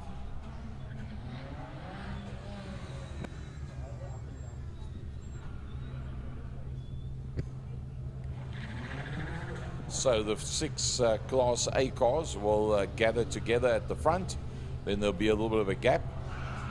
And such will be the gap in the lights as well, what we call a 3-light start. The Class A's go off, 10-second gap. Class B goes off, 10-second gap. Class C goes off. That makes it a fair and decent fight between all the Class A guys, between all the Class B guys, and then also between the Class C guys. Here's a replay of Razik Harris that just turned it off onto that escape road in the opposite direction. So that was a split decision by him to do that as we go back to the grid. So as we said, going to be an invert on the front row. Hinternaus and Cup with Williams and Vaughan, and then the 2 big hitters, Victor and Geldenhuys. Frankie, same scenario with the invert on the front end of Class B. Yeah, that means that Faisal Jacobs is there in pole position. Harris would have been there. He's not there now. So Van der Schyff is in there. Abbas, Kalfi, Forsking, and the 75 car you see there of Liebenberg. And then just here, the other 77 of that is Barney Sandenberg. So the lights go off, and Class A leads away off the line. Class B moves off the line now as they work their way into turn number 1 into holes, and now Class C gets off the line as well, led there by Daniel Muna. Well, so far all the Class A's have gone through, all the Class B's have made it through. There always seems to be a bigger gap between Class B and C as what there is between the A and B as they work their way through. And it looks like it's going to be everybody makes it through turn 1. Yeah, so we'll pick up the Class A cars that's heading through, getting it all out of shape there as they work their way out of Damstip onto the Tygerberg Straight towards a turn 4 saddle sweep. And they are all nose to tail, these 6 Class A cars, as they race down towards Fostron corner. That almost looked as if Nathan Victor was sitting in that 3rd position. These cars are all very evenly based as they work their way. Looks like Cup is still leading them out. Killarney going side by side, joint for 4th position as they come up towards the line. Right, so lap number 1 is going to be in the bag as they cross the line. All 6 those Class A cars across the line. It is Williams, Hinternaas, Geldenhuis, Victor, Vaughan and Cup. Here comes Class B. It's a Faisal Jacobs. Noah Bus is going to have a look there on his inside, and Noah Bus will hit the lead in Class B. There is Kalfi coming through as well as we work our way through. Volskenk is there, Zach Leyden is in that fight, Liebenberg is there, and then the 77 of Dani Sandenberg. It's Mark Fontini from Daniel Muna that sit out there in P1. Then Mr. API himself, Ross Schroeder, is there in 3rd spot for Class C. Going back to the Class A's, it's Williams from Hinternaas. Geldenhuis in that 3rd position. He's holding out once again on Nathan Victor. Finds himself in 4th. John Henry Vaughan will try and follow through on the 2 big hitters, but they've got to work hard to get past Williams and Hinternaas because the 2 of them are putting up a very decent pace up front. They're not going to give this away very easily. That's not going to be given away easily. Hinternaas sits there on the inside of Geldenhuis. Behind him is Victor, but it's all about Shane Williams that leads them. There is John Henry Vaughan, and right on his case in P6 is Ian Cup. They are fading out as they run down the Porsche Club straight towards turn number 1. And there's contact. There was slight contact and leaning on each other there as the 2 of them are now side by side heading out. Oh, and on the dirt, on the grass, these guys are giving each other no room to play in as they head towards Castrol. Shane Williams from Nathan Victor from Geldenhuis. Then Ollie is the next one in there behind that. John Henry Vaughan, and then Cup finds himself at the back of that group. Here comes your Class B battle. Nurabus just ahead of Faisal Jacobs. Kalfi, that won race number 1 very, very easily and clearly, finds himself in 3rd position. But there's the balance of Volskenk, Leyden, Liebenberg and Van der Skyf, Class C. Yeah, Class C will be led there by Fontini. It's Mark Fontini from Daniel Muna, from Ross Schroeder, from Flashman Finneran, that had a good race out there in general, followed there by Andreu Ferrari, as these Class A cars, they 2 by 2, they are side by side as they exit Pertamina Fastron. Oh, Geldenhuis has gone to the front. Can you believe it? Nathan Victor is, I think he's dropped down there to 3rd position. I do believe that is Williams that finds himself in that 2nd position as they come across the line, but that could change before they get down to turn number 1. Can this last? Can you imagine the focus that's going on inside those cockpits now? Their eyes aren't even blinking right now. They're looking left, they're looking right. They're like chameleon eyes, and they're keeping whoever's in sight, whoever's behind is behind. In the same year with Class B, with a bus, with Jacobs and Kalfi. Then it is a Volskenk that is going to come through. He is just ahead of Zach Leyden. It is Fontini, Muna and Schroeder and Finneran and Ferrari that are 1st, 2nd, 3rd, 4th and 5th in Class C. Yeah, Ferrari's going to have to try and close that gap just a little. They're starting to get away from him. Geldenhuis is the man to catch today. He held out on Nathan Victor for the whole of race number 1. Massive amounts of pressure. He's now come from the 3rd row of the grid on the invert, gotten to the front and started to make a bit of a gap. Ollie Hinternaas having a brilliant race as well. 125.495. Nathan Victor, the man that's in P3, is the quickest man out there. But with Hinternaas in 2nd, he's going to have to go somewhat and bring Victor with him, because Skull Geldenhuis wants to pull a disappearing act. There's Williams, there's John Henry Vaughan, and there is Ian Cup We see them race. The brake lights come on together all at the same time. If you look out the window towards the north side, and John Henry Vaughan on the grass, on the track, he might just lose out and go to the back of that pack, and he does. Class B coming towards us. A bus from Jacobs. Colfie still in that third position, but a lot closer. He's having a look on that outside line. Come right around the outside. Can he make? Yep, it looks like he's done it. Colfie has moved up into that second position behind Nurabus ahead of Jacobs. Let's have a look at that Class C battle. Yeah, they come towards us. Fontini, well, it's the same combination. Fontini, Muna is in there.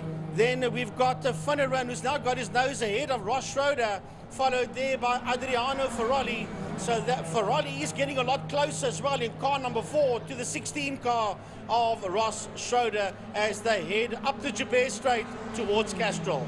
Well, I tell you what, Geldenhuys is in a class of his own, but look at the battle side by side just behind that for that second position. And it's Victor that's on the outside line. Ollie is doing a brilliant job. He's holding. If you think where he was in race number 1, what he's doing in race number 2, what a rejuvenation. He is really in with a very big chance of a top 3 here. And Ian Cup was all over the back of Shane Williams coming through as well. Followed there by John Henry Vaughan that is right there with him. Remember, he went bouncing over the grass just where we are now, and now he finds himself behind the combination of Williams and Cup. Well, in the meantime, it's Colfie that's worked his way a long way towards where he needs to be at the front end of the pack. He's not there yet. It's Nurabus that's on the line. Colfie's not scared for that outside line. He goes for it once again. Mohamed Colfie, winner of race number 1, past Faisal Jacobs, and now onto the back end of Nur Abbas. Yeah, Volskink and Leiden on P10-11, followed there by Van der Skyf. Where are the Class C? Oh, there they're going to turn number 1. Now, Fontini is getting away. Mark Fontini is pulling the plug and pulling the pin, but Finneran is coming through. He wants to have a go there as well at Ferrari, Muna. They're all in this fight. Well, Fontini has decided, I want a 3-second gap on you guys because it is hell out there in Class C. But there the Class A cars work their way through Fostron. Ollie's now been dropped down into that third position, but he's got a lot of space behind him because there comes Shane Williams, Cup, and John Henry Vaughan. So Ollie doesn't have to worry about what's going on behind him. He can concentrate on trying to recover that position as they work their way down towards turn number 1. Once we've seen this, we're going to go back to that Class B battle because Class B is just as tight as A. Yeah, I'll tell you what, that is not easy out there in a Class B. Here they come towards us. Have you got a new leader in this class? No, it is still a bus from Colfie, from Jacobs. Behind Jacobs, it is Volskink and Leiden. That is your top 5 that's heading through. There's a bus, there's Colfie, and there's Jacobs, 1, 2, 3 in that B class, and Volskink and Leiden just got flashed through there. Then we've got Van der Skyf, and he's been kept honest here by Donnie Sandenberg. Well, let's go back and have a look. See, there's Mark Fontini. He's up, dusted, and disappeared. Got 4 seconds on Schroeder, Finneran, and Ferrari. That was being dropped initially is now in the middle of that pack of cars, and Daniel Muniz come to play as well. 2nd, 3rd, 4th, and 5th in Class C as we see our leader Fontini just go out of shot. These guys are fanning out all over the place. Finneran wants to come through. Flashman wants that 2nd spot, and he's going to bring Ferrari with him as well. Yes, he's going to bring Adriano Ferrari and Daniel Muna for the ride as well, and they are mugging Ross Schroeder.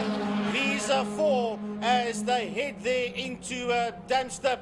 Now Finneran wants to get away from this. Ferrari's there on the inside there of of Muna. Followed there by, well, Joubert is 4 seconds behind them. Well, I tell you what, I think it's been brilliant, beyond brilliant, beyond brilliant. The 10 car in the hands of Geldenhuys is your lead car going through turn number 3. He's got a bit of a gap between himself and Nathan Victor from Ollie Hintenhaus. And then Williams, Vaughan and Cup. That is your Class A battle right now. This is the final lap. We'll stick with the Class A cars towards a checkered flag. They will find B and C because this is the last time that they're going to go around for today. Geldenhuys and Victor. That's going to be tough out there as they work their way. But see, there's a flag waving for one of the cars out there.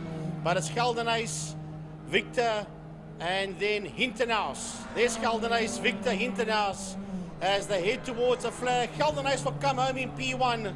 Victor will finish second. Ollie Hintenhuis will cross the line in third. Then it's Shane Williams, John Henry Vaughan. He's right there with him as well, followed there by Ian Cup. Going back to that Class B battle as they go down into Pertamina Fastron. Still very, very tight. Colfie's got one win. Is it going to be a second in the second race? It looks like it. Nurabas has done it all right. He's on his way to... Oh, is he going to be able to hold on? Yeah, he holds on from Colfie second. Faisal Jacobs will finish in third. Wayland Volskenk will cross the line ahead there of Zach Leyden. Here comes Brett van der Schyff. Sean Liebenberg is in there behind van der Schyff. Then we have got Donnie Sandenberg crossing the line. And here comes your Class C leader and winner. The 31 car, the Goffin Cooper car of Mark Fontini crosses the line. Flashman Finneran. Behind him is Adriano Ferrari. And then the two API property cars of Ross Schroeder and Daniel Muna. And there you saw the 9-0 car cross the line. And that is Hubert in that car, in the 90 car. Well, that was the second race of ABI Property Group GTI Challenge. Class A, Geldenhuys from Victor from Hintenhuis, and then Class B, a bus from Colfie and Jacobs. So Geldenhuys, 2 victories, Victor, 2 second places, and then I think Colfie's got a first and a second with a bus, Colfie and Jacobs. And then Mark Fontini, that to me, I can't remember, but he wasn't prevalent in Class C in race number 1. It was Finneran that was right in there, and Muna as well. This time around, it's Fontini from Finneran, and then well done Ferrari. That was right in there as well. 17th overall and 3rd in Class C.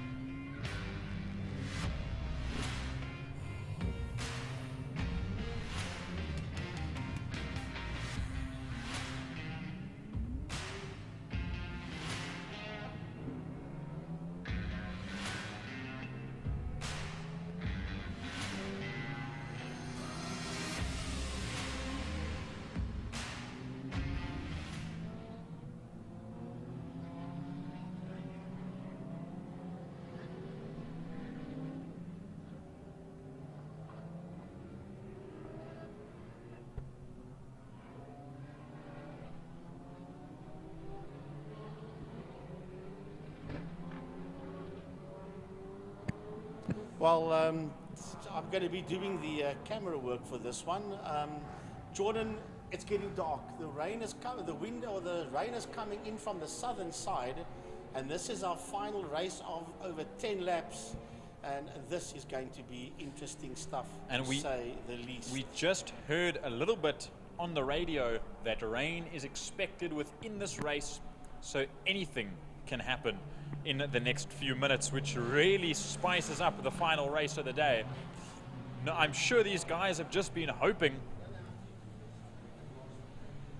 We've just been hoping, I'm sure, that they get some decent weather for their final race of the day. And it looks like they will if near turn 5 can hold out. They go into Fostron now. We see the shot. As the cars lead through, there's Yanni Hatsi.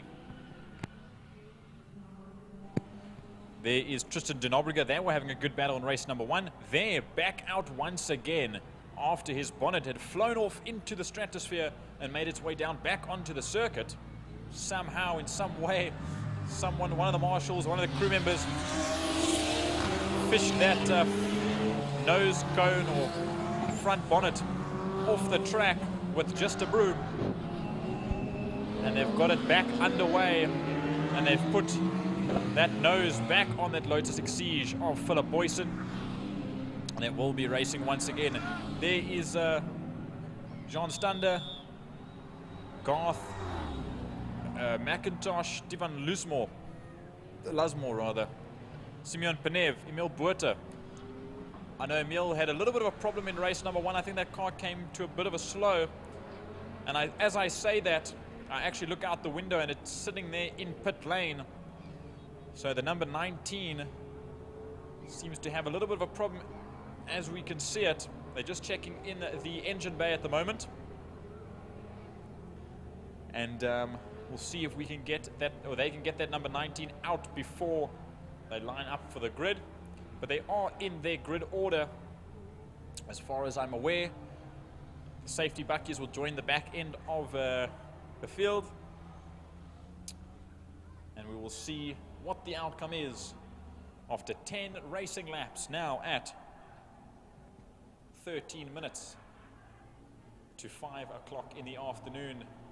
The south end of Killarney International Raceway is getting very grey. It might even get very damp soon to come, as the north end stays a little bit dry, and towards Melkbos there's a little bit of sun.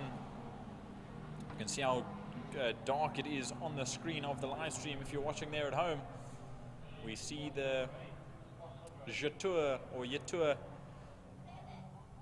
safety vehicle that leads the field out for the final time today. Here we go. The lights are on. Now's the perfect time to have your lights on. It's the final race of the day. It's the Spirit Invest Sports in GT's race number 2. Marcel Angel will take them away when the lights go out. And the route and away we go. And they rocket down to Holzhoek for the last time today and the first time in race number 2. Frank Eunice on the cameras is doing an incredible job. As there we watch them lead out back end of the field. Jan Greef. We jump back to the front into Castro Corner. Marcel Angel leads out from Connor Kilbride. Then there's the 2 Exiges, the one of Philip Boyson and Davy Joubert.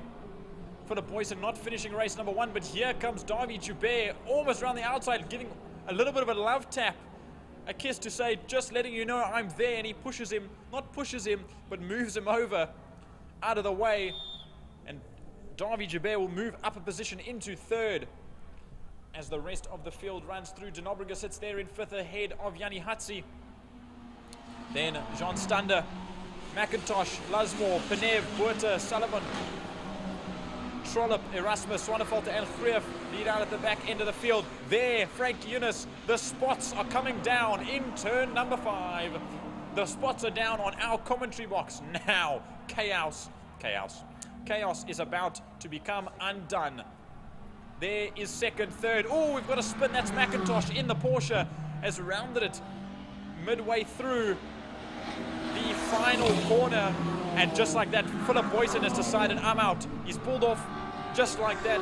You're not going to risk it. There's no point in risking it the final race of the day. Henny Trollop pulls into the pits. There's absolutely no reason you should risk going in there. There you see Divan Lusmore. There's Simeon Penev as we watch through into Castrol Corner now. There goes your leader. There's your second place. Philip Boyson's pulled off, but there's Davy Joubert. There's Connor Kilbride, who was in second, now dropped down to third. Then De Nobrega, Hatzi, Juan Stander, Divan Lusmore. They all just ride their way through out of Castrol Corner. Here they come into frame through the Lundstem Kink and down into Dam's Dip. Connor Kilbride has his teammate, the other Spirit Invest, or the Spirit Racing BMW E46 M3 of Tristan De Nobrega, between the two of them. There is second position. They are just storming ahead. Marcel Angel in a bit of a realm of his own. And then Davy Joubert just trying to play a little bit of a game of catch-up as the sky becomes incredibly dark. And the copy towards Malkbos gets a little bit darker. And, ooh, Marcel Angel getting a little bit unsteady, but keeping the pace underway. Everyone in turn number 5. Pertamina Fostron is coming to a serious slow. It almost looks like traffic. I've seen F1 qualifyings that are slower than that. And just like that, Marcel Angel comes in to Hull's Hook at a blistering speed at 24.3 as it stands ahead of Davy Joubert, Tristan De Nobrega, Connor Kilbride, Jean Stander, Yanni Hatzi, Divan Lasmore, Simeon Penev. They all come into this. Actually, I lie. Simeon Penev is a little bit further back. It's all the way up to Divan Lasmore. That's the top 7. 3, 4, 5, 6, and 7 are all just coming out of the first corner, and they are all bunched up. There we change over to turn number 3, Dam's Dip, rather. And there you see 1 and 2. That is Marcel Angel and Davy Joubert. We know Davy Joubert is a front-running man. He can get that car in the sub 10 seconds. But in these conditions, it's not worth it. Look at the dive that Divan Lusmore takes on the inside of Connor Kilbride to take away that 4th position, maybe even 5th position, as there's some chopping and changing there between Yanni Hatzi and Tristan De Nobrega. Once again, they did the same thing in race number 1. They're going to do it again in race number 2. But getting the power down in the dampness, now you can see the track is completely soaked. There's guys trying to get their race cars back into the pit garage. But now we look to Pertamina Fostron once again and crawling out of the final corner. Marcel Angel comes through. You saw Davy Joubert just pedaling it out of Pertamina Fostron, trying to get some sort of power down. This is one way to end a race day. Just before 9 o'clock, just before 5 o'clock brinks. Just like that, Davy Joubert comes into frame. We'll watch the rest come through. There is Tristan De Nobrega, one of the 2 Spirit Racing vehicles. Then there's Yanni Hatzi, the S14, ahead of Divan Lasmore in the 350Z. Then Connor Kilbride, and then Jean Stander in that Ligier. I'm pretty sure he's having a bit of an uncomfortable time because that is an open top race car. So his vision might be a little bit difficult. I see he slows down ever so slightly. I don't know if he has to wipe his visor because I'm sure that it's a little bit wet and it's getting very dark. Some of these guys don't seem to have headlights because they weren't expecting it to get this dark so fast and so late in the afternoon. It's almost like this racetrack has got eerily quiet as it comes down to the last 7 laps. Here we see your leader heads up, the lights ablaze, and you can see Marcel Angel, the 51 Ferrari 488 GT3, come into picture. The Autohouse Angels yellow and black liveried Ferrari is just getting tailed there by that all-black Davy Joubert, number 18 Lotus Exige.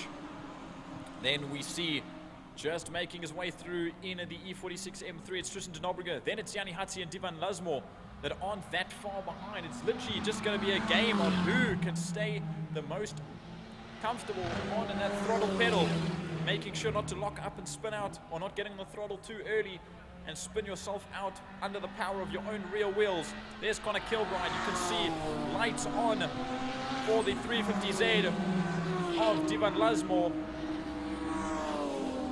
This is the time in the afternoon that Frankie or our old friend Byron Height would say the Golden Highway would be appearing. Now, if we look, as we just saw there coming into the first corner, Divan Lasmore just went wide, but he managed to collect himself. There you see with the lights on. It's no longer the Golden Highway around the track. It's really a grey, dark and dingy circuit. 6 laps to go now. There's 1 and there's 2. Marcel Angel goes through ahead of Davy Joubert. The gap now 4.5 seconds between the leader and second position. And this really is a game of crawl, not even cat and mouse. You're not chasing after anybody anymore. You are just trying to survive. Yanni Hatsi makes his way past us now. He had Tristan de Nobrega ahead. There's Lusmore. There's Kilbride. Kilbride, a contender right at the top 3, but now he just can't seem to put the power down in that turbo BMW. Now we watch as there Marcel Angel goes into the final corner. And look at that, Davy Joubert not that far behind. And I'm pretty sure that Davy Joubert is spitting flames out of that Lotus Exige. But you can see very slowly out of the final corner. It's very, very wet there. So there's no point in putting the power down and spitting that car out. There's Yanni Hatsi going his way through Pertamina Fostron. And there back to the first corner. Your leader, Marcel Angel, has... There's Eric Salomon not that far behind. They've just lapped that car. And Davy Joubert will also lap that car momentarily. Then as the cameras start to get a little bit wet, we see Tristan de Nobrega in the 70 Spirit Racing car. He will just pedal around there, second position. There is Salomon in 9th position. Then there's de Nobrega. I see Jean Stunders dropped quite far back. I said that he'd slowed down quite a bit, but I think he's actually slowed right down. He's now a lap down. So is Gavin Erasmus. And Jan Greef has now dropped out. I don't think Jan Greef made it past 2 or 3 laps. I believe he also pulled it in. There's your grey highway. There goes Davy Joubert out of turn number 4. Sorrel sweep. Your leader will be going into the final corner. There he is. Marcel Angel just gingerly, ever so calmly making his way around the circuit. I think this is the slowest that these cars generally go. I'll look now at the timing sheet. A 1:36.6. These cars are capable of the 1:10s, the low 1:10s, maybe even the 1:9s. But no, another 30 seconds added to that due to the weather. I think all that matters to them is get this car home in one piece. There's Davy Joubert. There's Eric Salomon. And someone's off. 2 cars are off. This is a bit of a mishap now. I believe that's Yanni Hatsi in the Nissan S14. And then that is one of the 350Zs. It's either Penev or it's Lusmore as he chucks it into reverse. There's Marcel Angel, your leader. There's Davy Joubert coming out through what is the mist. Then you see Tristan de Nobrega. Connor Kilbride comes past us now. Everyone is exiting this race circuit like it's nobody's business. The rain is coming down in droves. As there, Connor Kilbride just takes very leisurely around the outside, and a red flag. Red flag with 4 laps to go. I think that it will be called. They started with 10 laps. We are 66% in, I believe. But I think with conditions like this, that might just call it for the day. I don't think they're going to wait just before 6 o'clock to finish the last 4 laps. We'll just have to listen to the officials and see what they say. We'll turn this up a little bit. There's Davy Joubert, there's Tristan de Nobrega. De Nobrega makes his way past. The red flags are out, so they'll know that that is it. As there's even rain coming into the commentary box now. I've got to close these windows. More cars off in the final corner. Frankie Hunis was meant for this. Cameraman of the year, sorry Gary Fleming. But that was one of the Spirit Invest racing cars. That was either Connor Kilbride or Tristan de Nobrega. It looked like a very slow spin and just tap into the wall. He's out of the car. I didn't see Connor Kilbride. Connor Kilbride is actually making his way down. He should be making his way into the frame now. There he is. That's Connor Kilbride. So it was Tristan de Nobrega that just slid off the track, straight off into the gravel, and came to an abrupt halt. We're just waiting for final confirmation. What a way to end this. We're listening from race control if they will call it a day.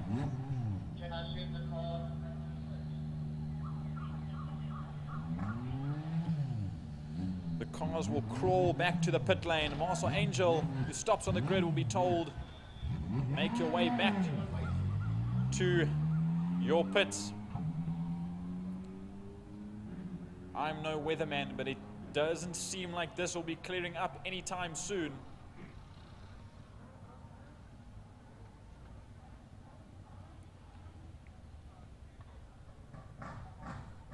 Well, everybody, what a way to get to the end of this race day. Round number 3 of the Killarney Power Series here at Killarney International Raceway. I can't quite say for certain that the race day is over. There's still an hour to go before cut-off time at 6 o'clock. But I'm just waiting for confirmation. Give us 1 minute and I'll get back to you as soon as possible.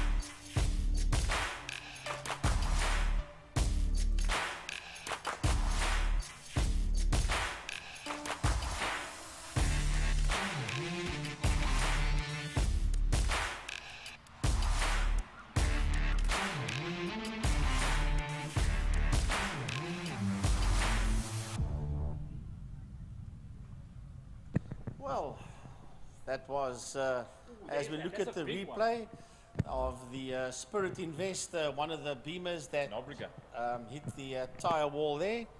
We think it is the Nobriga. But yeah, it was an awesome, awesome day. And it was a day with all trials and tribulations. But somehow, some way, we made it throughout the day. Come rain or shine, Frankie Eunice. Yeah, and it's 5 o'clock. We didn't do bad at all. It's a pity that the rain came in just before this, couple of laps into this Spirit Invest Sports and GT car race. But yes, we got through it. And total novice, Frankie, me, I did the last race on the camera. I think Gary might have some competition, yeah? I've never done it before. I tried my best. And I hope that it was good enough. All right, guys, have a great weekend further. Remember, Formula 1 tomorrow, that's at about 5 o'clock. And I think 7 o'clock the evening is MotoGP. Have a lucky weekend further, everybody. From myself, Frankie Eunice, Jordan can have the final word. Cheers, everyone. What a race day it was indeed. And what a way to end a race day today at round number 3 of the Killarney International Power Series. Thank you very much, everyone, for coming who was here throughout the intrepid weather, and those that watched online. I'm sure many of the drivers and riders will watch this over tomorrow morning and the whole of Sunday. But what a brilliant race day that was. Thank you, everyone. Thank you to our marshals, our officials, everyone involved. What a race day it was. From me, JT Hubin, also known as Jordan Hubin, that is me signing out. See you very soon, maybe even at the end of the month, for the Ilemanu 9-hour. Catch you all very, very soon. Guys, it has come to that time of the day where we have to say goodbye, but it has been an absolutely jam-packed day today. The Power Series Round 3, so much excitement, loads of fun that has been had today. But thanks for tuning in, and we really hope to see you next time on the 17th of May. Join us on IMUSAT Sports on the YouTube channel to live stream, and if not, get down to Killarney on the 17th of May. From me, Simone, cheers.